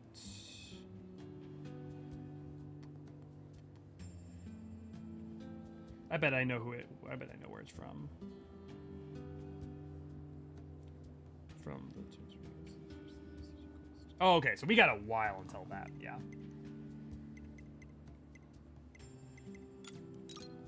Okay, attack up. We already have counter.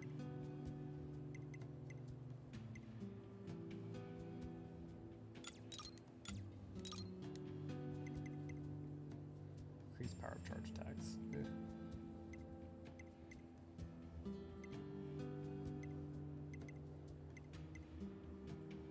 Well, you know, let's get some of these in here. HP gauge, I want that back.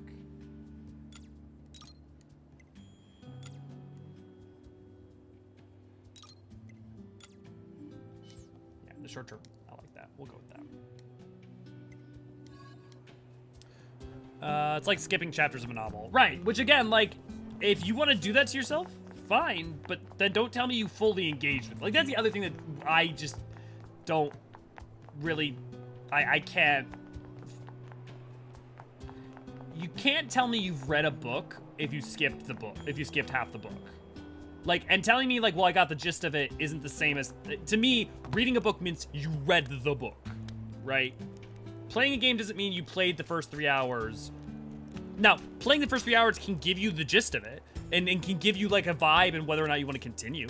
Like, that's fine. It's absolutely legitimate, but it's not like saying you played the game, you know, like beat the game or anything. So that goes in here and this connects to this.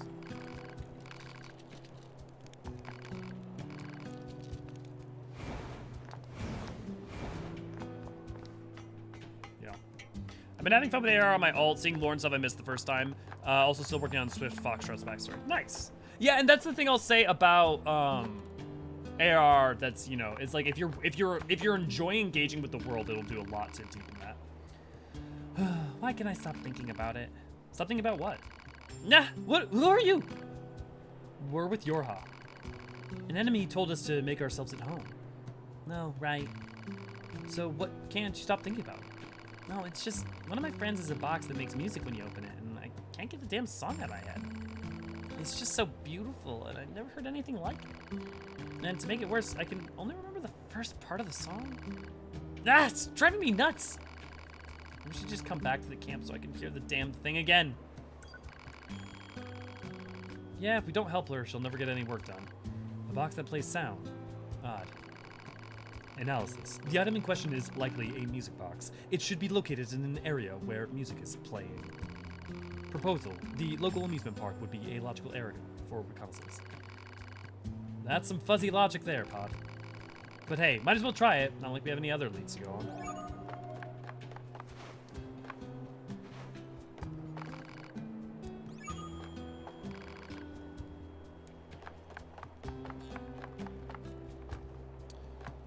Rin, also, I don't know if you played any of the Elder Scrolls, but those are all worth playing, especially with the new one coming out. Outer Worlds. Oh, okay, so this isn't a traditional narrative-based game, but it is one of my favorite games and one of my favorite narrative games, too. Outer Worlds. So it's not a traditionally narrative-based game, but its narrative is kind of absolutely the point, ultimately. Personally, what bugs me is when I hear people say 14 is a bad MMO, and I always ask how far they got, level 30, get to level 30 and WoW, and tell me you know what the game is actually like. I mean, that's the thing is I just, like, in general, don't worry about it. Like, if people want to have opinions that are, like, informed based on a very limited subset, I would just say just don't take their opinions as very valuable, right, in terms of it. Like, a lot of people are willing to have an opinion that's, like, very limitedly informed. You know? I mean, to be fair, if someone plays 30 and they're like, oh my god, this is the best MMO ever, I mean, even then, it's still not a really informed one. Or ESO, yeah. I mean, or any MMO, really. Like, you play, like, just the early game. And especially, yeah, you also have to define what a good MMO necessarily means then. Because if you mean a good MMO just means WoW and what WoW does only, then, like, a lot of MMOs would be bad at MMOs. Because, I mean, even Endgame 14 would be technically probably still a bad MMO by that contrast. Are you planning on getting Nier Automata on the Switch? I'm considering myself. Worth it or no? So, Quinn, I'm not going to get it on the Switch. I already have it for PS4 and for this. I don't think I've even ever played it on PS4. But I would say depends on its performance. I would look up performance reviews, but as long as it's maintaining a solid 30, then I would say it's worth doing. Or at least a semi-solid 30.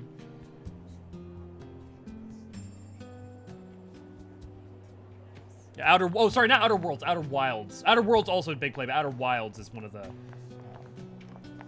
big ones that I highly recommend. God, I wonder... Okay, does that... No. Does that... Nope. I was hoping that there'd be a quick button to map. Okay, double amusement park. Nothing showed up there. I couldn't figure out how to get underground there. We can go to Copy Factory to pick up the stuff there. Mr. Fighty on the top. Multiple things at the... Let's go to Amusement Park first and foremost. Yeah.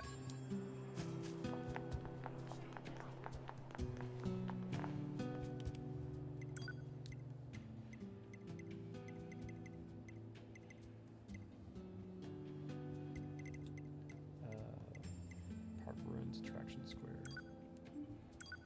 Yeah, we'll just go here and see how that goes. Ah!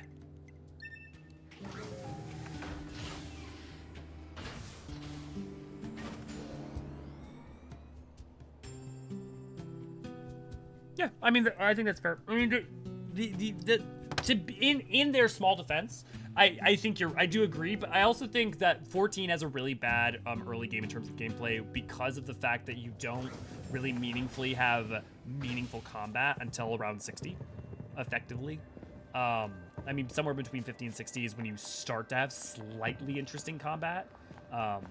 And the problem is that you also don't get to do content that is that until you finished ARR. I think one of the biggest problems that 14 will continue to have and is going to keep getting worse is that its early game is not very interesting to play. I think that's fair. I can only calling the MMO bad is weird, or saying that the combat is fundamentally bad is stupid, rather than just saying that it has is a painfully slow early game. And I think that's true and fair. Hello, do you know a machine named Jean-Paul who lives in the village? Master Jean-Paul is quite the mysterious gentleman. One might even go so far as to call him suspicious, and he's so alluring all the same. Suspicious and alluring. Exactly, and I know just the gear for someone of that description. You'll deliver to him straight away, won't you? I won't let that terrible girl in the desert find a way to interfere with our love. A2B, I've been thinking about something. What? Do you think this fellow is being a little too, I don't know, glorified? That's certainly one way to put it. Did they just blur out Jean-Paul?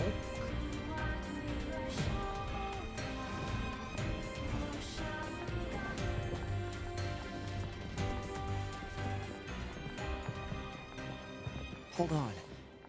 This is one of the places in that Resistance member's photographs. Better record the coordinates.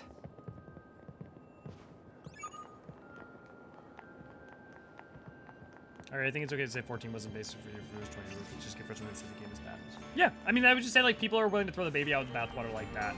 Just, I don't give much credit to their opinion. And I'm not saying, like, their opinions invalidated, they're not allowed to have one or blah, blah, blah. I'm just saying, like, you don't have to, like, give them the energy of caring much about what they have to say about it. Because it's just not informed, you know? Like, you don't have to, everyone's got an opinion. Whether it's informed or not, everyone's got an opinion.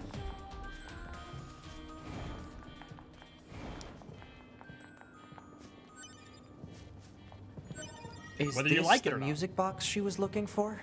Man, this thing is all rusted over. Look, a corpse. You think the box belonged to her? Poor girl died a long time ago by the looks of it. Let's bring this back to her friend.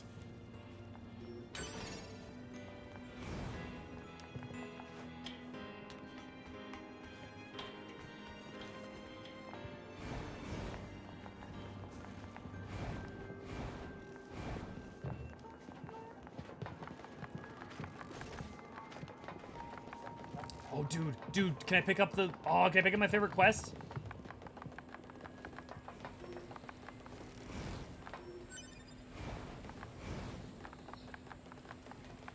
Oh, please tell me I'm able to pick up my favorite quest. Yes! Don't tell me you've heard tales of a genius inventor. Came to see me straight away, yes? Quite, I'm sure of it, yes. After all, I am the genius whose very name makes the earth itself tremble. Coming to me for advice proves a keen mind and a stout heart, yes. Why, if you invest but a little in my efforts, I shall provide you with all your desires of your imagining. Well then, care to invest in my life's work? Halfway inventor accepted. Joy, elation! I had not thought myself capable of such. And yes, just between you and me, I know that if you provide enough of an investment, I'll be able to provide certain dividends in return. Now then, what care you to invest? Very wise, very wise. A shrewd investor knows to strike when the iron is hot, eh? And I look forward to a fruitful working relationship in the future. Quite. 2 days later. Eureka, I've done it! Feast your eyes and senses alike upon my new invention.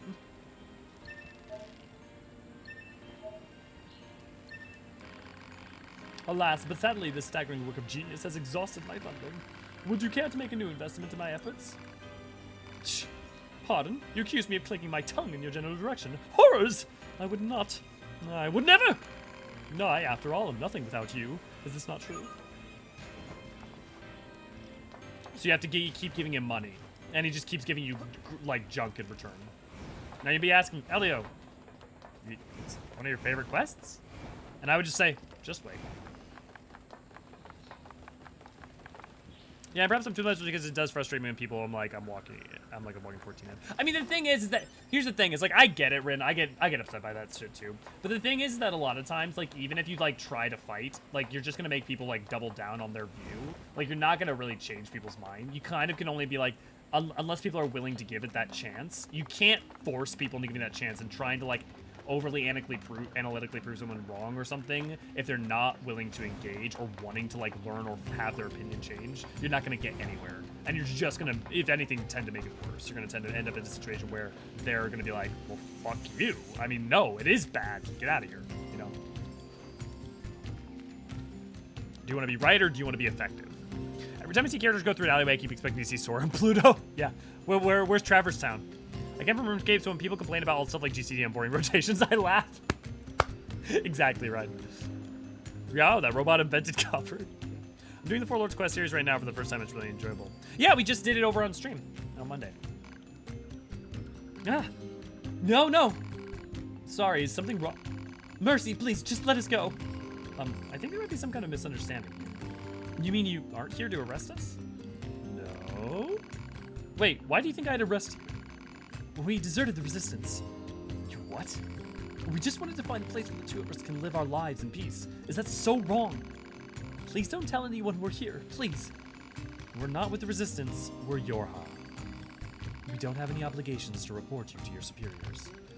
Thank goodness. Still, if you guys stay here, they're going to find you eventually. We don't have a choice. My locomotion functions have been damaged since we don't have the necessary materials to perform repairs. I don't suppose you'd bring us the materials we need? Huh? Who? Us? We can't get them ourselves. If we leave this place, we'll be found for certain. I know it's a lot to ask, but we promise to reward you. Please? Thank you. We just need an elaborate gadget to conduct the repairs.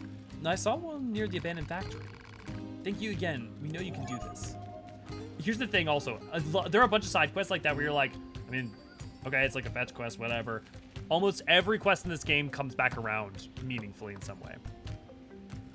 People at my job play the game, and I'm trying to convince another to give it a try since free happens for PS5. Nice. Every time I see characters go through another... Yep, John Paul was censored due to it being copyrighted. Still odd and jarring to hear that sudden beep. Did they, like, perform it, and then it was censored later on? I could have sworn when I heard it... Like, was it always censored? Weird.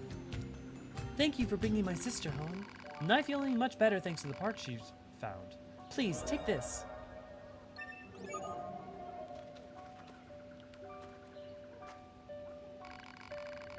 I promise not to make my sister worry anymore. No. Because I finished the quest, the music changed.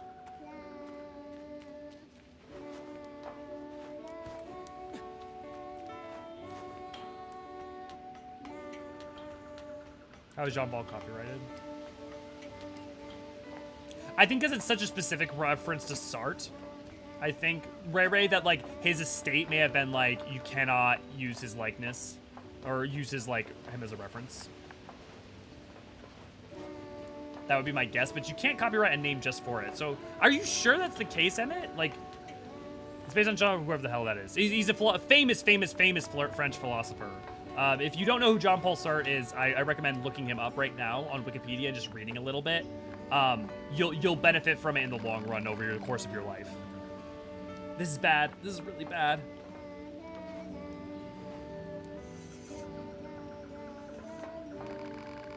Welcome to our village. It was the first thing that popped up when I looked up it. Okay.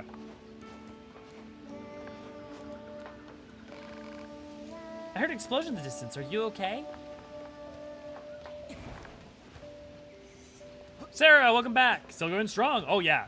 Oh, yeah, I can go for a lot longer.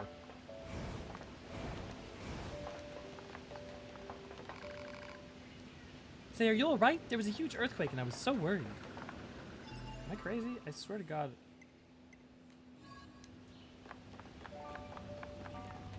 Oh, right, because they can go over here. There we go. Oh. Hello?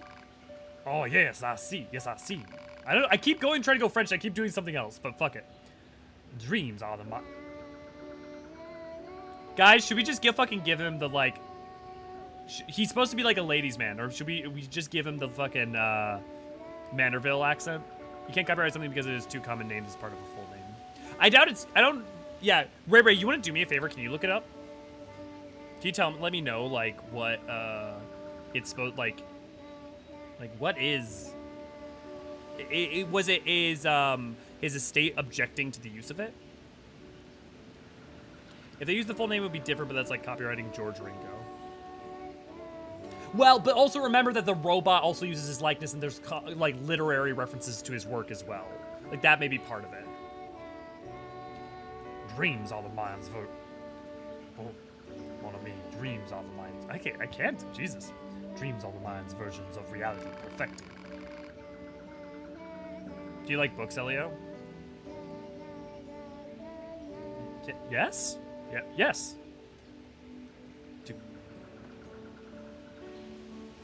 Was there any guess that I would ever say anything else? One of the things I loved about RuneScape is that when I finally got the requirements quest, it feels like a reward for training so hard. I felt the same thing with Dungeons of 14. Yeah. Complete Dungeons of 14 with more story. Yeah. No, I wonder if, like, someone just said that because that was just, like, they made up that answer and people accepted it. Ray will get on it, I bet. I bet Ray might. Yeah, see, Ray's on it. She'll find. She's really good at sussing out the answers and stuff like that.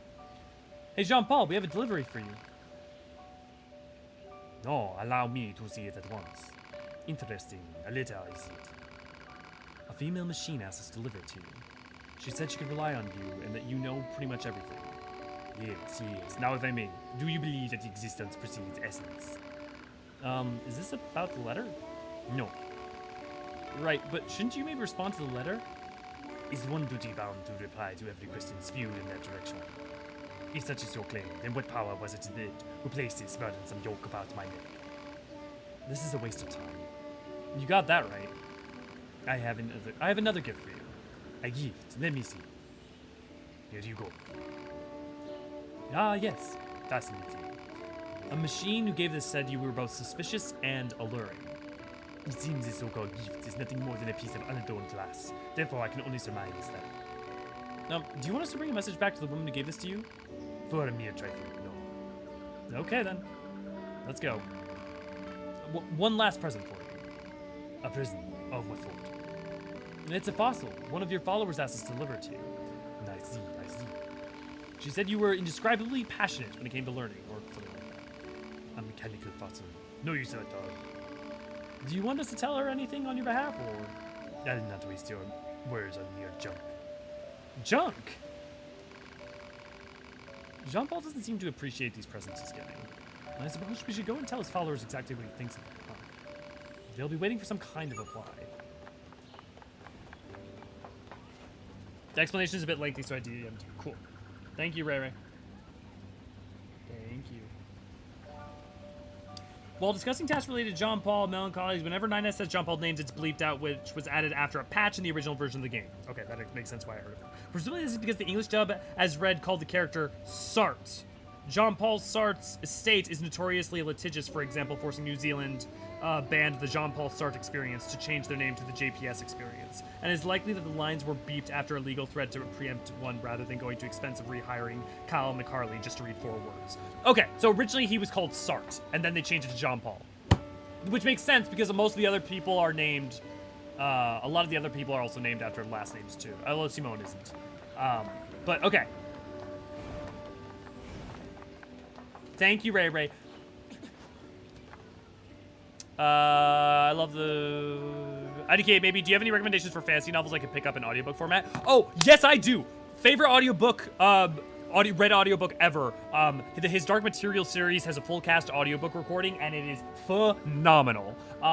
The Inheritance Cycle is the Abhorsen trilogy, wonderful, all read by Peter Curry? I forget which of the Currys read it. But wonderful. All great audiobooks. Here, I've got a long list of audiobooks. Let me pull up. Bartimaeus trilogy, or I guess there's 4 now, but the Bartimaeus trilogy, hilarious, really dry wit, really good world building, wonderfully written, fantastic point of view characters.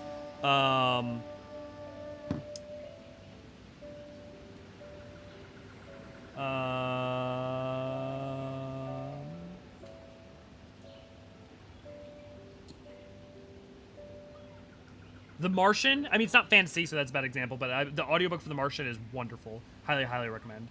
Oh, I don't have as many on this phone. Crap. No, that's science fiction.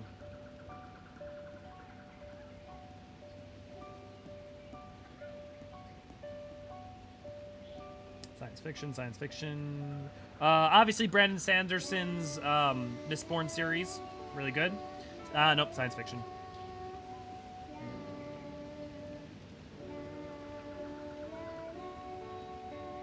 Oh, obviously Patrick Rothfuss's Kingkiller Chronicles. Wonderful. Really good. Starts to state sounds like a bunch of nerds. Sounds like a bunch of assholes. Perks up former librarian. Did I hear book recs? Yes, Bean. If you want to give recommendations on fantasy novels, please go for it.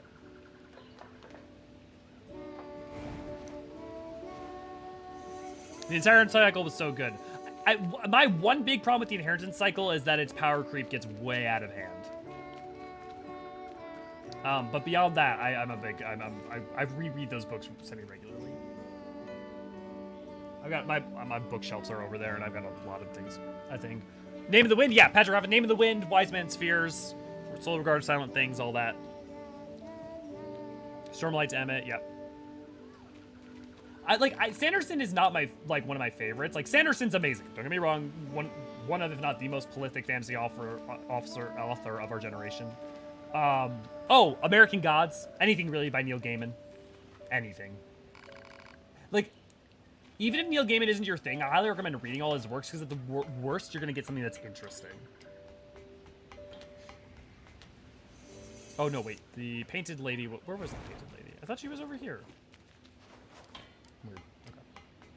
Wheel of Time. I'm not a huge Wheel of Time fan. It's good. It's just it doesn't do a whole bunch for me. I may need to reread it. Maybe to give it a better shot though. So don't take. I'm not a huge detractor in any way. But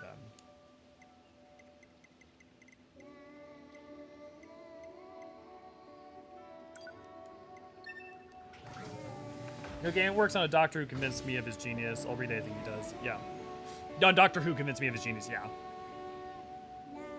I would genuinely recommend reading anything Neil Gaiman works on. At the very least, it's gonna be interesting, if nothing else. I mean, it's not like I'm saying anything new or crazy to laud Neil Gaiman, right? Actually, Ray, I won't tell it, but Ray once told me she has a really interesting story about Neil Gaiman, so I thought it was really cool. That's weird. It says that there's a quest there, but there's not.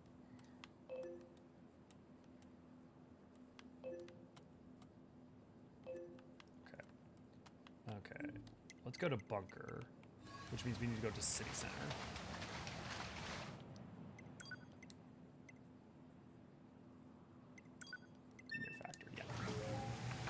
Oh, of course! Terry Patch and Jellybean, of course! The Discworld series! You want great fucking audiobooks, the Discworld series. I'm gonna be a heretic a bit here. My favorite Discworld books are the first 2.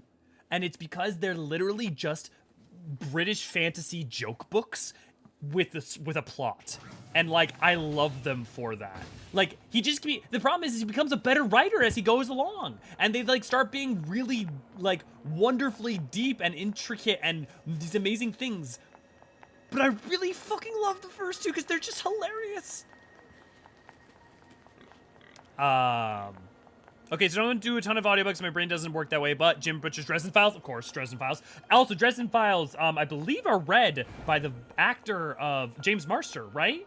The actor who plays Spike? Am I crazy? It is the Dresden Files, right? Yeah, has one of the best narrators. I'm pretty sure it's James Marster. From Good Omens. Yep, obviously. Anything by Gaiman and Terry Pratchett. How do I get... Discworld series, anything by Shannon? McGuire? I don't know. Legends and Lattes by Travis Baldry. I don't know those. I could guess about those for days. Correct on Tristan Files. Okay, cool.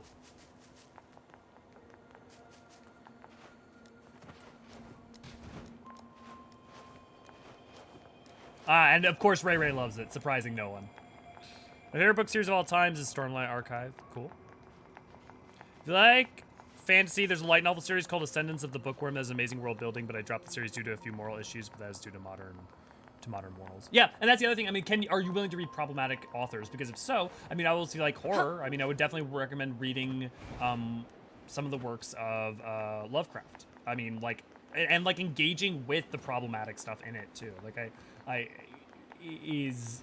I find to be fascinating, and to accept like that part of the reason that he was so like that he wrote so much about the other world and the things that frightened him is that he took his fear of the otherworldly and applied it to others, to people he othered, to, you know, anyone that didn't look like him, and more. And like that's also like a elementary school level take on Lovecraft. It's not anything new, but like it's I do think it's worth reading Lovecraft. I think there's a lot of really interesting stuff. And then I think just read a couple of short stories like Dagon and stuff like that.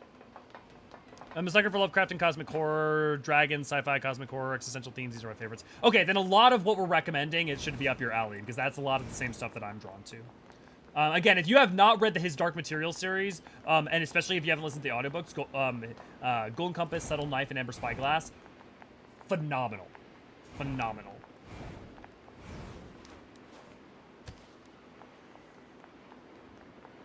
The Scythe Arc by Neil Straussman. I don't know that one.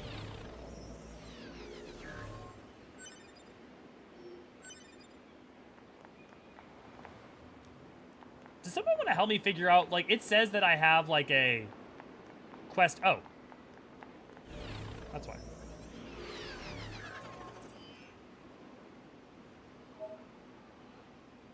Nice. Oh, because this is where you died. Your sword came all the way out here.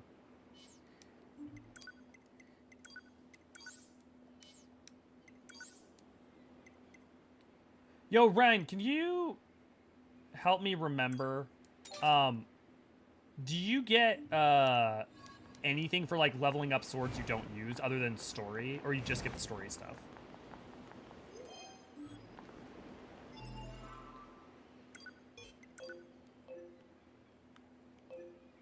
The Wandering Couple. Oh, okay. She needed parts. Okay, should I do Discworld or His Dark Materials or King Killer first? I have free Audible credits right now. Do you want comedy? Do you want traditional high fantasy? Or do you want fantastical, multi-dimensional realism through a really interesting lens? I don't remember, it's been a while. Okay, no worries. You're just my go-to right now. I mean, if anyone else knows, feel free to tell me too. Just don't expect much from Call of Cthulhu. The twist ending is something really bad, almost happened 3 weeks ago. I mean, honestly, like, the atmosphere that he creates is way more interesting than any, like, just factual piece of information in any of his works. So, yeah, I mean, I would agree. That's Ray's not wrong there. Do you want to kill God? I mean, yes, if you want to kill God, His Dark Materials. That last one sounds really interesting. His Dark Materials. If that sounds interesting, I would read His Dark Materials. Big recommend on it. It's one of my favorites. It's very interesting and deals with like theology in really interesting ways as well. On one hand, you could say it's a very Christian book. On the other, you could say a very anti-Christian book. In fascinating ways. I love the Warrior Cats book. The Edge Chronicles are great. I've been listening to Timora Pierce Tortle's books lately. Nice. Play JRPGs, of course. I want to kill God. Where is that part?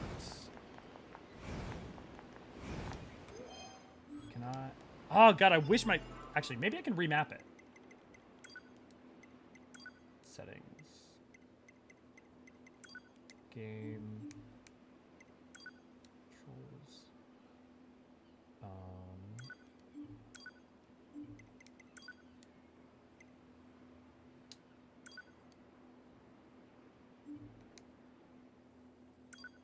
Shortcut. Yes. Okay, cool. Sweet. Map. Is map an option or is it just menu? No. Okay. System menu. Sweet. That's fine. I don't care. I don't need shortcuts. Yes! Okay, that's so much better.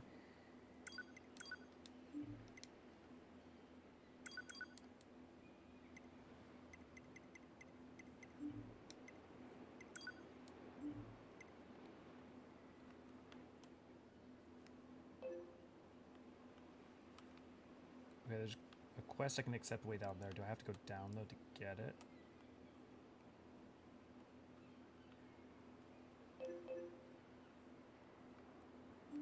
Well, maybe I'll unlock a shortcut.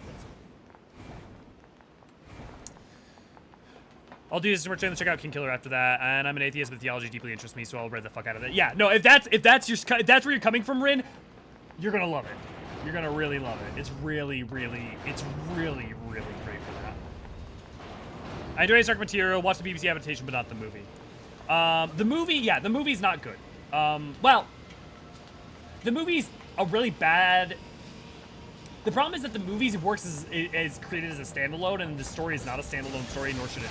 It doesn't work as a standalone story, and it ends before. Yeah, I don't want to say the movie's bad because it's only bad because it cuts out like the finale of the book, and then doesn't create the next two books. They didn't make the next two books into movies. Like beyond that, I actually think it's a pretty okay adaptation. But the BBC show is really good, though. The BBC show is a modern adaptation. Like, the thing is that it is what it is. Like, it's a wonderful adaptation, but it is, like, a slight modernization, and it goes, like, I don't want to say it goes different places, but it's just, like, it's slightly different. So, I think it's a wonderful show. I think it's a wonderful adaptation. I just kind of like the books more. And I wouldn't not even necessarily because the books are better. I just say because I like them better. But I wouldn't be surprised to like hear that actually a lot of people are finding it easier to engage with the show these days over the books or something.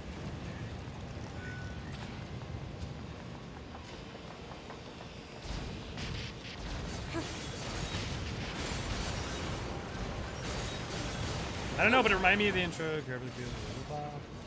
What about Char and Guild Wars 2? I don't know what series it was, but I remember the weird series where humans use corpses of God to basically keep the universe from going through entropy or something. Do you know anything like this? That sounds vaguely familiar, but only because I've, like...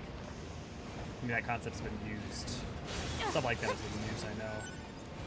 Nah, I can't tell you what specifically it is.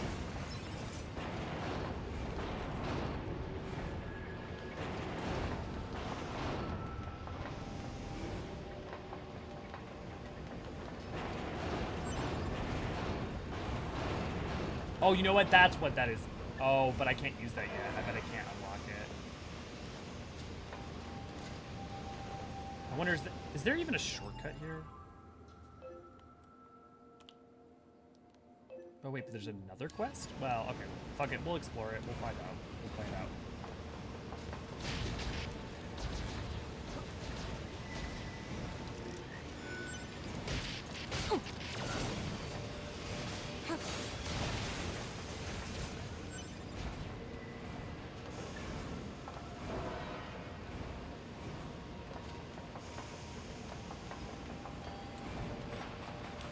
Remind me Guild Wars 2 card because the intro starts with "We killed our gods." Oh, yeah.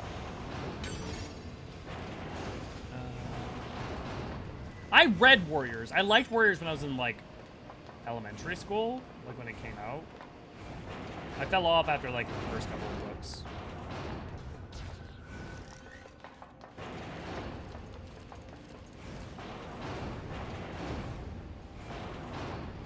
I mean, I'm sure there's a lot about that book that you can blame. You can say that you can blame a lot of furries on that book series. I bet. If I'd been that Guild Wars 2 was free back in 2010, I probably tried to do that. I mean, it didn't come out until 2012, so that would have been impressive. I mean, to be fair, too, like, Guild Wars 2 came out as, like, buy to play, which is, like, for an MMO is wild. Although that has ended up biting them in the ass in some ways since. Yeah, there's not going to be any shortcut, is there?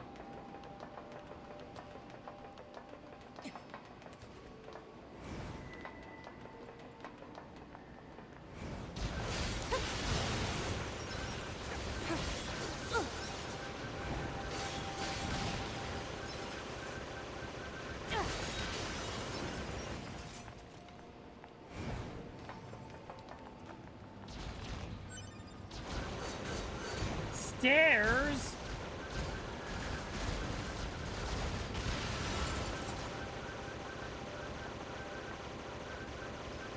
No, I'm gonna have to run all this way for nothing. I know it. Yep. Oh, come on. Have at least the decency to give me a secret weapon or something.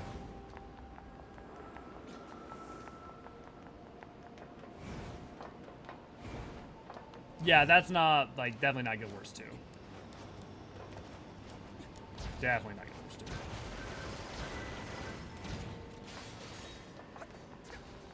Yeah, I mean, like, that's the thing is I would have thought, like, that's not like the premise of some random anime, too.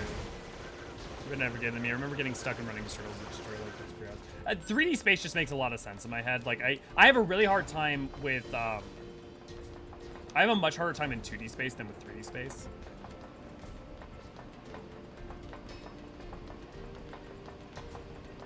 Like my brain just naturally creates 3D maps. I'm the sort of person that you could put me in a car, drive me like somewhere, and I can walk my way back.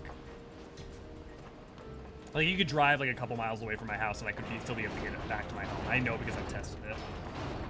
Like, not like, oh, I need to carefully pay attention. Remember, this thing is like, yep, blah, blah, blah, blah, blah. Because the thing is, I only need a couple, like, markers of spatial area, and then I just needed to have a sense of direction in terms of north, south, east, and west, and I can, like, then it's just about connecting dots, too.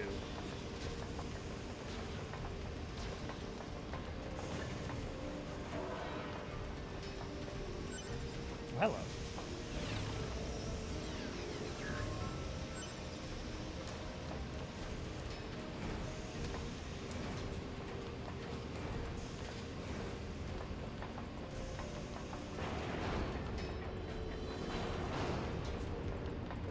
I kind of stopped reading them when it seemed like they were going to have original main character die. What, for the Warriors books? I mean, that's kind of the problem, right? Is that if you want to ever make the series move on in any meaningful way and make the world feel like it's actually a living, breathing world, you have to let the old guard pass. Like, you can't just keep, like, ringing the old guard into the ground, right? But at the same time, a bunch of people, like, just want the familiar, and they just want, like, more stories of the character than anything. Oh, hey! And so the problem is you end up in a situation where, like, someone like me, like, I stopped caring. Because, like, a game like that, or books like that, like, you've made this character so insanely important and so amazing, and oh my god, and like, S tier. And then, like, it's like, well, why hasn't someone like them existed before? And also now the world feels so much smaller for it. I mean, that's just a general problem I have with, like, a lot of storytelling, I think, is, like, just, like, don't make your protagonist fucking always got the goddamn messiah and the thing that overturns the complete world over of every power structure known to man, and then end up in a situation where, like, for some reason this world has thousands of years of history, but in a 5-year time span it went with, like, abilities and capacities of people's skills and everything jumped from, like, we can barely create fire to, okay, I'm blasting magic infernos at a whim, you know. So wait, there's also this. Is this open? Nope. Yeah, War Cats have so much death. First book that made me cry. Yeah. Vaguely remember a book called God's Debris where God kills himself to kick off the Big Bang. I mean, yeah. Stuff like that is... I mean, it's not like it's a bad idea, but it's very high school, like middle school or high school or baseline pitch. I mean, like, really the thing that separates something like that idea in and of itself isn't what gets interesting, but what you do with the execution is what gets interesting. Okay.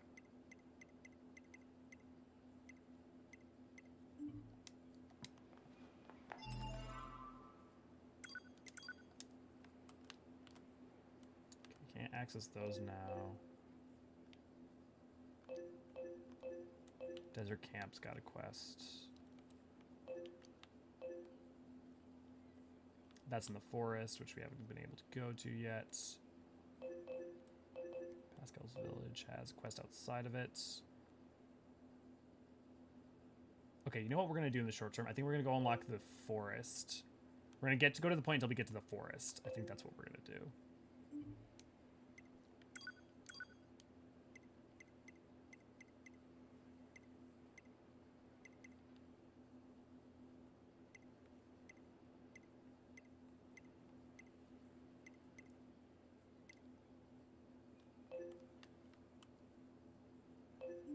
I wonder if I'm supposed to have to go back to the bunker. I bet that's what I'm supposed to do.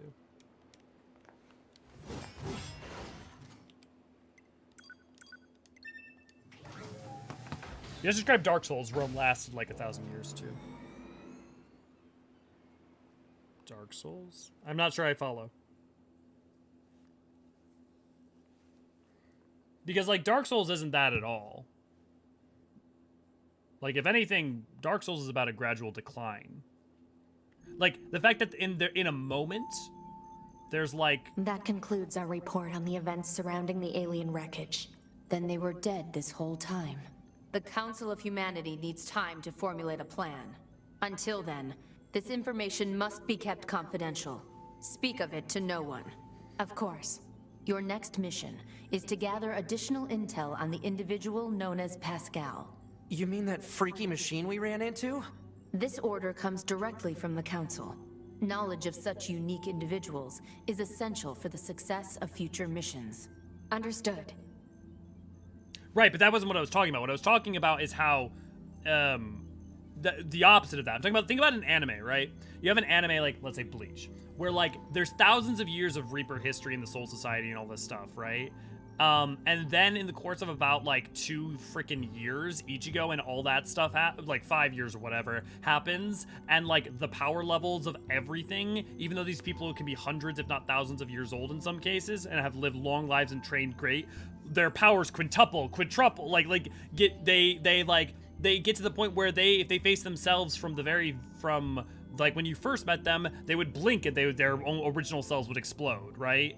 It's like, it's this thing, and then you end up in a situation where it's like, you didn't just create a moment in which this all happened, but you made a world in which, like, that's now the new spaceline, but that takes away any sense of, like, gravitas from it. And Dark Souls is very different, because Dark Souls is, like, a function of the world comes into being, there's greatness, and greatness declines as a function of time, which is the reverse, right? Because the idea in something like a shonen is that often greatness increases as a function of time.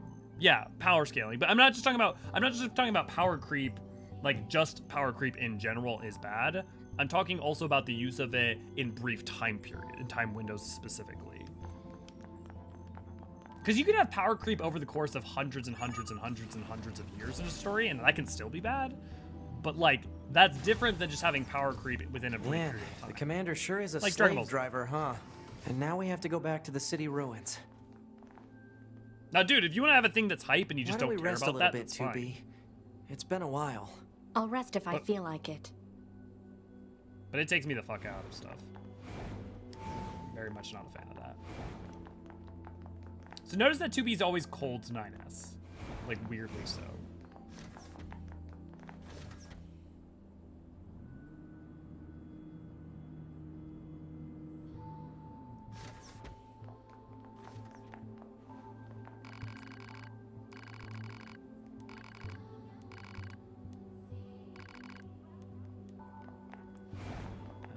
Don't worry about that.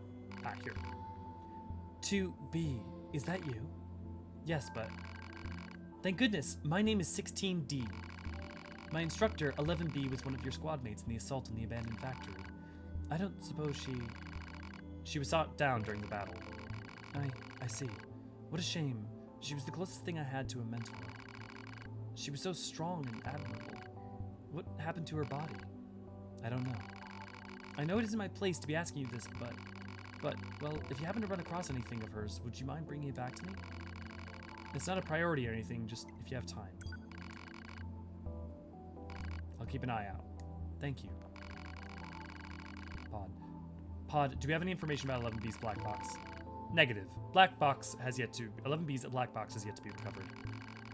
She was shot down near the abandoned factory, right? Well, of course we just fucking checked the abandoned factory. I ain't going back there.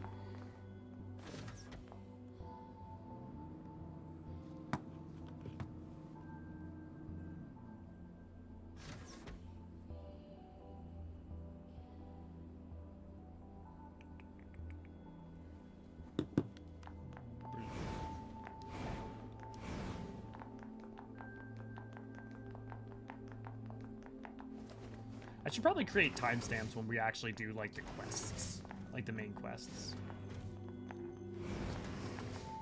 just so people can skip through some of the faffing.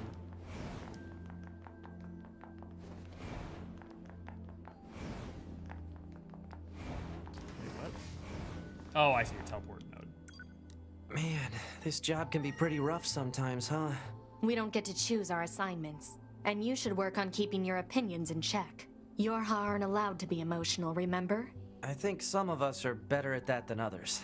Speaking of emotion, those Adam and Eve units sure seemed less than logical. I'm heading to the transporter. Fine.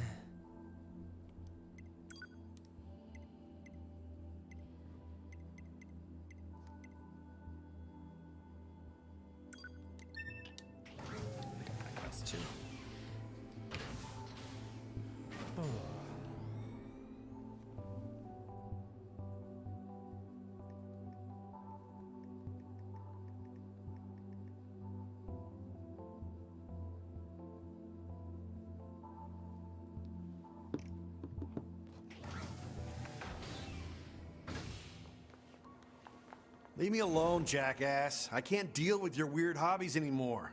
Like I care what you think, jerk. Oh my god, is this the... Oh, hey there. Listen, just ignore this guy. Selfish fool refuses to help me with my work. See, I'm doing a study on the excitement levels of androids while in battle. But I need to record combat data from the newest models in order to reach more steady conclusions. So, what you think? Fun, right? Alright, good to know not everyone around this joint is a spineless hunk of crap. Here, follow me. Oh, no, it's not. Alright, see that jerk over there? I need you to get combat data for him. Science will pay you back for this, I promise. Now, fight! Is Jackass's voice actor the same actress as Kaine? I don't think it sounds good. Requested mission completed. Oh man, that was great! Hey, did you know that Android Battle Fever is actually quite similar to the human emotion of love? So if we want to know what all those old human records are always going on about, all we have to do is let our fists fly. Makes this whole thing feel more romantic, don't you think? I don't have enough data. I could use some more help. That's what I'm talking about. Okay, I need you to wipe out those enemies over there without taking any damage. Like at all. Zero. Zip. Nada. Now it's time to fight. In the name of science! As Kaine.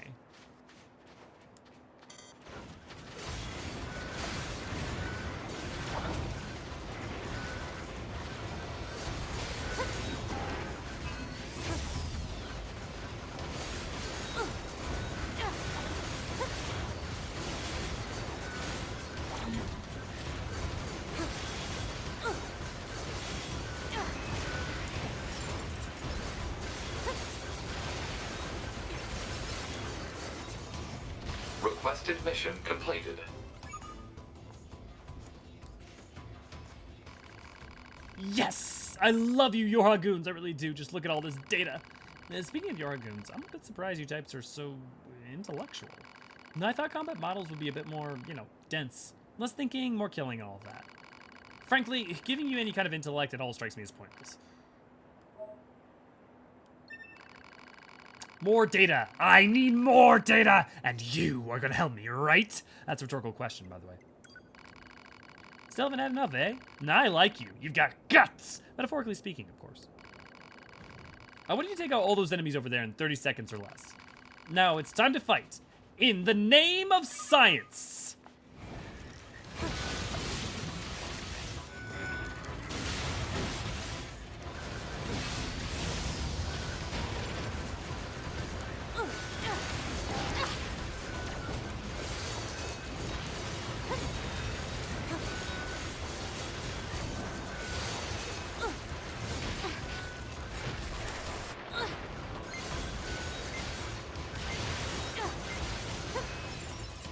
Requested mission completed.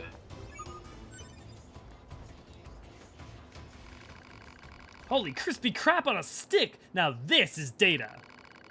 Here, look at this. See this reaction? It proves that android brains contain an algorithm which allows them to derive pleasure from battle. Without that, we'd probably have stopped fighting a long time ago. What a brutally efficient piece of evolution. And it's possible this is based on an identical pleasure center in the human brain. Man, those flesh bags really were something. I just need a teensy bit more data. You really got nothing better to do, so give me a hand here. Excellent. You're the best guinea pig a gal could ask for. This should be the last bit of data I need. I want you to wipe out those enemies in 30 seconds or less. Oh, and you can't take any damage either. Now, it's time to fight in the name of science. I'm gonna get this one. I'm gonna go get upgrades and stuff before we do that.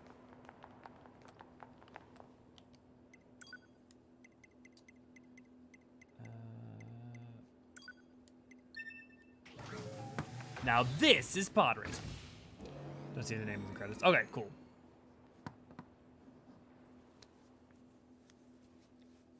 I'm debating. Do I keep going late tonight, guys, or do I go to bed at like midnight and then just wake up early and start again for part 2? I think I want to at least get the forest done tonight. At the minimum. Bare minimum.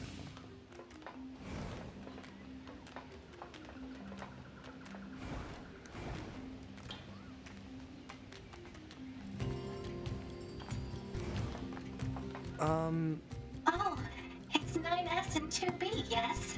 Those machines cost quite the ruckus, don't you think? We need to talk. Of course. I'll help however I can. Pascal, why did you choose not to fight? We've been alive for hundreds of years. We lost countless friends time and time again. But losing friends isn't what scares me. What scares me is the fact that I've grown used to seeing those I care about die all around me. That's why I decided I've had enough. Yes, 2B? Ask about the aliens. Do you know anything about the aliens? The aliens? You mean the ones who created us? I'm sorry, there's not much I can tell you. We've been fighting for centuries without a single message from them. I guess you could say that the fact they never give us orders anymore is the reason why we quit fighting. Yes, 2B? Pascal. Yes, 2B? Aside from this village, are there any other machines that are cut off from the network? Solly, good to see you, glad to have you. I suppose that unpleasant songstress you so kindly defeated in the amusement park wasn't part of the network. You mean that singing thing? Oh, and of course there's the Forest Kingdom, but... Forest Kingdom? Yes. It's a vast woodland area not far from here. There's a group of machines there attempting to build a nation of sorts. They're quite hostile to outsiders, however. We can't so much as go near the place. Where is it? Northeast of the city ruins. You should be able to reach it by passing through the ruins of the commercial facility. If you go, however, be careful. Things have been rather rough there lately. Okay, for those of you who stayed around, who have been around this whole time and have watched the beginning of the stream, there's going to be a reference that, thanks to knowing more about Nier Replicant, let's just say you're going to be very excited. This Forest Kingdom sounds like something we should check out.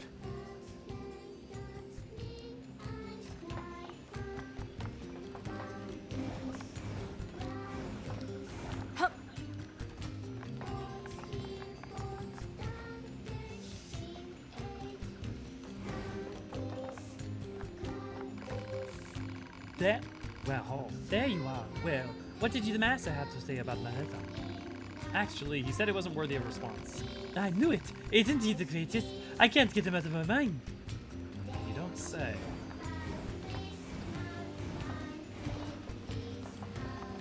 Oh, I forgot I had those androids part. I've definitely gone down a ladder like that. It can be scary.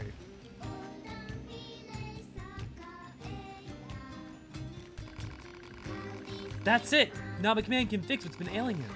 I'm so glad we trusted you. We'll leave this place as soon as we can. Please pray for our safe passage.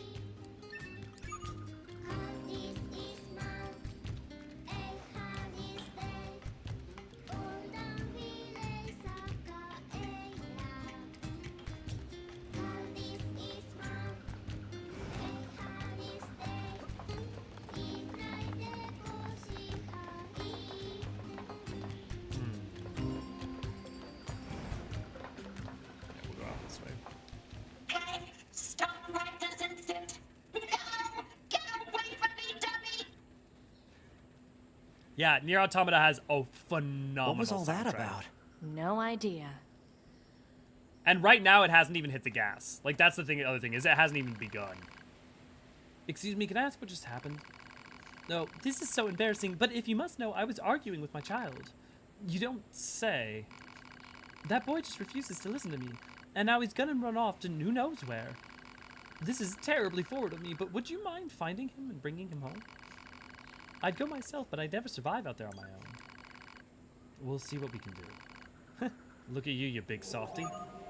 So, if you're wondering, by the way, like, why are these machines different? One of the things that I forget if it explains it, like, as a reveal or anything, Say, but 2B. Well, what? When do you think you'll be willing to call me Nines? 9S works just fine. Well, yeah, but...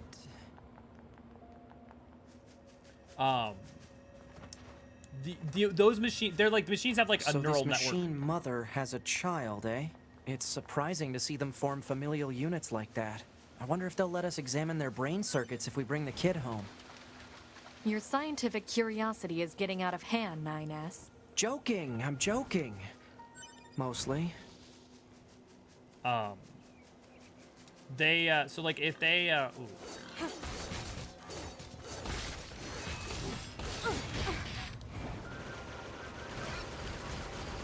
Sorry, I need the water.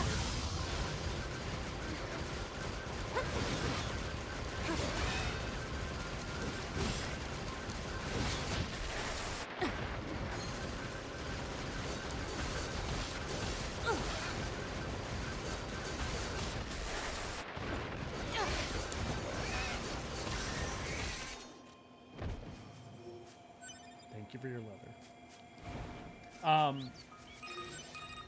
They're basically disconnected Operator from the 60 neural network. to 2B. Come in, 2B. 2B here. The monitoring signal from the new access point has gone silent. I'm sending you the positional data. Please investigate the site as soon as possible. Understood.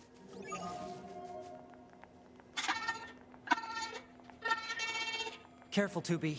I'm picking up hostiles.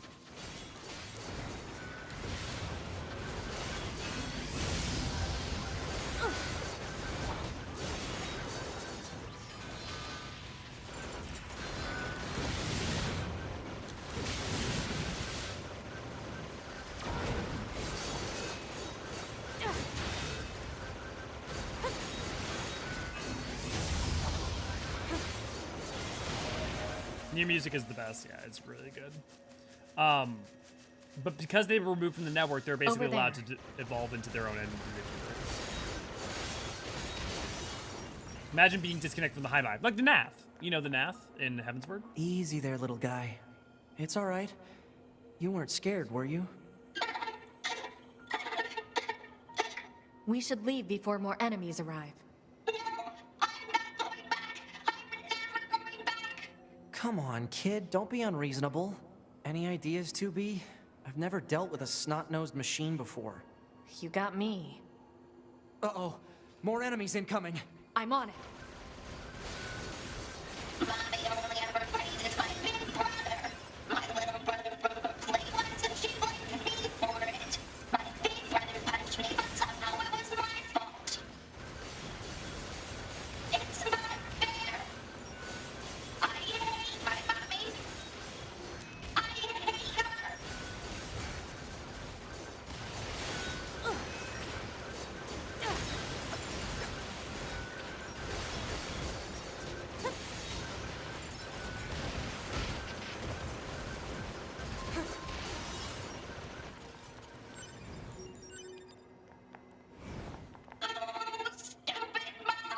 Are you finished? Your mother is worried about you. She sent us here to find you, so quit with the whining and let us take you home already. Mood.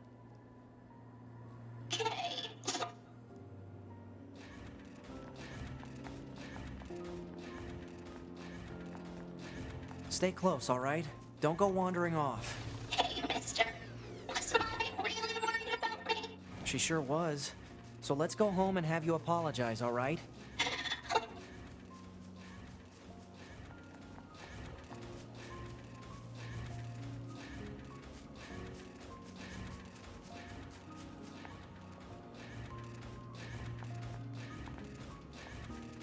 I like his painted on overalls too, and his painted on little smile.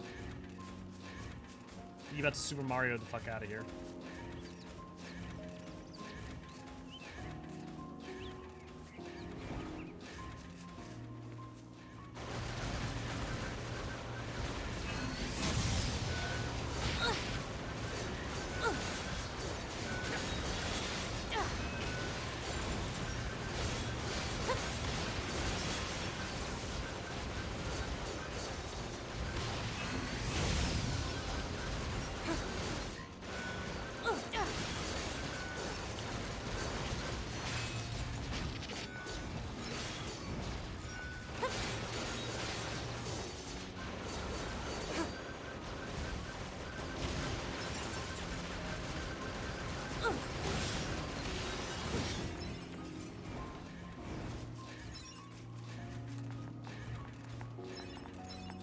I forget, if he dies, do you fail the quest? Or do you, like, just come back and he's, like, you say he died?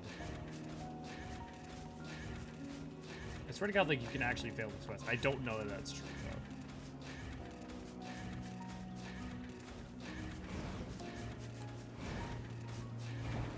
Some part of my brain is telling me about that.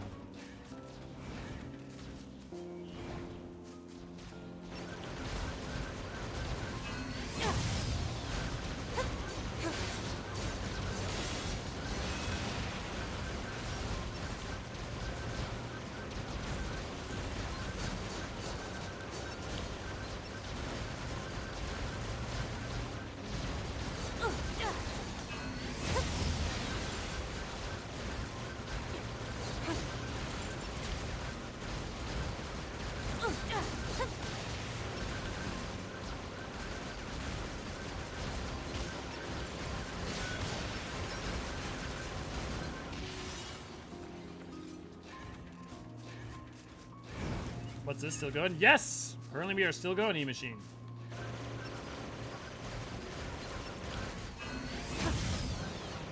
Currently we're just doing some side quests. We're gonna at least finish the Forest Kingdom tonight. And then I'm gonna wake up early and we're gonna be playing Hope all day tomorrow.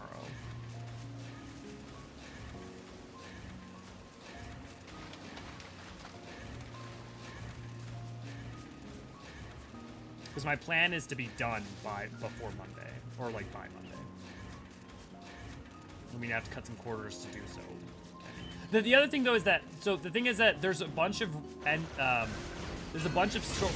quests that are available in Route B and a bunch of quests that are available in Route A, and a bunch of them are available in both. So by finishing them now, we won't have to do them again.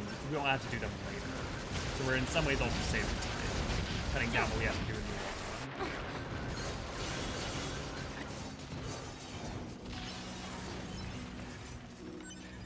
Anytime you're planning or whenever you wake up? Oh, well, I was definitely planning on waking up earlier. I was going to try to do 8 a.m. my time. I don't know how realistic that'll end up being, but that was going to be probably not 8 a.m. because I'll probably wake up at 8 a.m. But we'll see. Definitely well before noon is my plan. I want at minimum 12 hours.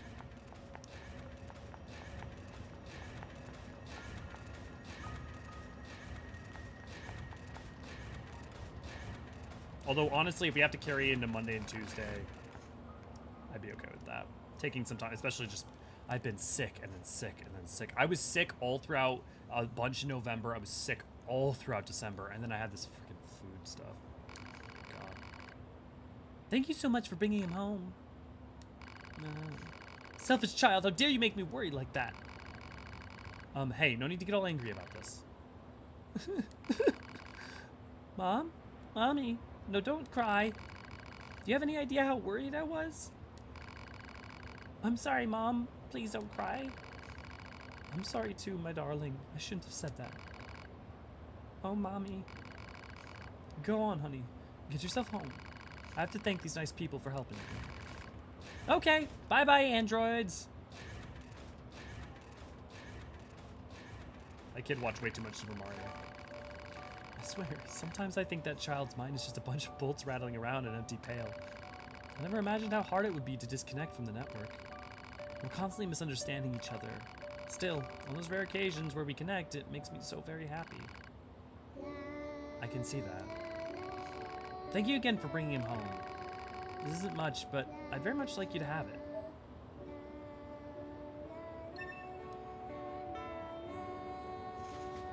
Even though we lose a lot, even though by not being connected through like a neural network, right? We have our individuality and our own experiences, and it makes it hard to connect, but it means that when we do, it's all more meaningful. Mutual understanding without a network sounds tough. True, but it also sounds kind of fun. Family squabble complete. Time to set my alarm for around then. Hopefully I'll wake up in time. Hey, don't worry too much. Turtles went extinct because of that kid specifically.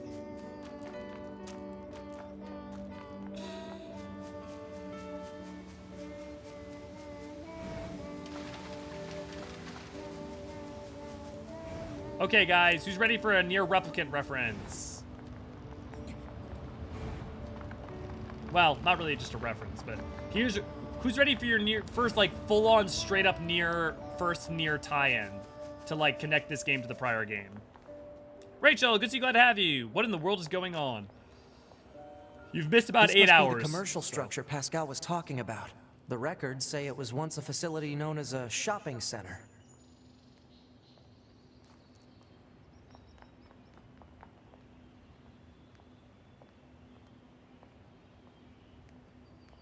God, this game can be beautiful. This isn't a cutscene, just walking around.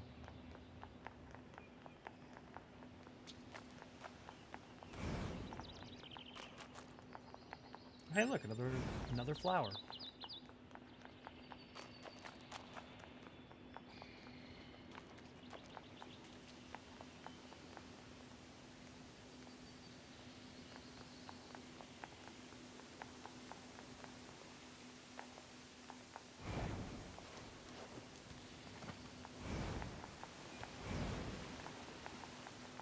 Am I wrong? No getting through here.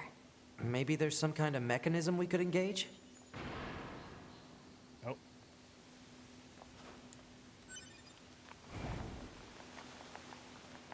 If we were human, we probably would have gone shopping and such here, right? More meaningless conjecture. You're so serious, 2B. You know that? Alert. Multiple machine life forms detected above our position. All hail the Forest King. All hail the Forest King. Who the heck is the Forest King? You're getting distracted.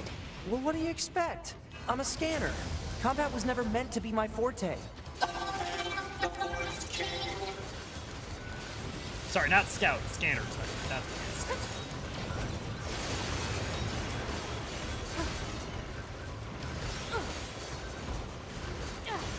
is. Check this guy. He's just running away. It's going to explode!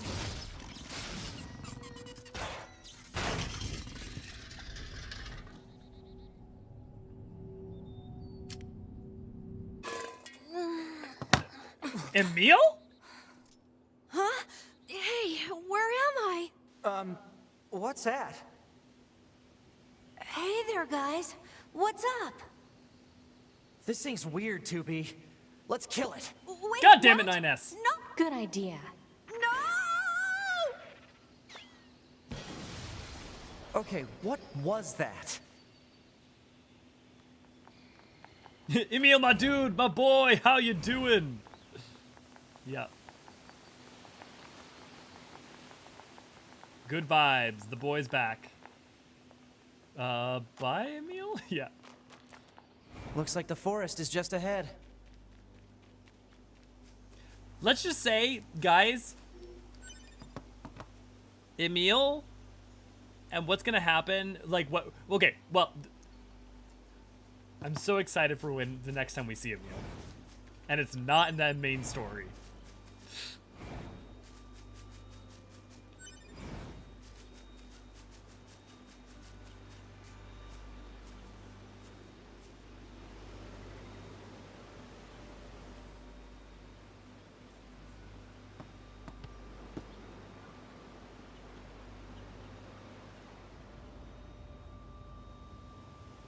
Aim for the enemy androids. Engage battle mode. Now fight for your king. Here they come. Better keep your guard up. I'm aware of how to fight. You just be careful. I will, 2B.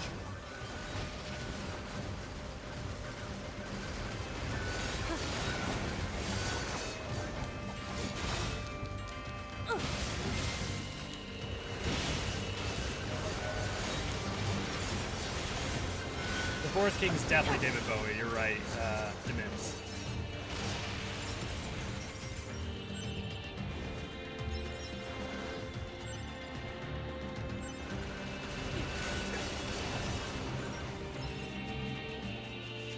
These machines. They were talking about a king, right? I saw what looked to be a castle further in. Maybe we should take a look.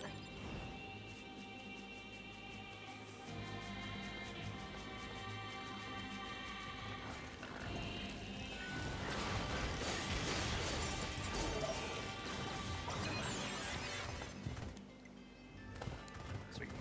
Quick transport unlocked. He's on the roll. Autobots roll out? I guess Decepticons in this case.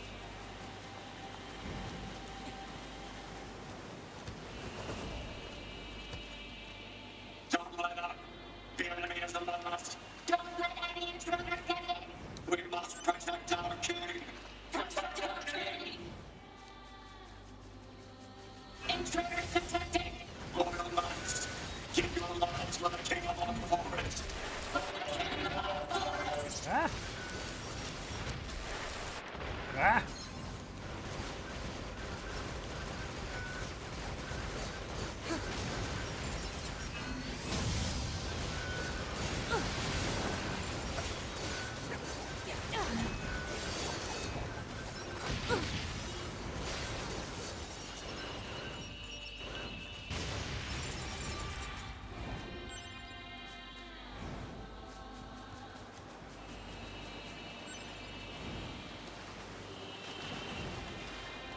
This place looks familiar.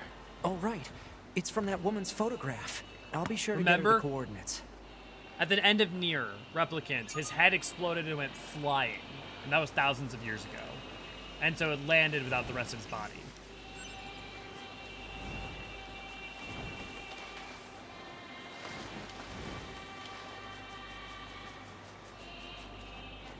We must protect our king and kingdom.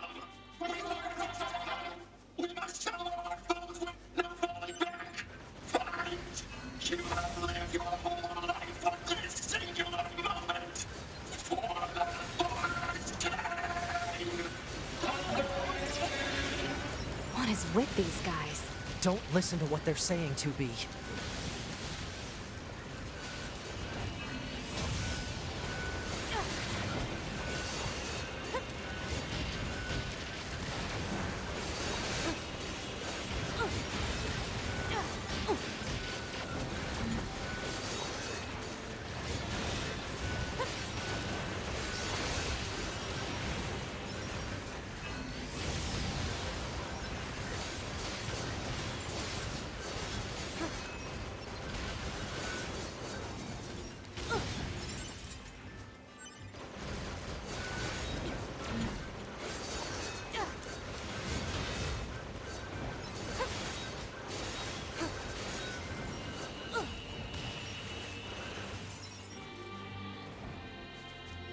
Maybe these robots found Netflix servers just watch Braveheart for 6,000 straight hours, just screaming over and over again, freedom!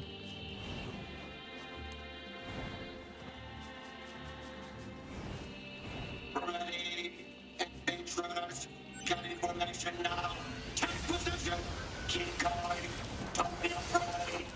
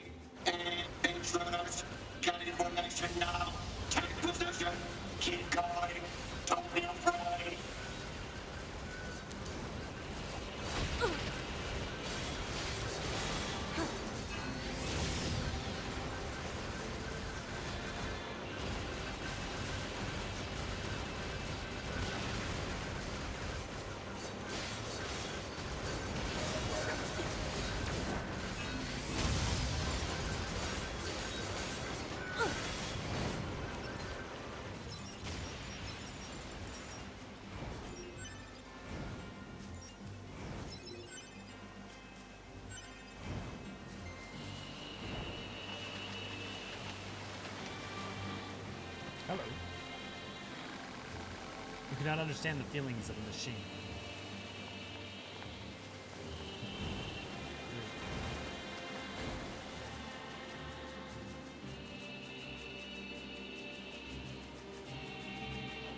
That's mind-blowing. Well played, Emmett.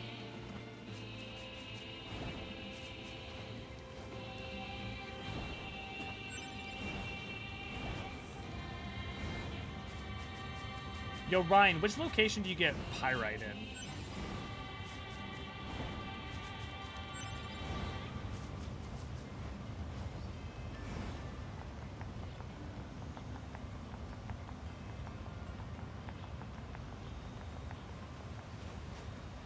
So those machines had a king? But how can a concept like loyalty be understood by a machine? Oh, hey, well, there's some pyrite. Answers that question.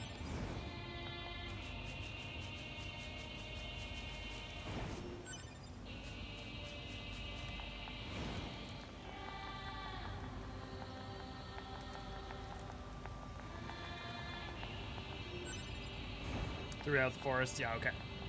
I was right, it was the forest. Uh-oh. That's not good. I'll never let you pass! That's not so bad. Flies! Oh great, it's electrified.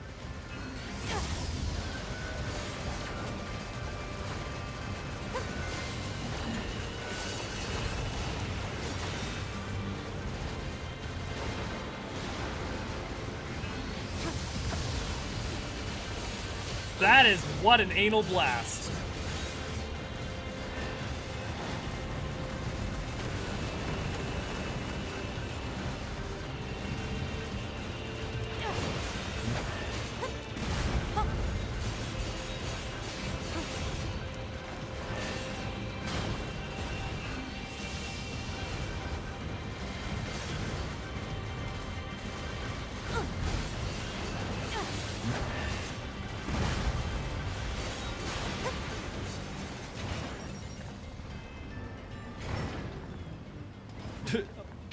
I wanna know what love is. I want you to show me. Okay, now you're being not, you know.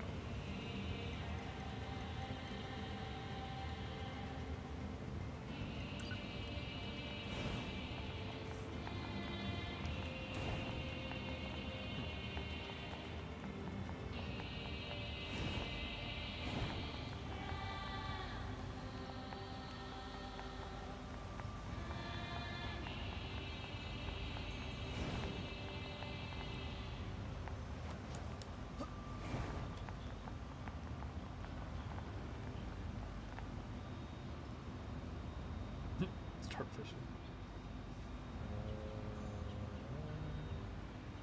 Oh, hello.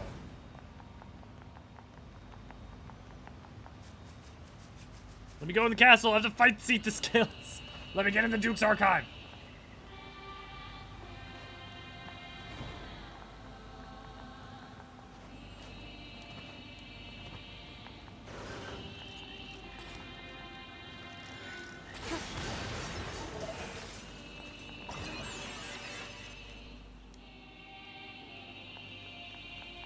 I need to find out what horrors were begun. Yep, this looks like a king's castle, all right.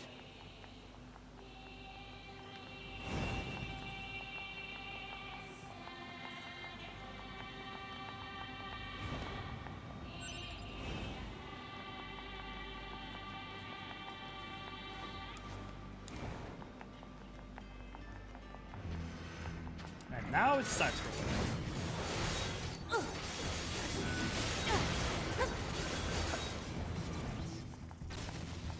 Don't let them go any further!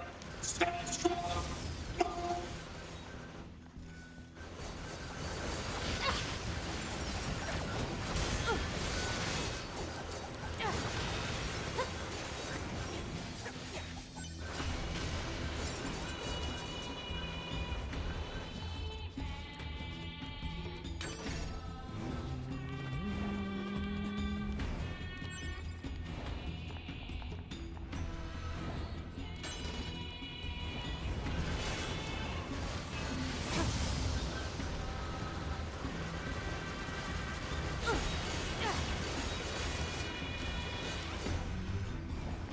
you can also buy pirate from a vendor. I just don't remember which route. Okay, no worries. I just wanted to make sure I knew where to get it at all. I don't mind farming it.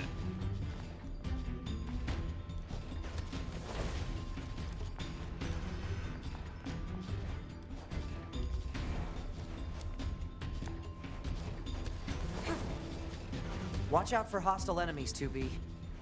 Roger that, 9... Huh? Wait, what did you just say? Roger that, 9S. Wait, no, that's not what you said. You said 9s. Or at least something close to... Cut the chatter and engage the enemy. Ah.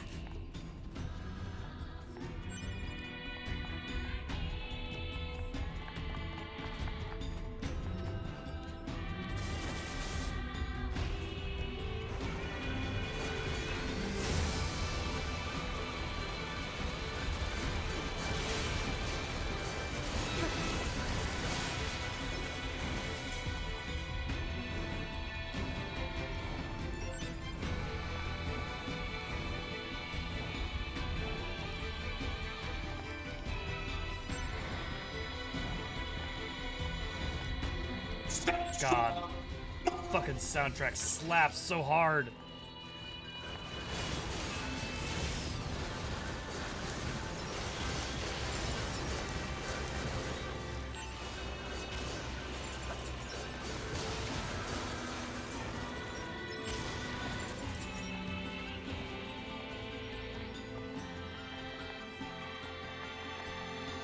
You'll pay for this in dollars. Don't let them take anything else from us. Leave our kingdom.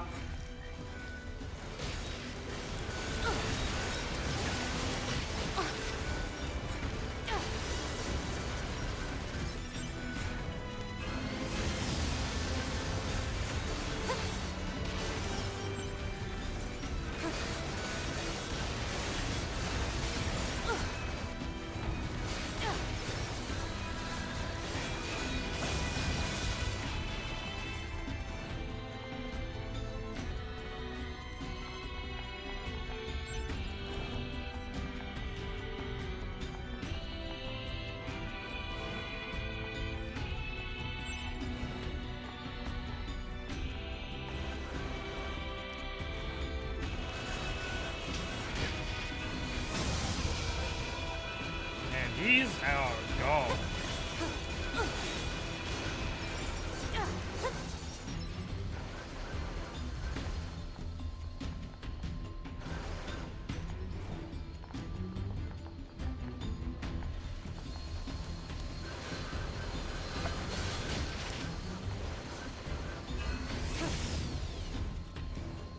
Ooh, did you see me thread that?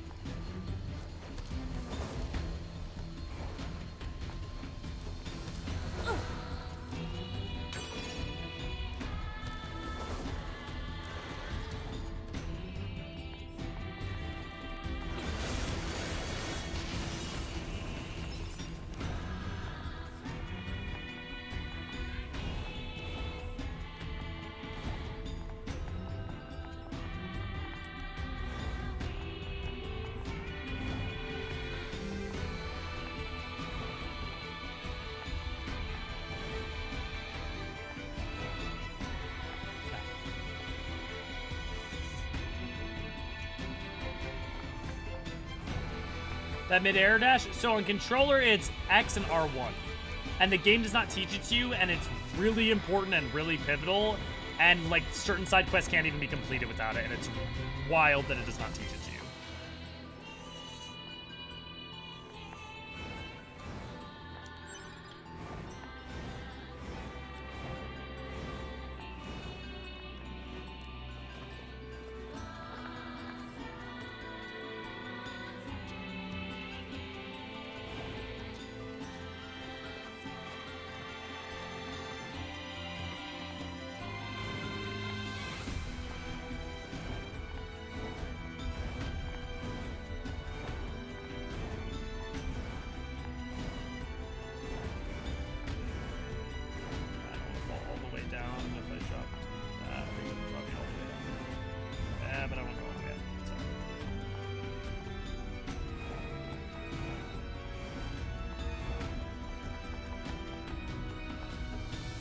Oh, no, I was right.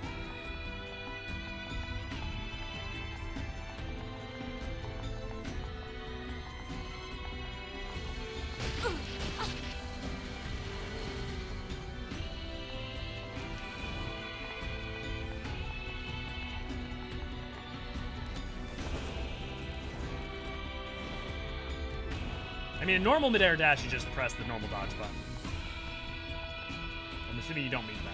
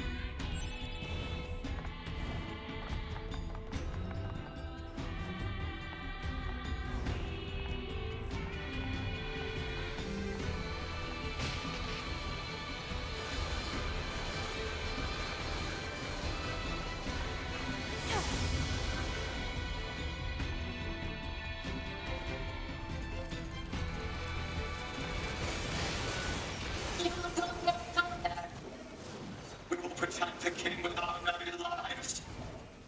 Don't give them a single inch. All hail the king! Send up another nation!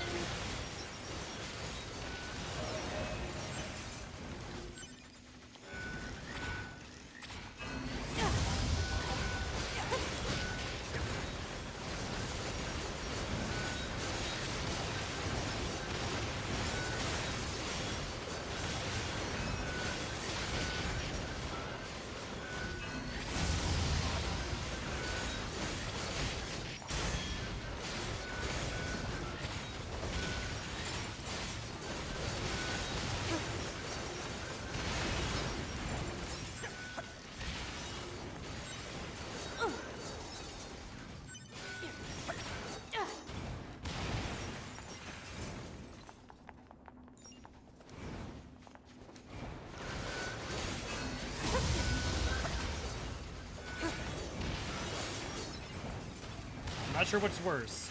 When the epic scary music is going on, or when the epic scary music stops.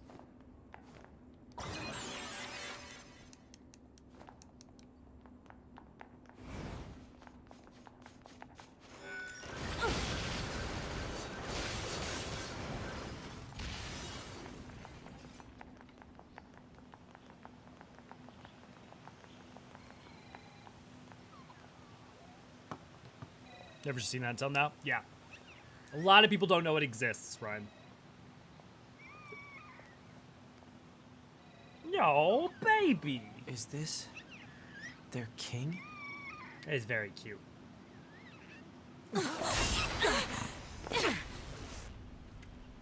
Oh.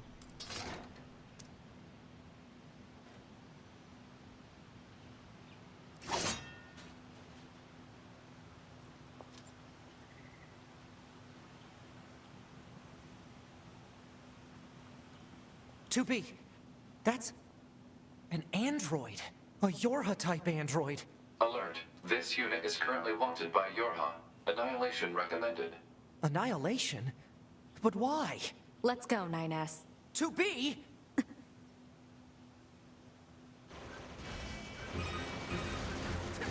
Bunker to 2B and 9S.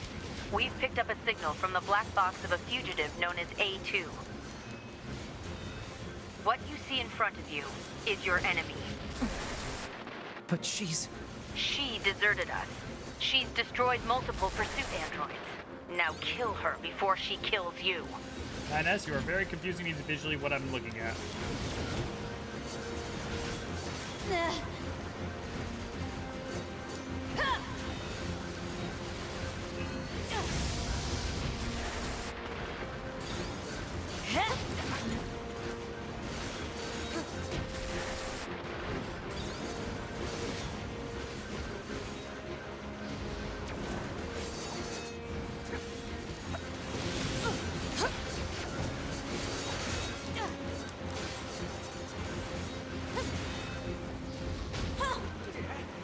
How'd you get from behind her?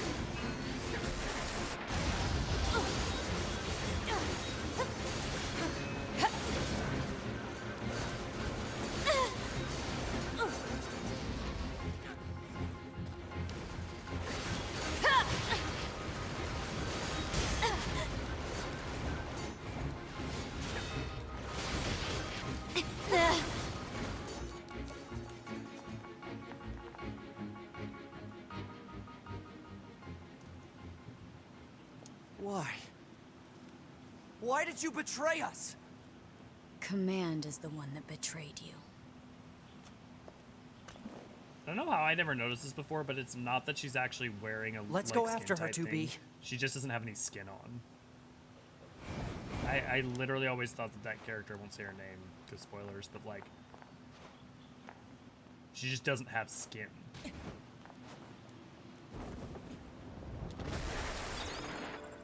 She's gone. Whoops. She's going Operator, this is 9S. Patch me through to the commander. Roger that, 9S. I'm sorry, Commander. We failed to defeat the fugitive. I see. Well, at least you're both safe. That's an incredibly powerful unit you just faced. You should probably keep your distance in the future. Commander, why did A2 desert the Force? I'm afraid that's classified. Oh? Huh. 2B? Yeah? Let's go ask Pascal about A2. He might know something. All right. Pascal? This is 9S. Oh, you survived. How wonderful. Yeah, we're fine.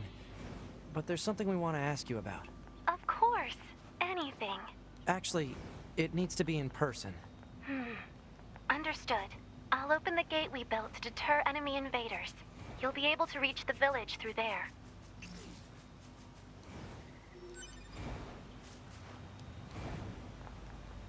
That must be the gate Pascal opened for us.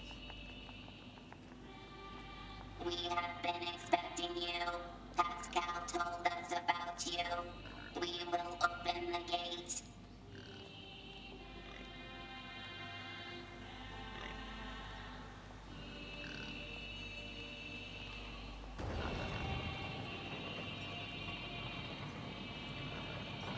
Please pass through. We will continue to stand guard.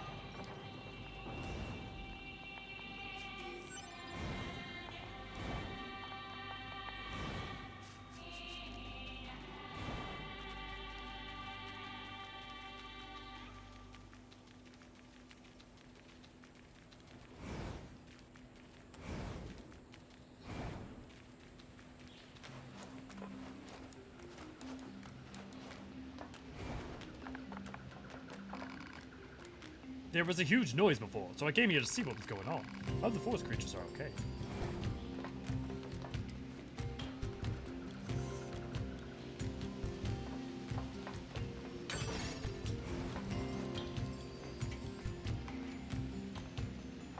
Hi. My son told me how you helped him. Thank you. I fear this is no small part of my fault, for I put all the burden of raising him on my wife. You certainly did. I'm sorry, dude. Yeah, Daddy, you should play with us more. I'm sorry. Well, as long as you've learned your lesson. Yeah, learned your lesson. I was hoping one of you would take my side.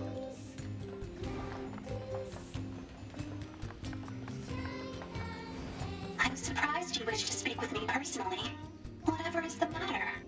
It'll be faster if you just take a look at this recording. I see. Information about this A2 android is indeed contained within our archives. We all understand her to be rather dangerous. However, she's never visited our village in person. My apologies. That's all the information I have. I see. All right, thanks. Let's stay sharp and head back to the resistance camp. We should run a check on our consciousness data and resupply. In order to believe that 2B is 380 pounds interior frame, it just doesn't make sense. In what way? Like, because, I mean, like, the fact that she functions at all is, like, a miracle of science. Also, like, everything about the science in this is wonky. So, just, like, special future material that weighs more than anything. Its density is hyper extreme.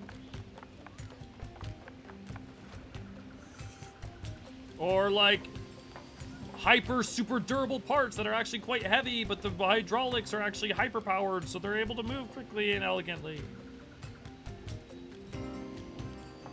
I mean, everything we're seeing is incredibly heavy and strong comparatively to a human, right? So I don't know. For me, it doesn't stretch credulity particularly that much.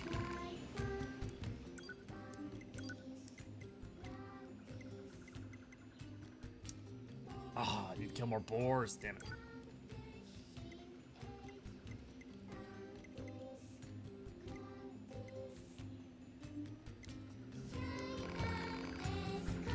I hope that guy in the forest is okay. It's good to see you in one piece. I was worried about you. Ooh, XP game up. True, yeah. The music in this village is kind of cute. Yeah, it sounds like children singing. Yeah. Ooh, that would be a good early item. Anti-chain damage. Take invincible. Turn invincible for 1 second after taking damage. Oh, I have some of those. Okay. Fast cooldown. Auto weapon switch. No. Those are autos. Okay.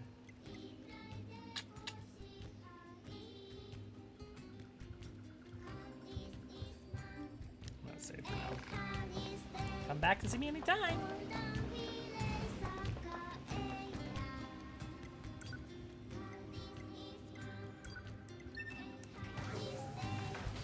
Ultra dense diaminoid, yeah, material. Yeah, exactly. I mean, like, look, does it make actual sense? No. But, like, any more than anything else in this so far? Like, can you suspend your disbelief for the rest of it? Because if you can, then I think you can suspend your disbelief for this, you know? Oh, fuck, I need to go back. Forgot something. 9S, why did you ask Pascal about A2? Huh? It's not recommended to interface with machines without consulting command. Yeah, I know. I'm sorry. Though I suppose such intense curiosity can be admirable, in its own way. Thanks, 2B. Still, machines are the enemy. Don't forget it. No, is she warming up a little bit?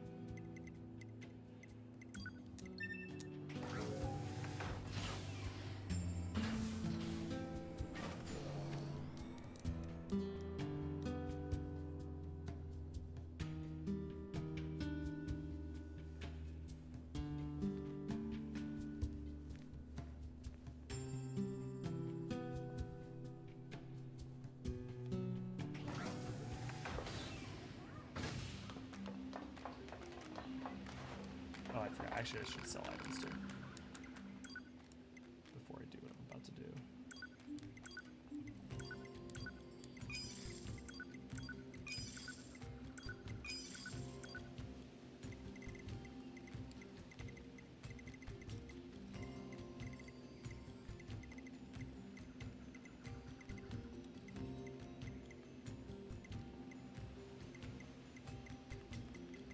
Huh.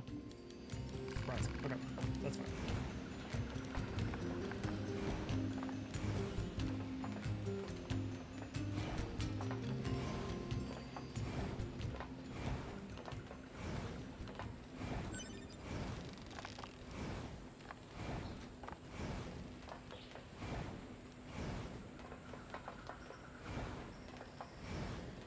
The other way? No, because the other way leads out. So it must be this way.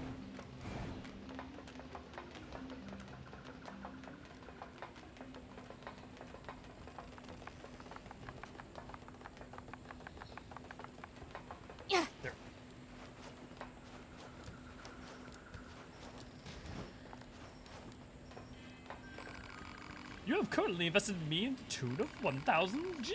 Would you possibly be able to invest in invention of the world's foremost genius? Invention. Joy, elation. I had not thought myself capable of such. And just between you and I know that if you provide enough investment, I'll be able to provide certain dividends in return. 20,000. Very wise, very wise. A true investor knows to strike when the iron's hot, eh? I look forward to the fruitful working relationship in the future. Quite. 2 days later. Eureka! I've done it! Feast eyes and senses alike upon my newest invention.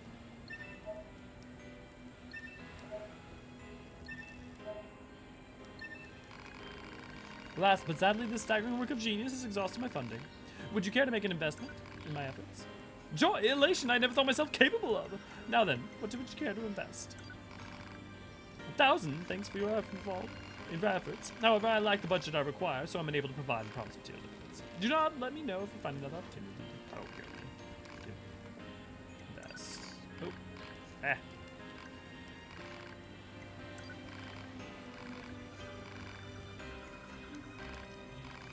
Oh no, I did turn it. It just wasn't enough to actually get into the next thing. Okay. So taking this end then. Okay, don't worry, Emmett. We're gonna be I'm probably not gonna do any more MSQ tonight. I'm probably just gonna do a couple more like side quest things and like. Oh, actually, Emmett. Well, no. You know what? Go ahead and do that. I'll finish up these last few side quest things and then I'll head out to bed. I'll wrap it up here. So that way we can start tomorrow with a very fun and funny thing. Bean. There's anyone here who was here at the start, raise your hand. And let me know if you'll be here in the morning tomorrow, because I think you'll like what the part we're gonna see. It's like Bean, Demins. I guess Demins, I don't think you were here earlier.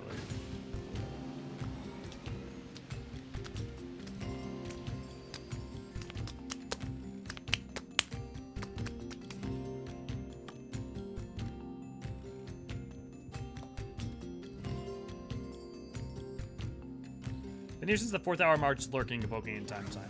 Thanks, Tess. Well, hey, I'll appreciate the views regardless. Raise his hand. Well, of course, you, Ray Ray. Although you already know. You probably should already know. Report. Mail notification received from access point.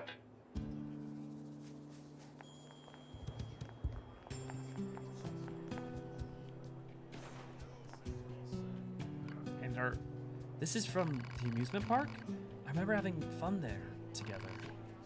Together. This was a waterfall in the forest.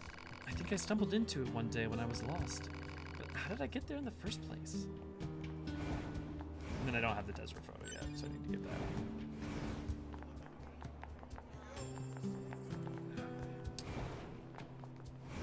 Let's turn in that music box. Oh, if I'm not mistaken. So pay attention to the music right now, right? Excuse me, is this the music box you were looking for? That's it! Where did you find it? In the amusement park, next to the corpse of an android. Maybe that was its owner? Oh. Was she... Well, it's awfully rusty, but with a little work, it should be able to get it playing again. Of course. Thank you for bringing the box to me. Now I can finally concentrate on my work again. Oh, and you two are welcome to enter the back anytime you like from now on.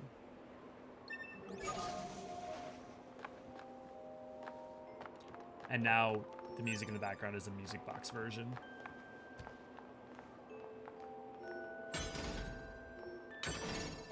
Of the same song.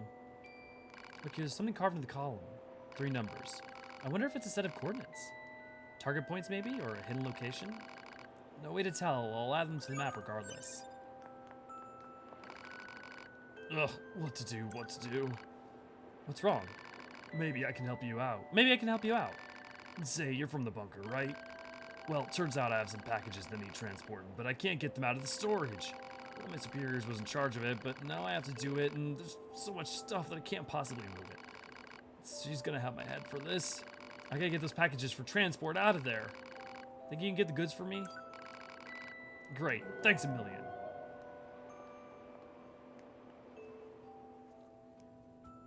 Marking objects likely to be the targeted packages.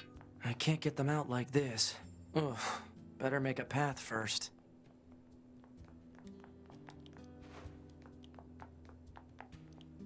All right, night, Emmett. After this, I'm wrapping up.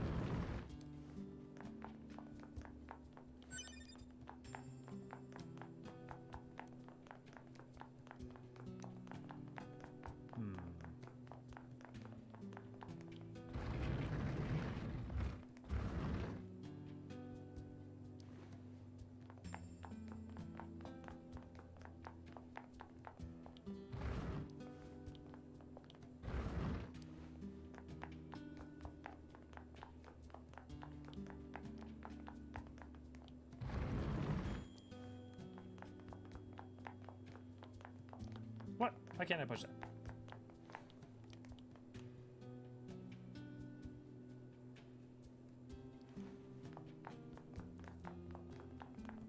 Here, I thought that would work.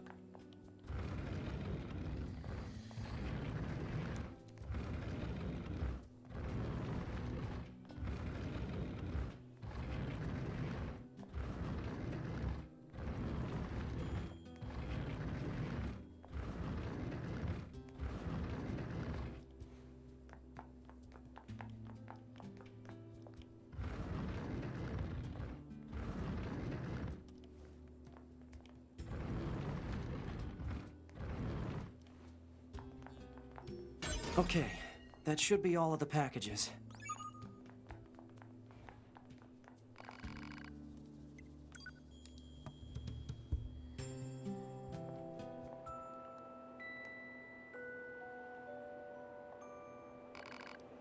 You went and found everything. Talk about a lifesaver. You really need to organize your storage area. I could barely walk in there. Seriously, you need to clean that place up. I know. I'll take it up with my superior. Here's a little something for your trouble.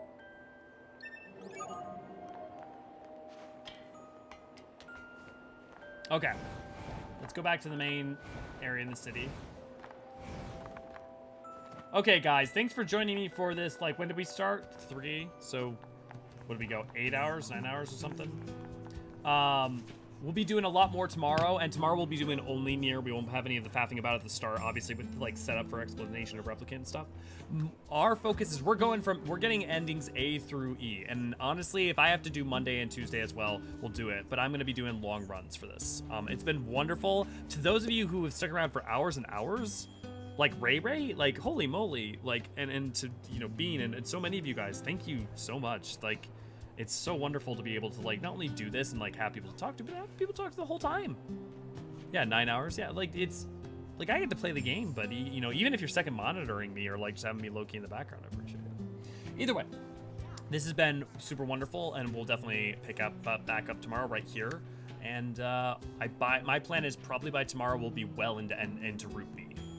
That's my hopeful goal. But we'll see. You guys, all of you guys who are here are regulars, so you all know the drill. So Patreon, Discord, all that stuff.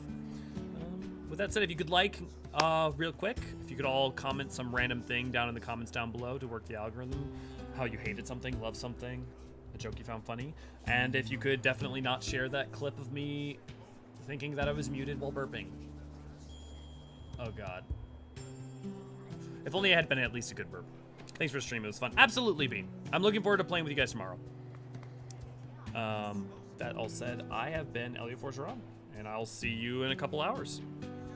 Cheers, everybody.